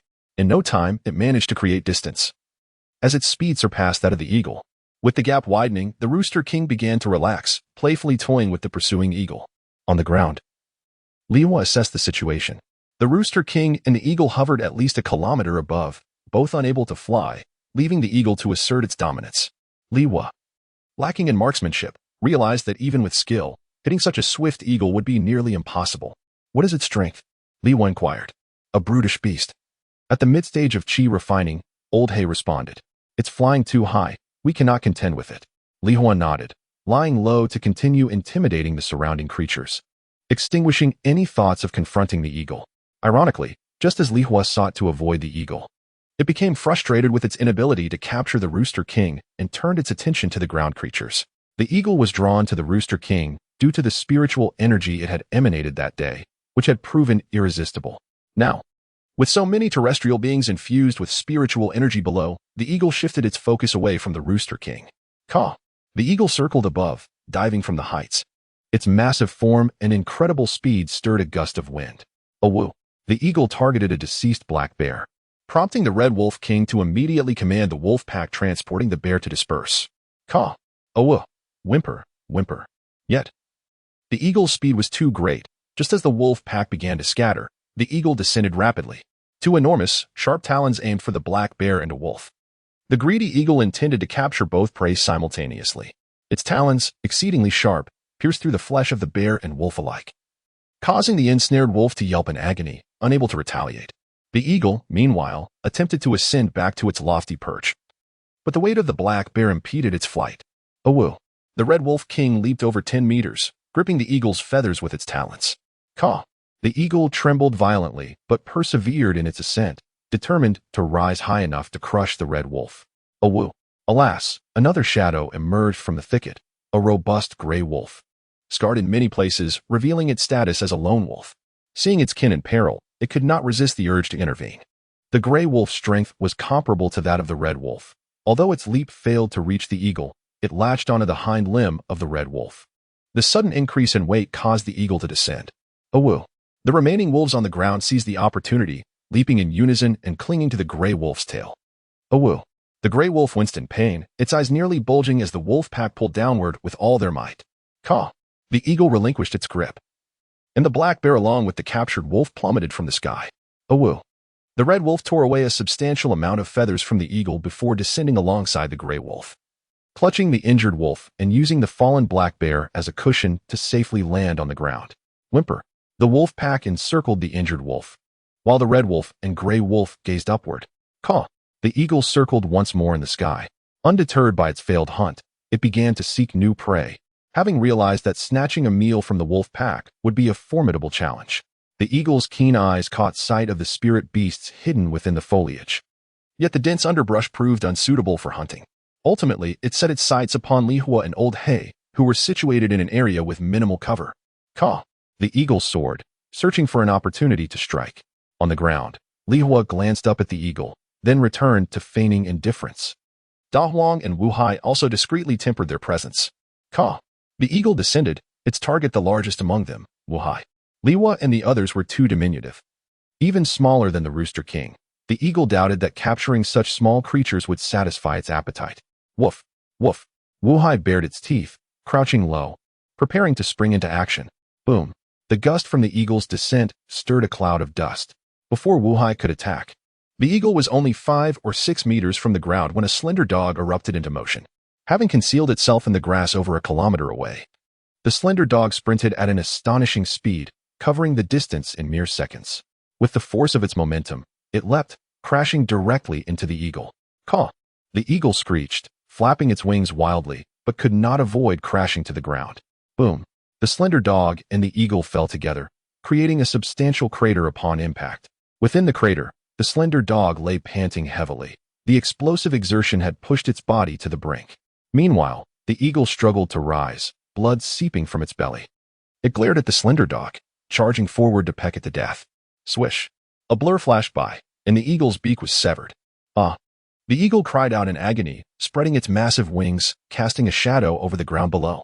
Before the slender dog stood Li Hua, with crimson claws that had absorbed the essence of Li Hua's soul, the blood claw. As Li Hua infused energy into the claws, they erupted in a burst of red energy, expanding several times in size, the claws extending to an impressive length. The very talon that had just severed the eagle's beak was the right claw of the blood claw. Meow? Li Hua gazed at the eagle's expansive wings and leapt, directing its claws towards the base of the eagle's wings. Swish! The sharp talons sliced through feathers, flesh, and bone with ease, as if cutting through mere parchment. By the time Li Hua landed, the eagle had yet to register the pain, but its flapping wings lost one. The eagle froze, and then a smooth, gaping wound began to ooze blood. Only then did it feel the excruciating agony. Caw! The eagle shrieked in madness. And in the next moment, Li Hua severed its other wing, denying it any chance of retaliation. Both legs were swiftly sliced away, the severed talons still twitching mindlessly. Whimper. Woof. Wu Hai dashed forward, sinking its teeth into the eagle's neck, viciously tearing at it. Observing this, Li Hua retracted the blood laws, elegantly grooming its fur. Meow, incompetent. Chapter 53. Soldiers arrive in the village. The air was thick with tension as the hound panted heavily. Remnants of the giant eagle lay scattered on the ground. And the corpse of the king cobra was a gruesome sight nearby. Li Hua, Da Huang, Wu Hei, Juzhua, Tai Chue, and Lao He scanned the distant thicket with keen eyes. In the sky, the chicken king circled, searching for the hiding places of the spirit beasts. A howl echoed in the distance as the blood wolf king led his pack, protecting the injured wolves and dragging a black bear back into the mountains. After bidding farewell to the blood wolf king's pack, the gray wolf cast a glance at the lifeless giant eagle before choosing to vanish into the forest. The display of strength by Li Hua and the others had extinguished any hope the spirit beasts had of seizing the wheat. One by one, they retreated back to the mountains, seeking to absorb the spiritual energy. In the afternoon, at the peak of the wheat's fragrance, the fierce beasts had perished, and the spirit beasts had surrendered. Only a few frenzied mortal beasts remained in Li village. Li Hua surveyed the king cobra and the giant eagle. Realizing the prey was too substantial to fit into their storage equipment, he assured them that he would not pilfer any, and carefully stowed them in his backpack. Can I have a space treasure? The chicken king inquired. After a moment of contemplation, Li Hua noted that among the 9 spirit beasts present, only the chicken king and the hound lacked storage equipment. Last night, during the gathering's conclusion, it was Da He and Da Huang who assisted in gathering the chicken king and hound's clothing. The scales and bones of the red python were not theirs to exchange for space equipment. Each spirit beast for one, Li Hua proposed, only to be met with a sudden burst of flames from the village. What is happening? Li Hua gasped, quickly returning, with Da Huang following suit. Lao He remained outside the village, waiting for the hound to recover before leisurely heading back into the wilderness. Boom. The village of Li was engulfed in flames, with numerous birds plummeting from the sky, their charred bodies releasing the aroma of roasted meat.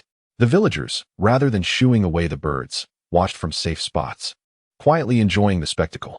Around the wheat fields, individuals donned in bomb-proof suits carried canister-like devices, emitting copious flames to fend off the avian swarm.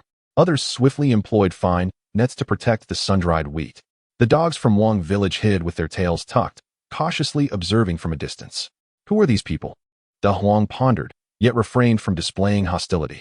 Despite being strangers, the villagers noted their lack of aggression. And Da Huang was not foolish enough to attack merely due to unfamiliarity. Perhaps they are human soldiers? Li Hua speculated, observing their military-like gait.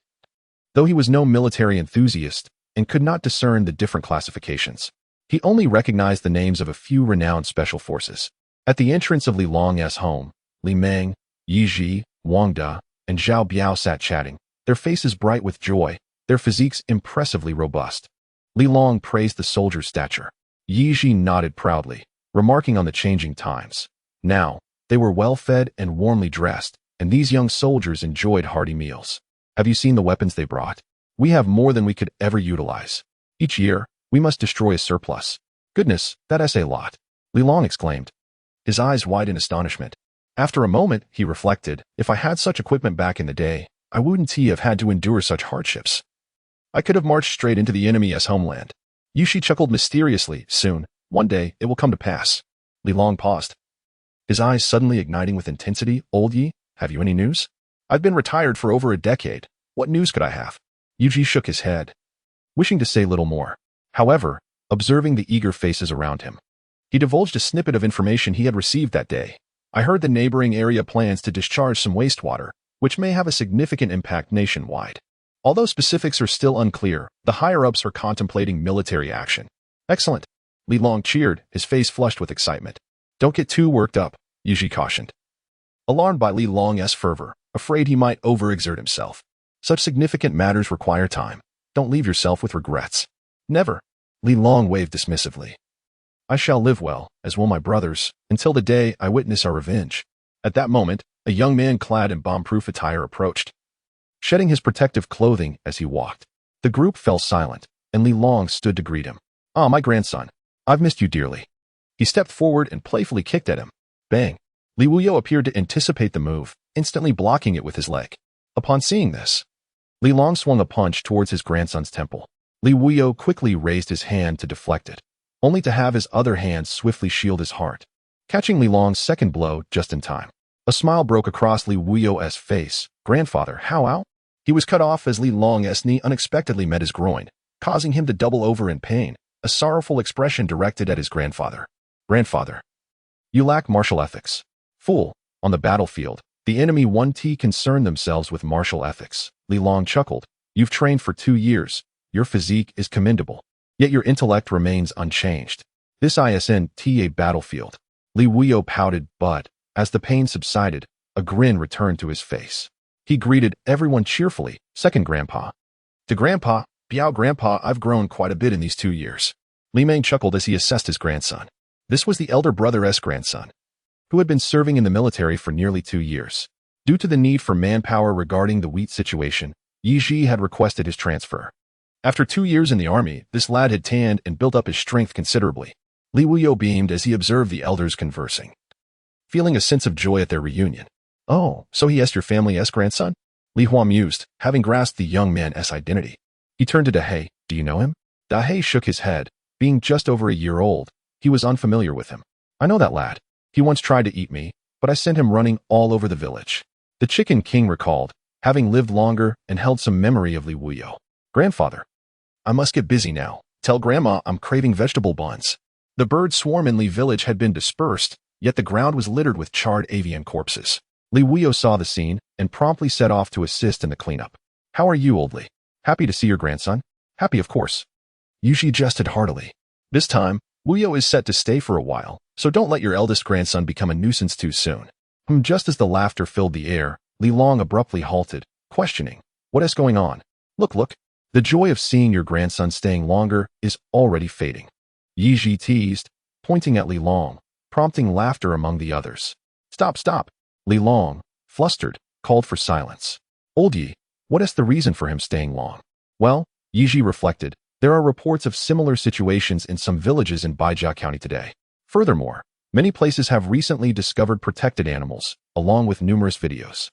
They are also handling the matters concerning these protected species, as well as clearing the fierce beast from the mountains to prevent any harm to people. Chapter 54, Li Tianla and Li Maqiong based on the videos shared by netizens in Baijia County over the past few days, along with data reported from various villages. And the inexplicable appearance of flocks of birds and wild boars in Li village yesterday, coupled with today's developments, a hypothesis has emerged. It suggests that the crops surrounding the mountains have absorbed a unique energy. Once matured, these crops will emit an irresistible allure for wildlife, which has attracted numerous protected animals and herds. Data analysis indicates that the wheat in Wang Village, Sun Village, and Zhou Village will mature sequentially based on their proximity to the mountains. To mitigate losses for the villagers, Li Wuyo and his companions plan to secure the grain in Li Village before assisting other villages to ensure a bountiful harvest. Meanwhile, Yi Ji has received news that illegal hunters are preparing to capture rare wildlife. Li Wuyo must venture into the mountains to capture these precious creatures and transport them to a nature reserve. Observing the current stability of the village, Li Hua nodded in understanding and, feeling the afternoon heat, bade farewell to Dahei and returned home for a nap. Meanwhile, at home, a small white cat was vigorously biting a turtle dove, which appeared disheveled and burnt, rendering it unable to fly. The cat was relentless, gripping the dove's rear with its teeth but lacking effective combat techniques, resulting in its failure to finish off the bird, producing pitiful growls of frustration. Li Hua, unable to watch any longer, demonstrated to the white cat. You were just biting. Why not use your front paws to scratch or slap it? Given the turtledove's frail body, it wouldn't take long to finish it off. The white cat quickly learned from Li Hua's demonstration, raising its paw to scratch and slap while still biting. The force was just right, enough to breach the dove's defenses without causing lethal harm, leaving feathers scattered across the ground. As Li Hua yawned, he observed that the white cat was taking its time and assured that it wouldn't disturb him. He found a warm spot in the yard and settled down to sleep. As the sun began to set, the sky was painted with fiery red clouds. The wheat, having absorbed the sun's essence throughout the day, was now fully matured, forming a membrane of spiritual energy on its surface to store the internal power. The aroma of wheat ceased to spread, and no birds or beasts were drawn to it. Li Wuyo and his comrades swiftly tidied up Li Village. Thousands of birds that had perished in the fire were gathered, forming a 2-meter-high mound of corpses. Li Wuyo was troubled about how to dispose of these bodies. It was a shame to burn them as they bore no disease. However, there was currently no equipment available to store them. Let my brothers eat these. Wu Hei and his pack of little brothers encircled the pile of birds. Nearly 50 large dogs and over 100 small dogs. These were the free-ranging dogs from Li and Wang villages. Since they had tasted wild boar meat yesterday, the dogs of Wang village had acknowledged Wu Hei, De Huang, and Xiao Go as their leaders. Wu Hei, filled with joy, decided to treat his brothers to a hearty meal. Knowing that there wouldn't be enough, he set his sights on the pile of birds. As the grandson of the owner, Li Wuyo had no objections. Brothers, eat to your heart's content. Don't hold back. There is plenty more. The massive pack of dogs began to feast wildly, and Li Wuyo, witnessing the chaotic scene, felt a tremor of unease. Suddenly, a sharp pain shot through his head. Ouch! He turned to see Li Long, who disdainfully remarked, "Look at you, acting like a coward," before striding forward and kicking 2 large dogs aside. He then rummaged through the pile, ultimately selecting a sizable wild chicken. Along the way, he kicked a few dogs that got too close. Li Wuyo watched in disbelief, his heart racing at the sight of his grandfather, over 90 years old, engaging in such reckless behavior with a pack of enormous dogs. "Grandpa, let us be careful," he thought, feeling exasperated at his grandfather's lack of caution.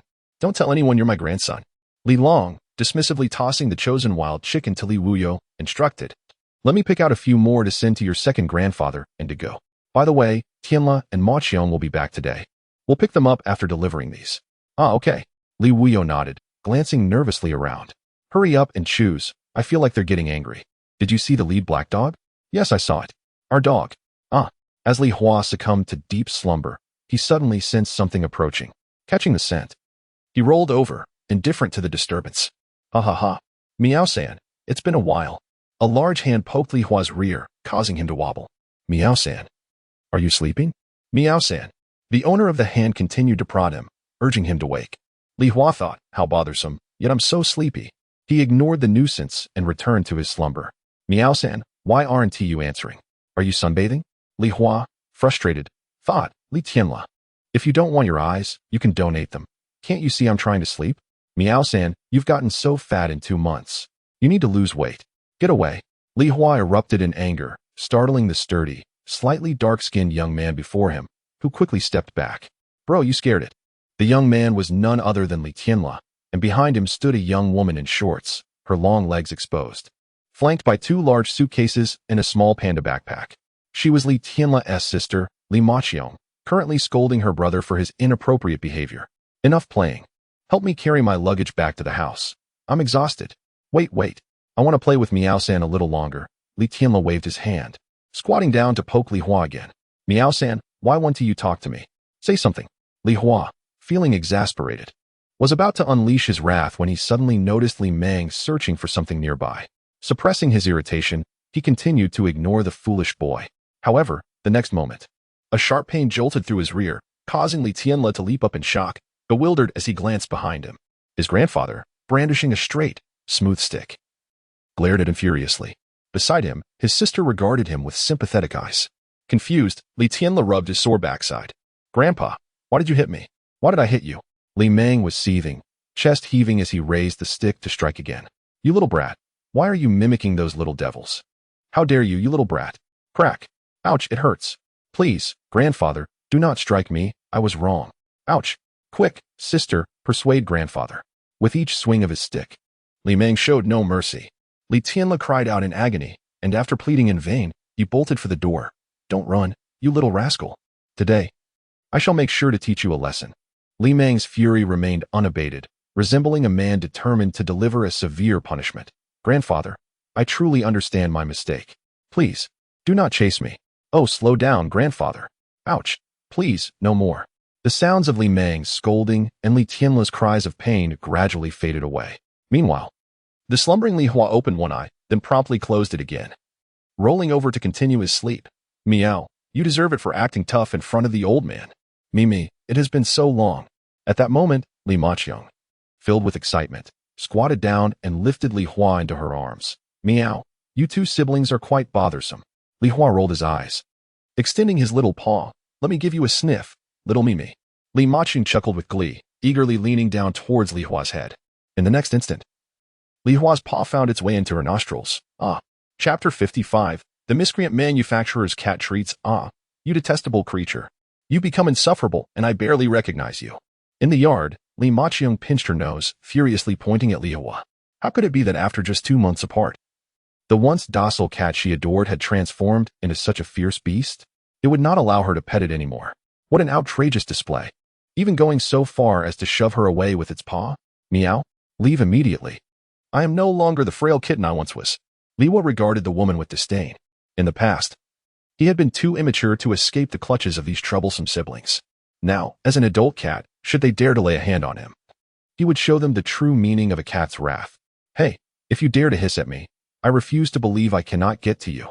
Li Maqiang, now even more incensed, placed her hands on her hips. With a glint in her eye, she seized the moment when Li Hua was distracted and lunged forward. Humph. Foolish human. Li Hua's contempt grew. Having never heard of a cat's reflexes, did she think she could catch him so easily?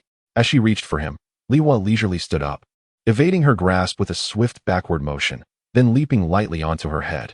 Hey, don't pull my hair. Give me. No. Bang. Li Hua merely bounced lightly on her head, yet the impact sent her tumbling to the ground in a most undignified manner.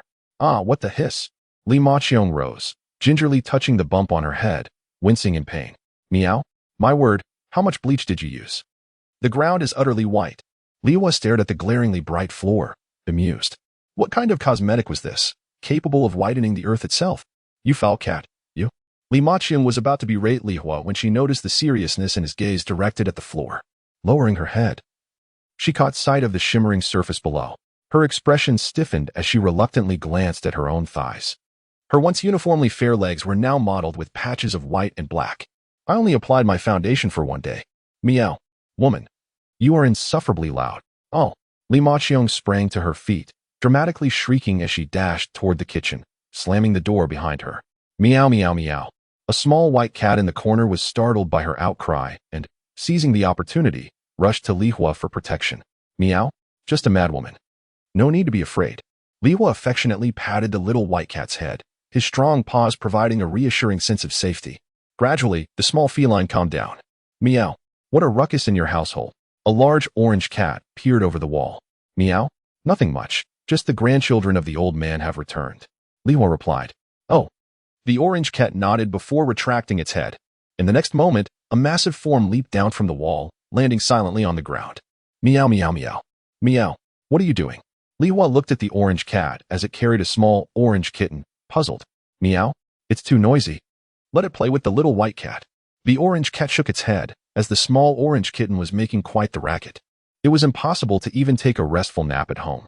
After some deliberation, the orange cat concluded that placing the small orange kitten with the little white cat would be beneficial.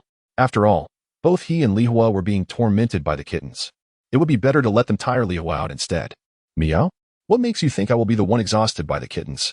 Li Hua was baffled, wondering why he should be the one to bear the brunt of the kitten's antics while the orange cat enjoyed a peaceful slumber. Meow. Because I thought of it first, the orange cat declared, preparing to leap back over the wall. Just as it was about to jump, the orange cat abruptly halted. Li Hua, meow? What's wrong? The orange cat remained silent, sniffing the air before crouching down to inspect. Suddenly, it turned its head sharply, diving into the fallen panda backpack of Li Maqiang. Hey, don't rummage through someone else's belongings. Li Hua rushed forward, intending to reclaim the backpack, only to catch sight of packets of treats within. One of them, slightly torn, wafted a delectable aroma. Meow. That smells rather good. Li Hua seized the damaged packet, scrutinizing the writing on the packaging. Meow. What is this? Meow meow. Hold on, let me take a look. Li Hua felt somewhat embarrassed. There wasn't a single word of Chinese on the packet. However, he couldn't admit his illiteracy in front of the orange cat, drawing upon his past experiences. He pondered for a moment before nodding nonchalantly. Meow? This is English, crafted in England, and it is cat food. Meow? Let me try it. At the mention of food, the orange cat immediately tore open a packet, squeezing out a dollop of meat paste and taking a hearty bite. Meow? Meow. What does it taste like? Li Hua asked, curious to know how the orange cat found it so delightful. However, the orange cat merely glanced at him before turning back to continue chewing. Is it truly that delicious? Li Hua wondered, extending a paw to open a packet for himself. He squeezed out a portion and took a bite. Bleh. The moment it touched his tongue, Li Hua could not help but spit it out. The orange cat, beside him, quickly followed suit, pointing at Li Hua and laughing. Meow bleh. Wow. You really are something. Li Hua couldn't take it any longer and dashed off to a dark corner behind the house, retrieving a toothbrush and toothpaste to cleanse his mouth. That cat treat was horrid. It was nothing but rotten meat, enhanced with additives that made it smell exceptionally enticing. Only he, as a spiritual beast, could discern the true essence of the meat. Any ordinary cat consuming such a thing might find themselves utterly entranced, consuming it to excess. A stomach full of rancid meat could very well land one in the hospital. Meow? Where on earth did this woman buy such a thing? She really knows how to shop. After rinsing his mouth, Li Hua tidied up and returned home. In the yard, Li Maqiong had emerged from the kitchen. The chaotic concoction she had applied earlier was now washed away, revealing her true appearance. Standing at 7 meters tall with long legs nearing a meter. She had a well-proportioned figure, sun-kissed skin, and flowing hair, a rather beautiful woman. She had felt compelled to layer herself in makeup, leaving her face reflecting a blinding white upon her return. The two kittens are simply adorable. As soon as Li Maqiong stepped outside, she spotted the little white cat and the small orange kitten. The two fluffy creatures, now devoid of the pungent scent from her makeup, gazed at her with wide, innocent eyes. Li Maqiong's heart melted in an instant as she scooped both kittens into her embrace, grinning foolishly as she nuzzled one and then the other. You must be hungry, my darlings. Let your sister prepare something delicious for you. This is top-quality stuff, originally intended for that heartless creature, but now, Suddenly struck by a thought, she clutched the two kittens to her chest with one hand while bending down to pick up her bag with the other. Why was it open? She found it odd but dismissed it, reaching for a cat treat to feed the two kittens. Meow. Just as the treat was about to touch the kittens, Li Hua and the orange cat appeared in an instant. Li Hua swatted the treat away, while the orange cat leaped into Li Maqiong's arms, its substantial weight causing her to lose her grip on both kittens. Li Hua swiftly jumped down to catch them, and the orange cat landed beside them, kicking the treat away and issuing a threat to the bewildered Li Maqiong. Big Orange, what are you doing? Li Maqiong snapped back to reality, her brows furrowed in discontent as she prepared to swat at the orange cat. However, the orange cat ignored her, turning its back and beginning to teach the small orange kitten not to eat indiscriminately. Meow. This is inedible. Li Hua was instructing the little white cat, pointing at a cat treat while squeezing out the meat paste, feigning a gagging motion. Upon witnessing Li Hua's antics, the little white cat promptly nodded, responding by distancing itself from the treat. Excellent, obedient. Li Hua nodded in satisfaction, casting a glance at the bewildered woman behind him, shaking his head before leaping onto the rooftop to resume his slumber. What have I just witnessed? Li Maqiong pondered. Could it be an illusion? A cat is actually teaching a kitten not to consume cat treats. Unintentionally, she struck her head on the beam, and her expression instantly contorted in pain. Ouch, that hurts. It's not an illusion. The big cat is indeed instructing the little cat. Li Maqiong, astonished, glanced down at the orange cat at her feet, perplexed, and retrieved another cat treat. Big Orange, tell me, is this something that should not be eaten?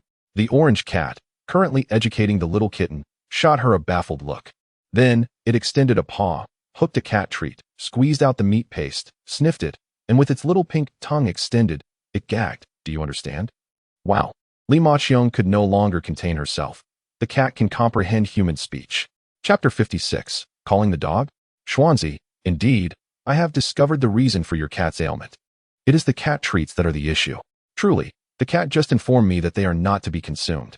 I am not all weight. When did I ever fall sick? You are the one who is unwell. I am in stable spirits, devoid of any affliction. Just wait until I return to see how I will deal with you. No. I digress, I assure you. I speak no falsehood. These cat treats are indeed unsuitable. Do not purchase them any longer. Swiftly send them for inspection and file a complaint. Damn it. The goods in this daily life are of poor quality. Refrain from buying them in the future. Ending the call, I still have pressing matters to attend to. Two Hakimi are eagerly awaiting my affection. Li Maqiong hung up the phone, and with a thud, two oversized suitcases were brought into the room. She disposed of the cat treats littering the floor. Li Tianle had yet to return, which suggested he had truly angered Grandpa. With a moment of free time, Li Maqiong could not resist approaching the two kittens. The household's Mimi and the neighboring orange tabby were basking in the sun atop the roof. Li Maqiong gazed up at them. Cautiously, she extended her hand to stroke the little orange cat. On the roof, the orange cat cast a neutral glance at Li Maqiong. For reasons unknown, Li Maqiong felt an overwhelming sense of pressure emanating from the orange cat, hastily retracting her hand as a gesture of innocence. Li Hua opened one eye, glanced at her, then closed it again, meowing as if to say, "It is just fine for her to take care of the two little ones. Do not worry. Nothing will happen." Meow. The orange cat also shut its eyes once more. Soon after, the soothing sound of purring filled the air. Phew. Li Maqiong exhaled, feeling the weight of stress. With Li Hua and the orange cat resting on the roof, she instinctively dared not disturb them. Was this compassion or timidity?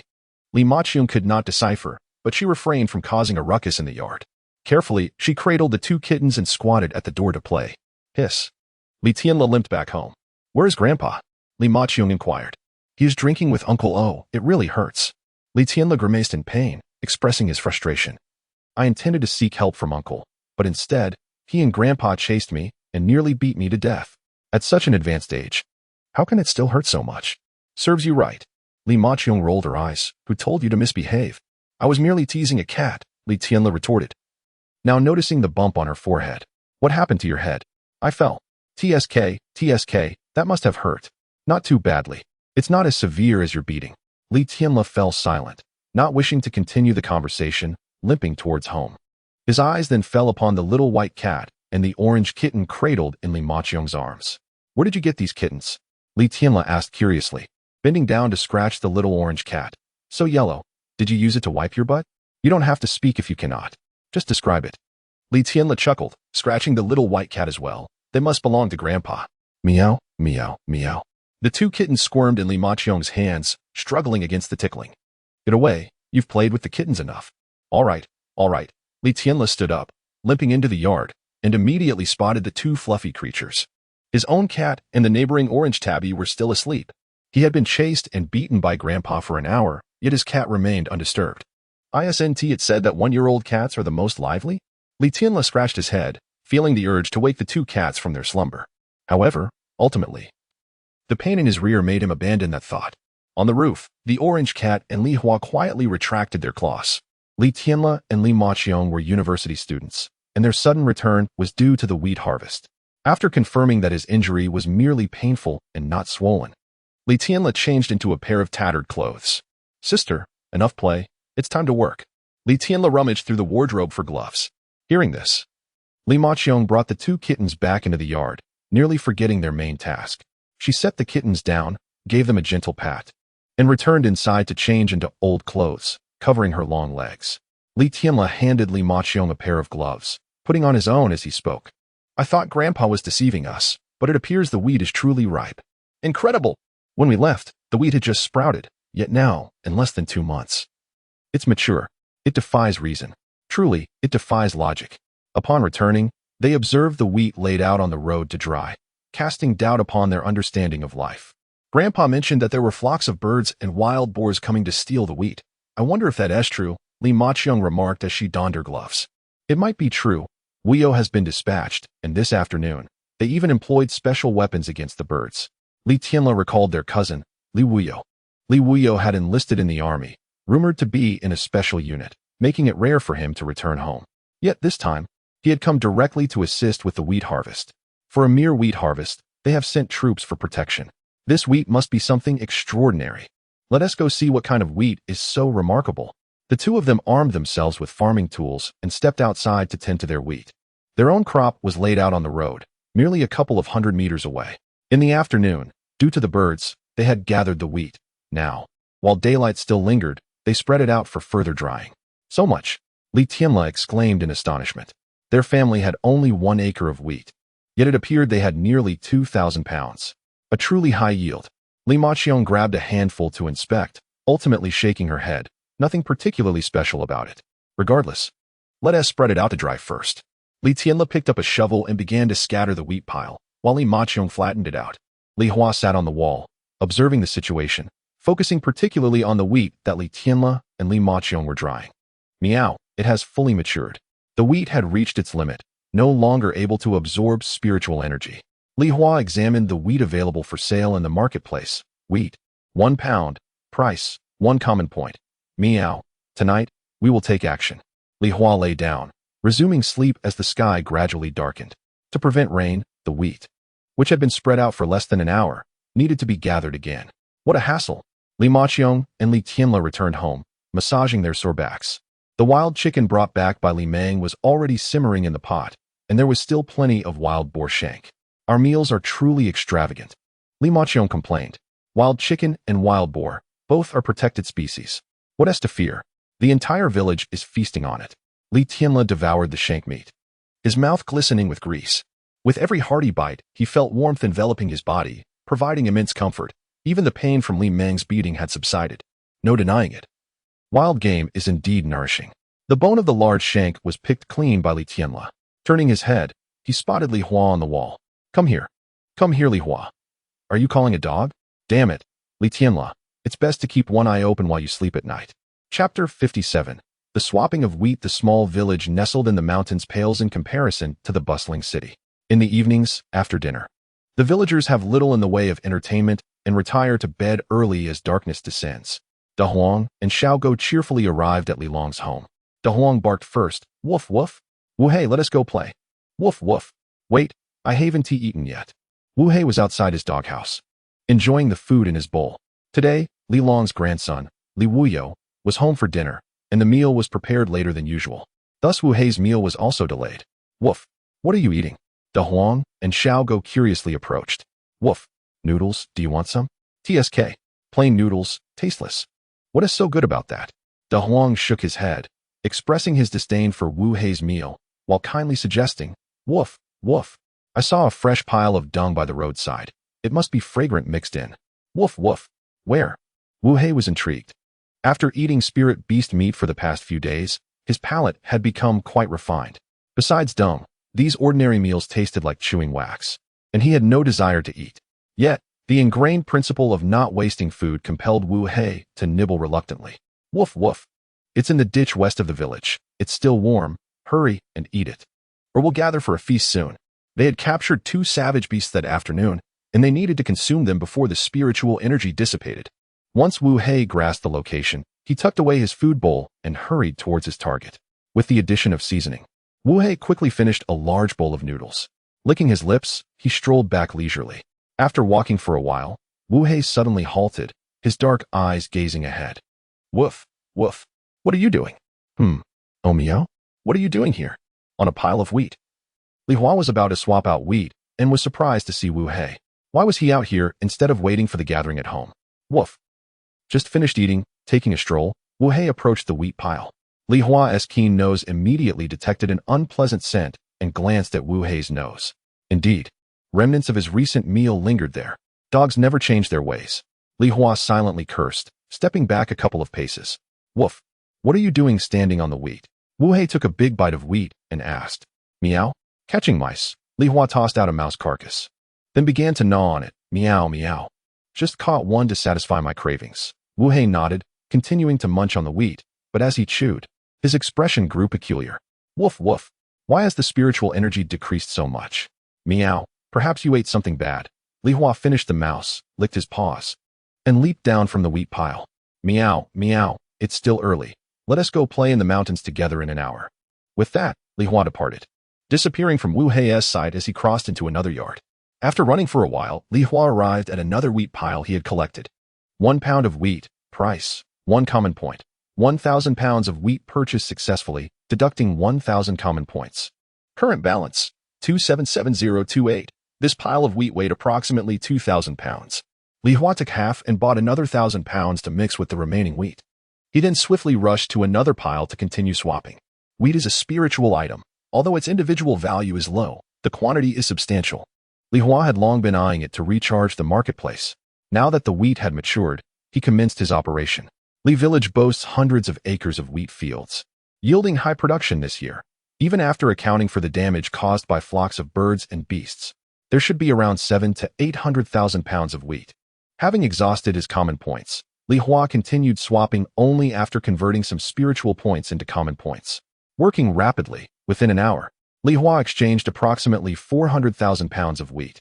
Wheat infused with spiritual energy. Would you like to recharge? Li Hua eagerly clicked to confirm the option, prioritizing the recharge of spiritual points.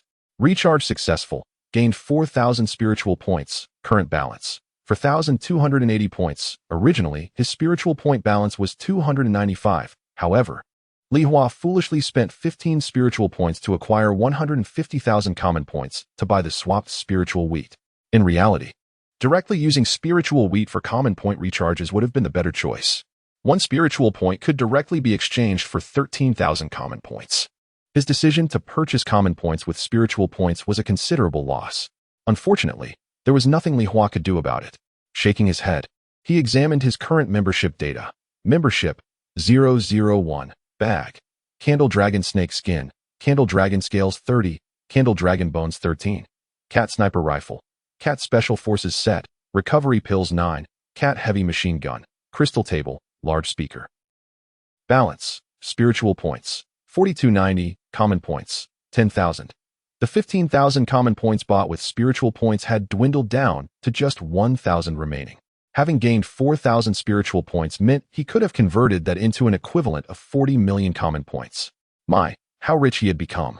With this fortune, he could purchase a small nuclear bomb without breaking a sweat. Not to mention, he could comfortably use it as a trump card or a mere firecracker.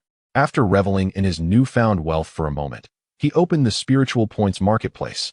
Chaotic Supreme Immortal Technique. Price, 1,000 spiritual points. Chaotic Transformation Dragon Skill. Price, 1,000 spiritual points. Heaven and Earth Invincible. A multitude of astonishingly named techniques swept past as Li Hua flipped through the pages until he found what he was seeking. Foundation Establishment Breathing Technique. Price, 10,000 spiritual points. Golden Core Technique. Price, 1 million spiritual points. These were the cultivation techniques Li Hua desired. Now, as a divine beast, his breathing and meditation methods were quite profound, far superior to ordinary techniques. However, having only recently become a divine beast, his breathing techniques had undergone changes each day, evolving into a more effective form, just as Orange and the others experienced. Through careful observation, Li Hua noted that Lao Hei's transformation speed in his breathing method surpassed theirs. This was likely due to Lao Hei's foundation in cultivation and access to a cultivation technique. If he could acquire a cultivation method himself to draw inspiration from, perhaps his own breathing technique would evolve more swiftly. However, the Foundation Establishment breathing technique required 10,000 spiritual points, which was currently beyond his means. Li Hua exited the marketplace and headed towards Li Long's home. Hearing from Old Yi that the wheat in other villages would soon ripen, he planned to gather some once it was ready. Arriving at Li Long's doorstep, he found Wu Hei, Xiao Guo, and De Huang joyfully frolicking. The Rooster King was preening its feathers, while Orange, Iron Hammer, and De Hei observed 3 little kittens at play. These kittens were the orange, white, and black cats from that day. Cats do not play with dogs, and with 2 dogs at home. Orange feared that the kittens might be spoiled by Li Tianla and his sister while he was away at night. Thus, he decided to keep a watchful eye on them. Meow, you're bringing the 3 little ones tonight. Li Hua sighed, finding it amusing that they were so eager to spoil the kittens. Meow, meow, never mind. Let us go.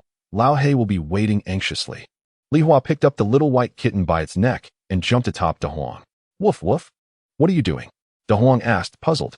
Meow. With a kitten in tow, running isn't suitable. This is safer. Woof woof. All right then. Meow, let us go. Let us set off. Oh woo. Chapter 58. 2 tigers in the desolate forest. Old Hei had been waiting for quite some time. Beside him lay a heap of items imbued with a sinister aura, twigs, stones, jade pieces, and hair ornaments. Meow. There is no more space. Old Hei exclaimed.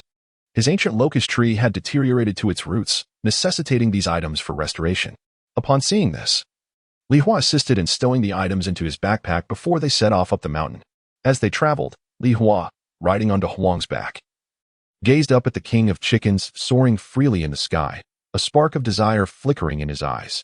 Riding a dog was uncomfortable. He wondered what it would be like to fly atop the king of chickens. He yearned to experience it firsthand. Suddenly, the king of chickens shook its body vigorously and eyed Li Hua warily. Cluck, cluck. What do you want? Meow. Nothing. Li Hua shook his head, suppressing the eager little white cat that wanted to leap about, and continued to admire the mountain scenery. In just a few days, the ethereal mist enveloping the peaks had thickened with spiritual energy once more. Perhaps by the following day, a spiritual rain would descend again, based on his reading experience. Li Hua referred to this phenomenon as the revival of spiritual energy. Following this resurgence, everything in the mountains began to flourish wildly. In a matter of days, the dense thickets transformed into towering ancient trees. Trees with diameters of 1 to 2 meters and heights exceeding dozens of meters became increasingly common. Even the wild grasses grew over a meter high, completely engulfing Li Hua and his companions. A diverse array of wild grasses flourished, some even bearing fruits, rich in spiritual energy akin to the wheat of Li Village. However, their growth was chaotic, scattered here and there, and the ripe aromas failed to converge, merely attracting the creatures that roamed nearby. Li Hua pondered the wild grasses and fruit trees he had encountered along the way: dogtail grass, snake bed, nightshade, red goji berries, and burdock. Wild fruits included sour dates and mulberries, even nearly ripe wild peaches. If the wheat at the foot of the mountain could yield treasures, how much more could the plants atop the mountain? The quality of these items was no less than that of the wheat below. Meow? If the cat master cultivates a patch of barren land with spiritual herbs, could it lead to wealth? Li Hua mused quietly. He recalled seeing spiritual herb seeds in the marketplace, reasonably priced. If he purchased some and planted them, their harvest would surely be bountiful. If mere wheat could be so valuable, how much more would these spiritual herbs be worth? With many spiritual beasts in the mountains, he could also enlist the help of Zhu Zhuo and the others to take turns guarding, sharing the bounty later. The more he thought about it, the more feasible it seemed. He nodded slowly, resolving to find land to cultivate herbs whenever he had free time. Woof woof. Weevee arrived. Get down. De Huang's speed had notably increased. What once took half an hour to ascend the mountain now took less than 10 minutes to reach the old locust tree. After 2 days apart, the tree appeared significantly wilted. The ample spiritual energy could not conceal its desolation. Meow. My tree. Old Hay tenderly stroked it, then turned to Li Hua. Meow. Hand over the items. I have much to do tonight. You all enjoy yourselves. Li Hua nodded, placing Old Hay's belongings beneath the old locust tree. He then retrieved the king snake and giant eagle caught earlier in the day. The flesh of the king snake was somewhat mushy, a consequence of the king of chicken's antics. The giant eagle, however, was severely dismembered, its wings and legs scattered apart. The wings, each over 2 meters long, made Li Hua's eyes gleam. Meow. Such enormous wings must be barbecued. Woof, woof. Agreed. De Huang drooled in anticipation. Meow. Bang. With a loud crash, Li Hua set up the speakers, crystal table, sofa, and lighting. Meow. Let us begin. Everyone got busy, plucking feathers, gutting, and preparing. Before long, the 2 wings, initially over 2 meters long, had shrunk to just over a meter. How insubstantial. The giant eagle's wingspan was 6 meters, yet the weight seemed less than 300 g. It was even lighter than an ordinary wild boar. Truly insipid. Li Hua scoffed, turning his gaze to the king snake, which was more substantial at 300 to 400 g, and thus more acceptable. The barbecue grill was set up, and the 2 enormous wings placed on it. Meow. Tonight, I shall be the chef. Donning a chef's outfit and hat, Li Hua instantly exuded an air of culinary authority. With a spatula in paw, he heated oil in a small iron pan and tossed in the sliced snake meat. Premium ingredients required little in the way of intricate seasonings. A vigorous stir-fry unleashed the inherent aromas of the food. A simple sprinkle of salt and spices sufficed, and a fragrant stir-fried dish was ready to be plated. Next, he began preparing the subsequent dish. Zhu Zhuo, assisting, carried this first dish to the crystal table, but on the way, he stealthily snatched a piece of meat and popped it into his mouth. The exquisite flavor caused his expression to become utterly entranced, prompting him to sneak another piece. Smack! A garlic clove struck his head, accompanied by Li Hua's scolding. Zhu Zhuo hurriedly set down the first dish and went to fetch the next. As night fell, exhilarating music erupted, and a lively assembly of cats and dogs swayed excitedly around the crystal table. The king of chickens, adorned with sunglasses, elegantly manipulated the volume of the music from above. The raucous noise roused the slumbering creatures of the mountain, who, sensing the formidable presence of Li Hua and his companions, cursed their misfortune and covered their ears, attempting to sleep. Meanwhile, two great tigers sauntered leisurely to the foot of the mountain. One was the same tiger that Li Hua had encountered previously, massive, with piercing eyes and a commanding presence. The other was relatively smaller, with a noticeable round belly, indicating that she was pregnant. Her rounded head sported two fluffy ears that twitched curiously as if they had caught a sound. Roar? What a lively atmosphere. What is making that noise on the mountain? Roar. I don't know. The male tiger shook his head. We came together. If you don't know, how would I? However, the sound was undeniably exhilarating. After listening for a while, the male tiger was suddenly reminded of the peculiar little cat he had encountered on his last visit. He vividly recalled that little cat and the other cats and dogs, all possessing the bloodline of divine beasts. In this era, the appearance of so many offspring with divine beast heritage was exceptionally rare. Could this raucous sound be the work of those creatures? As this thought crossed his mind, the male tiger came to a halt and closed his eyes. The female tiger beside him also paused, and after a moment, the male tiger opened his eyes, a peculiar expression on his face. Roar. What is going on? Roar. There is something strange making noise. The male tiger replied. Roar. There are also some little creatures. They're the rulers of this mountain. You will stay here from now on, and we shall go greet them.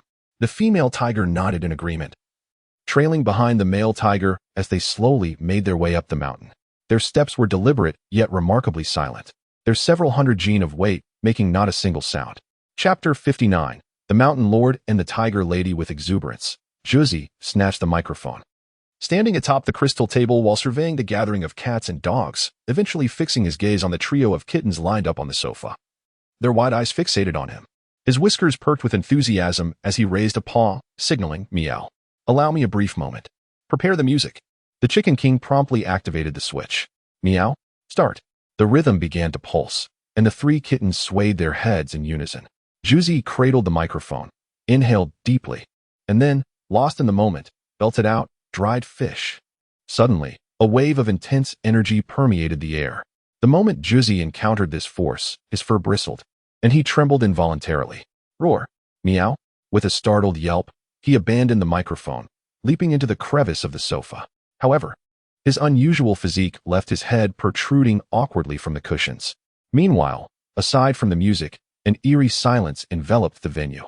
The three kittens quivered, leaving a trail of urine on the sofa, while the slender dog froze in fear, its body rigid. De Huang and Wu Hei, though less intimidated, remained still, clinging to the slender dog on the crystal table. On the other side, Li Hua and Tai Chue huddled together, enviously observing De Hei, who lurked in the shadows. For the first time, they felt that their tattoos paled in comparison to De Hei's sleek black fur. The male tiger approached slowly, his voice gentle. Roar. Long time no see, little ones. Li Hua peered cautiously from Tai Chue's embrace, regarding the tiger with a mix of trepidation and vigilance, aware of the unfamiliar tiger lurking behind him. The male tiger noticed their apprehension and glanced toward the female tiger. Wu. Greetings. I am Huling, she said, stepping forward to greet Li Hua and the others, exuding a gentle aura. Li Hua, noticing her slightly rounded belly, exchanged glances with the male tiger, contemplating the implications. He extended a paw, signaling the Chicken King to cease the music. Once the melody faded, Li Hua discarded his previous hairstyle and approached the two tigers. Meow. Greetings. Brother tiger and sister tiger. I am Li Hua, and these are Juzi, De Hei, Tai Chue, Wu Hei, De Huang, Chicken King, and the slender dog. The male tiger nodded slightly, acknowledging Li Hua's introduction. Just then, a thunderous explosion erupted from the distance as an old locust tree burst apart, sending a shadowy figure soaring into the air. The male tiger swiftly moved his tail, catching the shadowy form. Meow. De Hei, dazed, had been absorbing the tree's energy when the sudden influx of pure yang energy overwhelmed him, resulting in the explosive reaction. Roar. Are you all right? Meow. I'm fine. De Hei rubbed his head in response. The male tiger, seeing this, relaxed his tail, allowing De Hei to land on the ground. As De Hei regained his bearings, he blinked in surprise at the male tiger. Meow. Mountain Lord? You know me? The male tiger, referred to as the Mountain Lord by De Hei, was astonished, recalling that their last encounter had not indicated any recognition. Meow. Last time, my youthful intellect failed to recognize the Mountain Lord. De Hei bowed his head, having learned the title from his master's ancient texts. Li Hua pondered this revelation, recalling that humans often referred to tigers as mountain lords. Given the male tiger's demeanor and apparent longevity, he speculated that this title might indeed stem from him. Meow. Brother tiger and sister tiger, after a long journey. Let us enjoy some barbecue to warm our bellies. Look at these delicious wings. Liwa claimed the untouched wings, perfectly portioned for the two tigers. Roar. The mountain lord dipped his head to savor the wings. Meanwhile, Huling, delighted by Lihua's affectionate address, sampled a couple of bites. Her initial reluctance waning as the flavors captivated her. Before long, she had devoured an entire wing and turned her gaze toward the leisurely feasting mountain lord, silently observing him. With a sigh, the mountain lord relinquished the remaining wing to her. Perched above, the chicken king bristled in alarm, but the mountain lord merely rolled down the music controller. Intrigued by the device while announcing, Roar. I have two primary purposes for my visit. Liwa, inadvertently activating the player, released a lively tune that captured the mountain lord's attention. Meow. Our humble mountain holds something of significance to you. Brother Tiger, how fortunate. Woo. First, it is the spiritual mist gathered at your mountain summit, the mountain lord stated.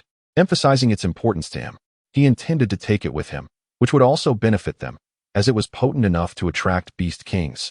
And the young divine beasts could hardly safeguard it. Lihua felt a twinge of disagreement, having recently acquired a treasure of mushrooms that he believed could rival anything. Yet, upon encountering the mountain lord, his confidence waned, sensing that the mountain lord was unfazed by his treasures. Take it, for our absorption is limited. Excess would be wasteful. Woo. The second matter is that Huling is with child, and this environment is quite suitable. I plan to have her stay here for a while, the mountain lord continued. Huling, having finished her wing, nodded in agreement. Meow. Rest assured, I will ensure Sister Tiger is well taken care of. Liwa pledged, thumping his chest. Meow. Sister. Consider this your home. Feel free to ask us for anything. Roar. No need. I can hunt for myself, Huling replied, shaking her head. The mountain lord's intent was for her to familiarize herself with these little ones, to avoid any unfortunate incidents. After all, what could mere cultivation practice do to assist her? Chapter 60. I will take good care of my sister-in-law once again. Raucous music echoed through the mountains, riling the slumbering animals. However, after their initial irritation, they discerned the distant roars of tigers amidst the cacophony. Instantly alert, they scurried to find what they deemed safe hiding spots, irrespective of whether a tiger truly lurked nearby. The source of the sound was beneath the ancient locust tree, where a large tiger swayed rhythmically to the music, a jubilant expression adorning its face. The festive mood was infectious, causing the rooster king and the 5 black chickens to join in the merriment, hopping about joyfully. By the crystal table, the mountain lord reclined on an oversized sofa, while Lihua brandished a comically large bottle of beer, twice his size, toward him. Meow. Tiger brother. Let's have a drink. With a resounding clink, the mountain lord raised a bottle of beer to Lihua's, downing it in one go. Ah, refreshing. Lihua wiped his mouth, patting his protruding belly in satisfaction, which visibly returned to its original state. At this moment, the mountain lord rose from the sofa, letting out a low growl. Aru. Time is drawing near. Meow. What time? Lihua inquired, confused. Aru. The time for spiritual energy to erupt. The mountain lord opened his mouth wide, causing the enormous sofa to lift off the ground and gradually shrink, eventually vanishing into his mouth. Gazing at the myriad of gifts in his space, the mountain lord felt a profound sense of gratification. He lowered his head to nuzzle Lihua, stating, Aru, little brother, I must depart. I will return in a few days. Take good care of your sister-in-law, as she is with child. Meow. So soon? Tiger brother, rest assured. My sister-in-law will be perfectly safe with me. Lihua promptly turned to the others, calling out, Meow. Stop playing. Tiger brother is leaving. Come bid him farewell. Meow. Woof woof. Cluck cluck. As the music ceased, the rooster king hastily approached Lihua. Aru. The tiger princess affectionately rubbed against the mountain lord, who reciprocated by displaying affection toward Lihua and the others. Old Black glanced skyward, gauging the time, midnight. Boom. It marked the commencement of a new day. Suddenly, the spiritual mist atop the mountain erupted with thunderous roars, and a faint green light began to emanate from the ground. This was the mountain releasing its spiritual energy, which gathered within the mist. Gradually, a gentle rain began to fall silently, bestowing vitality upon the entire mountain. The mountain lord gently stomped his massive paw on the ground, and instantly, a radius of 100 meters around him was suffused with visible spiritual energy surging forth from the earth. Like a liquid, it rose continuously with the passage of time. Liwa and the others found themselves enveloped in the spiritual energy, their bodies instinctively absorbing this boundless essence. The diameter of the spiritual energy continued to ascend, reaching astonishing heights. Roar! The mountain lord let out a tremendous roar, sending a torrent of spiritual energy soaring skyward. Merging with the mist. Before long, the rain intensified significantly. Aru! With another mighty roar, a fierce wind swept through, causing Lihua to struggle against its force. The trees on the mountain swayed violently, their rustling filling the air. The spiritual mist clouds above were propelled by the wind, slowly drifting in a singular direction, showering everything in its path with spiritual rain. In the midst of the tempest, Liwa and the others found it difficult to keep their eyes open. Even the tiger princess, with her thick fur, was swept in one direction by the gusts. The mountain lord remained steadfast, his fur unaffected by the storm, bidding farewell to the tiger princess as he leisurely followed the wind's course. Lihua, braving the wind, shouted, "Meow Aru, tiger brother, travel safely. I will take good care of my sister-in-law." Woof woof. The others echoed his sentiments. Before long, the mountain lord's figure grew faint, and the mist above seemed to slow its pace. Aru! Another roar echoed from afar, causing the trees in the mountains to sway wildly, while the clouds above quickened. Approximately an hour later, the mountain lord's voice faded completely, and the fierce winds atop the mountain diminished considerably. Meow? Old Black, do you have a suitable place? Quickly prepare it for my sister-in-law to rest. Liwa urged. Aru! The tiger princess, who was about to depart, halted. As a tiger, she usually slept wherever she went. But now, with her pregnancy, she required a stable resting place. This group of little companions was the head of the mountain. Their assistance would save her considerable effort. Meow. Yes, yes, yes. Old Black nodded eagerly, leading the way to a specific location. Soon, he stopped beneath a colossal boulder that towered several dozen meters high, resembling a sheer cliff from a distance. After pausing briefly, Old Black approached the left side of the boulder and, gathering his strength, charged into it. With a resounding crash, the stone wall shattered, revealing a hidden interior. Surprisingly, the boulder was hollow, revealing a long, dark tunnel that perfectly matched Old Black's color. Meow. Isn't the aura here too heavy? Could there be malevolent spirits? Liwa queried. Old Black shot him a glance, his tail slightly raised, pointing at the tiger princess behind them. Do you want to reconsider what you just said? Liwa realized his folly and promptly fell silent, following Old Black into the tunnel. The passage was lengthy and sloped downward. After walking for a while, Liwa reached the end, where he found several boxes, but no spirits. Among the boxes were various pieces of porcelain. Liwa paid them no mind and instead hopped a couple of times in excitement. Meow. It's empty down here. Liwa exclaimed. Meow. I heard my master say this was used for storing grain. Old Black explained, indicating that this cave was airtight, allowing for the coolness of the earth to preserve food. Oh, Liwa nodded, losing interest in the lower depths and instead focusing on the porcelain. These must be antiques. He picked up one piece. One useless jar. Would you like to recharge? Note, recharging will yield 0 common points. Fine, not valuable. Liwa ceased the recharging process, storing the antique along with several boxes in his backpack. Subsequently, he purchased decorative items, blankets, a large iron ball, and a sizable cat scratching post from the marketplace. Finally, he installed glowing electric lights, equipped with built-in batteries that could last a year. He also fitted the entrance with a specially crafted door from the marketplace, camouflaged to match the mountain stone, making it inconspicuous when closed. Meow. All done, Liwa proclaimed, stowing away his wrench and inviting the tiger princess inside alongside Old Black. Aru. Upon entering, the warmth of the sun pervaded the tunnel, dispelling the chill. The tiger princess, upon reaching the end, immediately spotted the large iron ball, her eyes lighting up. The several hundred-pound iron ball began to roll through the cave. Howl. Thank you all. I really like it here. Meow. As long as my sister-in-law is satisfied. That's all that matters. Lihua waved his hand nonchalantly. The expenses for decorating the cave were nothing compared to the lavish gifts he had given the mountain lord, including a sofa, bed, shower gel, and high-quality cat cakes, which had cost a fortune. He had spent over 1,000 spiritual points. Balance, 3,008 spiritual points. 500 common points. He had indeed spent a considerable amount. Lihua felt a twinge of pain but concealed it well, merely glancing at the spiritual point balance with discomfort. After purchasing 8 cat cakes, his balance of 3,000 felt much more satisfying. The tiger princess, having traveled a long way, engaged in some playful antics but soon exhibited signs of fatigue. Observing this, Liuwa promptly suggested to Old Black that they take their leave. With the spiritual energy still abundant, De Huang and the others were actively absorbing it. Upon returning, Liuwa wasted no time. With a piece of high-quality cat cake in his mouth, he began to absorb the spiritual energy. Chapter 61. Li Tianla. My cat roams free, fiercely independent, and I dare to discipline it. In the early morning, the first rays of sunlight penetrated through layers of mist, illuminating the entire mountain, rendering everything crystal clear. The tabby cat, absorbing the mountain's spiritual essence, twitched its ears, and droplets of spiritual dew fell from its fur, awakening it from its meditation. Stretching exaggeratedly towards the rising sun, it yawned, a contagious act that roused its companions. Orange and Iron Hammer. Meow. Old Black emerged from the locust tree, looking quite weary. He had stayed up all night tending to the ancient tree. Meow, are you heading back? The tabby inquired. Old Black shook his head, expressing his preference for the mountain. Meow, then we shall take our leave.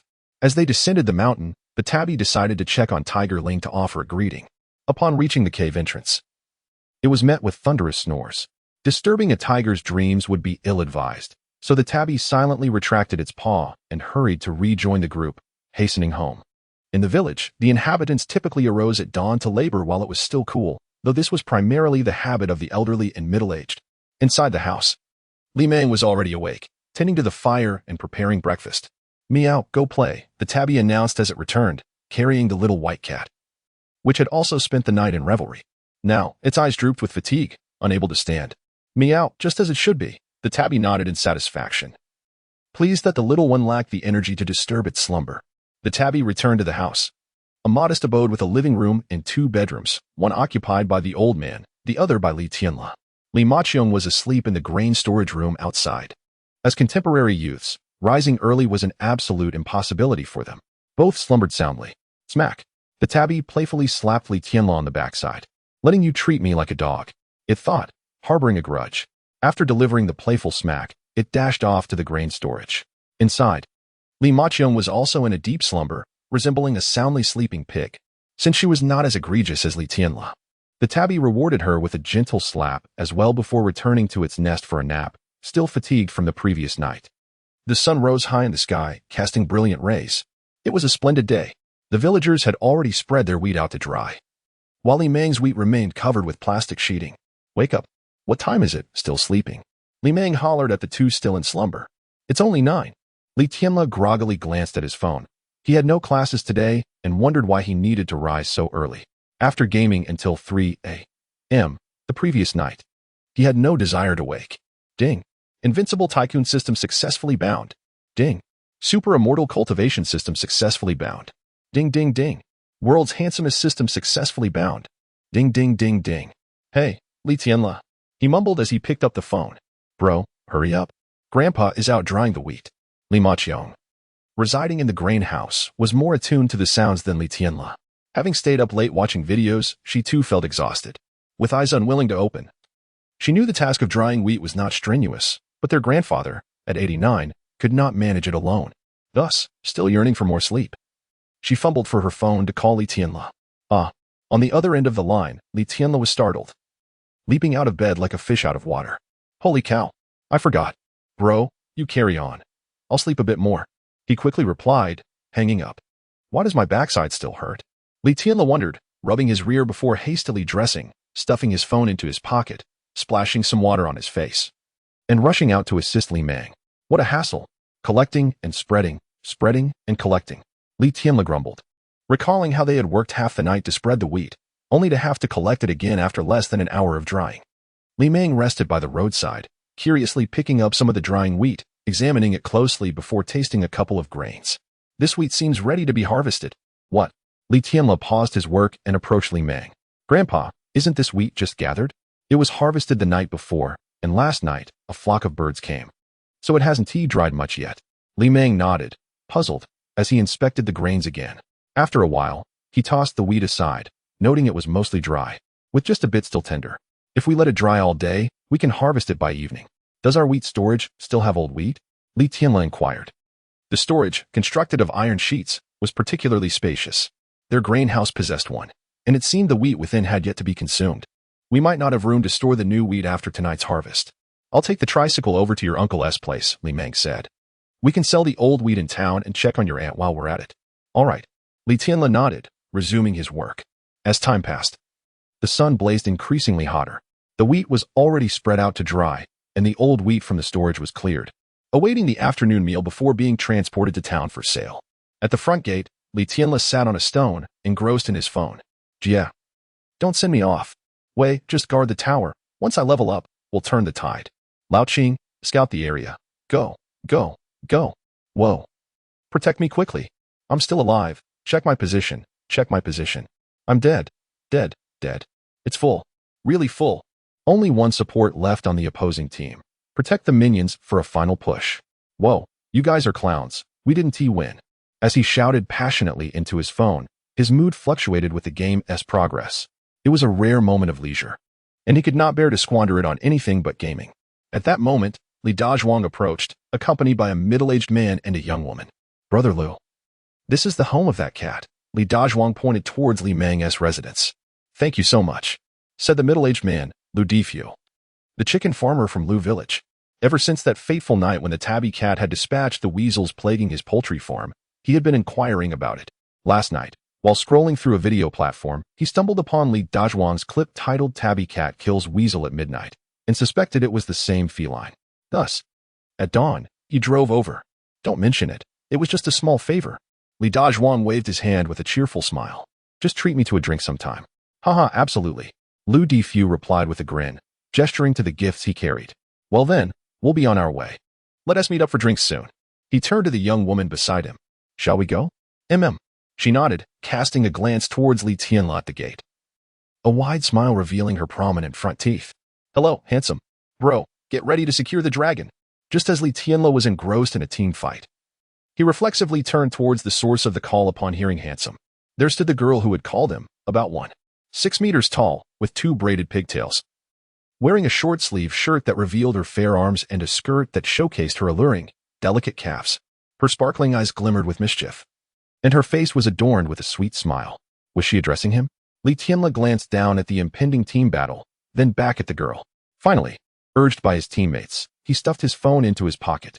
After so many years of playing this game, he had grown weary of it. Hey, beautiful. Did you call for me? He exclaimed. Yes. The woman nodded and approached Li Tianle. Handsome, I was hoping you could assist me with a favor. Li Tianle's smile immediately froze. It's not about adding me on WeChat, is it? He was utterly exhausted and couldn't fathom why she would ask for his help. Internally, he grumbled. As long as it involves physical exertion, I want to assist with any task. What is it anyway? Do enlighten me. I heard you have a cat. I absolutely adore cats. Could you bring it out so I can capture a video? How did you know I have a cat? Li Tianle asked, regarding the young woman with curiosity, then glancing at the middle-aged man behind her. I don't recognize you. You are an outsider. You must have ulterior motives for inquiring about my household. Apologies, but my cat roams freely and is quite fierce. I wouldn't dare to bring it out. I fear it wouldn't cooperate for the video. Perhaps you should seek assistance elsewhere. Chapter 62, Daoist Yuchu and allow me to speak. Boss Lu stepped forward, his plump belly and amiable smile instantly lightening the mood. Little brother, do you smoke? Boss Lu produced a pack of cigarettes. Uncle, please go ahead with what you have to say. Li Tianle accepted a cigarette. His curiosity piqued as he glanced at Boss Lu's sizable abdomen. Goodness. That belly must be the result of at least 3 pregnancies.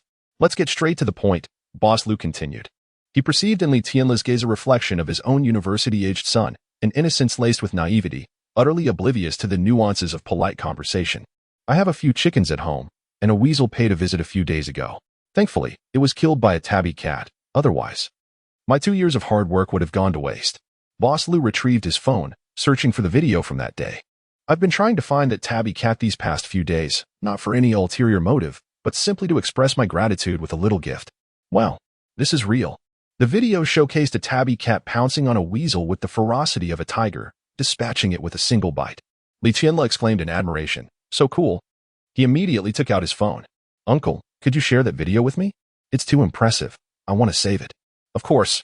Boss Lu chuckled as he added Li Tianle on WeChat and inquired, Young man, is this cat by any chance yours? Let me see. Li Tianle pondered, noting the cat's perfect markings and symmetrical white paws. He recognized it as his own cat at first glance, but hesitated, unsure of Boss Lu's intentions regarding his pet. Moreover, While it was common for poultry owners to have some notoriety, Li Tianle had never encountered this uncle before. Was his cat really roaming that far from home? My family is from Lu village, and I am Lu Difu. I have a bit of a reputation, Boss Lu stated, his keen gaze revealing Li Tianle's unmistakable bewilderment. It was clear he recognized the cat in the video. Lu village. Li Tianle's eyes widened. That location was farther than the city itself. His cat had ventured there to play. Little brother, your cat saved me from losing several 100,000. I genuinely wish to thank him, nothing more. Boss Lu gestured toward the 2 large boxes of gifts. You see, these are presents for the feline. Several 100,000. Li Tianle peered in astonishment at the boxes, realizing they contained cat food. I also bought a cat bed, a cat blanket, a cat pillow, and some toys, all in the car parked at the square. Boss Lu continued. I believe you, uncle. And there are beautiful women too. Let us head inside. The cat is sleeping at home. Li Tianle invited the 2 inside. All right. Boss Lu nodded happily, and the young woman behind him, who had been boredly playing with her bangs, quickly followed suit. In the courtyard, Li Meng stepped out of the house and spotted Boss Lu immediately. He took out a cigarette. Uncle, hello. And you are? Li Meng accepted the cigarette, eyeing Boss Lu with curiosity. I'm from Lu village, Lu Difu. Just call me Little Lu. Boss Lu introduced himself, then began explaining the reason for his visit. Meanwhile, Li Maqiong, holding a small white cat and grinning foolishly, approached Li Tianle. Who are they? Hiki, Li Tianle chuckled at the video on his phone. I'm asking you a question. Li Maqiong poked him with the paw of the white cat. Li Tianle put away his phone and teased the little white cat. Oh, they, forget it. You'd never understand. Why ask so many questions? Li Maqiong raised an eyebrow. What do you mean by that, Li Tianle? At that moment, the young woman following Boss Lu caught sight of the white cat, her eyes lighting up as she approached. What a beautiful cat. Isn't it? Li Maqiong beamed with pride. It's mine. Such an extraordinary creature, the woman remarked, examining the white cat's teeth and eyes. Would you sell it? I'll offer you 10,000. A wealthy young lady. Li Tianle and Li Maqiong were taken aback, scrutinizing the white cat. Yet, no matter how they looked, it was just an average white cat with slightly better looks. They concluded that she must be an extravagant heiress. Not for sale. Li Maqiong shook her head. Though her family wasn't affluent, they weren't desperate enough to sell their cat for a better life. What a pity. The woman sighed, not pursuing the matter further. My name is Yuchuan. What are your names? I'm Li Tianle, and this is my sister, Li Maqiong, he replied eagerly. You must be university students. Yuchuan assessed the siblings. How did you know? Li Tianle asked, astonished, his tattered clothes revealing a rugged appearance, save for his handsome face. How could she tell? One can tell from your eyes, Yuchuan mused internally, though she spoke aloud. I'm a Taoist, and I calculated it. Taoist. The siblings exclaimed in unison, causing the tabby cat that was napping nearby to twitch its ears. My cat has killed dozens of weasels for you, Li Meng mused. Lost in thought. Indeed, uncle. Boss Lu nodded earnestly, revealing another reason for his visit. You know how weasels are. I fear I might have attracted something unclean. Besides coming to thank the cat, I wanted to ask if the weasels are gone. You're asking about a cat. Li Meng chuckled. You think such things exist? Trust the state. Don't fall for superstitions. Uncle, I don't believe in that either, Boss Lu replied with a wry smile. I'm merely seeking peace of mind. It's nothing troublesome. You have a point. Li Meng agreed, turning to head back inside. Come on in. The cat is inside. All right. Boss Lu called out to the corner of the yard. Yuchuan, hurry here. Taoist, can you summon a ghost for me to see? Taoist. Can I join you in capturing zombies? Taoist, did I encounter you as soon as I got home? Is it a sign from above? Taoist. I keep dreaming about attending the peach banquet. What does it mean? Taoist, can you draw talismans? Taoist, do you have any thunderstrike wood? Tao. No, master. Do you think I'm suited for cultivating immortality? As soon as Yuchuan revealed herself to be a Taoist, Li Tianle and Li Maqiong erupted into an unprecedented fervor. There was no denying that the profession of a Taoist was simply too cool for them. One peculiar question after another spilled from their lips, and soon they began addressing her as master instead of Taoist. Yuchuan felt overwhelmed, unsure how to respond until Boss Lu called for her, providing her an opportunity to escape. Master, wait for me. Let us at each other on WeChat. Li Tianle and Li Maqiong eagerly pursued her. Inside, a tabby cat lay with its paws tucked under its body in a cardboard box. Its eyes closed, it appeared quite amiable. As the group entered, the cat seemed to sense the commotion, instantly opening its eyes, exuding an aura of dominance as if ready to unleash chaos. That's the cat. Boss Lu was immediately certain, recognizing the fierce gaze as the one he had been searching for. He stepped forward. Cat brother, do you still remember me? Meow. The tabby cat responded with a soft meow, seemingly indifferent to his presence. Chapter 63, Jade Twine. All half-baked, I am invincible brother cat. This is the cat bed I bought for you. Do you find it comfortable? Meow, reluctantly. This is a cat blanket, a cat pillow, a cat massager, a fan, an air conditioner.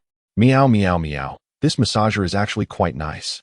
In the courtyard, the tabby lay on the soft bed, its head resting on the massager, indulging in the soothing vibrations. To be honest, the gifts from this hefty fellow were rather delightful, though the strength was a tad lacking. But that was acceptable. It served as a subtle reminder that such items were also available in the marketplace. Once the right one was purchased, the comfort would be unparalleled. Heavens! A cat was living more comfortably than I was. Li Tianle and Li Maqiong observed the scene with a tinge of envy. Massagers, fans, a grand bed. And now the premium cat food gifted by Boss Lu. They didn't even have to attend school or work. What a divine existence this was. After introducing a mountain of gifts, Boss Lu expressed his heartfelt gratitude, saying, Brother Cat, thank you so much for eliminating those yellow weasels. Otherwise, I would have suffered significant losses. Yu Qian, a disciple of Master Jin Dao, had arrived yesterday not only to assess the yellow weasels for any lingering issues but also to discuss the procurement of chickens. His chickens laid expensive eggs, catering to a high-end market. Although they laid eggs infrequently, each egg sold for 3 yuan. At Master Jin Dao's behest, Yu Qian had directly increased the price tenfold yesterday and signed a contract ensuring the continuation of chicken farming. Despite their slow egg laying, the investment was minimal and with calculations. He anticipated earning no less than 2 million this year. As the flock grew, profits would surely multiply. Each chicken was akin to a golden egg layer. Had it not been for Brother Cat dispatching those yellow weasels, he might not have been looking at a 2 million yuan profit. Bankruptcy would have loomed large. Reflecting on this, Boss Lu's admiration for Brother Cat deepened. Cough, cough. After waiting for a while, Yu Qian cleared her throat and said, Uncle Fu, let's discuss serious matters. All right. Right, let's get to business. Boss Lu nodded eagerly, glancing at Li Meng, Li Tianle, and Li Maqiong. Go ahead. I'm quite curious whether my cat can comprehend human speech. Li Meng sat silently, observing the tabby. Li Tianle whispered conspiratorially to Li Maqiong, Sister, could our cat actually be a mystical beast? I don't know. Li Maqiong glanced at Yu Qian and said, Taoist, inquire about the yellow weasel. This scene ignited her imagination. Could she be the child of destiny? Li Tianle murmured to himself, pulling out his phone to check his ringtone. When will my system activate? With so many systems, which one will I be bound to? I don't mind. The cultivation system will suffice. The longevity system is also appealing. Even being the world's most handsome system would be acceptable. If I could bind them all, that would be splendid. Just imagine, lost in delightful fantasies. He was interrupted when Boss Lu asked, Brother Cat, could you tell me if there was a yellow immortal among those weasels? The tabby, eyes closed in bliss as it enjoyed the massager, did not respond to Boss Lu's inquiry. Brother Cat. Boss Lu repeated his question twice more. Li Meng shook his head, observing the absurdity of people's beliefs in spirits and deities. You all carry on. I'll step outside for a smoke. With that, he strolled leisurely out of the courtyard, taking the cigarettes Boss Lu had given him.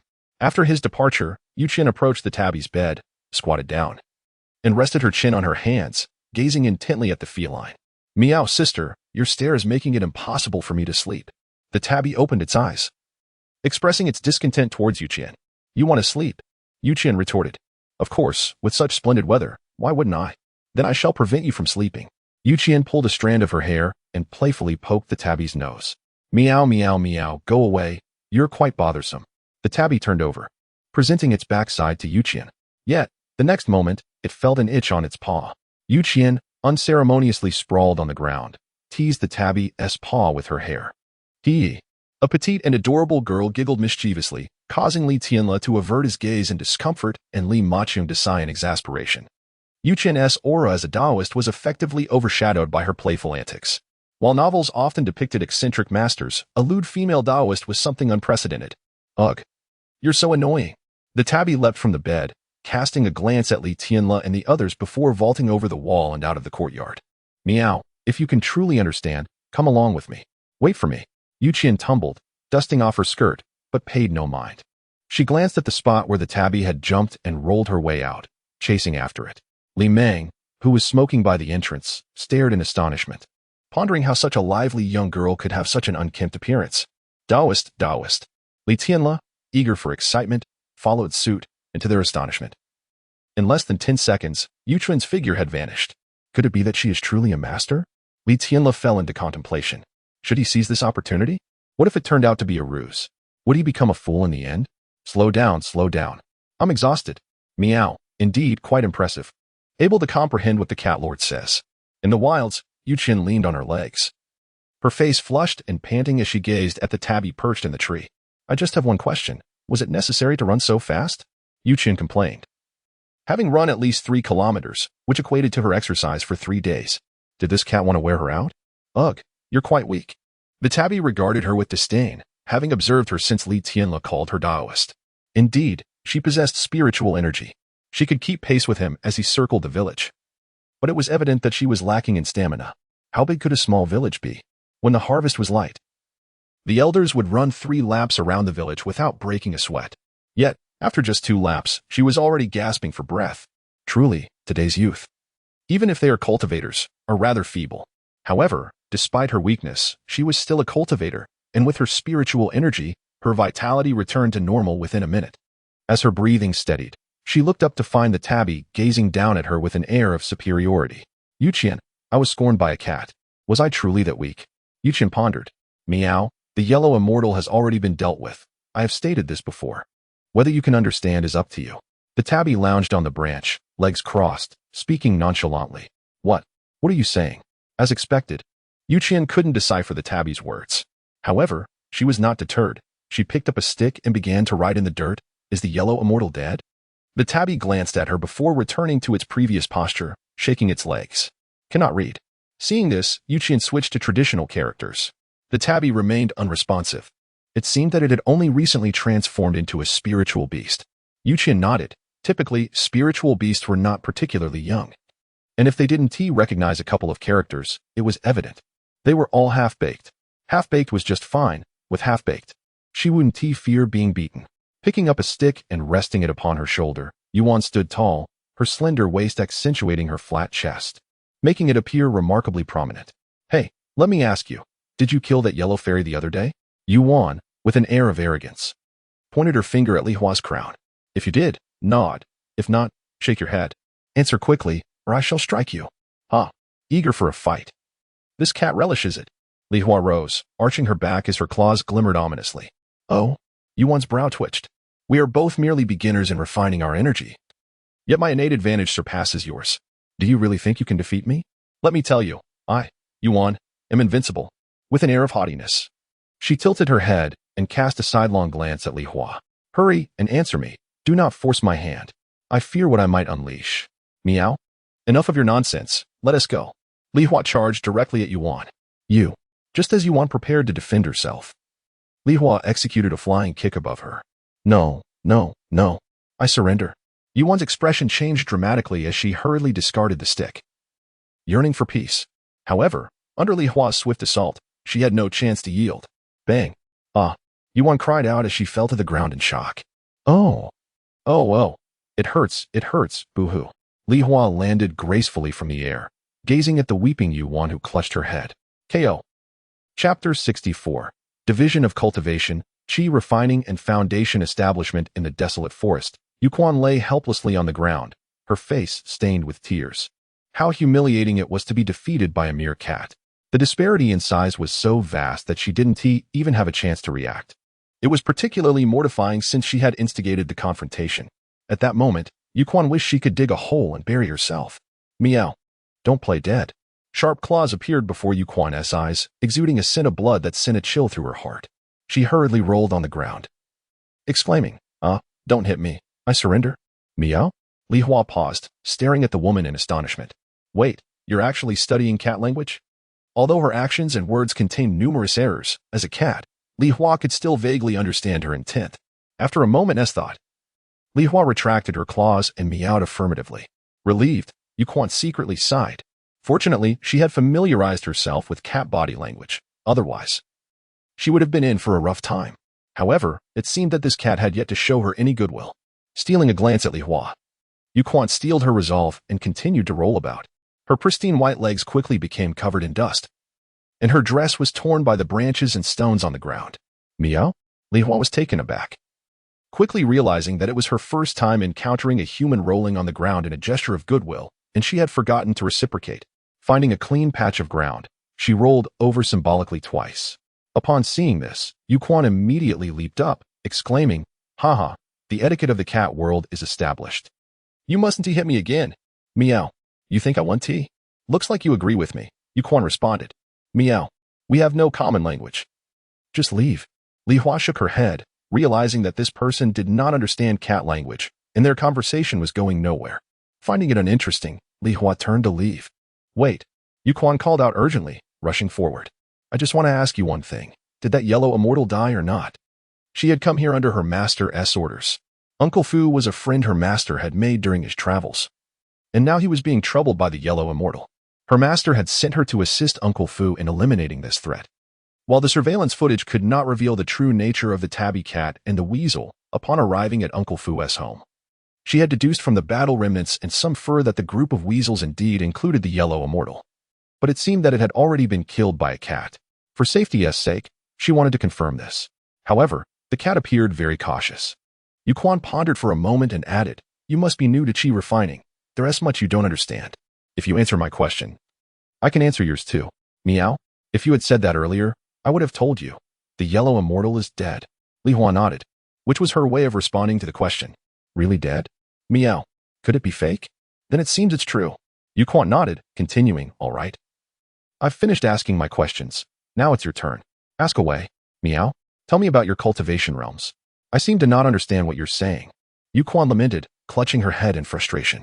"How can we communicate if you can't read?" "Li Hua, you're the one who can't read.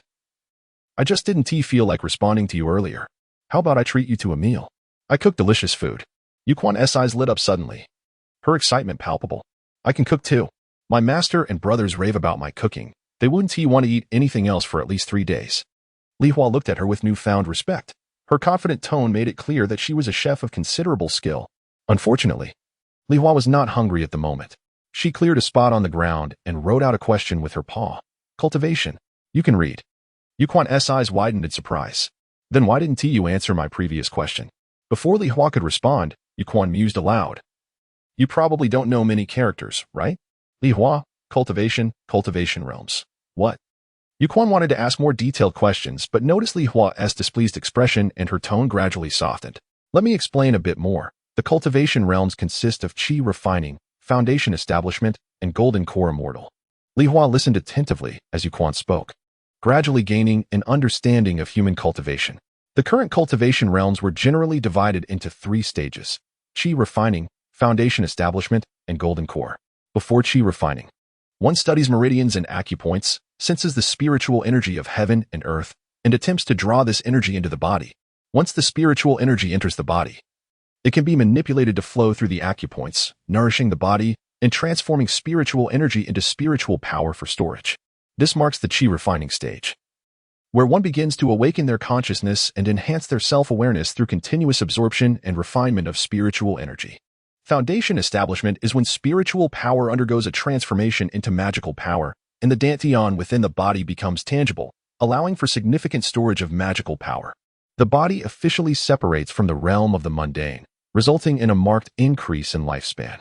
As for the golden core, Yuquan had never encountered one but had only heard tales of their might, which could be likened to immortals. Written accounts described golden core immortals as capable of traversing the void, traveling hundreds of miles in an instant, and effortlessly demolishing a mountain. "Meow?" The cat knows. Li Hua nodded, silently comparing these realms to the ranks of spirits. Ordinary ghosts were weak. Even a common person's yang energy could incinerate them. The old ghosts could manipulate their ghostly energy but could not actively absorb yin energy, which likely categorized them as ordinary humans. Evil ghosts could absorb yin energy to grow stronger and directly harm others, corresponding to the chi refining stage. Fierce ghosts, however, were akin to those at the foundation establishment stage. "Wow, I'm indeed formidable. I fought with a fierce ghost for so long that day. Meow? Goodbye, little sister." With that, Li Hua darted away, leaving no trace behind. As a divine beast, she had no convoluted realms to concern herself with. Mastering the art of breath and growth was the path to strength for Li Hua. Understanding Yuquan's cultivation realms was merely a means to gauge the levels of spiritual beast she might encounter in the future. What should I do now? Yuquan sighed, observing her disheveled appearance akin to a fallen princess. This appearance wouldn't be pleasant to encounter anyone. She suddenly recalled the girl she had added on WeChat. Could it be Li Maqiong? Being another girl, her clothes shouldn't be too scanty. Li Maqiong was taller than her, so the clothes would likely fit better than her current attire. Yuquan took out her phone and made a call. Waiting for about half an hour, Li Maqiong arrived in the desolate forest, holding a set of clothes. Her expression peculiar as she surveyed the tattered garments of the Taoist priest and Yuquan's dirted skin. Your cat did this? Yuquan remarked softly. Cough, cough. Li Maqiong suddenly choked. Taoist priest, could your cat's small stature really have done this to you? Believe it or not. We're both women, Yuquan replied. Undaunted by embarrassment, she tore off her dress and used it to wipe off the dirt on her body. After putting on the clothes Li Maqiong had brought, she returned home with her. At Lu Boss's home, he was anxiously waiting. Upon seeing Yuquan return, he rushed forward. Before he could speak, Yuquan nodded. With a sigh of relief, Lu Boss noticed that something was off about Yuquan's head. What happened? Why does it look swollen? Don't mention it. I'm exhausted. Yuquan waved her hand, hoping to avoid discussing the matter with Uncle Fu. Chapter 65. The city is a place best avoided after the demise of Huang Xian. Boss Lu's urgent concerns began to ease. He anticipated the return of Li Hua to bid farewell. However, as time passed, Li Hua did not return. Reluctantly, Boss Lu and Yuquan took their leave from Li Meng, expressing their intention to visit Brother Cat another time. At the village square, Boss Lu secured his seatbelt, preparing to drive home. Uncle Fu, you may head back on your own. I have some matters to attend to, Yuquan remarked, gazing at the towering mountains ahead.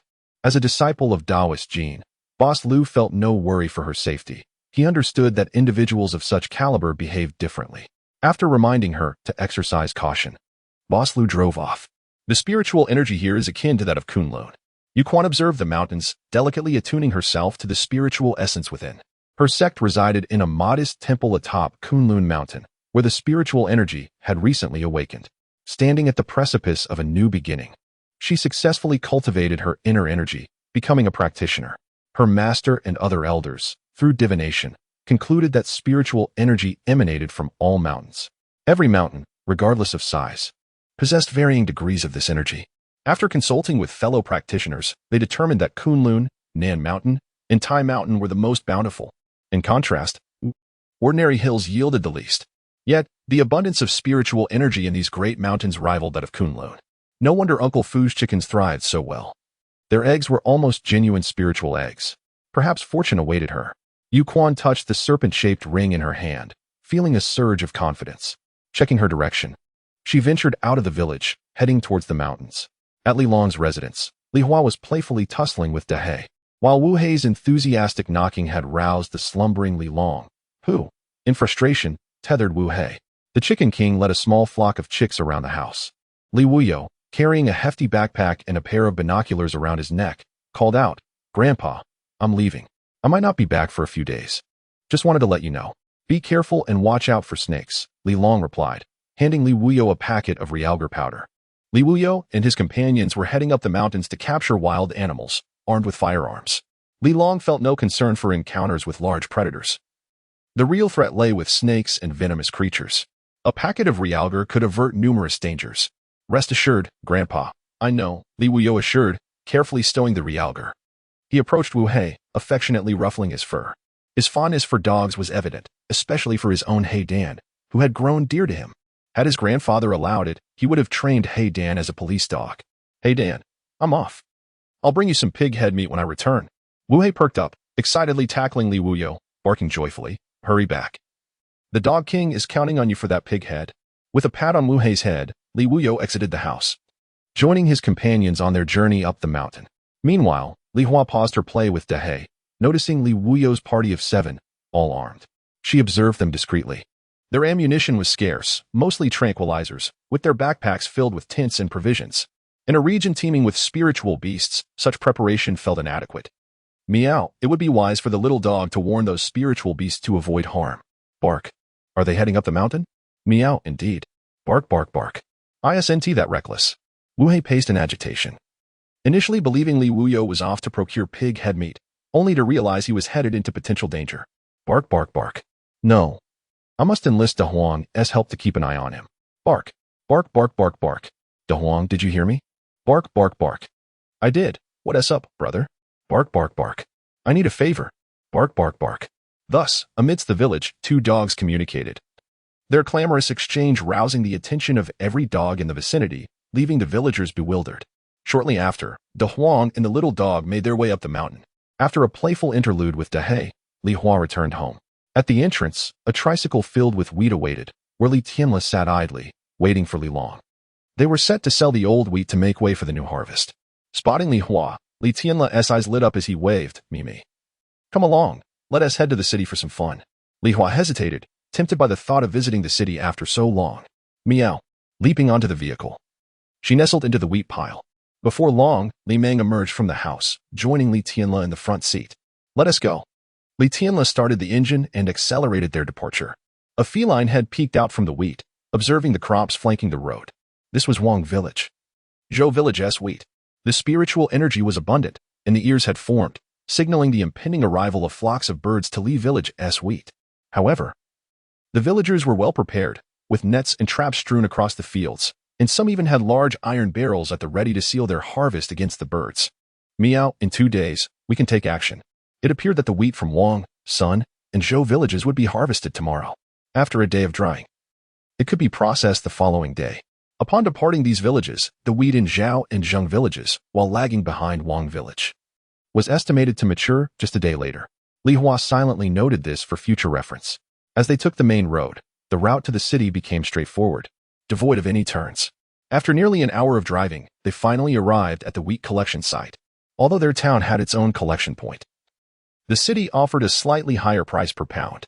Selling 1,000 pounds of old wheat could yield an additional sum of money. Both Li Tianla and Li Hua found this unnecessary. The round trip would cost them 30 in fuel alone. However, with Li Meng insisting, Li Tianla felt powerless to object. Meow. Li Hua leaped from the wheat pile. Li Meng, taken aback, turned to Li Tianla. Why did the cat come along? I don't know. I didn't see it. Li Tianla shook his head, perplexed. Hold on to it. Don't let it wander off. Li Meng instructed before heading off to discuss pricing with the vendor. Oh, Li Tianla scooped up Li Hua, idly scratching her back. Meow, that feels nice. Don't stop. As Li Hua relished the attention, Li Meng finalized the price of $1.65 per pound, slightly higher than the local rate. The sale of 1,000 pounds netted an extra $100, prompting Li Meng to smile. Li Tianla, however, felt exasperated. A bottle of water costs $2. Let us visit your aunt's place. We can pick up some fruit along the way. Okay, Li Tianla nodded, securing Li Hua on his lap as he prepared to drive off. Meow, you're quite the nuisance, Li Tianla. Li Hua wriggled free, leaping onto the truck bed, standing up to gaze at the city. She had visited once before, but back then, she was still a juvenile, accompanied by Li Tianla and his sister, and had enjoyed herself immensely. Now, as a spiritual beast, her senses had heightened significantly. The bustling city, with its cacophony of vehicles, was rife with impurities and toxins in the air. As her body absorbed the natural spiritual energy, it instinctively rejected the environment, without any spiritual energy to draw upon. Her growth had slowed to an excruciating degree. Meow, perhaps I should refrain from visiting here in the future. Chapter 66. The Enigma of Gao Village. Gao Village is the place where Li Meng's daughter, Li Zuolan, is married. After selling the wheat, Li Meng instructed Li Tianla to take a detour to this village. Li Zuolan is his first child, and having endured much hardship in her childhood, now in her 60s, her health has not surpassed his. The two villages are not far apart, merely 20 kilometers. Yet their encounters are few and far between. Li Meng, now in his late 80s, is approaching 90. Though his health is commendable, he can no longer move swiftly. His daughter is also unwell, unable to walk far, and with his grandson at home, he decided to pay a visit. Grandpa, why is there not a soul in Gao Village? Li Tianla remarked, puzzled. Ever since entering the village, every household had their doors tightly shut, with no sounds of roosters crowing or dogs barking. The silence was unsettling. Meow. The expression of Li Hua, the cat in the truck, was grave. From the moment they approached this village, he sensed an almost imperceptible threat, so faint it was nearly undetectable. This compelled him to remain vigilant, alert to any disturbances around him. Indeed, it is somewhat odd, Li Meng acknowledged. Gao Village differs from theirs. Being closer to the county seat, it is surrounded by factories and has generally fared better economically. The villagers typically do not seek work elsewhere, suggesting it should be more lively. Yet, the reality was that not a single figure could be seen. There might have been some danger. Perhaps we should inquire at your aunt's home, Li Tianle suggested. Li Tianle nodded, focusing intently on driving. Meow. Li Hua yawned, closing his eyes as if asleep, although the claws of his paws had turned crimson. Knock, knock, knock. Suilan. Suilan. Outside the two-story house. Li Meng knocked on his daughter's door. Yet, there was no response for an extended period. Grandpa, I'll check with a phone call. Li Tianle immediately took out his mobile and dialed Li Suilan's number. Li Hua jumped down from the truck, glancing around before scaling the wall and entering the house. Inside, on the second floor, a small boy of 7 or 8 lay quietly on the bed, his complexion pale and unmoving. At the door, the two elderly figures were Li Meng's daughter, Li Suilan, and his son-in-law, Gao Laoshi. They were tense and fearful as they heard the knocking at the door. After a moment, Li Suilan, with a hint of confusion in her eyes, remarked, "Why do I hear our father's voice outside?" A wave of anxiety washed over her as she wondered, could it be our father? With that thought, she attempted to open the door. "Are you out of your mind?" Gao Laoshi quickly pulled the door tighter, whispering urgently, "Our father is so old. How could he come here? Don't go out. If it's a trap, we would be doomed." Hearing her husband's words, Li Suilan's face turned pale, and she promptly nodded, abandoning her intention to exit. She remained crouched at the door, holding it shut. Her gaze fixed on her son lying motionless on the bed, her heart aching for him. "My dear grandson, if something were to happen, how would I manage?" Meow. Outside the window, Li Hua peered through the curtain's gap and spotted the small boy on the bed.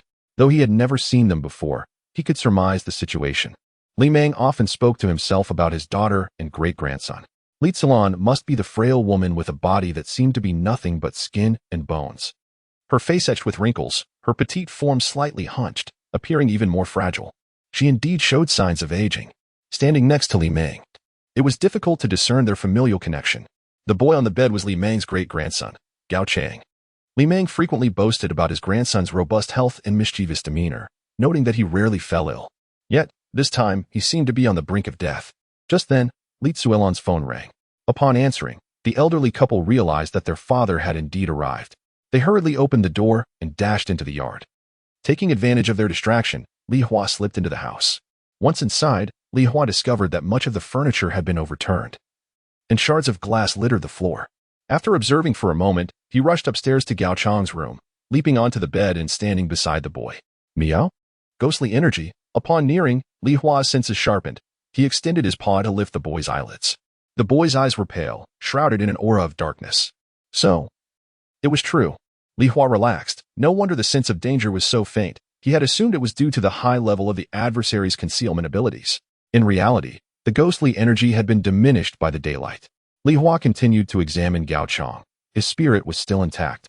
But the ghostly energy had infiltrated his body, incessantly eroding his vitality, rendering him nearly lifeless.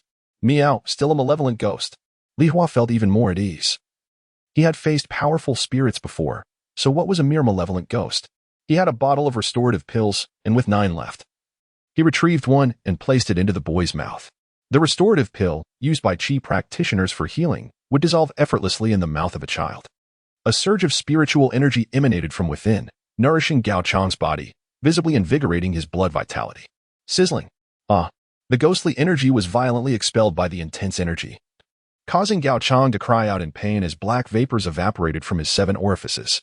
Outside the yard, having just secured the front door, Li Suilan and her husband heard their beloved grandson's anguished screams. Their expression shifted, and they rushed back inside. However, one figure was faster than them, Li Meng. He bounded up the 3 steps at the entrance in a single leap, entering the house, listening intently for the source of the commotion. He ascended the stairs 2 or 3 steps at a time. His elderly, bent form could not conceal the fierce determination that gleamed in his eyes. "Aunt, uncle, grandpa, don't run so fast, let me go." Li Tianle, who had been parking, saw his 89-year-old grandfather move with such vigor. He hurriedly abandoned his task to follow. "Xiaoqiang, my, don't shout." In the room, Li Suilan and her husband entered, just about to call out when they were silenced by Li Meng's admonition. They immediately fell silent, cautiously observing the grandson cradled in Li Meng's arms. Originally pale and frail, the boy now appeared rosy and was breathing steadily in his great-grandfather's embrace. Fast asleep. This. Li Suilan and Gao Laoshi exchanged bewildered glances, their astonishment mingling with disbelief. They yearned to approach and hold their grandson but were apprehensive of waking him from his peaceful slumber. Grandpa. Shoo. Upon entering and seeing that everything was well, Li Tianle attempted to speak but was signaled by his aunt and uncle to remain quiet. Let us not speak. We can discuss matters later, Li Meng whispered, gazing affectionately at his grandson while glancing at Li Hua, who was sprawled on the bed. When he entered, he had seen his great-grandson struggling, the black energy still emanating from him, with his beloved cat lying on the bed. After cradling his grandson, the black energy dissipated, and the boy ceased his cries. The situation was peculiar, yet having witnessed many storms in life, Li Meng suppressed his curiosity, refraining from urgent inquiries. After gently urging his daughter and son-in-law to lower their voices, he carefully laid the sleeping boy back on the bed and covered him with a blanket, signaling for everyone to step outside for a conversation. Seeing this, Li Hua also leaped off the bed and followed suit. With their grandson safe, Li Zuelan and her husband felt a great sense of relief. In the living room, the four of them settled onto the sofa. Gao Laosher placed a cup of hot water in front of Li Meng, and Li Zuelan inquired, "Father, what brings you here?" "I came to see you while Tianle was home," Li Meng replied, sipping the hot water without elaborating on Tianle's return, and directly inquired about his great-grandson. "What has happened here? What is wrong with Xiaoqiang?" "Yes, Aunt. I noticed that there isn't a single person in your village. What is going on?" Li Tianle chimed in. Li Zuelan and Gao Laosher exchanged a glance, their expressions tinged with hesitation. Finally, Gao Laosher spoke in a barely audible voice, "Father, we cannot speak of this. Otherwise, it may attract unwanted attention." Upon hearing this, Li Meng furrowed his brow, easily deciphering the expressions of his son-in-law and daughter. He directly inquired, "Is it related to something unclean?" Both nodded in affirmation. With a resounding crash, Li Meng slammed his cup onto the table, startling the three of them. "I intend to see if such a thing truly exists," he declared, having witnessed countless bizarre occurrences during his years of warfare. He remained unconvinced that anything supernatural was at play. Ultimately, it was all mere human trickery. Li Meng had never believed in ghosts. If speaking of them could summon such entities, then today he was determined to discover what a ghost truly looked like. "Father, we mustn't," Li Zuelan began. But Li Meng's dark expression and overwhelming aura instilled fear in both her and Gao Laosher, rendering them unable to disclose the reason behind their trepidation. Li Tianle, rummaging through his phone, produced an image of a Gatling Buddha and casually remarked, "Aunt, I have here a Buddha portrait blessed by masters of both Taoism and Buddhism. Fear not, speak freely." Indeed, the name of the Buddha held considerable sway, providing the two with a sense of security. After a brief pause, Gao Laosher began to speak. "Father, our village is haunted. It concerns a mother and child who passed away several years ago. They suddenly began causing a ruckus in the village 2 days ago." Chapter 67. The glorious achievements of the mischievous child 5 years prior. Gao Yoji, who had left the village to work for many years, unexpectedly returned home, bringing with him a wife and a 10-year-old son, a chubby boy who was utterly spoiled by his parents. Their ancestral home was in dire need of rebuilding, so the family temporarily resided with the elder brother in the village. However, within just 2 days, the chubby boy managed to break both the television and a vase in his uncle's house.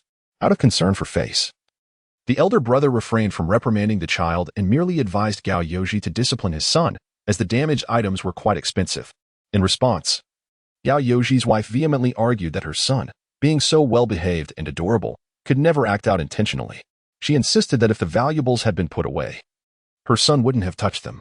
Regardless of the validity of her claims, her incessant bickering ignited the fury of the elder brother's family, resulting in Gao Yoji's family being expelled from their home and subsequently earning a notorious reputation within the village. However, the chubby boy did not temper his behavior after this incident. Rather, he became increasingly unruly. After enrolling in the local school, he bullied a classmate, causing her to cry. When confronted by the teacher, he secretly urinated in her water cup. This was discovered when the teacher reviewed the surveillance footage to identify who had torn her book, none other than the chubby boy himself. Unsurprisingly, this led to a call to his parents. Gao Yoji's wife, with her usual high-strung demeanor, escalated the situation by lodging complaints and spreading rumors, tarnishing the female teacher's reputation. The principal, eager to protect the school's reputation, had no choice but to replace the female teacher. Yet, within a week, the new teacher resigned in tears, having been tormented by the chubby boy and his mischievous classmates. The chaos included disruptions during lessons, firecrackers thrown during bathroom breaks, and stolen underwear hung up in class. When the parents were summoned, they scolded the teacher for not managing the children properly. The principal, in a last-ditch effort, appointed a male teacher. But this resulted in the male teacher physically disciplining the chubby boy, marking the end of his teaching career. The principal's office soon became a target for the chubby boy's antics, culminating in a public spectacle where the principal's wig was yanked off during a speech. Furious, the principal expelled the boy, while Gao Yoji and his wife were reprimanded for their child's behavior. They returned home, determined to mend their ways. Yet, within a month, the chubby boy was at it again. After months of construction, their house was nearing completion and required tiling. The tiler, suspended by a rope, was working diligently when the chubby boy, finding it amusing, cut the rope. The tiler fell but fortunately only broke his leg, as the house was only 2 stories high. Gao Yoji and his wife denied any responsibility, citing a lack of evidence since they were not home at the time. They insisted that it must have been the other tiler's fault. This obstinacy led to a drawn-out legal battle, with the construction of their home stalled indefinitely. Word of Gao Yoji's trouble spread throughout the town, and no one would take on their work. Ultimately, Gao Yoji decided to tile the house himself, along with other renovations. However, emboldened by his previous lack of punishment, the chubby boy decided to create more mischief while Gao Yoji was installing a chandelier. He kicked over the ladder, causing Gao Yoji to fall and strike his head on a standing drill. Those familiar with fatal injuries knew that a blow to the head could be lethal. Gao Yoji died on the spot, seemingly having anticipated such a fate, as he had purchased accident insurance 2 years prior. His wife, Qian Xuanqiu, received a substantial compensation of 1 million. With this windfall, their house was swiftly renovated, and she did not blame her son for the tragedy, instead offering him unconditional affection. Further emboldening the already reckless child, the village soon became a playground for the chubby boy's antics as he chased chickens, punctured tires, and threw dung. Ultimately, he crossed paths with someone formidable. After he stripped a girl of her clothing and urinated on her, her father, a man recently released from prison after a decade, was infuriated. He had raised his daughter like a princess, and upon hearing of the humiliation, he lost his temper.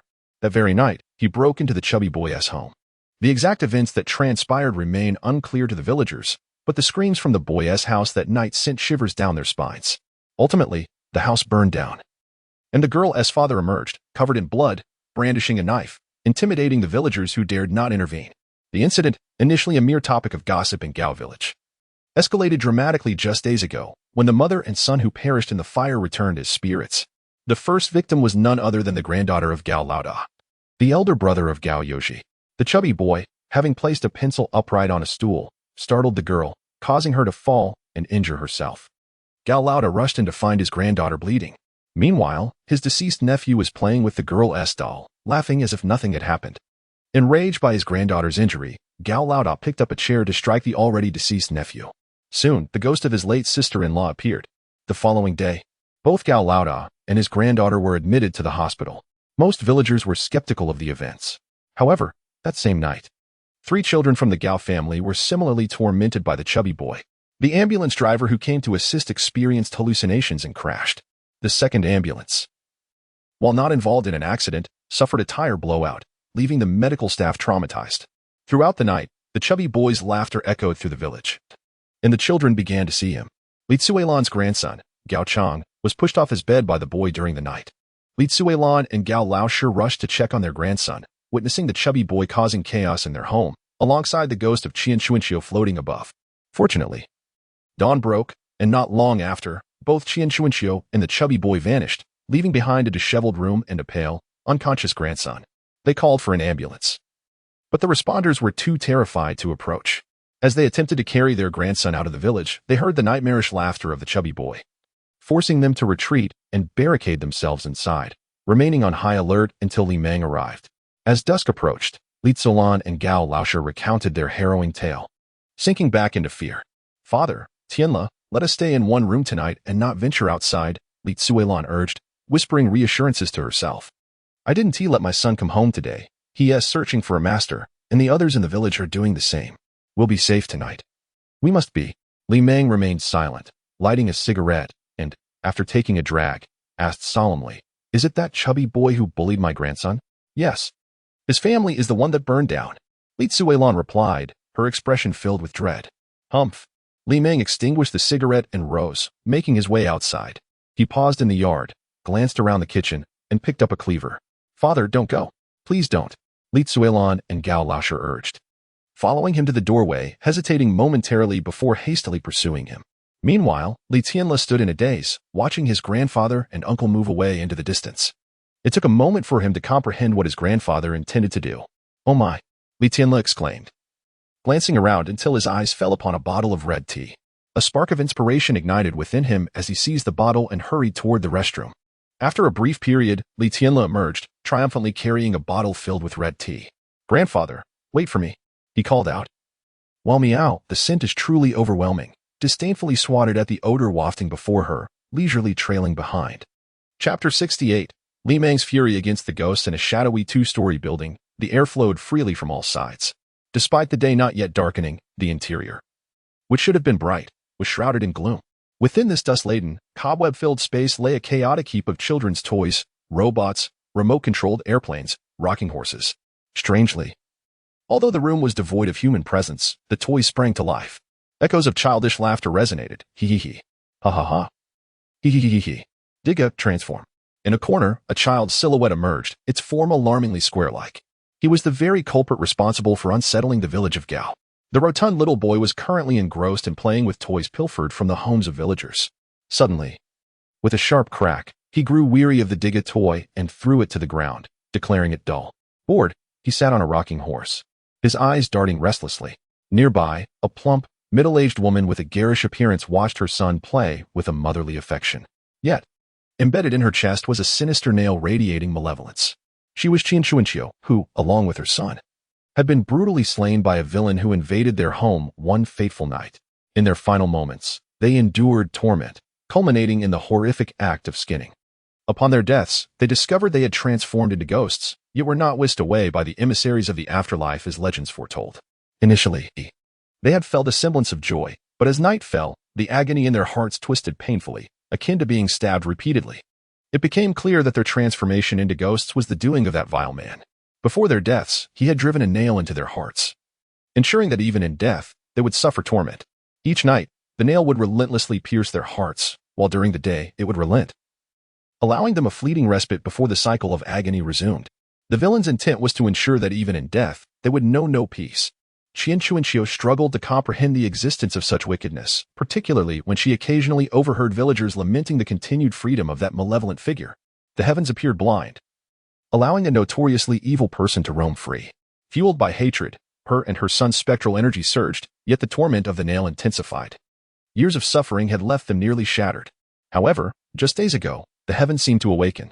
A surge of dark energy enveloped them, and upon absorbing it, their power grew to a terrifying extent, rendering the nail's torment insignificant and shattering the confines of their long-held prison. They could now exact revenge upon the villagers who had turned a blind eye to their suffering. She had not forgotten how these villagers had callously watched as she and her son were tortured, indifferent to their cries for help. Had just a few intervened, her son would not have endured such anguish, yet none had come forth, merely listening to their screams from the outside. Now liberated, she was ready to retaliate against these unfeeling villagers. Her son had suffered greatly, and not a single soul had offered assistance, not even the children. A disdainful chuckle escaped her lips as she envisioned how these villagers would react when their own children faced peril. For 2 days, as she observed their terror-stricken faces, Qian Chuanqiu found satisfaction in their plight. This was their just deserts. The only regret was that she had yet to claim a single life. Yet, she reassured herself that allowing them to experience a fraction of her previous torment would suffice. With that thought, Qian Chuanqiu could not help but laugh. After her mirth, she continued to watch her son, who was joyfully playing with a remote-controlled airplane. It had been so long since she had seen him so blissful. Suddenly, the chubby boy grew bored with the rocking horse, a flicker of irritation crossing his face. He rose and smashed the horse to pieces, throwing a tantrum. Not fun. Not fun at all. Hey. Qian Chuanqiu quickly approached her son, picking up a transformer toy with a smile. My dear, how about this? It's fun. The boy glanced at it, then swatted it away with a resounding smack, resuming his cries of dissatisfaction. Not fun. There's nothing fun. I want something fun. I want something fun. Sweetheart, what do you want to play with? I will take you to play, Qian Chuanqiu said, her heart aching for him. Really? He asked, his eyes glimmering with hope. Indeed. Just bring me those 2 old codgers from yesterday, he insisted eagerly. All right, my dear, wait until night falls, and I will bring them for you to play, Qian Chuanqiu assured him with warmth. However, to her dismay, the boy immediately began to roll on the ground, wailing. I don't want to wait. I want to play now. I want to play now. My dear, Qian Chuanqiu's expression grew troubled.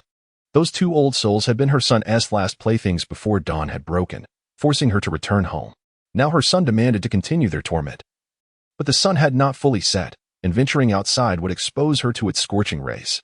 While she wouldn't perish, the suffering would be unbearable. Torn by indecision, Qian Xuanxiu saw the imminent tears in her son's eyes and steeled her resolve. Wait here, my darling. I will bring them for you to play. Instantly, her son ceased his cries, urging her with anticipation, hurry up. All right, I shall return shortly. She nodded, taking a deep breath as she floated towards the entrance. Just as she reached the door, she spotted an elderly man approaching, wielding a kitchen knife with purpose. Upon seeing the blade, Qian Xuanxiu smirked, recognizing his intent. How foolish of him to seek trouble when he should be preparing to meet his end. My dear, would you like to play with this one instead? She called out to her son, hoping the old man could withstand their games, thus sparing her from venturing out during the day. Where? The boy, upon hearing of a new plaything, dashed over excitedly. Upon spotting the advancing old man, his eyes sparkled with delight. This is fun.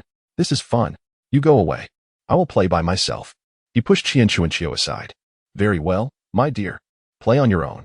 I shall merely watch, she said indulgently, retreating to a corner where she could observe him play.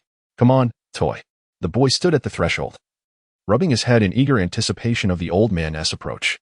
Li Meng, gripping the knife with a grim expression, approached the building, which bore the unmistakable signs of a recent fire. Without a moment's hesitation, he stepped inside. As he crossed the threshold, a chill swept through the air, and before him, the chubby boy was bouncing atop a toy horse. Seemingly sensing the movement behind him, the boy's head turned unnaturally. His chubby face, features squished together, looked up at Li Meng with a ghastly grin. Suddenly, the boy's neck elongated grotesquely, and his head lunged towards Li Meng, roaring. His features, once compressed, split apart with a horrid rip. The little chubby boy's skin was peeled back on both sides, revealing a bloodied and skinless head, teeming with writhing maggots. Ah! The chubby boy opened his gaping mouth, stretching it grotesquely down to his neck as he roared at Li Meng. However, the anticipated scene of the old man screaming in fright did not unfold. Instead, Li Meng extended his left hand, lunging forward and thrusting his fingers deep into the boy's eye sockets. The chubby boy was momentarily stunned. Yet, Li Meng remained unfazed under the boy's terrified gaze. A dark crimson aura erupted from him. A silent, yet deafening roar echoed within his mind, reminiscent of a desperate battle cry. A profound intent to kill washed over the chubby boy's spirit, and for a fleeting moment, he envisioned a scene far more horrifying than his own appearance. Corpses lay strewn across the ground, artillery thundered in the distance, and the blood-soaked earth reeked of death. Paralyzed in midair by this overwhelming murderous intent, the chubby boy was rendered motionless. How dare you bully my great-grandson? The news of his great-grandson's plight, relayed by his daughter, ignited Li Meng's already suppressed fury. The perpetrator stood before him, and like a raging lion, Li Meng unleashed an uncontainable wrath, roaring with a soul-shaking intensity as he raised his cleaver to strike. From the chubby boy's perspective, the malevolent energy coalesced on the cleaver, descending towards his body. He stood there, dumbfounded, forgetting to resist. Son, Qian Xuanxiu, initially paralyzed by fear, upon witnessing her son in danger, found the courage to break through her terror of Li Meng. She leapt from behind the wall, charging towards the chubby boy. Just as Li Meng was about to strike the boy, she intervened. The outcome was that both she and the chubby boy were cleaved in half, the dark crimson aura extinguishing their spirits, causing them to writhe on the ground in agony, emitting piercing cries. Li Meng, oblivious to Qian Xuanxiu's presence, was momentarily taken aback by the dual screams. Yet he quickly regained his focus, realizing that the female voice belonged to Qian Xuanxiu. As his sharp gaze turned to the left, he advanced, striking at the air below him. The cries of a young boy filled the air as Li Meng swung the cleaver, feeling no resistance, yet knowing he had struck his target. His extensive combat experience allowed him to ascertain the boy's position post-strike. With a decisive step forward, he swung again towards the lower left. This blow was aimed directly at the boy's head. Son, Qian Xuanxiu, disregarding her own severed body, rushed to push the chubby boy's head onto his legs. Run. Son. Just as she uttered those words, Li Meng's blade struck the side of her face. Grandfather, I'm coming. At that moment, Li Tianla, having pursued them, was acutely aware of the anguished cries of the child and woman. His body trembled, yet he was not overwhelmed by fear. Unscrewing the cap of his red tea, he listened intently to the source of the sounds and bellowed, "Demonic spawn, behold my treasure." With that, he hurled a bottle of pungent urine into the fray. Just as Li Hua was about to enter, he halted, taken aback by the unfolding scene. Standing at 6 feet tall and weighing over 150 pounds, Li Tianle was robust and exuded an aura of vitality. The urine, brimming with life force, was as devastating to spirits as sulfuric acid to flesh. The two spirits were doused in the liquid, their forms rapidly corroded by the potent essence. The sizzling sound echoed like hot stone plunging into cool water, as clouds of vapor appeared and dissipated swiftly.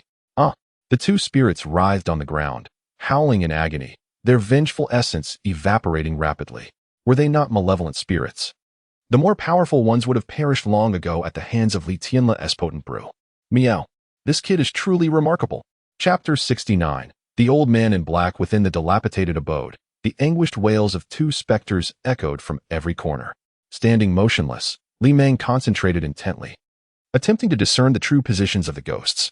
Goodness, everything depicted in the movies is indeed true, Li Tianle exclaimed, clutching a bottle of red tea. Reflecting on the countless horror films he had watched featuring Uncle Ing, always believing them to be mere fabrications. He never anticipated that the props employed were genuinely effective. Surely, Uncle Ing wouldn't he hire actual actors for just a film, would he? Such dedication is truly commendable. It's enough to bring one to tears. What did you just splash?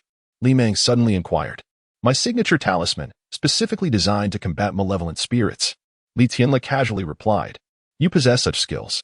Li Meng frowned. He certainly did not wish for his grandson to dabble in the supernatural. However, this was not the time for reprimands. Continue to splash it. Force them out, he commanded.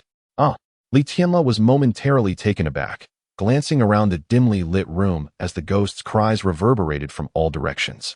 There's barely half a bottle left. This widespread application might not suffice. Splash it. Oh, right. Li Tianle nodded, attentively listening to the source of the sounds. Grandfather, please take a step back. My talisman inflicts magical damage. After urging Li Meng to retreat, Li Tianle took a deep breath, preparing to unleash the liquid. However, as he aimed to splash, the outside cat, Li Hua, twitched her mouth upon observing that the specters had been severed by the old man. With such a large area, how do you intend to find an open space amidst the dismembered remains of the ghosts? Meow fool, over there. Li Tianle hesitated, following Li Hua's paw as she pointed. Recalling the words of Taoist Yuan from earlier that day, he made a swift decision to adjust his aim and splashed in the direction Li Hua indicated. Boom. Sizzle. Instantly, the cries of Qian Chuchio resounded, and a few drops of liquid inadvertently splattered onto the pudgy boy who was attempting to reassemble his body. Wah wah, The sobbing child promptly emitted a heart-wrenching wail, losing the will to reconstruct himself, his legs awkwardly protruding from his head, and he dashed madly out of the house. How disgusting. Outside, Li Hua sprang into action with a flying kick, sending the pudgy boy's head soaring back.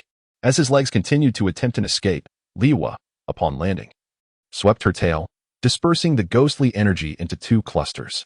These were merely two malevolent spirits, presenting no challenge to Li Hua. Once Li Tianle had depleted his supply of liquid, he halted and turned to Li Hua. Grandfather, it seems our cat can see ghosts. Mimi, report the locations. Meow there. Li Hua indicated the severed body parts of the two ghosts, and Li Meng decisively followed suit, striking them down, which was soon accompanied by the ghost's anguished cries. Before long, Li Meng began to show signs of fatigue. He was weary from the slashing, yet the ghosts remained unvanquished. Meow, don't stop, they're almost finished off. From Li Hua's perspective, one half of the female ghost's head and both her hands had been entirely severed. The pudgy boy's belly had been reduced to a mushy pulp by Li Meng's relentless strikes. The two ghosts, rendered powerless, trembled as they scurried about the room. Tianle, it's your turn to strike. All right. Li Meng, fatigued, handed the knife to Li Tianle, hoping he would take over. Meow.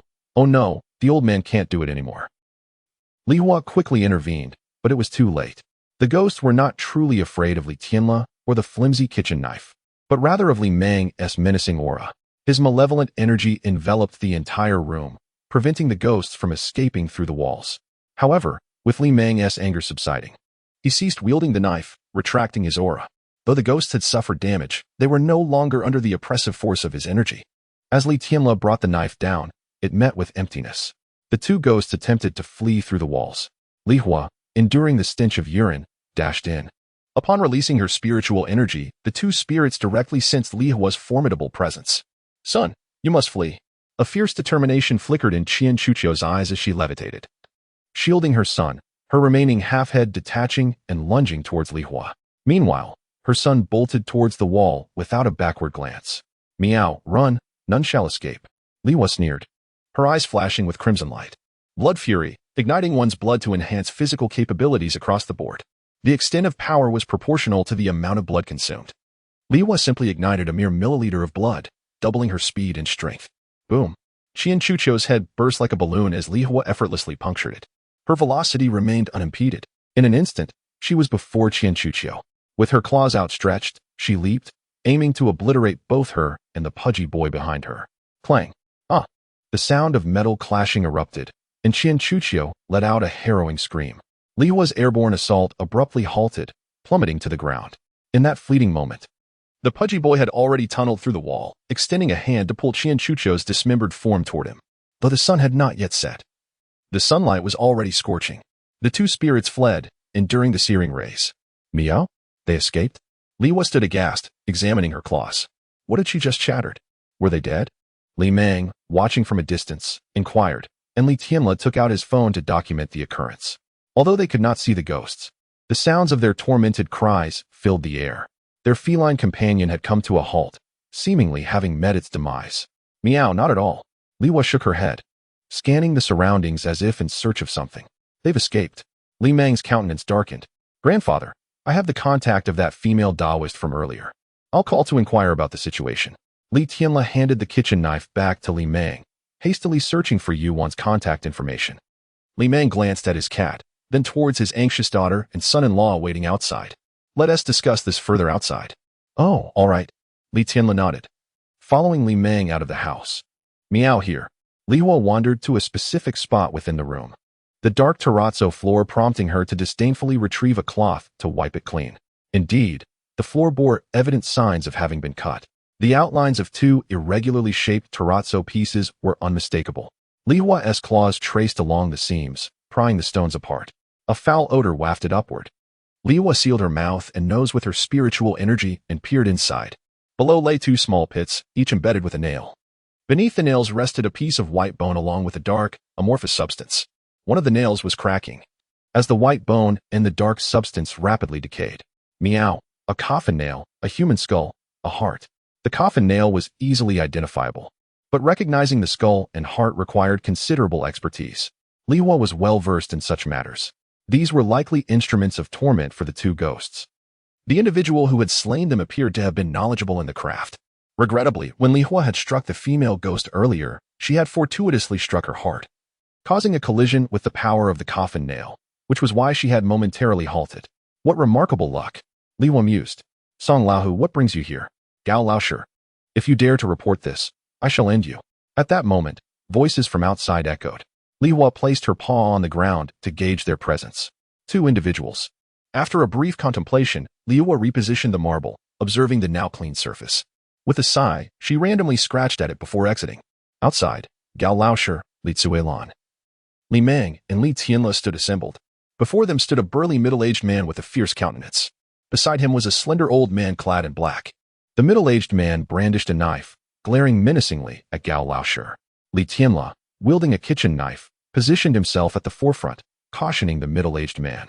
The old man in black fixed his gaze upon Li Meng, his expression shifting as if deep in contemplation. Miao Li Hua approached Li Meng languidly, drawing the attention of the old man in black. Spirit beast, he murmured, then addressed the middle-aged man beside him. You should flee, otherwise, escape will be impossible. What about those two creatures inside? Rest assured, I shall take action. I will trust you this once. The middle-aged man nodded, shooting a warning glance at Gao Laoshi. If the police catch me, I will make you pay. With that, he hurriedly departed. Call the police. Upon his exit, Li Meng urged, Tianla, call the authorities. Oh, right away. Li Tianla nodded, promptly dialing the emergency number. Subsequently, Li Meng turned his attention to the old man in black. Elder, please do not regard me so. I was merely invited to perform a ritual and was unaware of his criminality. Otherwise, I would have reported him sooner. The old man in black chuckled. A Taoist, perhaps? One could say so, he replied, nodding. He scrutinized Li Tsuelan's features earnestly and continued. Elder, your daughter's family has also been disturbed by the creatures within, has it not? Allow me to enter and assist in eliminating this menace. Li Meng fell silent, contemplating for a long while before parting the way. I just went in and scared them off. I wonder if the master can truly eradicate them. Simple, simple. The old man in black replied nonchalantly. I can resolve it with a ritual. Chapter 70. Filial piety and maternal kindness. The old man clad in black entered the room, with Li Meng silently trailing behind. The middle-aged man from earlier was the murderer of the mother and child spirits, Song Laohu. As a seasoned soldier, it was his duty to apprehend Song Laohu. Yet, he hesitated. His daughter, son-in-law, and grandson were present. His frail body could not withstand a confrontation with a robust outlaw like Song Laohu. He had no choice but to let him go. Now, he had to deal with the companions that came with Song Laohu. Reluctance enveloped him. However, as long as those two spirits remained, peace would elude his daughter's family. Upon entering the room, the old man in black, under the watchful gaze of Li Hua, arrived at the spot where the coffin nails were buried. Indeed, the coffin nails were connected to him. The old man noticed the scratches on the ground made by a cat's paw and chuckled, glancing at Li Hua. Brother, this cat is remarkably perceptive. It has managed to uncover the weakness of those mother and child spirits. What lies beneath? Li Meng inquired, bypassing questions about the cat. The celestial bone and heart of the ghost, the old man replied with a sinister laugh. The spirits here suffered greatly in life, filled with resentment. By piercing the celestial bone with coffin nails imbued with over 10 years of Yin energy, their souls linger in the mortal realm, transforming into malevolent spirits. When these nails also penetrate the heart, each night as the spirit consumes Yin energy, it endures the torment of the nails piercing its heart for at least 9 years. As the power of the nails grows, they will ultimately extinguish the spirit here. Li Tianle felt a chill run down his spine, gasping in horror. Isn't that a form of torment even in death? Hanging the spirit's life by the celestial bone and torturing it through the heart? Recover, only to be injured again. Who could endure such suffering? After expressing his shock, Li Tianle noticed something and curiously asked, but how do you know all this so precisely? Li Hua remained speechless while Li Meng fell silent. This boy seems a bit foolish. The old man in black laughed heartily, shaking his head in disbelief. Oh, the youth of today. I have witnessed much in this regard. Oh, Li Tianle nodded, refraining from further inquiries. Suddenly, the old man bent down and with a swift motion, pried out 2 large pieces of marble. He looked inside, and his expression shifted dramatically. One had shattered. The 2 coffin nails, one piercing the celestial bone and the other the heart, were now reduced to fragments. This is troublesome. The old man furrowed his brow. What's wrong? Li Meng asked. It will be difficult to kill them from a distance now, the old man said, picking up the intact coffin nail. He pointed at the shriveled heart, gesturing wildly with his fingers. Li Hua remarked, the old man is truly skilled at deception. He observed that as the old man touched the heart, a small insect crawled up onto it, burrowing into the heart's interior. The flailing gestures seemed utterly nonsensical. Ah! The old man bellowed, and the shriveled heart suddenly erupted. With a swift flip, he removed the celestial bone from the coffin nail, throwing it to the ground. The little insect flew onto the old man's finger, biting him and causing blood to seep from his fingertip. He muttered incoherent incantations, allowing the blood to trace a pattern on the bone. Annihilate. With a thunderous boom, the celestial bone shattered. Wow! Li Tianle exclaimed in astonishment. Master, you are amazing. Is there any way we can chat? Before he could finish his sentence, Li Meng kicked his leg. Li Tianle yelped, clutching his leg and falling silent. The smaller one is dead, but the larger one yet lives. The old man sighed. Does that mean it will continue its rampage? Li Meng queried. Indeed.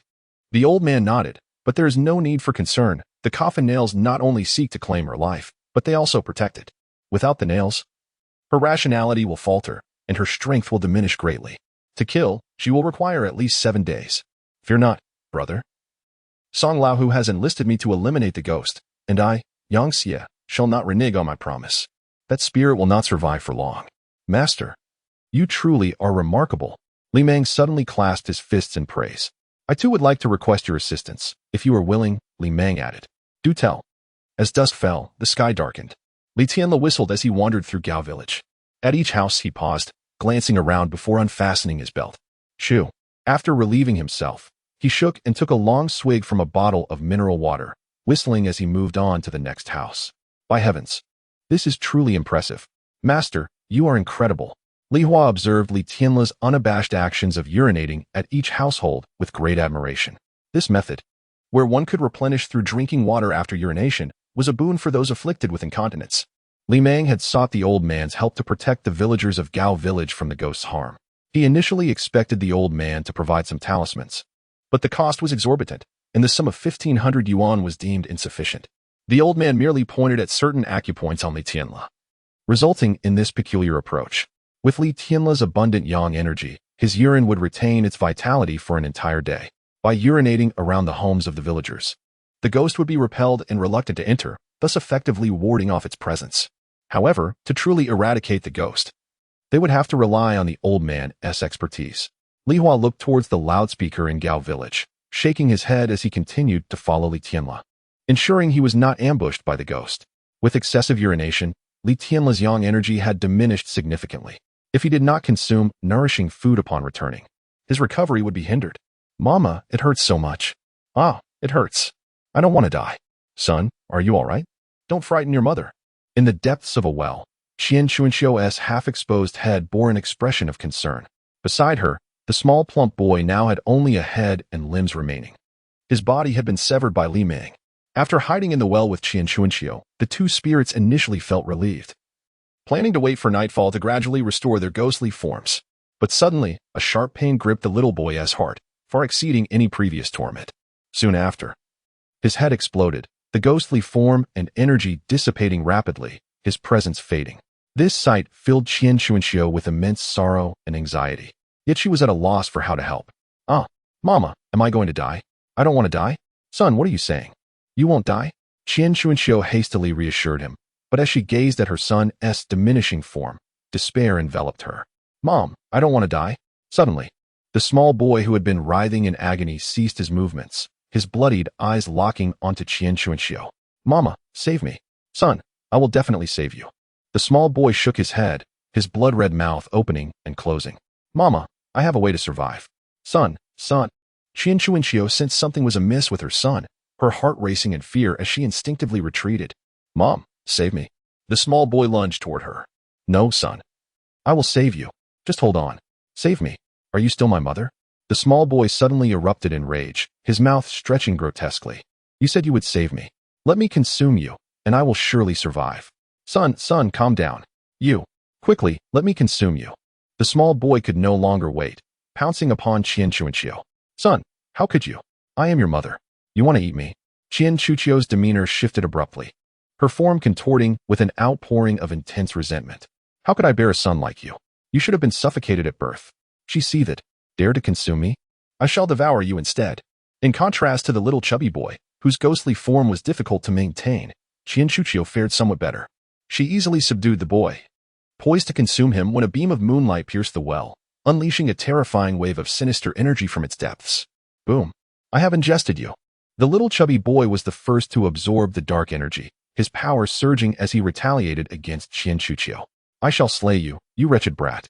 Qian Chuanxiu, undeterred, followed suit and absorbed the sinister energy, engaging in a fierce struggle with the chubby boy. They bit into each other, and amidst the overwhelming dark energy, the two spirits gradually began to merge into one. Chapter 71. Song Laohu Little Bai. You dare to challenge me. Mother, let me consume you. How are you still alive? Let me devour you. Ah, eat. Mother, I need to recover. I must eat. In the depths of the well, the diminutive figure appeared grotesque.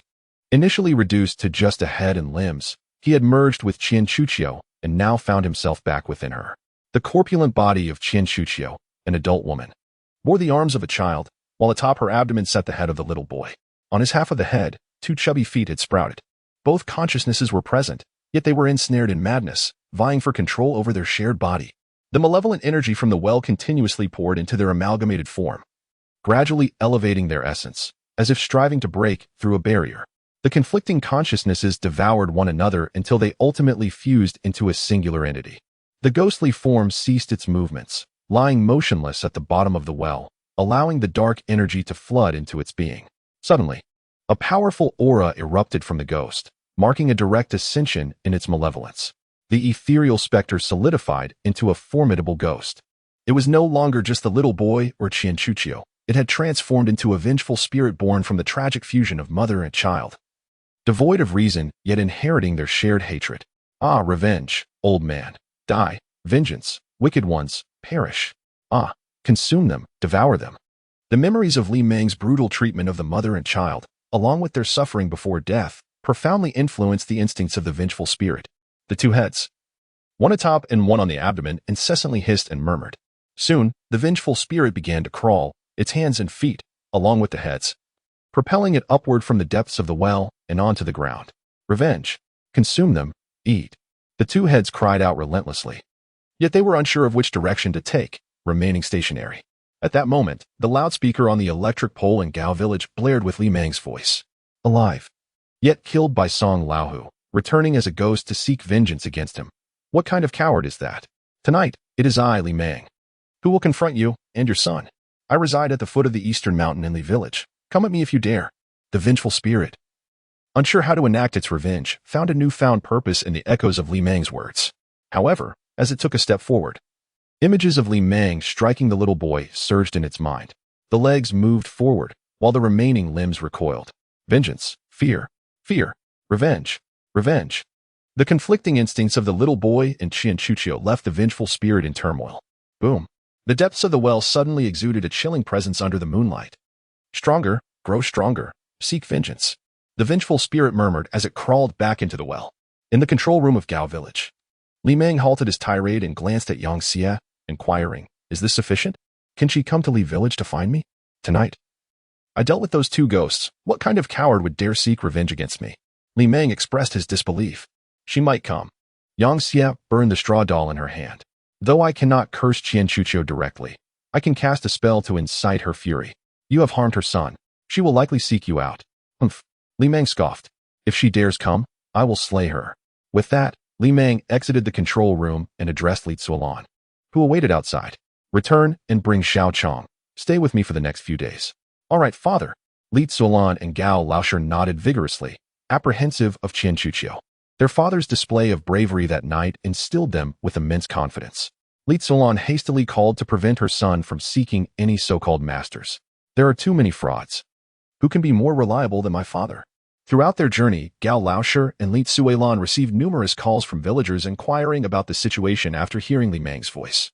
Overwhelmed by the calls, Gao Laoshi informed the village head that his father-in-law had driven off the ghosts before turning off his phone. At home, Li Tianla entertained his cousin Li Chong, while Li Hua yawned in boredom on the tricycle seat. Come on, your aunt will return with us today, Li Mang declared, tossing Li Hua into the cart. After loading a few stools, Li Chong, Li Zuolan, Gao Laoshi, and Li Mang squeezed into the cart. Li Tianla drove the tricycle homeward through the night. Take care, brother. At the village entrance, Yang Xie waved with a smile. Once the vehicle had distanced itself, Yang Xie made a phone call. Shortly after, a van arrived. Old Scorpion, get in. The previously fleeing Song Laohu beckoned Yang Xie from the driver's seat. After Yang Xie entered, Song Laohu executed a swift turn into an unmonitored alleyway. Did those two ghosts perish? Song Laohu inquired, puffing on a cigarette.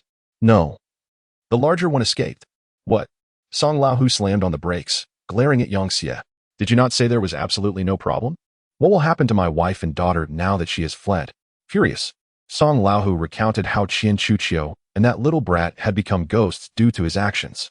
After spending over a decade in prison, he had come out, sold off a few dilapidated houses, married a beautiful wife, and had a daughter.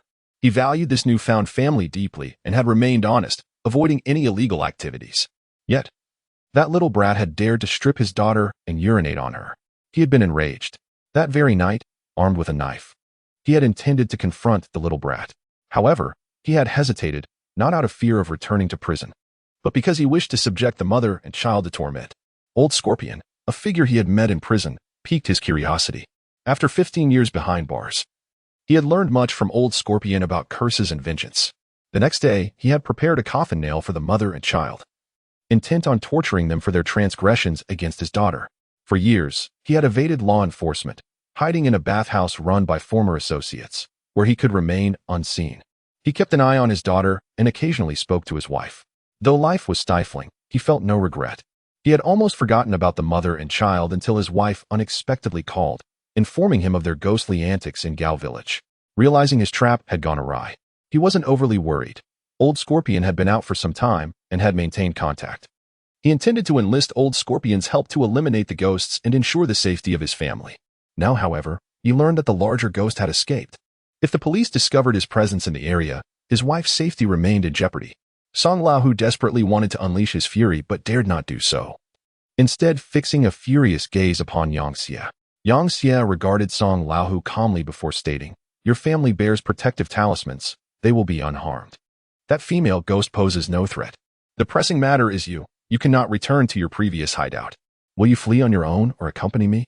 Song Laohu's expression fluctuated, but he ultimately exhaled deeply and replied, "I will follow you, but you must swiftly assist me in dealing with this female ghost, a diminutive malevolent spirit. Tomorrow I shall carry a compass, allowing you to witness her demise with your own eyes. Now, let us depart, for if we linger any longer, the police shall arrive." Chapter 72. The Elk in the Mountains. The tricycle halted at the doorstep. Li Maqiong, who had already prepared dinner, stepped out of the courtyard. "Aunt, uncle?" Li Maqiong exclaimed in surprise. "Why are you both here to sell wheat?" "Little sister, you have no idea how exhilarating today has been," Li Tianle said, coming alongside her. "I'm beginning to suspect that the protagonist of my life is finally about to make an entrance." "What happened?" Li Maqiong inquired. "I encountered a ghost, and even gave it a good thrashing," Li Tianle replied nonchalantly, eagerly pulling out his phone. "Meow." The tabby cat, Li Hua, noticed the video call on the wall, revealing the face of the Taoist named Yuquan. Li Hua leaped onto Li Tianle's head. Li Tianle, feeling uncomfortable, attempted to shake Li Hua off, but recalling Li Hua's remarkable performance that evening, he cautioned, "Easy, easy. That hurts." "Meow. You talk too much. The cat weighs only 10 pounds, and you can't handle it." Li Hua shifted positions on Li Tianle's head, finally finding the perfect angle to view the phone. "You've already called me 5 times today. If you call again, I believe our connection will come to an end," Yuquan said from the other end, visibly displeased. "I just found a great cultivation spot and Haven Tea even begun to practice, yet you keep ringing me. It's infuriating, disrupting my focus." She contemplated deleting this nuisance from her contacts. "Wait, Taoist, I really have something important to discuss." Li Tianle hastily interjected, "I encountered a ghost tonight." "Huh? Can you please refrain from asking such ridiculous questions?" Yuquan chuckled. "I'm curious about ghosts, but if you want to transfer 10,000, I'll catch one for you to play with. Now, please don't bother me, okay?" "No, I really blocked." Meow. Just as she was about to hang up, Yuquan paused, noticing the tabby cat on Li Tianle's head. In the presence of equals, one has a voice.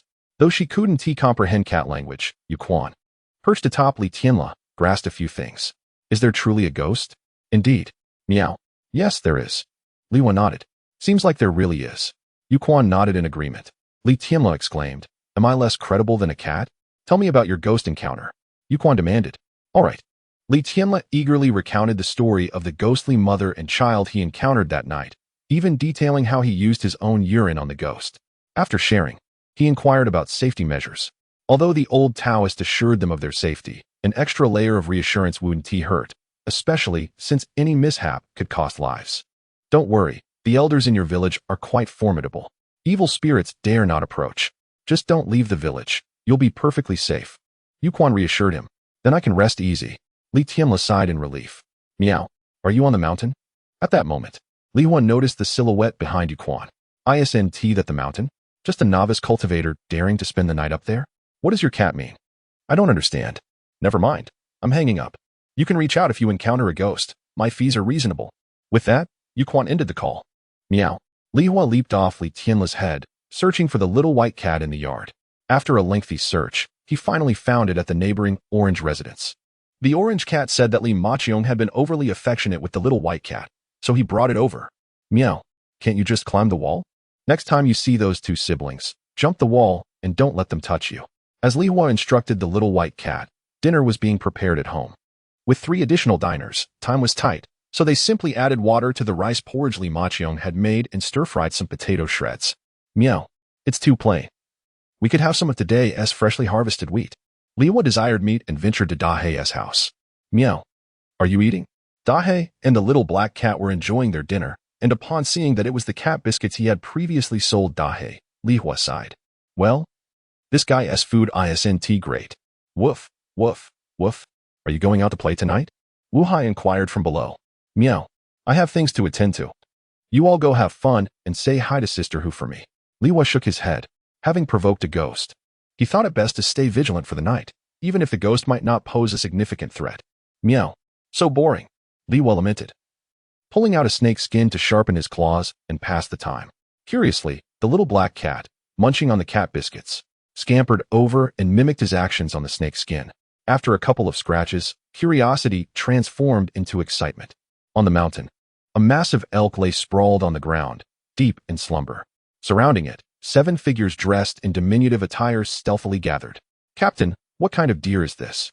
"Those antlers are exceptionally large," Li Wuyo whispered. "Who cares what type it is? It's a rare protected species," the captain replied, loading a tranquilizer dart. "Spread out. After I shoot, immediately pin it down." "Understood." Li Wuyo nodded, quietly dispersing with his teammates. They had spotted the elk through binoculars earlier that day upon entering the forest. While they were unsure of its protection level, its unusual appearance suggested it was likely a serious offense to capture. If discovered by illegal hunters, it would hardly stand a chance. Thus, the elk became their first target. However, they hadn't anticipated the creature's swift movements. After a day of pursuit, they had barely kept up and were nearly exhausted. Once they captured this elk, they would return home and feast on a hearty meal. Li Wuyo mused, oblivious to the pair of luminous, icy eyes watching them from 100 meters away. Swish, swish, swish. The captain fired 3 shots in quick succession. The tranquilizer darts swiftly heading towards the sleeping elk. "Go." Ignoring the captain's command, Li Wuyo and the other 5 teammates charged forward, eager to capture the elk. The net unfurled as the 6 encircled the creature, constricting its escape route. Moo. The slumbering elk sprang up, gazing at Li Wuyo and the others, a hint of helplessness flickering in its gentle eyes. As an enlightened spiritual beast, it had long sensed the presence of these humans. It understood its protection status in human territory and had experienced encounters with both hunters and forest rangers. These humans, much like the rangers, intended to relocate it to an area with scarce spiritual energy. While their intentions may have been good, their actions were misguided. The spiritual energy of this mountain suited the elk perfectly. It had no desire to leave. Yo-yo. The melodious call of the elk resonated, emanating a peculiar force. The 3 tranquilizer darts, mid-flight, seemed to encounter an unknown resistance, significantly slowing down. By the time they struck the elk, their impact had diminished to mere whispers. The darts barely penetrated the elk's hide, falling harmlessly to the ground. The elk, surrounded by 6 humans with nets, effortlessly leaped, soaring 3 to 4 meters high, clearing one of the hunters' heads. It then turned, nonchalantly observing as they collided in a chaotic tumble. Stop." Li Wuyo's face paled as he repeatedly shouted for them to halt, while the others were thrown into disarray, utterly unprepared for the elk's explosive jumping power. "Stop." "Awoo." Bang. Bang. Unable to halt their momentum, the 6 found themselves in despair, colliding in a cacophony of chaos, each ensnared by their nets. The captain hurriedly holstered his tranquilizer gun and rushed over to assist his teammates, helping them to their feet one by one. "Ouch," Li Wuyo groaned, clutching his head as waves of pain surged through him. "That hurts." At that moment, the deer glanced at Li Wuyo and the others, confirmed they were unharmed, and leisurely departed. "Captain, should we pursue?" a team member whispered. "No, we cannot chase now," the captain replied, shaking his head. "We must not get separated in the dark. As for the deer, we have drones, we can locate it tomorrow. For now, let us set up our tents and rest properly." "All right," the others nodded in agreement. Just as they were about to move, the deer slowly returned, inching back to their side. "Moo. What's going on?" Li Wuyo wondered, but the next moment, 2 glowing pairs of eyes emerged from the darkness ahead. "Wolves, be on guard," the captain shouted. The 6 team members quickly reacted, forming a protective circle around the deer. Wolves are also protected animals. Let's south, try to drive them away with tranquilizer darts first. After issuing the command, the captain fired a shot towards the glowing figures. Whoosh, whoosh, crack. The bullet soared through the air, only to be swatted away by a red shadow, shattering it in the process. The red wolf's cold, bloodthirsty gaze fixated on the deer behind the group. Other wolves began to appear, totaling 7 in number, one of which bore conspicuous scars on its back and limped as it advanced. This was the same one that had been pierced by the giant eagle in their last encounter. It charged forward, adopting an aggressive stance towards the group. One team member, observing the situation, immediately fired a tranquilizer dart. However, to his surprise, the wolf easily caught the dart in its mouth and spat it out.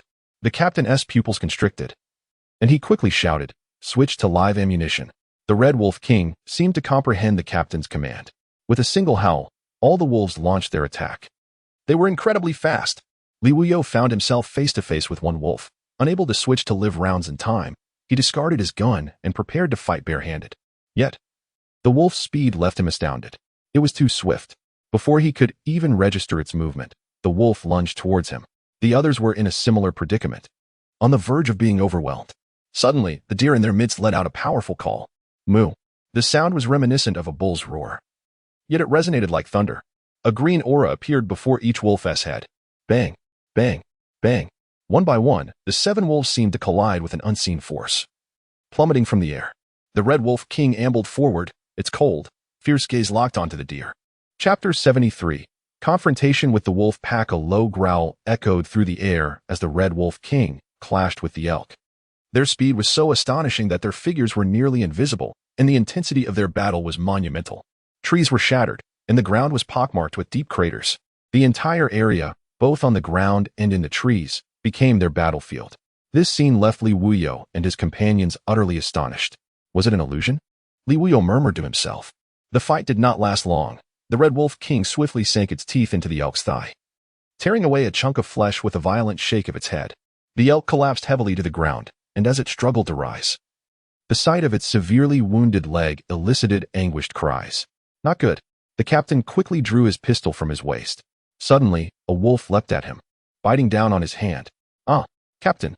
The remaining team members rushed to assist, but other wolves kept their eyes fixed on them. The moment they moved, the wolves mirrored their actions.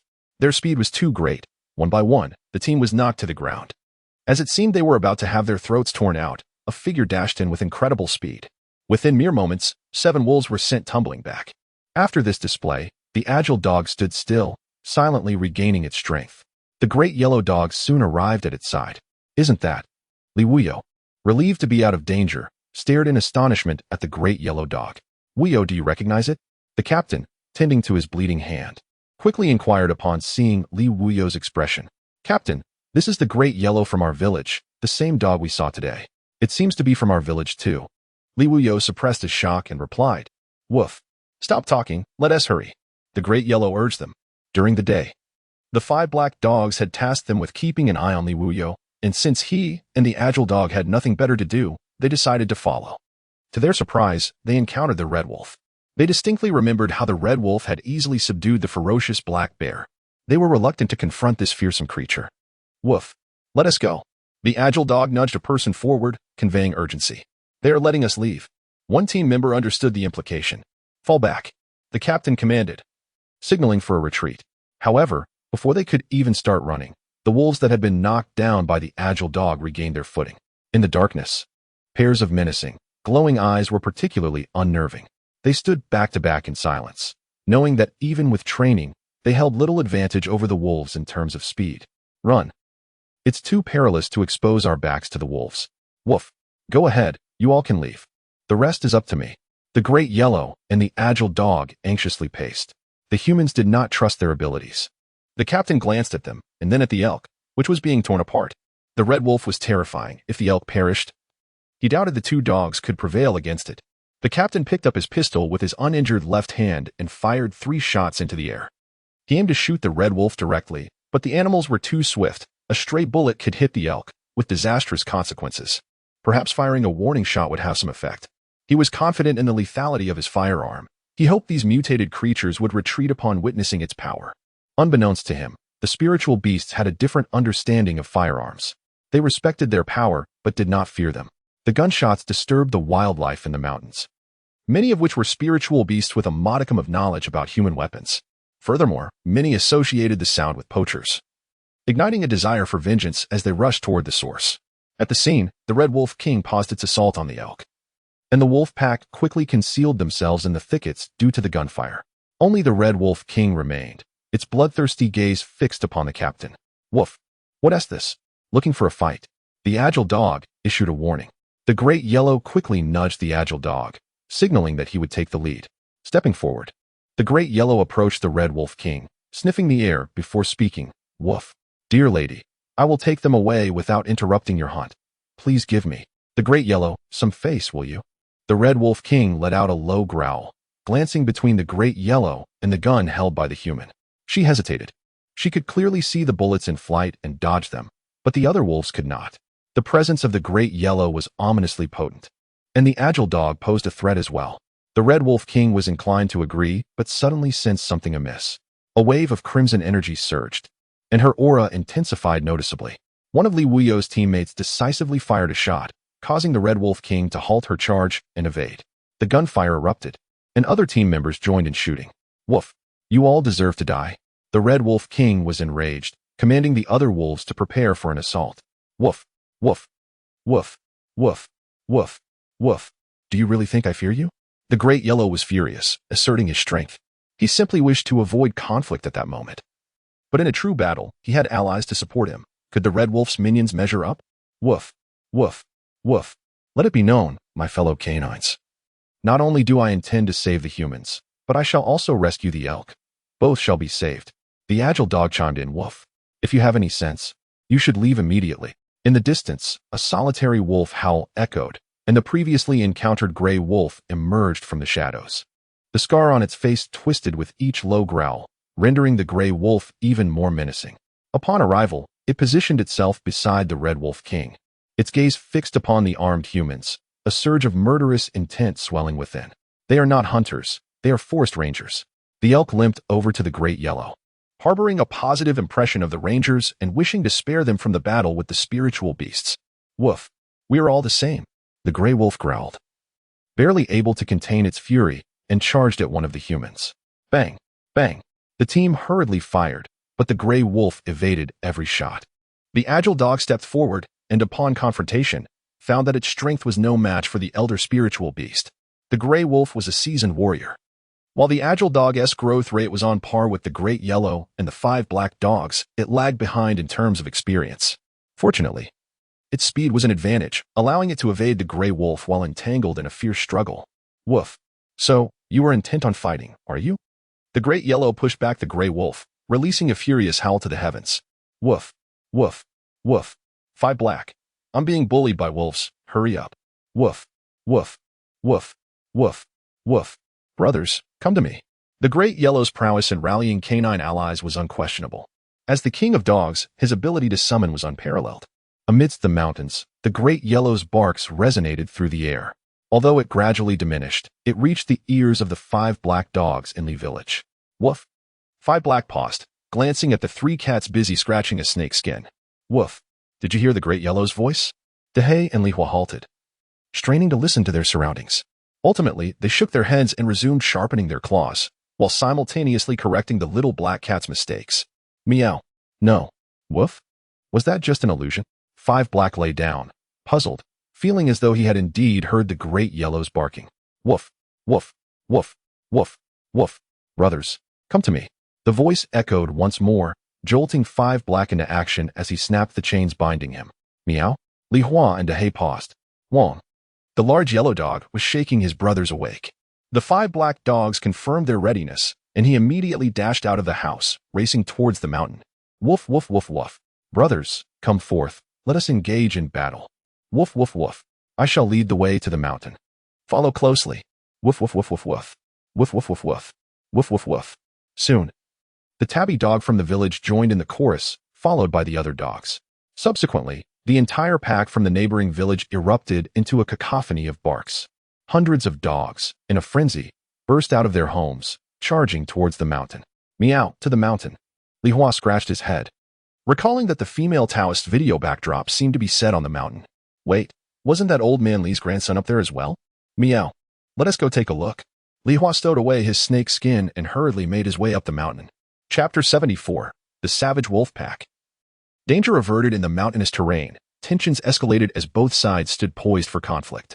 From the moment Li Wuyo and his companions opened fire, numerous spiritual beasts were stirred to hostility against them, akin to the gray wolves that despised human hunters. The Red Wolf King and the gray wolves confronted the Great Yellow Dog amidst a backdrop of glowing eyes flickering in the dark thicket. Li Wuyo's group encircled a wounded elk, diligently bandaging its injuries with alcohol-soaked cloth. A figure emerged slowly from the shadows, glaring fiercely at the humans, with particular focus on their firearms. Leopard, stay alert. The captain bellowed, prompting the others to aim at the sudden appearance of the leopard.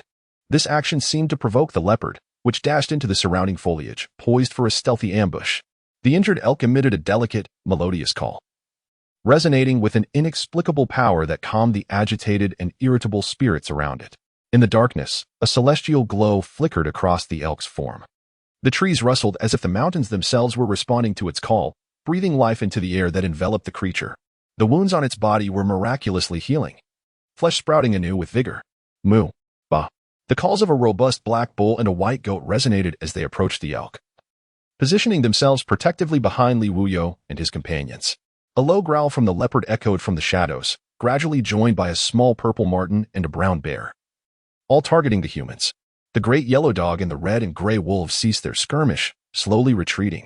The great yellow's voice lowered, surprised by how a simple scuffle with the wolves had escalated into such a grand spectacle. The forest had divided into 3 factions, one aiming to protect the humans, another intent on their demise, and a third secretly observing. Moo! The black bull bellowed, its hooves pounding the ground, stirring up dust and stones with its might, instilling trepidation in the leopard and its companions. Suddenly, the leopard roared at a tree. Lie down, a woman's voice emerged from above as she leapt down from the branches. I'm just here to observe, leopard bro, sis. Please don't mind me. Yujuan chuckled awkwardly, making her way towards the elk. Nervousness gripped her heart. The sound of gunfire had drawn her here, and she was astonished to find so many spiritual beasts in such a seemingly ordinary hill. She nearly frightened herself to death, hiding in the trees and stifling her breath, only to be discovered. Faced with the ferocious gazes of the leopard and the red wolf king, a chill enveloped her. It was the end. Could a vegetarian compete against a carnivore? Woof. Hold on. My brothers will be here soon, the great yellow called out. Yujuan glanced over, confused. Was he suggesting she leave? That didn't seem right. The great yellow paused. Woof? Stick together. My brothers are on their way. You understand? I really can't leave first. I feel guilty.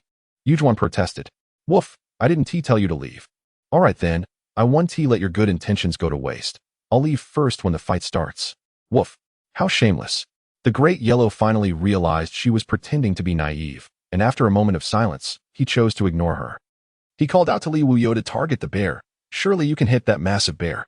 Just then, the brown bear hurled a boulder toward them. The black bull leapt forward, using its body to deflect the projectile. The atmosphere thickened with tension as both sides remained on the brink of eruption.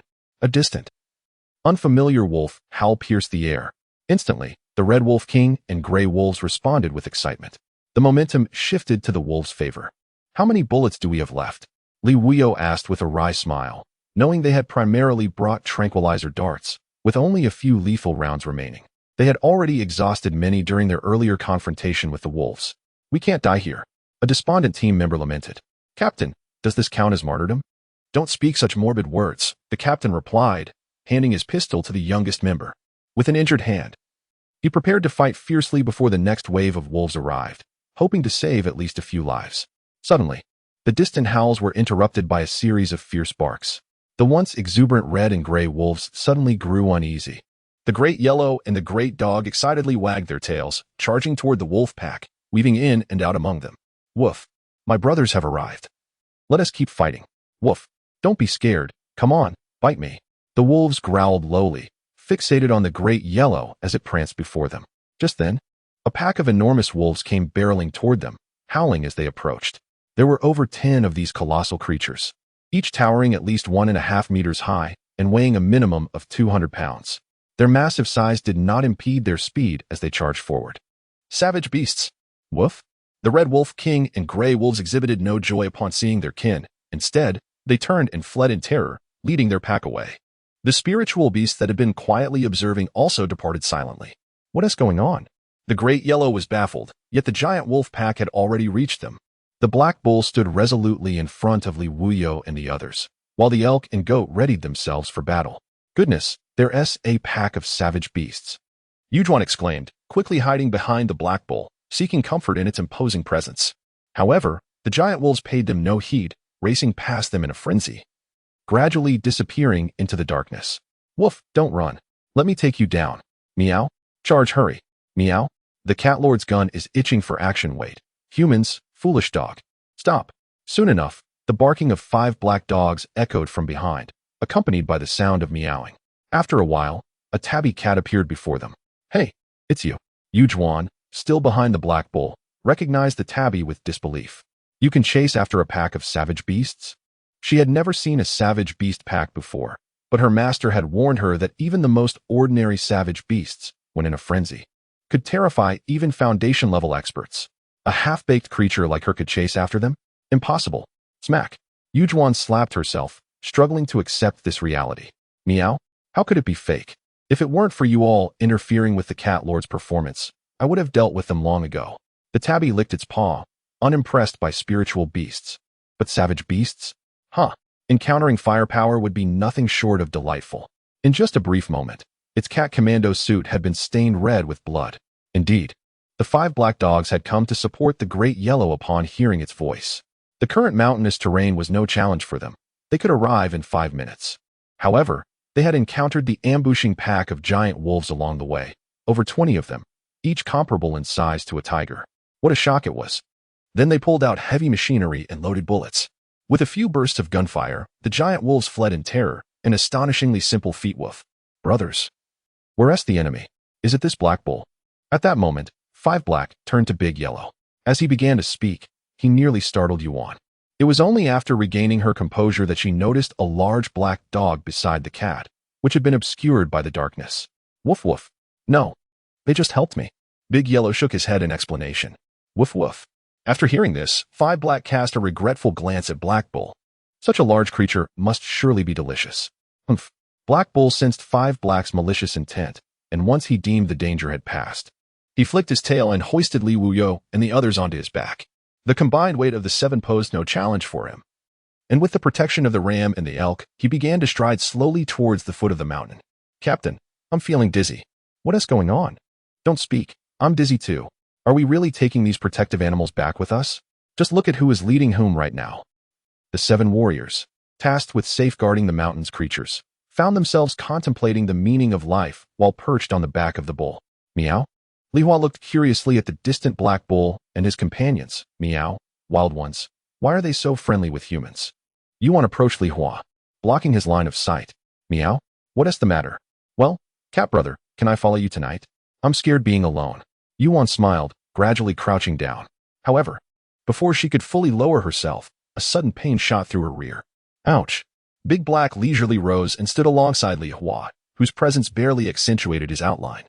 Li Hua disdainfully glanced at Yuan. Meow. Are you blind? How can you not see such a large cat? Yuan. Hiki. Chapter 75. The perspective of spirit beasts on humanity. The discordance of differing languages can drive both parties to the brink of madness. Li Hua possesses the ability to comprehend human speech, while Yuquan is oblivious to feline communication. Each inquiry posed by Li Hua leaves Yuquan guessing and fumbling, driving Li Hua into a frenzy, yearning to produce a translator for cat language. After several gestures, Yuquan finally comprehends Li Hua's question. Why do those 3 wild spirit beasts protect humans? This pertains to the conservation of animals in our country. Yuquan shrugs. Spirit beasts generally live for many years and are aware of their protection status in the realm of humans, differentiating between forest rangers and poachers. Spirit beasts are typically informed about the role of forest rangers in safeguarding animals, and occasionally, some spirit beasts exploit their status as protectors to indulge in the human domain, often displaying considerable goodwill towards the rangers. The soldiers they encountered earlier were mistaken for forest rangers. Meow, I understand. Li Hua nods. In truth, spirit beasts that have not lived among humans hold various opinions about forest rangers, with most viewing them as strangers, neither provoking nor interacting with them, often turning a blind eye to human goodwill. However, some harbor resentment towards the rangers. Yuquan recalls the wolves, leopards, and minks they just encountered, stating that the primary issue lies in some individuals who exploit the guise of rangers and caretakers to clandestinely kill protected animals for sale. Our Kunlun has heard that over a decade ago, a tiger king's mate perished, leaving behind cubs that were rescued and subsequently transferred to a zoo for care. Unfortunately, someone coveted the tiger's whip. Once the tiger matured, they used the pretense of illness to sever the whip and tail. Such incidents abound: deer blood, bear paws, tiger bones. As long as there is interest, even the giant panda may meet an untimely demise for a hefty sum. Spirit beasts are generally aware of these occurrences. Therefore, some believe that only wicked individuals exploit the identity of forest rangers. Others distrust all rangers, desiring harm to those wielding firearms. Still, others prefer to keep their distance, ready to retaliate if provoked. Meow. Li Hua nods, unable to suppress a sigh. It truly simplifies matters when someone provides guidance. This evening's spirit beast protection is aimed at humanity. Were Yuquan to remain silent, Li Hua would have to speculate at least 2 versions. Woof woof woof woof. Woof woof woof. A large pack of dogs arrived, hailing from Li Village and Wang Village. Upon hearing the barks of De Huang and Wu Hei, they gathered, ready to engage in battle. However, they were late. Woof woof woof. Brothers, I apologize for making your trip in vain today. Woof woof woof. I am thrilled to see you all. In these coming days, I will lead everyone to settle accounts with those filthy wolves, share spirit medicine, and grow stronger together. Woof woof woof. Together we shall thrive and create glory. De Huang commenced his speech under the watchful eyes of his canine brethren, moved by their camaraderie and willingness to face danger without hesitation. Wow, this is truly the assembly of the Woof Woof Squad. Yuquan watched in astonishment, his tongue clicking in disbelief. Miao, Wu Hei, we should take action now. I'll reward you with 2 later. Li Hua leaped onto Wu Hei's back, urging him to continue onward. Their pack already contained 10 giant wolves, with more than 10 remaining to be dispatched. They aimed to accumulate spirit points and purchase the tuning method as soon as possible. Woof woof, all right. Wu Hei, invigorated, prepared to set off. Just as they were about to move, a tiger's roar echoed through the mountains. Li Hua and Wu Hei were not frightened, though they paused momentarily. It was the voice of Tiger's sister, seemingly emanating from the direction where the giant wolves had fled. Meow? Tiger's sister wouldn't be targeting the giant wolves, would she? My goodness, there are even tigers in this mountain. Upon hearing the tiger's roar, Yuquan shivered in fear of the vast wilderness. She turned to Li Hua. Take me down the mountain. I will cook for you in gratitude. Meow? I won't descend. You can ask De Huang. Li Hua shook his head, gesturing toward De Huang before running alongside Wu Hei and De Hei toward the source of the tiger's roar. On the steep hillside, Tiger Ling stood atop a massive rock, gazing down at the giant wolves that scattered in panic. The wolves were slightly smaller than her, yet they possessed no will to fight, focusing solely on their desperate escape. Tiger Ling glanced at her swollen belly, a flicker of boredom crossing her eyes. With her pregnancy, she decided against pursuit. Roar. Tiger Ling opened her mouth, a visible orb of blue energy expanding within. Ultimately, it formed into a sphere. Roar. She then hurled it forth. With a resounding crash, one giant wolf, consumed by fear, was transformed into an ice sculpture mid-run. Roar, roar, roar. Tiger Ling consecutively unleashed icy spheres, freezing all the giant wolves in her vicinity. With satisfaction gleaming in her eyes, she surveyed the bounty before her. These numerous giant wolves would suffice for her meals for the coming month. As she stepped forward, maneuvering effortlessly on the steep slope, she consumed the frozen giants. Clearly, she possessed a treasure for storage. Wow. In the distance, Li Hua was astounded, having witnessed the entire scene. Furthermore, as Tiger's sister traversed the slope, Li Hua, with keen eyesight, noticed her appearing to walk in midair. Meow, Foundation Beast King. An unexpected voice from Old Hei startled Li Hua, causing him to turn his head, ultimately realizing Old Hei had illuminated his eyes with a green glow, revealing his position. Meow, Foundation Realm. Li Hua scratched his head, feeling no fear of Tiger's sister. Neither he nor De Hei or Wu Hei exhibited any signs of trepidation. If they were unafraid of the Foundation Realm, surely the Golden Core Realm would not invoke much fear either? Yet, in the presence of the Mountain Lord, there was a palpable sense of soul-rattling dread. Li Hua surmised that Tiger's sister was merely an ordinary tiger, as a divine beast. She was immune to the pressure exerted by such a tiger. Conversely, the Mountain Lord, also a divine beast, possessed a higher realm, hence the fear. It remained to be seen how the divine potential of the Mountain Lord compared to theirs. Woof woof, should we collect the spoils now? Wu Hei inquired. With the remaining giant wolves captured by Tiger Ling, Li Hua had already contributed to the 10 giant wolves he had slain. Meow, 1 each for you, Li Hua declared. Woof woof, I don't want one. I want to arrange storage equipment for the small dog brothers. Wu Hei shook his head, feeling uneasy about consuming wolves that resembled them too closely. Meow, no problem. Li Hua leaped down from Wu Hei's back, directly purchasing a piece of spatial ironstone for Wu Hei. He then turned to De Hei. Meow, what about you?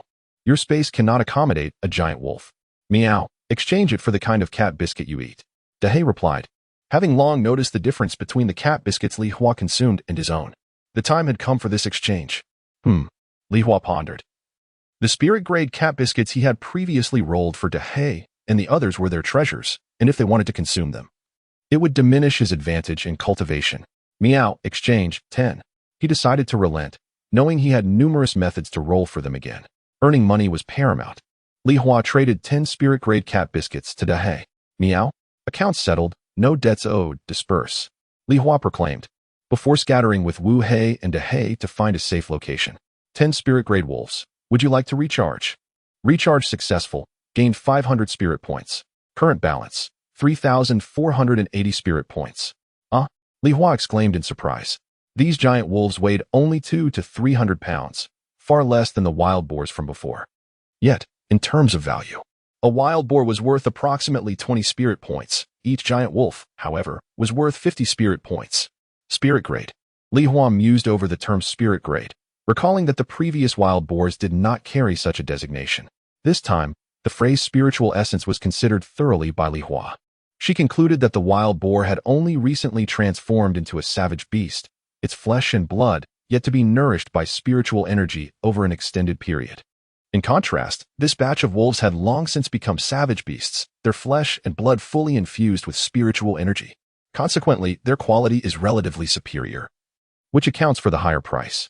Meow, it should be thus. Li Hua glanced at her balance, then closed the marketplace. Soon, within 2 days, she would be able to purchase the foundational breathing technique. Chapter 76. System binding successful. The nights in Li Village are tranquil, devoid of entertainment for the elderly in the countryside. Once darkness falls, they typically retire to their beds.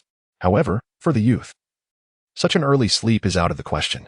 In the square, Li Tianle and Li Maqiong amused themselves on the exercise equipment, with Li Tianle recounting his encounter with a ghost that day. Having grown up under the care of Li Mang, they were no strangers to hardship, often hunting in the mountains at night to earn a meager living, thus cultivating their bravery. When confronted with the ghost, Li Tianle felt no fear, only exhilaration. So, ghosts are real after all. Li Maqiong echoed his excitement, yet remained cautious, asking her brother for some money to purchase protective charms after their meeting with Taoist Yu Chuan. Li Tianle nodded. Despite Taoist Yu Chuan's seemingly unreliable demeanor, his words over the phone conveyed authority, suggesting he was indeed a true master.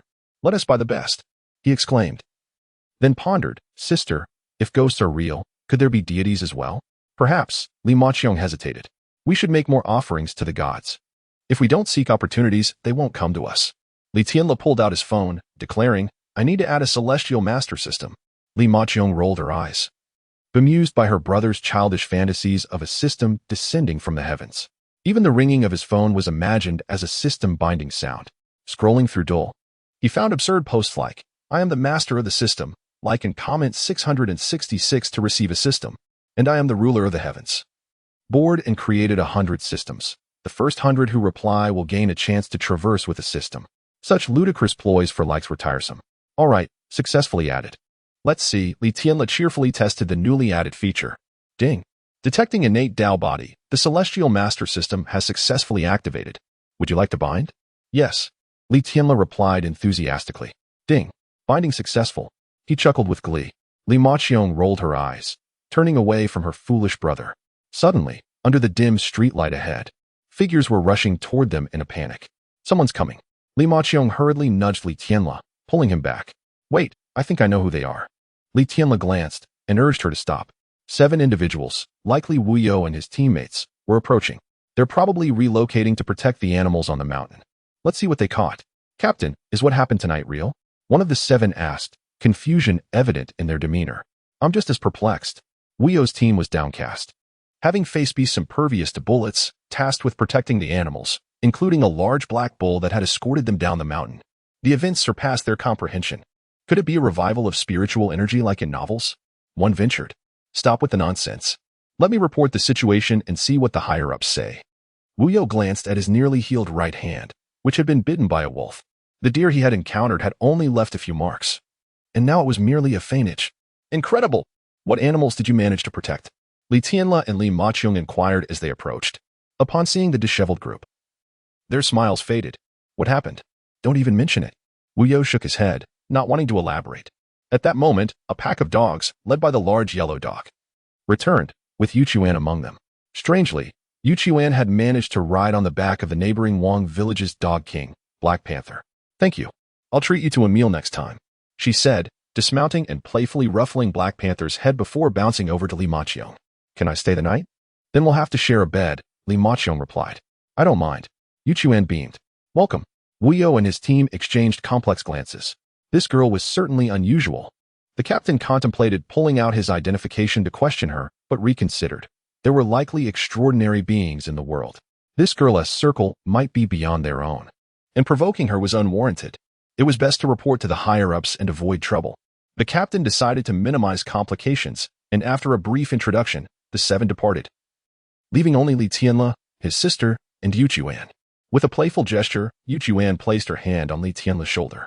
Ahem, Taoist, I know I'm handsome. But my sister is here. This isn't appropriate, Li Tianle stammered awkwardly. Don't be silly. I'm just checking. You're not my type. Yu Chuan closed her eyes, channeling her inner energy into her hand to assess Li Tianle's physical condition. Hormonal imbalance, but otherwise quite well. Yu Chuan withdrew her hand and nodded. You're a bit weak. Huh. Li Tianle was taken aback, incredulous as he pointed at himself. I'm weak? Not in that sense, Yu Chuan clarified, shaking her head. You've lost some yang energy. It's related to your ghost encounter. It should recover after a couple of days in the sun. I see. Li Tianle sighed with relief, intrigued by Yu Chuan's method. Taoist, how is this different from pulse diagnosis? The difference is, I don't do pulse diagnosis, Yu Chuan replied, pulling out her phone and opening a payment request. If you've encountered a ghost, I have talismans here that ward off evil spirits. They're 100,000 each. Interested? How much? 100,000. No way, that's too expensive. The checkup was 100. You're charging after the fact, Li Tianle exclaimed, handing Yu Chuan 100 yuan reluctantly. Be grateful. A full examination at a hospital costs thousands. I'm only charging 100.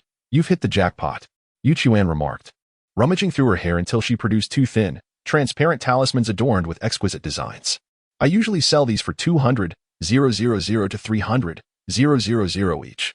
They are genuine magical artifacts. 100,000 is just the cost price. Are you really not buying?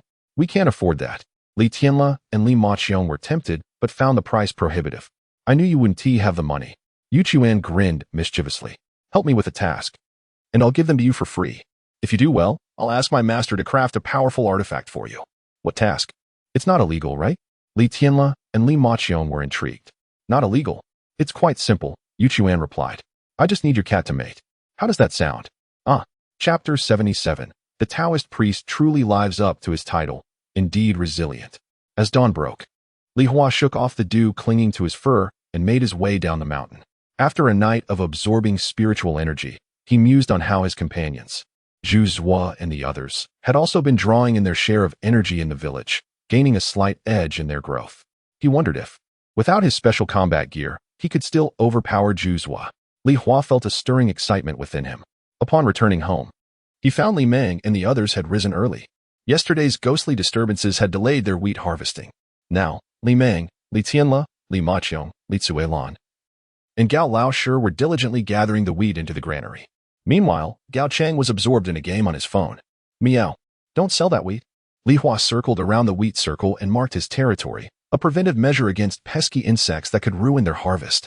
Cat brother is back, Li Tianle exclaimed, dropping his load of wheat and squatting down with a mischievous grin. Cat brother, today you are in for a treat. Meow. Look at you.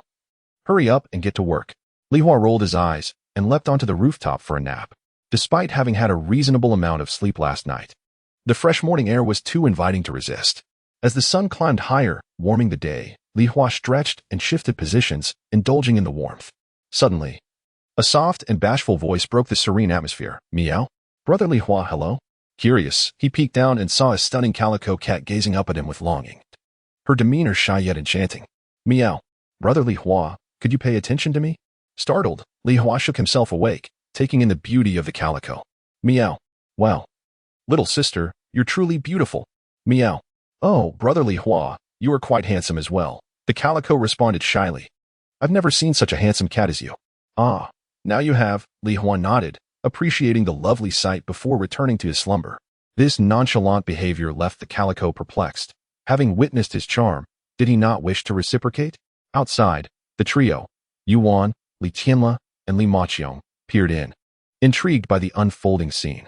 Does cat brother not fancy this calico? Li Tianle queried. Nonsense. Yuan retorted confidently, in the realm of feline beauty. This calico is a true gem, akin to Lu Yifei among beauties. I was told the previous owner had at least 10 tomcats hanging around daily, all bewitched by her allure. Does she have a name? I shall call her Catty Fei. But why can't Catty Fei enchant cat brother? Li Tianle pondered. Yuan fell silent. She wasn't a cat. How could she know? Yet, She wondered how Catty Fei had managed to attract a spirit beast. Glancing at Catty Fei in the yard, she silently encouraged, "Ifei, go on, call out a few times, and mesmerize him." "Meow? Li Hua, huh? Don't disturb my sleep." Li Hua grumbled irritably. Suddenly, a small white cat, bristling with fur, emerged from a corner, hissing and growling at Catty Fei. Though diminutive in size, having absorbed spiritual energy and consumed cat treats, the white cat exuded an impressive presence, immediately intimidating Catty Fei. Yuan panicked, rushing to scoop up the white cat and hand it to Li Maqiong. She then pulled a cat treat infused with an enticing scent from her pocket, smiling to herself. "Luckily, I was prepared with these treats laced with pheromones. Surely this cat will succumb." "Meow? Cat brother, I've brought you a treat. It's delicious. Try it." Li Hua, catching a whiff of the treat's aroma and noticing the unexpected arrival of the calico, knew something was amiss. Yes, cat brother, do eat. I have more," Yuan urged, eagerly bending down to offer the treat. "Meow," Li Hua responded, and with a leap, he playfully swatted at Yuan's right eye. Bam! Ow! Yuan was sent flying several meters, landing in an old water vat in the yard, dazed and confused. Wo Li Tianla and Li Maqiong gasped in shock, about to exclaim when Li Hua shot them a fierce glance, silencing them instantly. Li Hua pointed at the white cat in Li Maqiong's arms, prompting her to quickly set it down. "Humph!" Li Hua snorted, striding back to the rooftop to resume his nap. That was terrifying. Li Tianla and Li Maqiong patted their chests to calm their racing hearts, rushing over to rescue Yuan from the vat. "Forget the jade pendant. We're done with this. It's too frightening," they exclaimed, shaken by the thought that a meerkat's paw could send someone flying, despite Yuan appearing lightweight. The fear lingered. What if Cat Brother had unleashed such force upon them? "You may have a point," Yuan mused, her mind racing as she sat on the ground. Deep in thought. "Meow? Brother Huang, you're so strong." Catty Fei's voice chimed in unexpectedly. Yuan looked up and saw Juzu peering over the wall, his head raised, observing the commotion. After a brief exchange with Catty Fei, he returned to his rest, uninterested. Another spirit beast. Yuan was taken aback, hope reigniting in her heart. She turned earnestly to Li Tianla and Li Maqiong. This one could be a breeding partner too. "I'll cover the cost of the jade pendant." The two exchanged glances. Though the yellow tabby was somewhat lethargic, he certainly possessed Li Hua's temperament. Yet, the allure of the jade pendant, worth a fortune, loomed large. Considering the presence of Grandma Wang, they agreed. And Yuan swiftly picked up Catty Fei and headed next door. As Li Hua napped, a furious shout erupted from next door. "Meow. Get lost." "Oh." Boom. A shadow flew from the neighboring yard, crashing down with a thud that left a crater in the ground. Li Hua curiously glanced over, recognizing Yuan, now sporting an additional black eye, perfectly symmetrical to the first. "Taoist priest, are you all right?" Li Tianla and Li Maqiong rushed back, their eyes wide as they took in the sight of Yuan embedded in the earth, gasping in disbelief. "I am fine." Hearing her voice, they sighed in relief, admiration swelling within them. The Taoist priest truly was remarkable, enduring such an ordeal without injury. She was incredibly resilient. Yuan, on the verge of tears, lamented her plight. All she desired was to find a suitable mate, yet it proved so difficult. "Just get me out of here." Oh dear. Chapter 78. The second batch of wheat ripens easy now. Easy. Ouch. Observing the two carefully extricating the jade-like stalk from the earth, Li Hua shook his head. The idea of breeding them seemed far-fetched. Vital essence is fundamental to one's being. Its loss could halt growth or, in severe cases, ruin the very foundation. They were still barely 2 years old. How could they afford such reckless expenditure of their essence? This endeavor with the jade stalk seemed futile. "Taoist, will you still pursue breeding?" After carefully unearthing the jade stalk, Li Tianla and his companion cautiously inquired. "Of course. If not, then my beating would have been in vain." The jade stalk lamented, pointing to the 2 dark purple rings under its eyes. "Meow?" Upon hearing this, Li Hua opened his eyes to gaze at her. "Ah." The jade stalk diverted her gaze and exchanged a look with the orange cat on the neighboring roof. In the feline world, a direct stare signifies a challenge. Without hesitation, the orange cat leapt down from the roof. "Ah, I surrender." The jade stalk quickly fell to the ground, rolling in submission. "Meow." The orange cat cast a disdainful glance over her, lacking the desire to even engage with such a coward, and bounded back up to the rooftop to snuggle with Li Hua. "This cat is too wild." The jade stalk rose, abandoning the notion of breeding these 2 spirit beasts. Yet, she recalled the black cat from last night and said to Li Maqiong, "Does your village still have a black cat? Breeding with that one could work. You still want to try?" Li Tianla pointed at the two dark rings under her eyes. Can you withstand it? Traveling the world, a few minor injuries are merely part of the journey. The jade stock waved her hand nonchalantly. Just take me there. I refuse to believe my catty fey cannot charm a single cat. Sighing, Li Tianla and his companion led the jade stock to Li Long's home in search of the big black cat. After a while, the jade stock returned, rolling and crawling. Her clothes were tattered, and her body was covered in scratches, a clear indication of the big black cat's handiwork.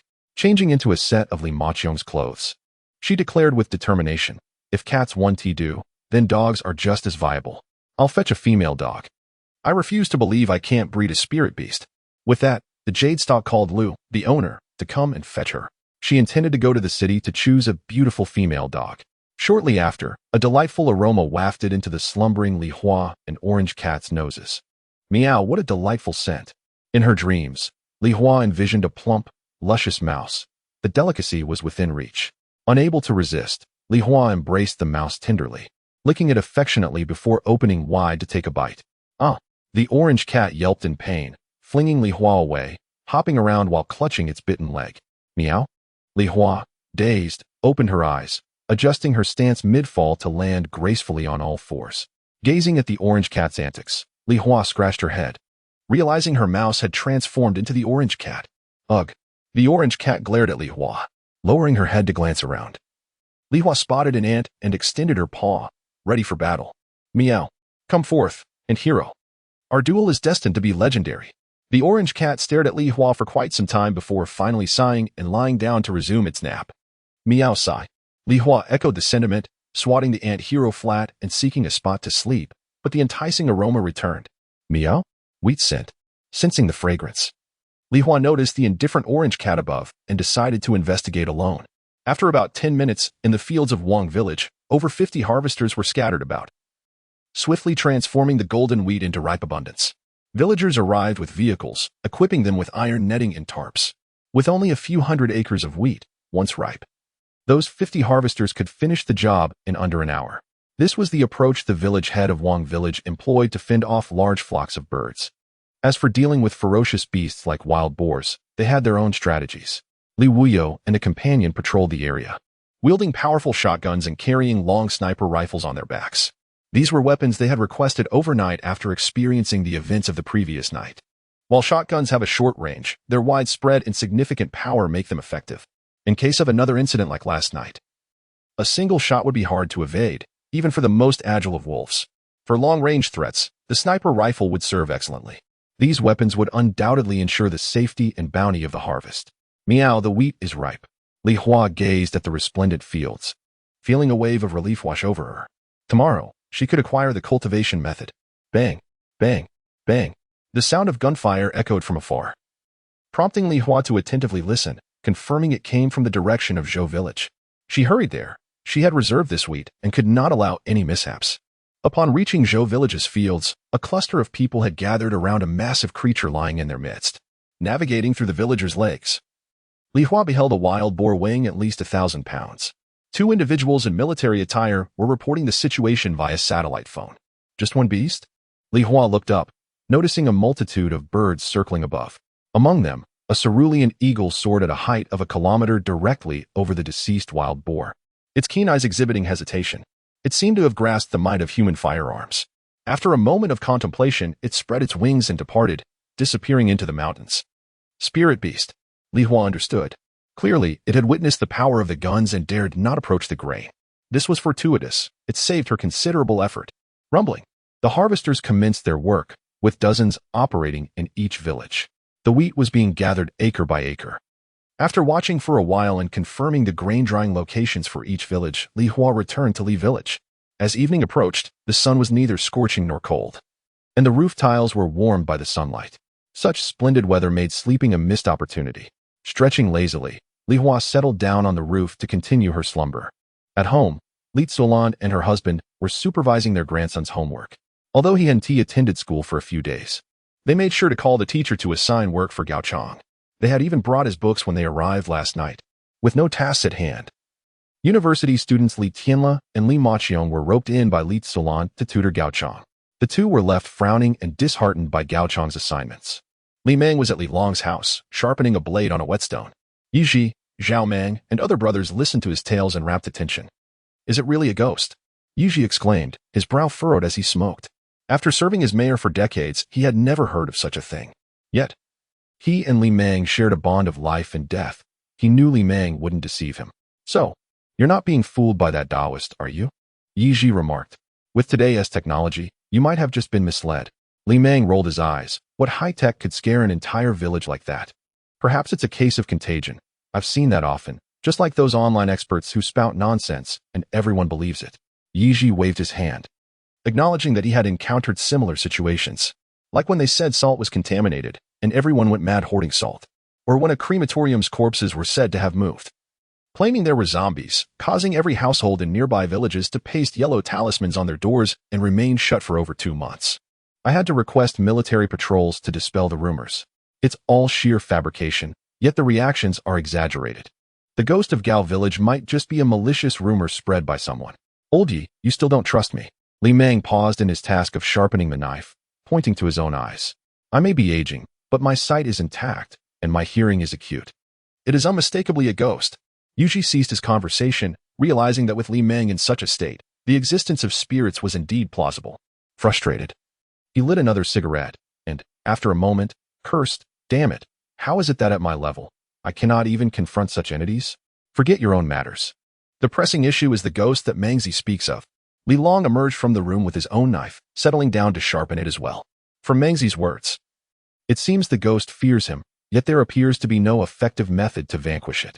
We ought to seek out a true master with genuine skills and inquire about the proper approach. What would it look like for a retired mayor to seek out a master?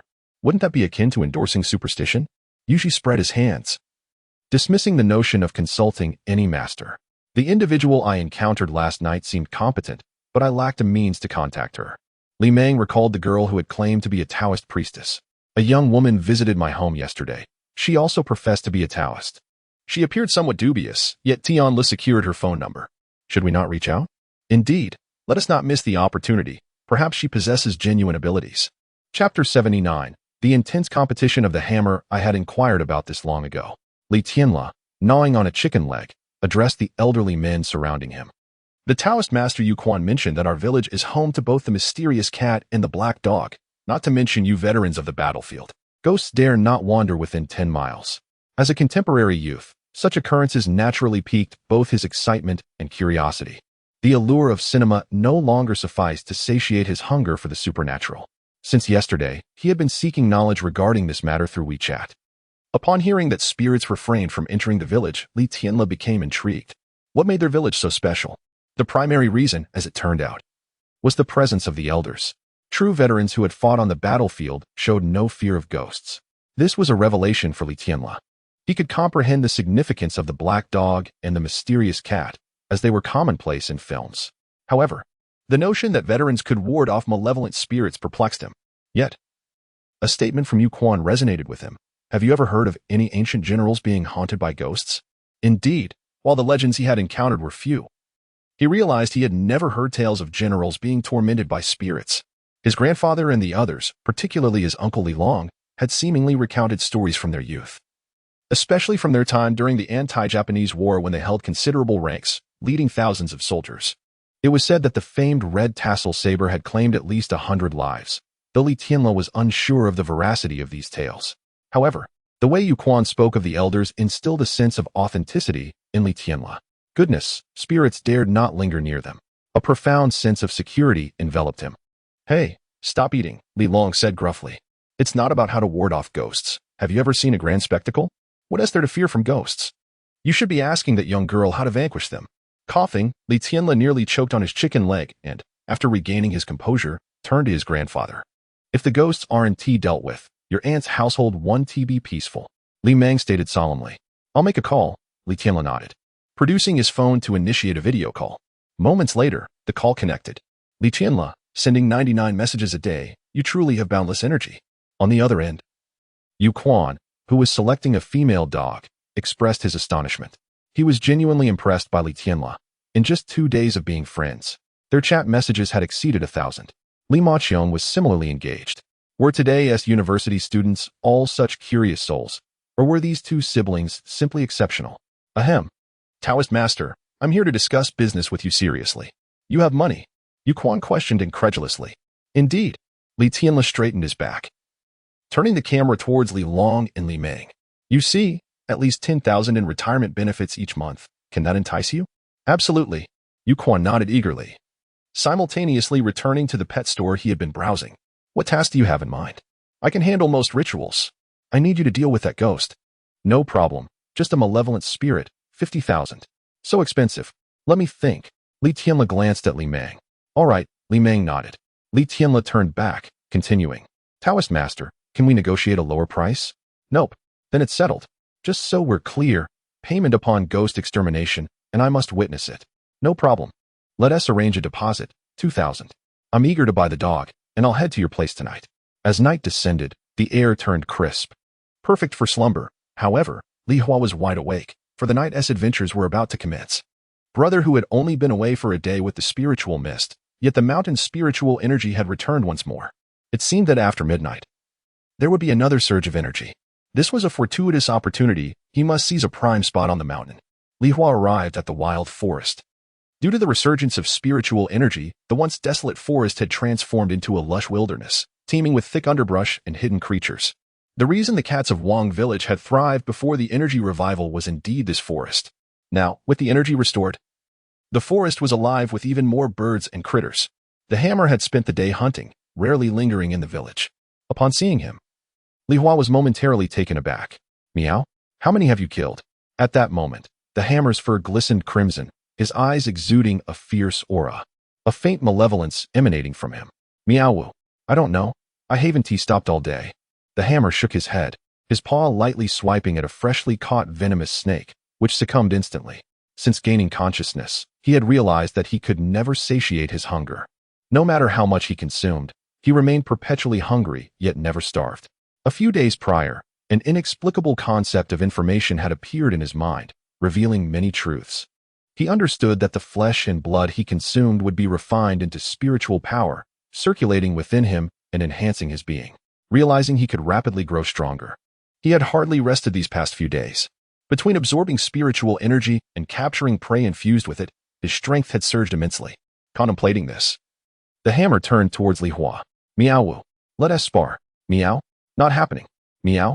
Fine then. The hammer, disheartened, lowered his head and resumed feasting on the venomous snake at his feet. Li Hua gazed at him, internally screaming. He had slumbered the entire day alongside Juzhua while the hammer had tirelessly hunted. How could one be so competitive? With such relentless ambition, what were they to do? A day without sleep was simply unbearable. Li Hua's inner turmoil subsided somewhat after devouring a cat biscuit. Thankfully, he had the cat biscuits as a cheat. No matter how competitive, he could not be surpassed. Humph. Suddenly, a gust of wind blew through, and with a thud, the Chicken King tossed something before Li Hua. Li Hua glanced down, instinctively leaping back. Meow? What the heck? That's enormous. A scorpion, nearly 20 centimeters long, lay on the ground, its thumb-sized venomous stinger flailing wildly. The stinger was pitch black, clearly deadly. Gaga. A savage beast. I've finally caught one. I'm swapping storage gear, the Chicken King remarked. Just as Li Hua opened his mouth to respond, the hammer, with a moment of impulsiveness, reached out a paw to scratch at the massive scorpion stinger. Ow! Instantly, the hammer soared into the air from the pain. Meow. You're asking for trouble. Li Hua scolded, retrieving a recovery elixir from his backpack. The now savage scorpion's venom was undoubtedly potent. However, before Li Hua could display the recovery elixir, the hammer landed, and his right paw, clad in a white glove, bulged with muscle. Black liquid oozed forth. Li Hua. Oh? Meow, it's nothing. Just a little pain. The hammer replied nonchalantly. Oh. Li Hua retracted the recovery elixir, his understanding of their divine beast physique elevated once more. The venom from the savage beast posed no threat. Their resilience was astonishing. Li Hua swiftly dispatched the scorpion, swallowing it whole to recharge at the marketplace. One spiritual-grade venomous scorpion, recharge. Recharge successful, gained 30 spiritual points. Current balance, 3,510 meow here. Li Hua tossed the spatial iron stone to the Chicken King, mentally noting the scorpion's value. Quite pricey indeed. Gaga. Finally, I have space. The Chicken King thought, as the spatial iron stone transformed into a red hair, embedding itself into his body. After completing their tasks, the two cats and the chicken waited briefly. Juzhua, Dahei, Wu Hei, De Huang, and the slender dog soon arrived. Meow, let us go, Li Hua declared, and as they commenced their charge, they successfully arrived at old Hei's home just as the moon began its ascent. There was no time for conversation. They immediately began to absorb the moonlight. In Gao village, the moonlight glimmered upon the surface of the deep well. With a thunderous crash, water erupted from the well, and from within, a grotesque figure leapt forth, accompanied by the splashing liquid. His appearance was exceedingly bizarre: the legs of an adult, the arms of a child, and on his abdomen, the head of a chubby boy.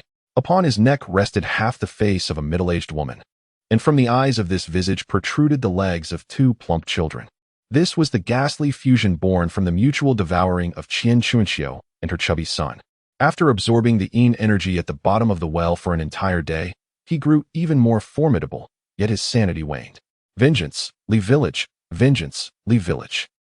The two heads incessantly murmured the location of Li Mang's family address revealed the previous night. Under the moonlight, he swayed unsteadily towards Li Village. Not long after, an elderly man clad in black, holding a compass, arrived at the scene. He crouched down to touch the water stains on the ground, then dripped them into the compass. After a brief examination, the old man departed and approached a van parked along the path. He pointed to the direction indicated by the compass and inquired, "What lies ahead?" Song Laohu glanced and replied, "This is the road into the mountains. There are several villages ahead." "Is there a Li village?" The man in black asked. "Yes." At the far end, at the foot of the mountain, Song Laohu nodded, simultaneously grasping Yang Xia's intention. Did that woman truly go to Li village to seek revenge on that old man? It was highly probable. The old man in black stowed away the compass and took a seat in the passenger side, declaring, "Let us proceed to Li village." Chapter 80. The dog worth 50,000 Taoist. You spent 50,000 just to acquire this creature? Li Meng, along with Li Tianle and Li Maqiang, exchanged incredulous glances as they observed Yuquan. At her feet, a dog adorned with a patchy coat of black and white was eagerly licking her calves. This creature, a small female dog, was the result of Yuquan's hasty purchase, urged on by Li Tianle to expedite the payment due to insufficient funds. 50,000. Li Tianle and Li Maqiang had anticipated a more distinguished breed, but instead, they were confronted with a local mutt, seemingly a cross between a pastoral dog and a thin hound. Its fur was short, and its speckled coat was not a sign of illness, but simply its natural appearance. Was this dog truly worth 50,000? As Li Meng, who was sharpening a knife, overheard the price, he fell silent. This dog weighed barely 30 pounds, and with the current market price of meat, it seemed absurd. Ah, the youth of today, he sighed, though he refrained from voicing his thoughts, being unfamiliar with Yuquan. He stood up and inquired, "Young lady, how confident are you in confronting that ghost?" "A small matter, it will be resolved within 2 days, rest assured," Yuquan replied, gesturing towards her little female dog. She explained to Li Tianle and Li Maqiang, "You two understand nothing. In the realm of canine aesthetics, strength is far more significant than appearance. This female dog possesses spirited eyes, robust limbs, and a glossy coat, a true gem among dogs. That hardly justifies 50,000. Li Tianle shook his head. "With what you describe, I could easily retrieve one from the neighboring village with just a pack of cigarettes." Yuquan waved her hand dismissively and continued, "What truly holds value is the quality of this dog's fur. Have you not heard the saying? Animals with black and white coats are either foolish or clever. This one is exceptionally intelligent, with immense potential." She fondly patted the little dog, feeling a sense of satisfaction. She had yet to mention another reason for her purchase. The dog possessed a certain spirit. The seller, a shrewd individual, may not have understood the dog's unique qualities, but recognized its extraordinary nature and thus priced it accordingly. This dog was on the cusp of becoming a spiritual beast. If it were to mate with the large yellow dog from Li Village, their offspring would undoubtedly possess spiritual potential. Even if mating were not possible, raising it at home might still cultivate its abilities. It's a pity the dogs from your village are absent. Otherwise, I would have arranged for them to mate tonight. Yuquan lamented. "Ah, Taoist." Li Tianle leaned closer to Yuquan and whispered, "Are there any other spiritual beasts aside from the large yellow dog in our village?" "Indeed." Yuquan nodded. "The big black dog and that slender hound are also among them. How do they compare to my cat?" Li Tianle's curiosity was piqued. "How would I know? Perhaps you should let them fight," Yuquan retorted, bemused. The cats and dogs of this village were undoubtedly superior to her own. How could she determine their strengths? What a pity, Li Tianle sighed. Given the earlier incident where the Taoist had been bested by a cat, he began to suspect that his own feline could very well eliminate a ghost. Furthermore, with other spiritual beasts in the village, he regretted not summoning the Taoist earlier. 50,000. His savings were about to vanish. Let me take charge, and I can handle it. Do you genuinely believe your cat can slay a ghost? Yuquan chuckled. Producing 2 yellow talismans. Do you understand what professionalism entails? Haha, Taoist, that was not my intention, Li Tianla laughed awkwardly. Retreating to the corner to play with his neglected cat, Yifei, Yuquan bit down, continuing to train her dog. Suddenly, as if sensing something, Yuquan abruptly lifted her head. The luminous moon cast a dark beam of light in her direction, illuminating the ground where something approached. This, instantly halting her playful interaction with the dog, she retrieved a pink compass, biting her fingertip to draw blood, which dripped onto the device. The compass spun wildly, emitting a humming sound. Yuquan's expression turned grave. An evil spirit. What? Li Tianla sensed her distress. Damn it, an evil spirit is approaching. Less than 10 kilometers away. We must flee. Yuquan quickly stowed the compass, attaching a leash to her little dog before scooping up the cat Yifei. Evil spirit? Didn't you mention it was merely a malicious ghost? That was a guess. Do not speak. Yuquan retorted, cradling the cat as she addressed Li Meng. Old man. That ghost has transformed into a malevolent spirit. I fear no soldier's wrath. If I go, it will be like sending food to the enemy. We must hurry up the mountain and summon your village's cats and dogs for a fighting chance. If I flee, what will happen to the innocents? Li Meng, unperturbed, replied. Young lady, you head up the mountain. Today, I shall see if a mere ghost can claim my life. The ghost harbors a grudge against you, Yuquan exclaimed, stamping her foot in frustration. If you leave, it will undoubtedly follow. Is that true? More true than ever. Very well. Li Meng turned to Li Maqiong. You. Stay with your grandfather for safety. Okay. Li Maqiong nodded, hastening out the door towards Li Long's house. Tianla, carry Xiaochang. We are leaving, Li Meng commanded, brandishing his knife as he strode towards the village's exit. Li Tianla hoisted Gao Chang onto his back, while Li Tsuelan and Gao Laosher followed Li Meng in a state of panic. Must it be so thrilling? An evil spirit. Yuquan grasped a wooden talisman from around her neck, clutching her little dog as she pursued them. Revenge. Li Village. Revenge.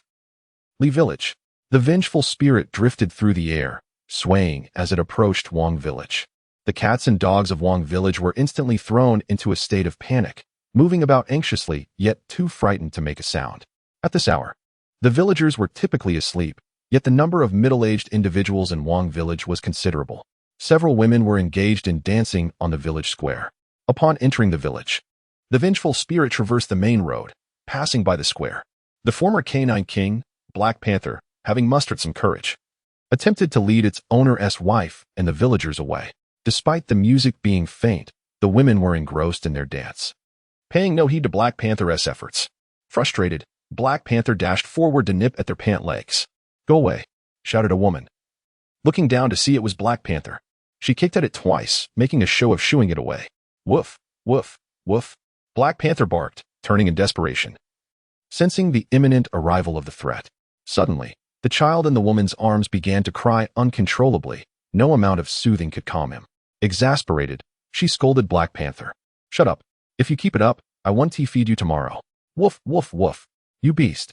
The woman, furious, glanced around, picking up a stone to hurl at Black Panther. Woof. Black Panther quickly dodged. Get lost. Tomorrow, I'll have you for dinner. How did I end up with such a creature? Another stone was thrown. Afterward, she cautiously resumed soothing her grandchild, feeding him with a bottle.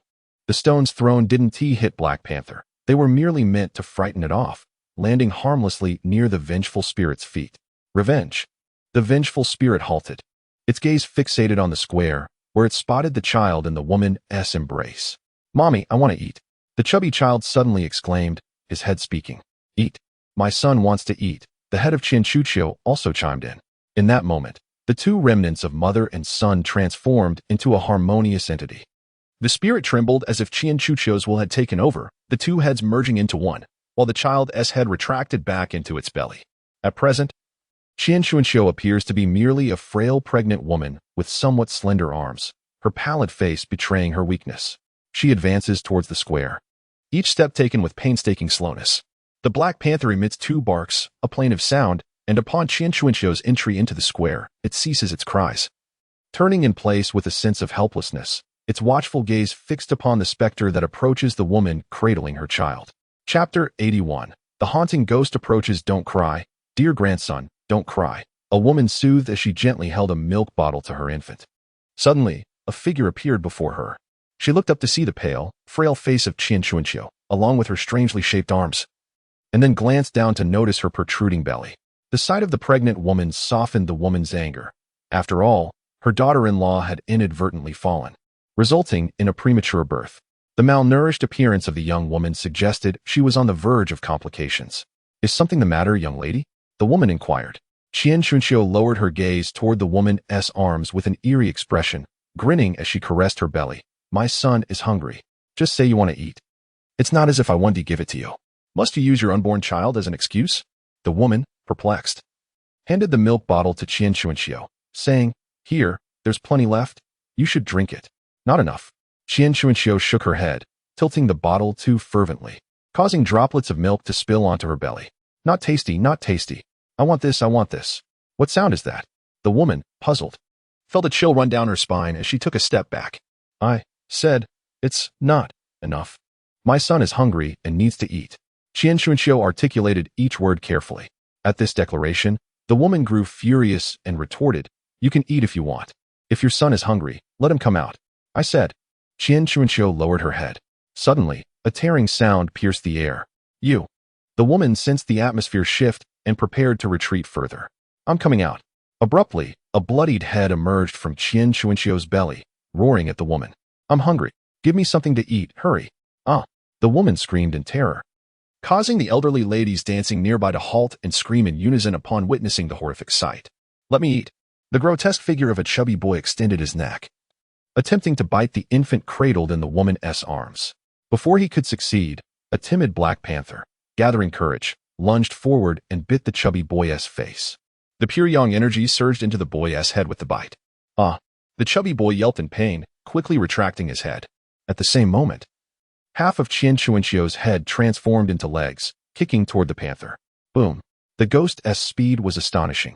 Even though the panther barely managed to evade the attack, it was struck in the rear and sent flying. "Ah!" The chubby boy screamed, inciting Qian Chunqiu to join in the chaos, their cries merging into one. Boom! "Ah! Revenge!" The vengeful ghost slowly lowered its head, gazing at the black panther that had just regained its footing, the head within its belly elongated, lunging to bite at the panther. Whimpering, the panther, covered in black fur and blood, swiftly dodged the ghost's jaws but was still caught by the tail. The ghost retracted its head, intending to pull the panther back, but its strength was overwhelming, severing the panther's tail completely. With a sudden rush of pain, the panther, now devoid of suffering, unleashed its latent power and bit down on the ghost's neck. Realizing it was being pulled back, the panther released its grip and fled the village. Though it was not yet sentient, instinct urged it to seek out its elders for retribution. The ghost, still gnawing on the panther's tail, withdrew its head, leaving a splatter of black blood on its form. Hissing sounds emerged as the black mist burned away, but it quickly subsided, dispelled by the young energy contained within the black blood. The pain only fueled its fury further. With a roar, it ignored the terrified villagers in the square and pursued the panther. In mere minutes, it caught up to the panther. However, just as it was about to attack, the ghost halted outside a red-tiled house, having unknowingly chased the panther to Li village. Boom! The door of Li Mang's house was kicked open. The ghost, drawn by Li Mang's scent, abandoned the pursuit of the panther to follow the trail left by Li Mang, heading up the mountain. More than 10 minutes later, a van sped towards Li Mang's home, screeching to a halt. How is this possible? A man in black swiftly exited the vehicle, his eyes glinting ominously as the sounds of battle echoed in his mind. Li village, a battleground steeped in malevolence. So many seasoned warriors. The man in black was astounded, having believed there was only one veteran from the previous night. That ghost dares to intrude here. His expression darkened. "What's wrong?" Song Laohu asked. "That ghost has become a vengeful spirit." The man in black took a deep breath, sensing the heavy malevolence surrounding the village. A malevolent spirit could not withstand a day here without losing its soul. To breach this village, it must be a powerful entity. "Who are you?" Just then, Li Long rushed over, wielding a knife, followed closely by Li Maqiao. Upon realizing the seriousness of the situation after visiting his home, he had grabbed his knife and rushed to investigate, only to find his brother's door torn down with two strangers standing outside. "What are you two doing at my doorstep?" Li Long inquired sternly, pointing his knife at them. Song Laohu felt an unwelcome pressure, while the man in black regarded Li Long with newfound seriousness. The moment his gaze fell on the knife, his pupils dilated in shock. 100 kills. Brother, we are here to vanquish the ghost. The man in black quickly replied. Upon hearing this, Li Long's murderous intent lessened as he scrutinized the man in black. The man in black lowered his head slightly, discreetly assessing Li Long's features. Li Long frowned, looking towards Song Laohu. Without a word, Song Laohu abruptly jumped into the vehicle and sped off. Humph, Li Long scoffed. Recalling Li Meng's warnings from the previous day, he understood that Song Laohu was a fugitive. However, this was not the time to pursue a criminal. He turned to the man in black, but before he could speak, the man interjected, Brother, your brother is likely being hunted by the vengeful spirit. If you are not careful, he may lose his soul. Can you find my brother? I can track that vengeful spirit. The man in black glanced at the knife in Li Long's hand. The spirit is formidable. I had considered retreating, but with your knife, we may have a chance to defeat it. Please, allow me to exorcise the ghost. Without hesitation, Li Long tossed the knife to the man in black. This likely requires your direct involvement. Brother, the man in black said with a wry smile. The 100 kills knife, known for taking 100 lives, is imbued with too much malevolence. I cannot contain it alone. Time is of the essence. Brother, let us go. The man in black gestured at a compass, drawing a few lines. The compass began to turn, and he proceeded toward the mountain. You should go to Zhao Ye's house. After instructing Li Maqiong, Li Long followed the man in black into the mountains. Chapter 82. The deadly weapon at the foot of the mountain. Li Meng and his companions were climbing. Father, I can't go on, Li Tsuelon called out. The group halted, and Li Meng steadied his breath, glancing at Yuquan. After such a long journey, let us take a break. No, even if the vengeful spirits are drifting unconsciously, they can cover dozens of miles in an hour, Yuquan replied, shaking her head. Our pace is too slow. At this rate, we will inevitably be caught. Taoist, this uphill path is truly exhausting, Li Tianla said as he set Gao Chong down from his back. If even a young man like me can barely endure it, how can our nearly 90-year-old grandfather manage? At the very least, let your cat be aware of our situation. Yuquan, feeling helpless, swiftly removed the rope from the small female dog and set Cat Yifei on the ground. Cat Yifei, go find those males you were seeking for mating today. I must tell you, if I perish, you'll be left without a master, and you'll find yourself with one meal every 3 days. She patted Cat Yifei on the head and then turned to the recently acquired small female dog. You two do your best. Try to befriend a spirit beast to come and rescue me. With that, Yuquan gestured for the cat and dog to depart. Meow? Woof? Both animals looked puzzled. But in the next moment, they seemed to sense something, their ears flattening in fear, and they dashed up the mountain. Goodness! Yuquan grimaced, realizing the lack of sentiment. Yet, their departure was rather abrupt. I at least redeemed your freedom. Curse it. Yuquan rose, her gaze fixed on the distance, tightly gripping the purple wooden token in her right hand. Oh, great master, we have arrived. Whether we survive now depends on your ferocity. Hearing this, Li Meng tightened his grip on the large knife and glanced at his daughter and son-in-law. You continue up the mountain, the Taoist, and I will buy you some time. Grandfather, be careful, Li Tianla exclaimed before leading the others further up the mountain.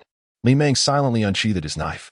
After more than 10 minutes, a chilling wind swept through, causing the sleeping birds and beasts around them to flee. Revenge, revenge. The vengeful spirits drifted through the air, the neck of the small, chubby spirit extending at least 2 meters as it swayed beside Qian Chuchio's head. Occasionally, it would bite down, tearing off a piece of flesh to consume. How did it become like this? Li Meng frowned, realizing that the small chubby spirit had perished. Could this be the reason they became vengeful spirits? Yuquan felt nauseated, but her intuition began to clarify the situation.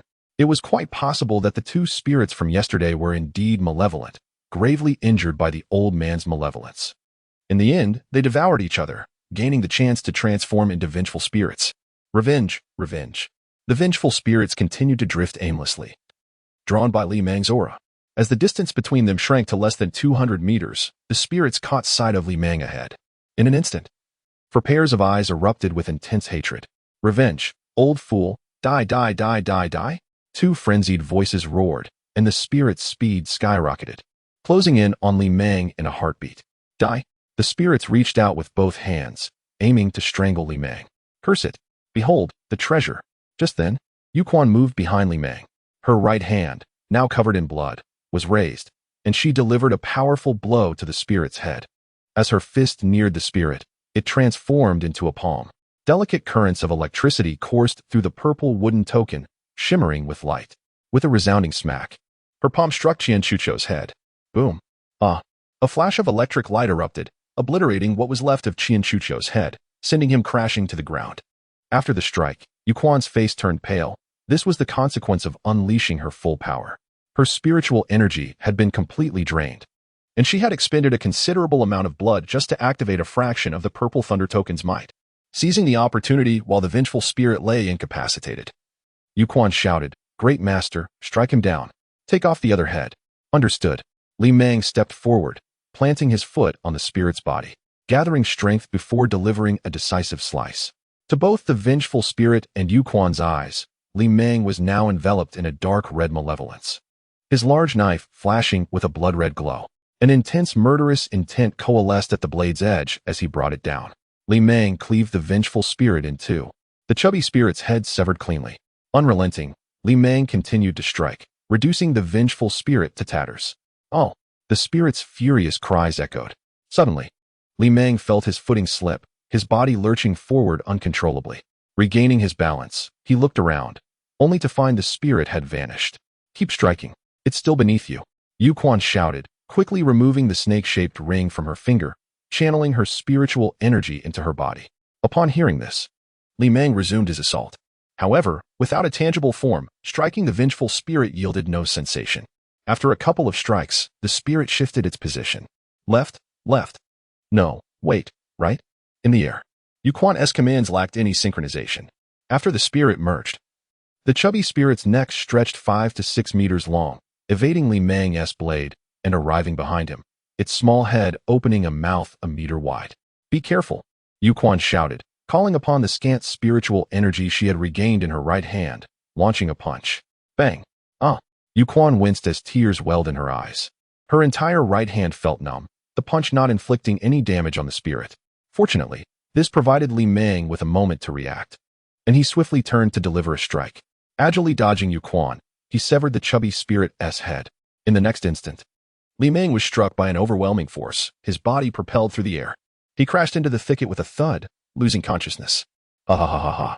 Qian Chucho's half-recovered head, now intact, cackled madly from a surprise ambush. "Damn it, I'll fight you." Yuquan gritted her teeth, spitting a drop of her blood essence, which landed on the vengeful spirit with a sizzling sound, emitting faint wisps of smoke before vanishing. The disparity in their levels was too vast. Only treasures like the Purple Thunder token could harm the vengeful spirit, while Yuquan's efforts seemed little more than a mere scratch. Adahahaha. The vengeful spirit laughed maniacally, its arms stretching as it picked up the chubby spirit's head, reattaching it to its body, before charging at Yuquan. "Coming for me." Yuquan immediately grasped the spirit's intent, her heart racing as she prepared to resist with all her might. "Beast, how dare you!" At that moment, a furious voice erupted, and Yuquan's vision turned blood-red, her mind ringing with chaos. The anguished cries of spirits echoed in her ears. A terrifying aura surged toward her, causing her body to tremble violently. When she opened her eyes again, the vengeful spirit was pinned to the ground by a blood-red blade. An elderly man gazed coldly at the spirit before yanking the blade free and delivering a powerful kick. Yuquan, who could hardly harm the spirit even with her empowered fists, watched as it exploded under the force of the kick. A torrent of malevolence erupted from the blade, mingling with the spirit's aura and resonating with the wails of souls before death. The vengeful spirit wailed in torment. "What kind of weapon is this?" Yuquan was taken aback, having assumed that the veterans of Li Village were similar to Li Meng. She never anticipated someone so formidable existed. Good heavens! Yuquan inwardly criticized Li Meng. "If there's someone stronger, you should have mentioned it sooner. And as for running away, I nearly scared myself to death just now." Great master. Yuquan recalled Li Meng, who had been sent flying, and hurriedly raced to his side. She found him unconscious amidst the thicket. "I hope nothing has happened to him." Yuqian quickly checked and found that he had merely dislocated a bone, and he sighed in relief. At such an advanced age, anyone else would have already succumbed. Truly, he is formidable. His physique is remarkably resilient. After confirming that Li Meng was fine, Yuqian turned her attention to the situation with the vengeful spirit. The newly emerged elder was incredibly powerful, exuding an aura that deterred the spirit from lingering within a 10-meter radius. However, once the spirit concealed its form, the elder similarly lost his target. In the distance, an old man clad in black was vocalizing the spirit's location, yet every time he spoke, the elder was about to strike, only for the spirit to shift its position. This was untenable. Yu Qian was anxious. This elder appeared even older than Li Meng, and once his stamina waned, he would be in peril. Thus, Yu Qian joined in the fray, continuously indicating the spirit's whereabouts. Together with the old man in black, their chaotic guidance left Li Long bewildered as to how to strike. He irritably exclaimed, "One speaks. The other be silent. And there's still a companion." From afar, the old man in black was astonished that Yu Qian, being so young, was also a cultivator. However, having a teammate was advantageous. He ceased his guidance, retrieving a pitch-black nail from his robe. After biting his fingertip, he let drops of blood fall upon the nail. As the vengeful spirit was being pursued by Li Long, he flicked his fingers and sent the nail soaring. Alas, the nail struck the spirit directly in the heart. And the old man took the opportunity to cast another spell. He intended to eliminate Qian Chuanqiu, just as he had the previous day with the rotund boy. "Humph, perish." The old man snorted, and the nail exploded upon impact. Boom. Qian Chuanqiu's body disintegrated. Seeing this, Li Long halted, panting heavily. Done. A smile spread across the old man's face. Now, Song Laohu had no reason to refuse. Ha ha ha. Suddenly, the raucous laughter of the rotund boy echoed, and the surrounding malevolent energy surged towards this direction. The old man's expression shifted. He did not perish? Ha. The miasma enveloped Li Long's aura, and the vengeful spirit's severed limbs flew upwards, rapidly reassembling. The energy from the exploded nail was also devoured by the spirit. Though Qian Chuanqiu and the rotund boy had long since perished, the memories within their souls were inherited by the vengeful spirit, leading to a semblance of madness. The recent spell cast by the old man had obliterated the vengeful spirit's memory of Qian Chuanqiu, allowing its clarity of thought to return. The true strength of the vengeful spirit was unleashed, gathering malevolent energy within a 10-mile radius to counter Li Long's aura. Simultaneously, possessing the capacity for thought, it recognized its weak points to launch an attack. Yu Qian and the old man in black became its targets. "You shall all perish, ahaha." The vengeful spirit cackled, its form vanishing from sight. This is the domain of the vengeful spirit. We cannot perceive its presence. The old man in black hastily moved closer to Li Long. The spirit's realm invoked the surrounding malevolent energy to form a formidable aura. Hidden within the depths of this energy, the vengeful spirit could only be perceived through keen insight, which unfortunately the old man lacked. Fortunately, Li Long possessed a weapon designed specifically for slaying spirits. Standing beside him, the vengeful spirit dared not approach. Though Yu Qian was inexperienced and lacked extensive knowledge, she understood that being near Li Long was safer. Carrying the unconscious Li Meng on her back, she wielded Li Meng's large blade and moved closer to Li Long. "Old man, why are you still alive? Die." The voice of the vengeful spirit echoed from behind Yu Qian. Damn it. Without turning her head, she hurled the large blade behind her and accelerated towards Li Long. Although Li Meng's sword was not the specialized weapon, it had claimed numerous lives and could inflict some damage on the vengeful spirit. Seeing the incoming blade, the vengeful spirit was compelled to evade, and in that moment, Yu Qian reached Li Long's side. The vengeful spirit, in a fit of rage, lost its sanity and charged forward. However, upon charging, it was awakened by the sting of Li Long's large blade. Ha. You shall all perish. All of you shall die. Die. The vengeful spirit once again vanished into the malevolent energy, conjuring illusions to terrify the minds of those present. Chapter 83. The Black Panther's Plea for Help. Lu Hua's rescue. Amidst the urgency and frailty, the distressed barks of a dog echoed. Beneath the old locust tree, the cats and dogs basking in the moonlight came to a halt. In the distance, the beleaguered Black Panther lay powerless on the mountainside, calling out for help. "Woof. Big boss. Woof. Black Panther, who did this to you?" The three dogs, Da Huang, Sango, and Xiaogo, instantly dashed down the slope, their hearts aflame with anger upon seeing the tailless Black Panther. "Woof. Hold on, Black Panther, I'll fetch you some medicine." After saying this, Xiaogo vanished in a flash. Meanwhile, Da Huang and Wu Hei tended to the Black Panther's wounds, their saliva imbued with spiritual energy providing a modicum of healing. The bleeding soon ceased, but the panther remained weak from the significant blood loss. "Meow, eat this." Lu Hua approached the Black Panther and pried its mouth open, popping a recovery pill inside. Within a minute, Xiaogo returned, clutching a large blood gourd and retrieving a 10-year-old ginseng from his spatial pouch. Just as he was about to administer it to the panther, the latter sprang to its feet, exuberant and leaping. "Woof, that feels amazing. Woof." Xiaogo was puzzled, but he dismissed his concerns as the panther's recovery was a welcome turn of events. He pocketed the ginseng and tossed the blood gourd aside as they all inquired about what transpired. Woof woof. Big boss, there's a ghost. It's fierce. Woof woof woof. Meow. Damn. As the Black Panther explained, Lu Hua grasped the meaning swiftly. Although the Black Panther was not a spirit beast, it was still a formidable 5 black dog that dared confront malevolent spirits. If something could overpower it, it must be a vengeful ghost. Unease crept into Lu Hua's heart as he leaped onto Xiaogo. Meow meow. Xiaogo, hurry back to the village. Woof. Hold on tight. Like an arrow. Xiaogo surged down the mountain with Lu Hua, the steep incline failing to hinder their speed. In less than a minute, they reached the mountainside. Meow. Stop. Lu Hua shouted, prompting Xiaogo to come to an abrupt halt after a few agile leaps. Lu Hua gazed down a particular path, where a dense aura of malice lingered, indicative of a vengeful spirit's presence. With his paws pressed against the ground, Lu Hua sensed all living beings traversing the area. Li Long, Li Tianla. Recognizing their familiar footsteps, Lu Hua quickly deduced their location. Meow. Let us go, quicker. Roar. Xiaogo howled, unleashing a burst of speed towards the target. Soul-devouring insects, go? Ha ha ha. Delicious, truly delightful. Puff. The elderly man in black spat a mouthful of black blood, his body swaying unsteadily. Seeing this, Li Long extended a hand to steady him. Are you all right? I'm fine. The old man wiped the blood from his lips and surveyed the thick, ominous atmosphere around him, shaking his head in bitterness. He had slain at least 50 malevolent spirits. Believing he was not far from the strength of a vengeful ghost, yet the disparity was staggering.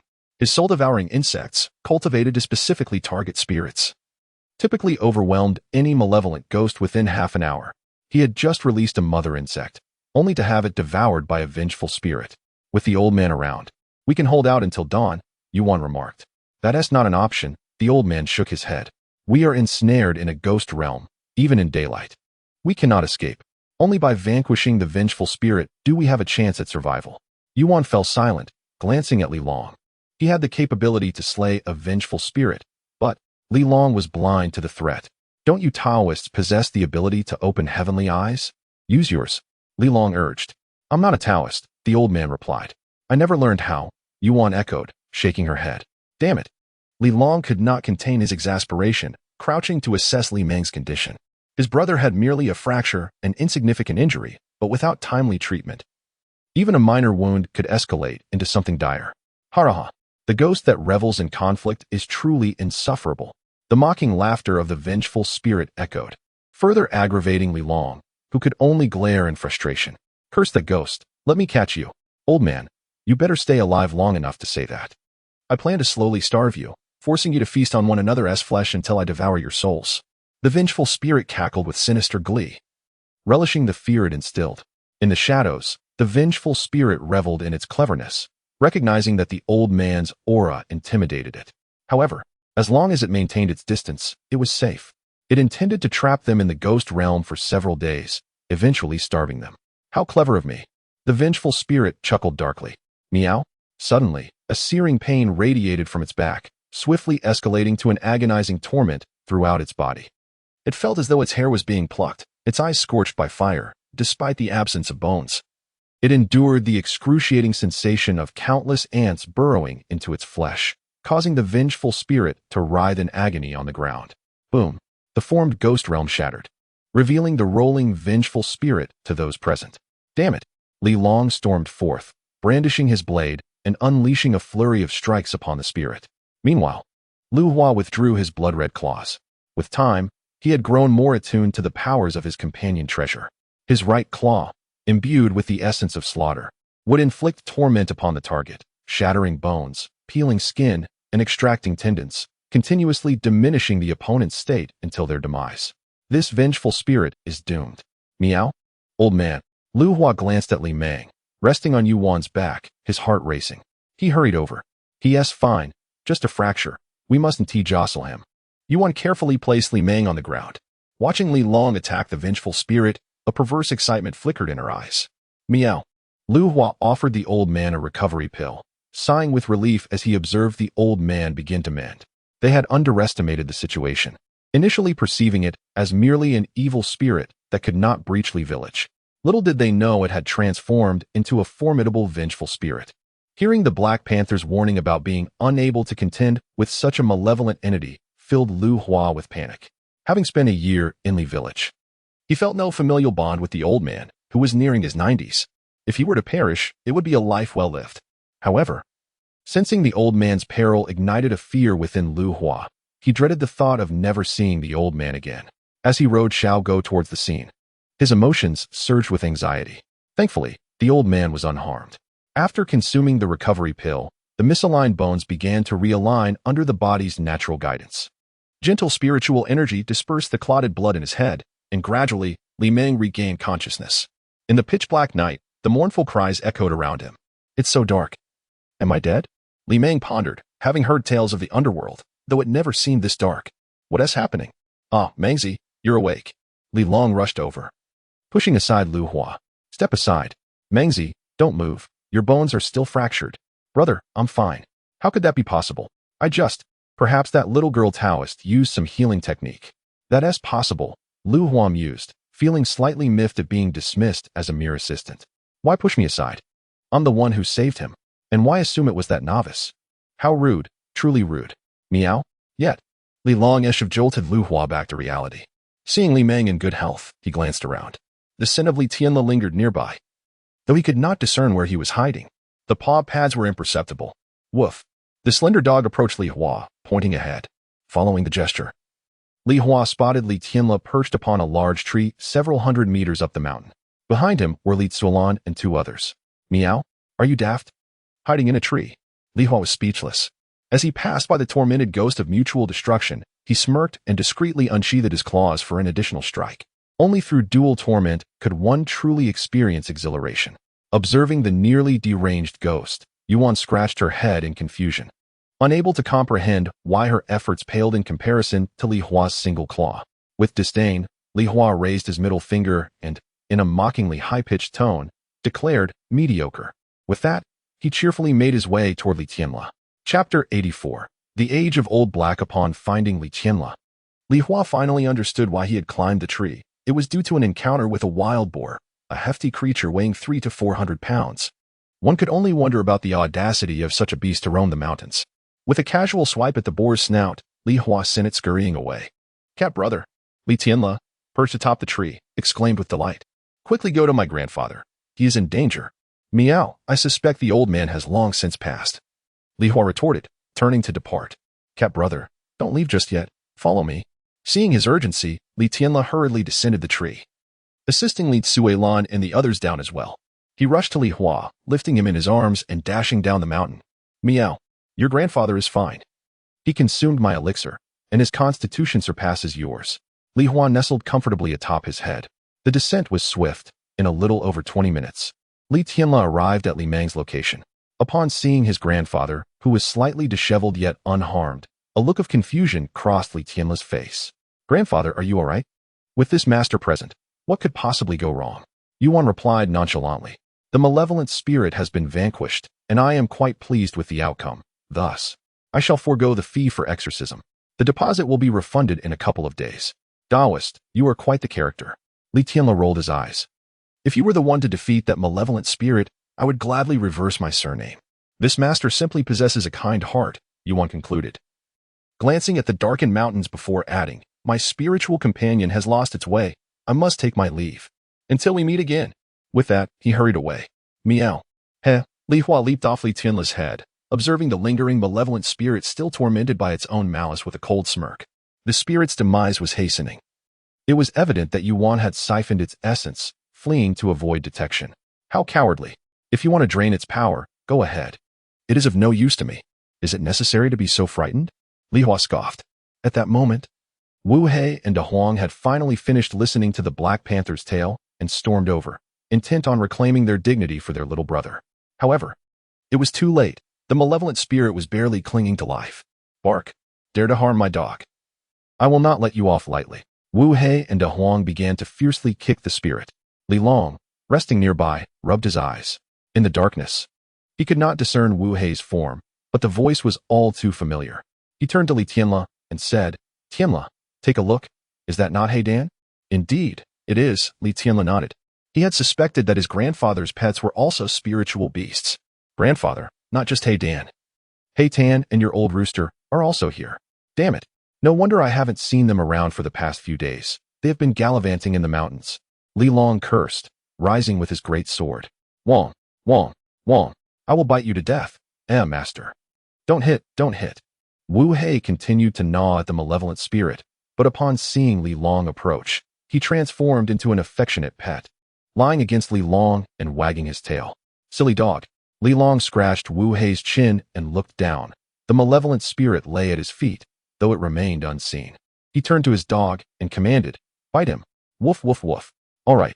Wu Hei eagerly began to tear into the spirit, watching Wu Hei's antics. Li Long pondered, they say old dogs become wise, yet my dog is only 1.5 years old. How did he gain such wisdom? Meow, Dehei arrived. His eyes shining as he gazed at the malevolent spirit, and only then did Li Long notice him. Even cats have become wise, Li Long grinned, surprised at his own talents. I shall test your wits tomorrow. Meow, not edible. Old Black chimed in, stopping Dehei from consuming the spirit. As a connoisseur of such spirits, he could easily sense the dangerous energy within. Consuming it would lead to an upset stomach. Meow. Old Black has sharp instincts. Li Hua praised. You cat. Li Long noticed a puzzled expression on Old Black's face, though it was difficult to discern his features in the darkness. He called out, Mangzi, come over and take a look at this cat. Coming, coming. Li Meng hurried over, joining Li Long and observing Old Black. Meow? Do you recognize them? Li Hua queried, glancing curiously at Old Black. Old Black regarded Li Meng and Li Long, memories of ancient times flooding back. After a moment of contemplation, he replied, Meow, I know them. They were once so poor they gnawed on tree bark. Meow, you have lived quite a long time. Li Hua remarked. Meow, over 100 years. I was originally meant to live only 4 or 5 more, Old Black mused, reflecting on his century-long existence, which had reached its limits. Little did he know he had inadvertently become a divine beast. Brother, he seems to be the cat of the old sorceress from years past. Li Meng observed. I see the resemblance, Li Long added. Could it be? They exchanged astonished glances, their hearts racing. The old sorceress had been a mystical figure in their village, known for her eccentricities. In their youth, they had been too impoverished, and she had kindly provided them with food. They held vivid memories of her, including that of her black cat. After her passing and burial, the cat had vanished without a trace. Now, after 70 or 80 years, they were reunited with that very black cat. There could be no mistake. Although black cats shared similar appearances, this one was indeed unique. Upon seeing it, they began to comprehend the reason behind their pet's newfound wisdom. Ultimately, it was a positive development. Li Long affectionately patted Wu Hei's head and said, From now on, I want to restrain you, but when you return, don't come crashing through the door. It will keep me awake at night. Wong, Wong, Wong, just don't lock the door. Or you could give me a key. Observing Wu Hei's tail spinning like a fan, Li Long knew he understood. Chuckling, he turned to Li Meng and remarked, Look at how happy he is. Ha ha. Li Meng also petted Wu Hei, then turned to Li Hua and the others. Brother, let us head back. Let them have their fun. All right. Li Long patted the dog's head. Hey Dan, go play. I'm heading home first. Wong, Master, take care. If you encounter other spiritual beasts on the way, don't be afraid. Just mention my name, and it will work wonders. Meow Li Tianla. Support your grandfather. As the spiritual energy surge after midnight had yet to commence, Li Hua and the others chose not to descend the mountain. Likewise, the old man in black continued to observe them. Since the malevolent spirit had been dispatched, he had been scrutinizing Li Hua and his companions. Once Li Long and the others departed, the old man in black shook his head, lamenting, What a pity. Spiritual beasts, all domesticated, have become spiritual beings. There are indeed some, but domesticated ones are far too few. Such a pile of them is a rare sight indeed. Had this been a few days prior, he might have considered seizing one. However, with the recent resurgence of spiritual energy and opportunities abounding, there was no need to squander his efforts on these beasts. The old man retrieved his phone, messaging Song Laohu not to wait for him, before settling down to meditate. Every dawn, spiritual energy would rejuvenate in the mountains, something all cultivators were aware of. He could not afford to waste such a splendid opportunity for cultivation. At the same time, he kept a watchful eye on Li Hua and his group, who were also observing the old man in black. Noticing him practicing, Li Hua remarked, Meow, no worries. Just a little rascal, no need to concern ourselves with him. To be frank, as long as it wasn't a surprise attack. He held no regard for someone like the old man in black. In the marketplace, there were myriad firearms and weapons available at reasonable prices, cannons and missiles aplenty. Whenever he had a moment to spare, he would add them to his virtual shopping cart. In under 3 seconds, he could effortlessly purchase them. With such firepower as his backing, had he not been unaccustomed to it, Li Hua would have considered strutting about with confidence. Returning to the old locust tree, Li Hua and Jews would disperse, silently awaiting the arrival of dawn. At the foot of the mountain, Li Long and his companions had just descended when they encountered Zhao Yong, Yi Ji, Wang Da, Zhao Biao, and their old friends. What is this? Each of you armed with a knife. Li Long laughed heartily. Damn, old Li, you nearly frightened us to death. Upon seeing Li Meng and Li Long return safely, Yu Ji and the others visibly relaxed. Yu Ji stepped forward, scolding, You old fool, are we not brothers? If it weren't for Xiao Qiong's warning, you wouldn't even have thought to inform us, would you? Liemo Qiong had taken refuge at Zhao Yong's home. Upon witnessing this scene, Zhao Yong quickly deduced that something had happened to the two old friends. After inquiring, it became clear that the ghost Li Meng had mentioned earlier had indeed appeared. However, the circumstances were far more perilous than Li Meng had indicated, to the extent that he had to flee up the mountain alone. Zhao Yong realized the gravity of the situation. Fortunately, both Li Long and Li Meng returned safely, alleviating the worries of everyone present. With laughter echoing, Li Long and Li Meng embraced the verbal reprimands from their companions. Once the scolding subsided, Yi Ji, noticing all the brothers were present, declared, Let us not sleep tonight. Come to my house for drinks, and I have some good news to share. Li Meng waved his hand, instructing Li Tianla to take his aunt's family home while he proceeded with his old friends to Yi Ji's residence. Along the way, the ever-curious Li Long could no longer contain himself, asking, Old Yi, what good news? Do tell. We'll discuss it when we arrive. Revealing it without drinks would be dull. Yi Ji replied, Come on, just give us a hint. I can't bear the suspense. All right, I shall give you a little insight. Yi Ji, his face flushed, announced to the group, Today, I received news that in 2 months, Xiao Rizi will officially announce the discharge of wastewater. The higher-ups have issued orders to prepare for battle. Should he dare to proceed, missiles will be sent straight to his doorstep. Excellent. Wonderful. Chapter 85, Jade Twine. Oh dear. Look at the animals gathering for a joyous celebration. Boom. In the early hours of the morning, the spiritual energy emitted by the great mountain arrived as expected. Li Hua absorbed the ethereal essence that permeated the mountain with all his might, refining it into spiritual power to nourish his growth. Alongside him, Orange Seed, Big Black, and the others were similarly engaged, each occupying their own space, undisturbed, as they absorbed spiritual energy and digested their innate concepts of divine beasts. This session of spiritual absorption lasted for an hour, after which the mountain's spiritual energy began to dwindle and dissipate. Meow, ah, delightful. Li Hua ceased his absorption, shaking his body to cast off the lingering spiritual dew. He had grown indifferent to this modest amount of spiritual energy, carelessly indulging in it without a second thought. He discreetly consumed a piece of spiritual cat cake, digesting the immense spiritual power it contained. In this competitive environment, he would not squander any opportunity to grow stronger. Meow. After such an extensive absorption, are we not weary? Let us feast on some barbecue. Li Hua proposed. Meow, certainly.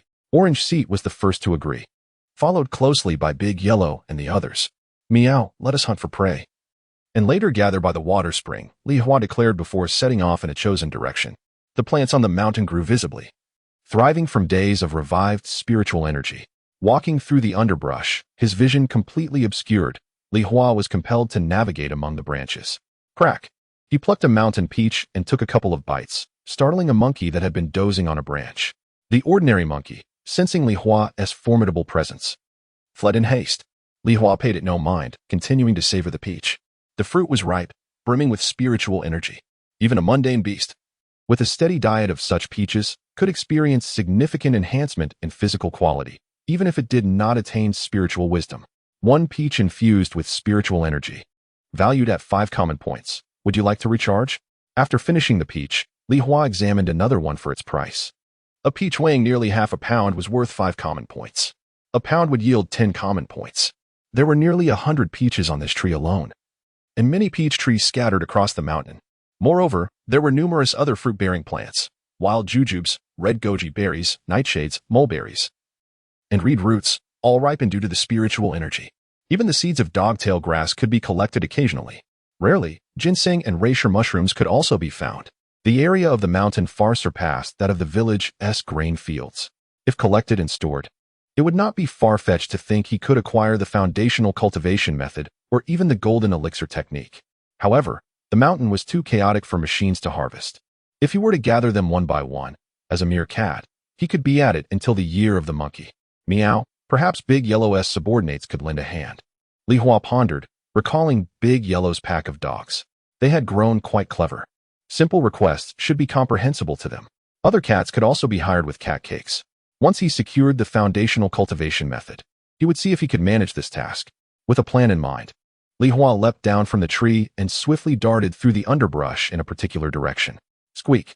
A rat, nearly the size of an adult cat, inexplicably sensed danger and trembled in fear. The large rat attempted to flee, but turned to find Li Hua, its eyes aglow with hunger. Squeak! The rat was bewildered, terrified, and forgot to resist. Crack! This type of rat was known for its long-lasting freshness. Li Hua swiftly bit it dead and stored it away. He continued his hunt for the next prey. Along the way, Li Hua spotted a tiger civet. In the dead of night, the civet had not returned to its den. Sprawled in a thicket, fast asleep.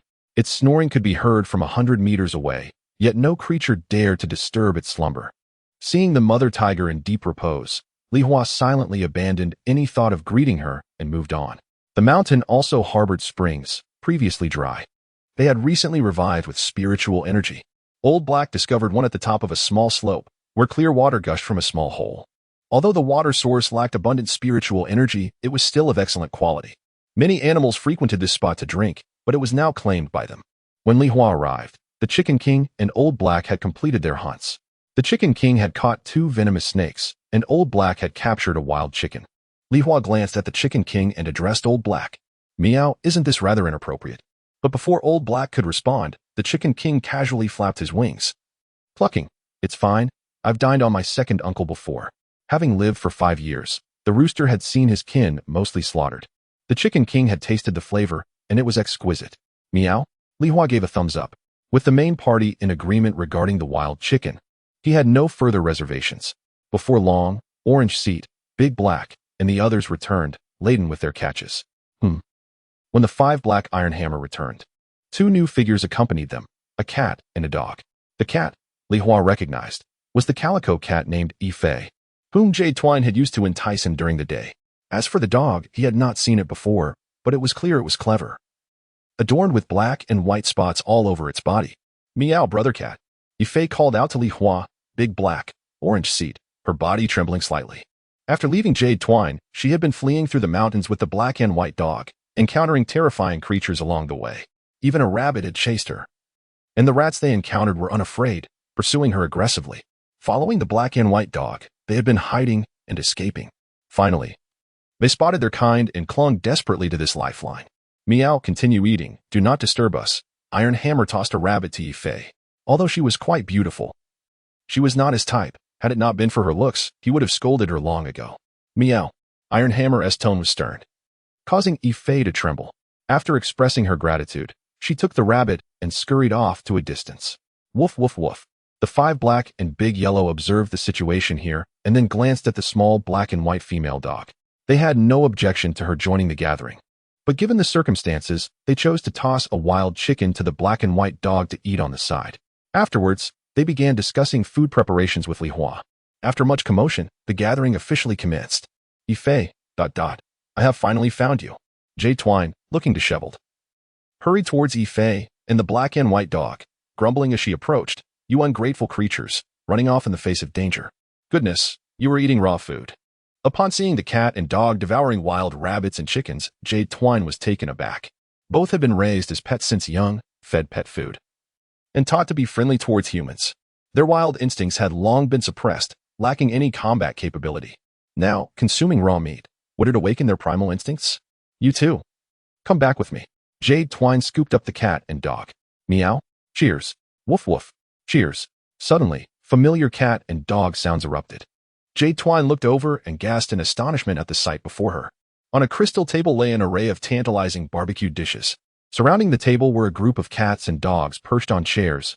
Oh, and a large rooster. They held drinks of energy and calcium, as if they had just clinked glasses, indulging in hearty drinks.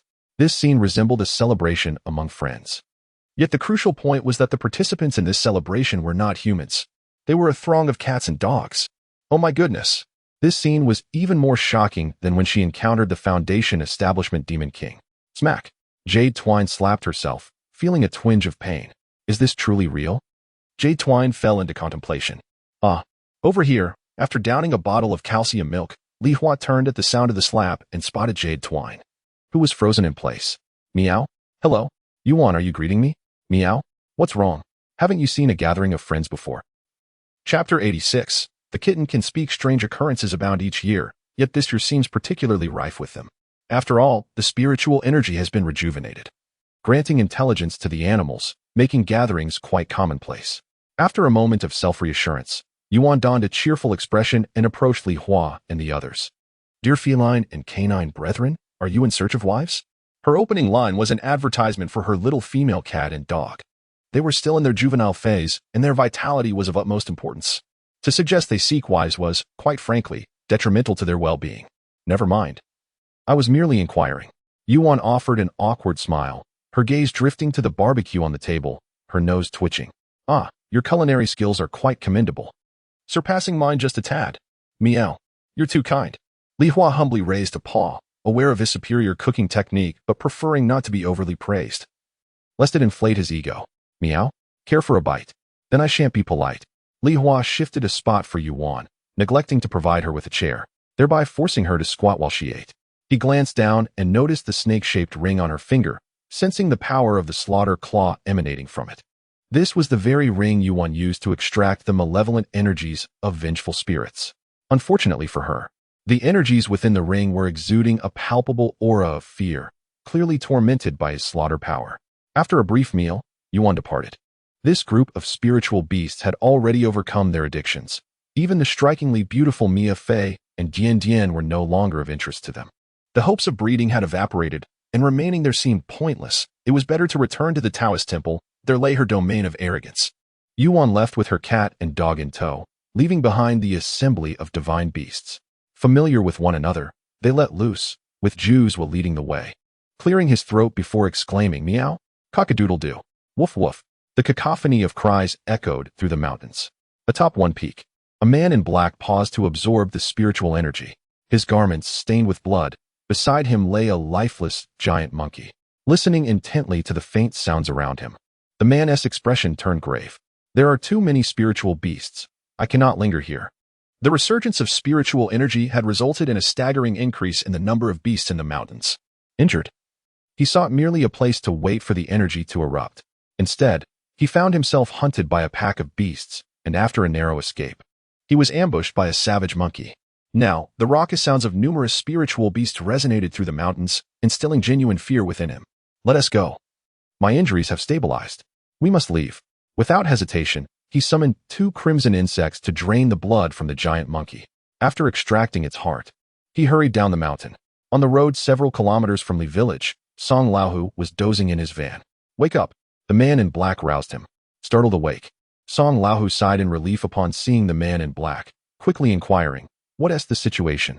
The vengeful spirit is dead. The man in black entered the vehicle, wiping the blood from his clothes. Your family is safe now. That is a relief. Song Laohu's expression softened. After securing the monkey's heart, the man in black remarked, it's time you fulfill your promise. I understand. Song Laohu's expression shifted as he considered the cost of summoning the old scorpion. The scorpion had assured him of safety. Yet as a seasoned rogue, he knew these were mere comforting words. Better to live poorly than die well. I've yet to see my daughter grow up, and I have no desire to take risks. The man in black cast a casual glance at Song Laohu's countenance, a chilling smile crossing his lips. Song Laohu. You must recognize your current predicament. Captured, you face certain death by aligning with me. You not only survive, but might even shed the identity of a fugitive and live openly with your family. Song Laohu's expression hardened. After a lengthy pause, he spat out a single word. Damn. Speak. What do you require of me? Take your time. We have over a month before the grave relocation. What relocation? A business deal. A wealthy man from Rinjia village wishes to move his ancestral tomb for better feng shui and has requested my expertise. What does that have to do with me? Ha ha ha. Naturally, the grave poses a problem, one that cannot be exposed, necessitating someone as reliable as you. Understood. So, where do we go for the next month? Anywhere you please. Then do me a favor. I wish to meet my daughter alone for a moment. I want to leave her something. As dawn broke, the rooster crowed as usual. Li Hua, still asleep, was roused by the noise, as were Zhu Zhuo and the others. In a fit of anger, Hammer seized his hammer and aimed to strike at the rooster. Li Hua rubbed his eyes, squeezing out from between Zhu Zhuo and Dehei. Stretching his limbs, he took advantage of the mountain spring to wash his face and brush his teeth. Miao De Huang. Remember to gather your brothers this afternoon, Li Hua instructed. Wu Wu. Understood. The previous night, Li Hua had conferred with Wu Hei and De Huang about sending their dog pack into the mountains to collect mature spiritual items. Li Hua would pay wages, and De Huang would be responsible for organizing the dogs. Meow. How did I suddenly become the boss? Now that we're all cats, must we also employ workers? That is utterly absurd. Meow. Not quite. They're working regardless. The dogs at home are also laboring. Collecting spiritual items for him is just another form of labor. The food they receive is merely scraps. Working for him, however, means they earn wages. With this thought, Li Hua felt a sense of ease. This is charity. Meow meow. Off I go, back home to sleep. After brushing his teeth, Li Hua noticed Zhu Zhuo and the others still yearning for sleep. He nudged them with his paws, and eventually, aside from old Hei remaining on the mountain, the others sluggishly descended. In the village, the roads were devoid of sun-dried wheat. It had all been harvested. In the square, Li Wuyo and his companions were engaging in morning exercises, while several elderly men leisurely practiced Tai Chi. Returning home, Li Hua found the large iron gate still lying on the ground. The old man, reeking of alcohol, was fast asleep. And both Li Tianle and Li Maqiong were deeply slumbering as well. Li Zuolan was quietly chatting on the phone, likely updating their son and daughter-in-law on their safety. Meow meow. I'm hungry, mother. I'm hungry. Seeing Li Hua return, the little white cat scampered over. To Li Hua's astonishment, it could speak now. Meow, I'll prepare food for you, but you mustn't call me mother. Refer to me as cat master. Meow meow meow. Hungry, hungry. Mother, hungry. Meow. You can call me father instead. Just don't call me mother. Meow meow meow. Mother, mother. I'm hungry, hungry. Meow. I'm at my wit's end. You only know those 2 words. Li Hua sighed. While it could speak, it was a pity it only knew a couple of words. So troublesome. I have to teach it. Handing a piece of cat biscuit to the little white cat, Li Hua perched on the wall. Observing Zhu Zhuo sharing cat biscuits with the little orange cat, Li Hua inquired, Meow. Can it speak? My little one just learned to speak. Meow. It could speak since yesterday. Zhu Zhuo replied without looking up. Meow. Yours is a bit slow. Meow. With a solid foundation. I'm off to sleep. Li Hua leaped down from the wall, pondering for a moment before retrieving a piece of snake bone from his backpack. The bone was not large, about the thickness of an adult's thumb, and Li Hua placed it on the ground. Meow. Come, consume it, Li Hua urged. Meow. The little white cat tilted its head in confusion, unable to grasp Li Hua's intent. Hey, such a fine thing. Why aren't you eating it? Li Hua brought the snake bone close to the little white cat's mouth. Instinctively, the little white cat extended its tiny pink tongue to lick it, only to freeze in place in astonishment. Breathing grew increasingly labored, with crimson veins appearing in the wide eyes, a blend of yearning and insatiable desire. Meow. The little white cat opened its mouth wide, attempting to bite down on the paw of the tabby, yet its feeble bite could merely dampen the tabby's fur, unable to close its jaws, flailing its limbs in frustration. Meow. What an effect. The tabby released the snake bone, retracting its paw from the white cat's mouth. Gulp. With fervor. The little white cat forcefully swallowed the snake bone, and the bloodshot veins in its eyes gradually receded. Indeed, common beasts exhibit no resistance to such temptations. The earlier display of the white cat suggested that it would brave any inferno to seize the snake bone. Reason abandoned. Meow. I shall strive to grow stronger and surpass your 2 brothers. After offering encouragement, the tabby leaped onto the rooftop, greeting the slowly rising sun as it settled down to sleep. Meow. Mother. The little white cat called out to the tabby, and as it continued to meow, drowsiness overtook it. It uttered a few soft calls before burrowing into the pile of firewood to drift into slumber. Chapter 87. Fishing in the spirit-influenced city. As the sun rose, the townsfolk began to stir from their slumber. Oh dear. Li Tianle stretched his back and sighed. I feel a bit lethargic. The Taoist had advised him to bask in the sun with his grandfather to regain his vigor. Last night had certainly been exhilarating. Where's cat brother? Li Tianle looked around, searching for Li Hua. The cat bed, gifted by Boss Lu, was empty, and the various cat toys lay untouched. Picking up a cat teaser, he waved it around the yard, ultimately spotting Li Hua on the rooftop. Fast asleep, Li Tianle scratched his head, deciding not to disturb Li Hua. He turned to Li Meng and said, "Grandfather, let's delay lunch. I want to buy some fish for Cat Brother. After lunch, you need to take your aunt and the others home," Li Meng replied while preparing breakfast. With the spirits gone, the children nowadays face heavy academic burdens. Li Zuolan and her husband were eager to return to give Gao Chong extra tutoring. How pitiful. Li Tianle sympathized, patting his cousin on the back. At just over 10 years old, he hadn't even completed elementary school yet he was expected to learn so much. It was tragic. He had no leisure time whatsoever. "Aunt, you should allow Xiao Chong some time for entertainment. He is under too much pressure," Li Zuolan remarked with a smile. Indeed. Li Tianle did not argue and simply nodded while digging into his porridge. After finishing their meal, Li Meng took Gao Laoshi, while Li Tianle tidied up the battered front door. It was too damaged to be properly fixed. Li Zuolan was anxious to return for Gao Chong's schooling. Observing this, Li Tianle went to fetch the tricycle from Li Long's house. Spotting Li Hua on the rooftop, he called out, "Cat Brother, I'm going to buy you some fish. Would you like to join?" "Meow, fish." Li Hua's ears perked up from his slumber, showing a hint of interest. The fish in the mountains were usually carp and grass carp. Since becoming a cat, his diet had primarily consisted of vegetarian fare unless he caught something wild. He hadn't tasted deep-sea fish yet, nor had he ever encountered shrimp. "Meow. Let us go." Li Hua leaped onto Li Tianle's head. "Hold on tight. We're off." Li Tianle revved the throttle, and the tricycle hummed to life as they set out.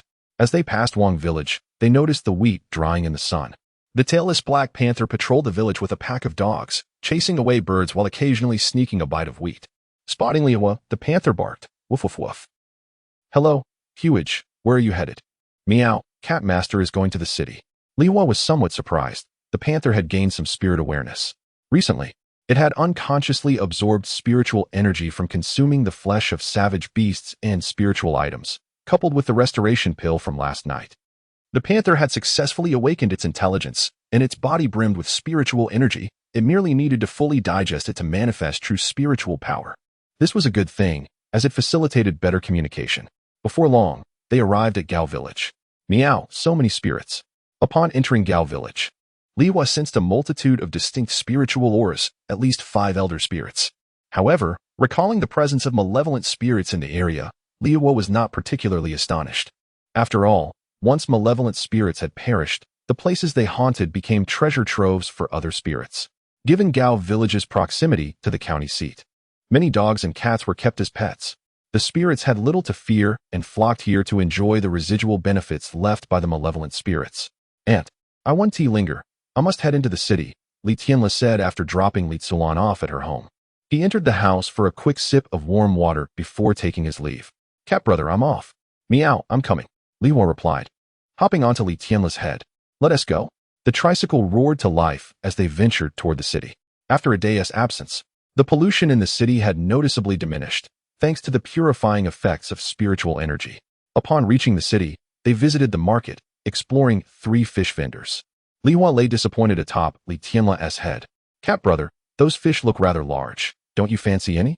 "Meow meow, Cat Master doesn't eat toxic food." "What do you mean? If the fish want to do, how about some turtles?" "Meow meow, trash. And that is called soft-shelled turtle." Sighing, Li Tianle returned to the tricycle, having bought nothing, as Cat Brother had disapproved of every fish they encountered. He felt somewhat defeated. "Cat Brother, could you possibly explain why I shouldn't buy anything?" "Meow, fool, not only toxic, but also has issues." Li Hua scoffed, having clearly observed the fish vendor's gleam in his eyes upon seeing Li Tianle. The vendor had even tried to pull a fast one while Li Tianle was distracted by the fish. It was not mere boasting. Li Tianle's obliviousness was glaring. He wouldn't even notice if the scales tipped to 6 tails. "Meow, get a clue," Li Hua thought to himself, doubting whether this fellow could avoid being swindled, even losing his shorts in the process. At that moment, Li Tianle decided to scroll through videos to alleviate his frustration. Upon opening the app, the first video captured the attention of both him and Li Hua. Today, according to reports from Sakura Media, the Sakura government announced that it will officially release nuclear wastewater next month, a decision met with opposition from various countries. The U.S. claims that Sakura's plan meets international standards and supports the release of nuclear wastewater. Nuclear wastewater and nuclear waste. What audacity! Li Tianle felt increasingly irate as he watched video after video concerning the nuclear wastewater issue. He continued to scroll, eventually landing on a video featuring experts discussing the impact of nuclear wastewater on marine life. Suddenly, a thought struck him. He turned to Li Hua, cat brother. Could it be that those fish are problematic? Meow, you finally understand. Li Hua nodded. Damn it, Li Tianle exclaimed. Finally grasping why cat brother had insisted he refrain from purchasing fish. After a moment's contemplation, he halted the tricycle and opened a ride-hailing app.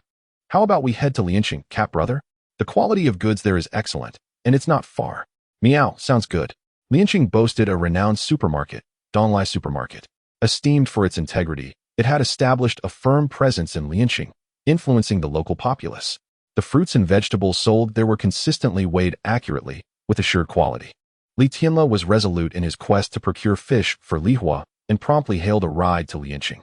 Perhaps the fish there would satisfy Li Hua's discerning palate. Their first stop was the largest branch of Donglai Supermarket. However, upon arrival, they encountered an awkward predicament. Pets were not allowed inside. Fortunately, Donglai Supermarket offered a pet storage service. Li Hua, exasperated, rested his head on the cage. Li Tianle smiled sheepishly, quickly apologizing, cat brother, please endure a bit. I'll be back shortly. Meow meow, hurry up. I'm going. With that, Li Tianle hurriedly departed. Inside the cage, Li Hua observed the bustling crowd. This supermarket was indeed crowded, with at least 10,000 people around. Oh woof, woof woof, oh woo. A nearby husky was incessantly howling, its noise echoing and causing other small pets in cages to protest. Eventually, the husky ceased its howling and began gnawing on its cage. Its intelligent gaze suddenly fell upon Li Hua next door. Oh woo. After calling out twice and receiving no response from Li Hua, the husky grew increasingly excited, its tail wagging fervently. Woof woof. A myriad of sounds erupted from its mouth, yet the ordinary cat would have been thoroughly agitated by such a cacophony. However, Li Hua, with its mystical powers, blocked its ears, rendering it oblivious to the ruckus. Suddenly, with a snap, a half-centimeter thick iron wire on the cage broke. Meow? Li Hua's gaze sharpened instantly, and in an instant, all the pets in the holding area fell silent, engulfed by panic. Yet the raucous husky continued its clamor, gnawing at the iron wire of the cage. Grr. Li Hua growled lowly, causing the husky to tremble suddenly. Before it lowered its head and turned its backside towards Li Hua examined the chewed-through iron cage, reaching out a paw to touch it. The quality is quite good. Thus, it was indeed the formidable biting strength of this dog that had caused the break. Li Hua scrutinized the husky closely. Sensing its abundant vitality, this creature bore the mark of having absorbed a sufficient amount of spiritual energy. As a pet dog, it had lived in the city, consuming dog food and canned goods, yet still managed to absorb spiritual energy. This dog possessed excellent potential. Alas, it was merely a husky. Li Hua shook its head, foreseeing that its owner would face consequences in the future. Li Hua lay in the cage, lost in thought, observing the husky. It surmised that other cities would likely also witness an enhancement in physical constitution due to the influence of spiritual energy. With such a large number of them, coupled with the internet, the news would inevitably leak. The only uncertainty lay in how the human authorities would explain it to the public. Li Hua gazed at the crowd outside the cage, most of whom were engrossed in their mobile phones. This device was a crucial means of accessing human information. Meow, I too wish to possess a mobile phone. Chapter 88. Acquiring a cell phone. What? Brother cat, do you mean you want a cell phone? Li Tianle, still bewildered after just purchasing fish, was taken aback by the scene before him. As soon as he liberated Brother Cat from his cage, the feline seized the cell phone and stood upright, pointing at himself, clearly indicating his desire for the device. Is this a joke, Brother Cat? You are a cat. What would you do with a cell phone? Li Tianle exclaimed, incredulous. And, can you even read? Humph. Li Hua cast a disdainful glance at Li Tianle. Who was he looking down upon? He scanned Li Tianle's face with the cell phone, triggering the facial recognition unlock. Well, Li Tianle was stunned and quickly crouched down to observe Li Hua's actions. Meow, look after the phone properly, will you? Li Hua remarked, opening a note-taking app and, under Li Tianle's watchful gaze, typed out 2 large characters. Fool. Well. Li Tianle was utterly shocked. Not only could Brother Cat read, but he could also type. And he even included punctuation. Brother Cat, how about I take you to school? Li Tianle suggested earnestly. Smack. Ow. Li Tianle yelped, clutching his rear as he took off, the fish in his bag tumbling to the ground. Humph. Li Hua stepped on the fallen fish while holding the cell phone. Going to school? What a ridiculous thought. Hey, what kind of fish is this? It seems quite spiritual. Li Hua inadvertently sliced through the fish's scales with his paw, revealing the flesh within.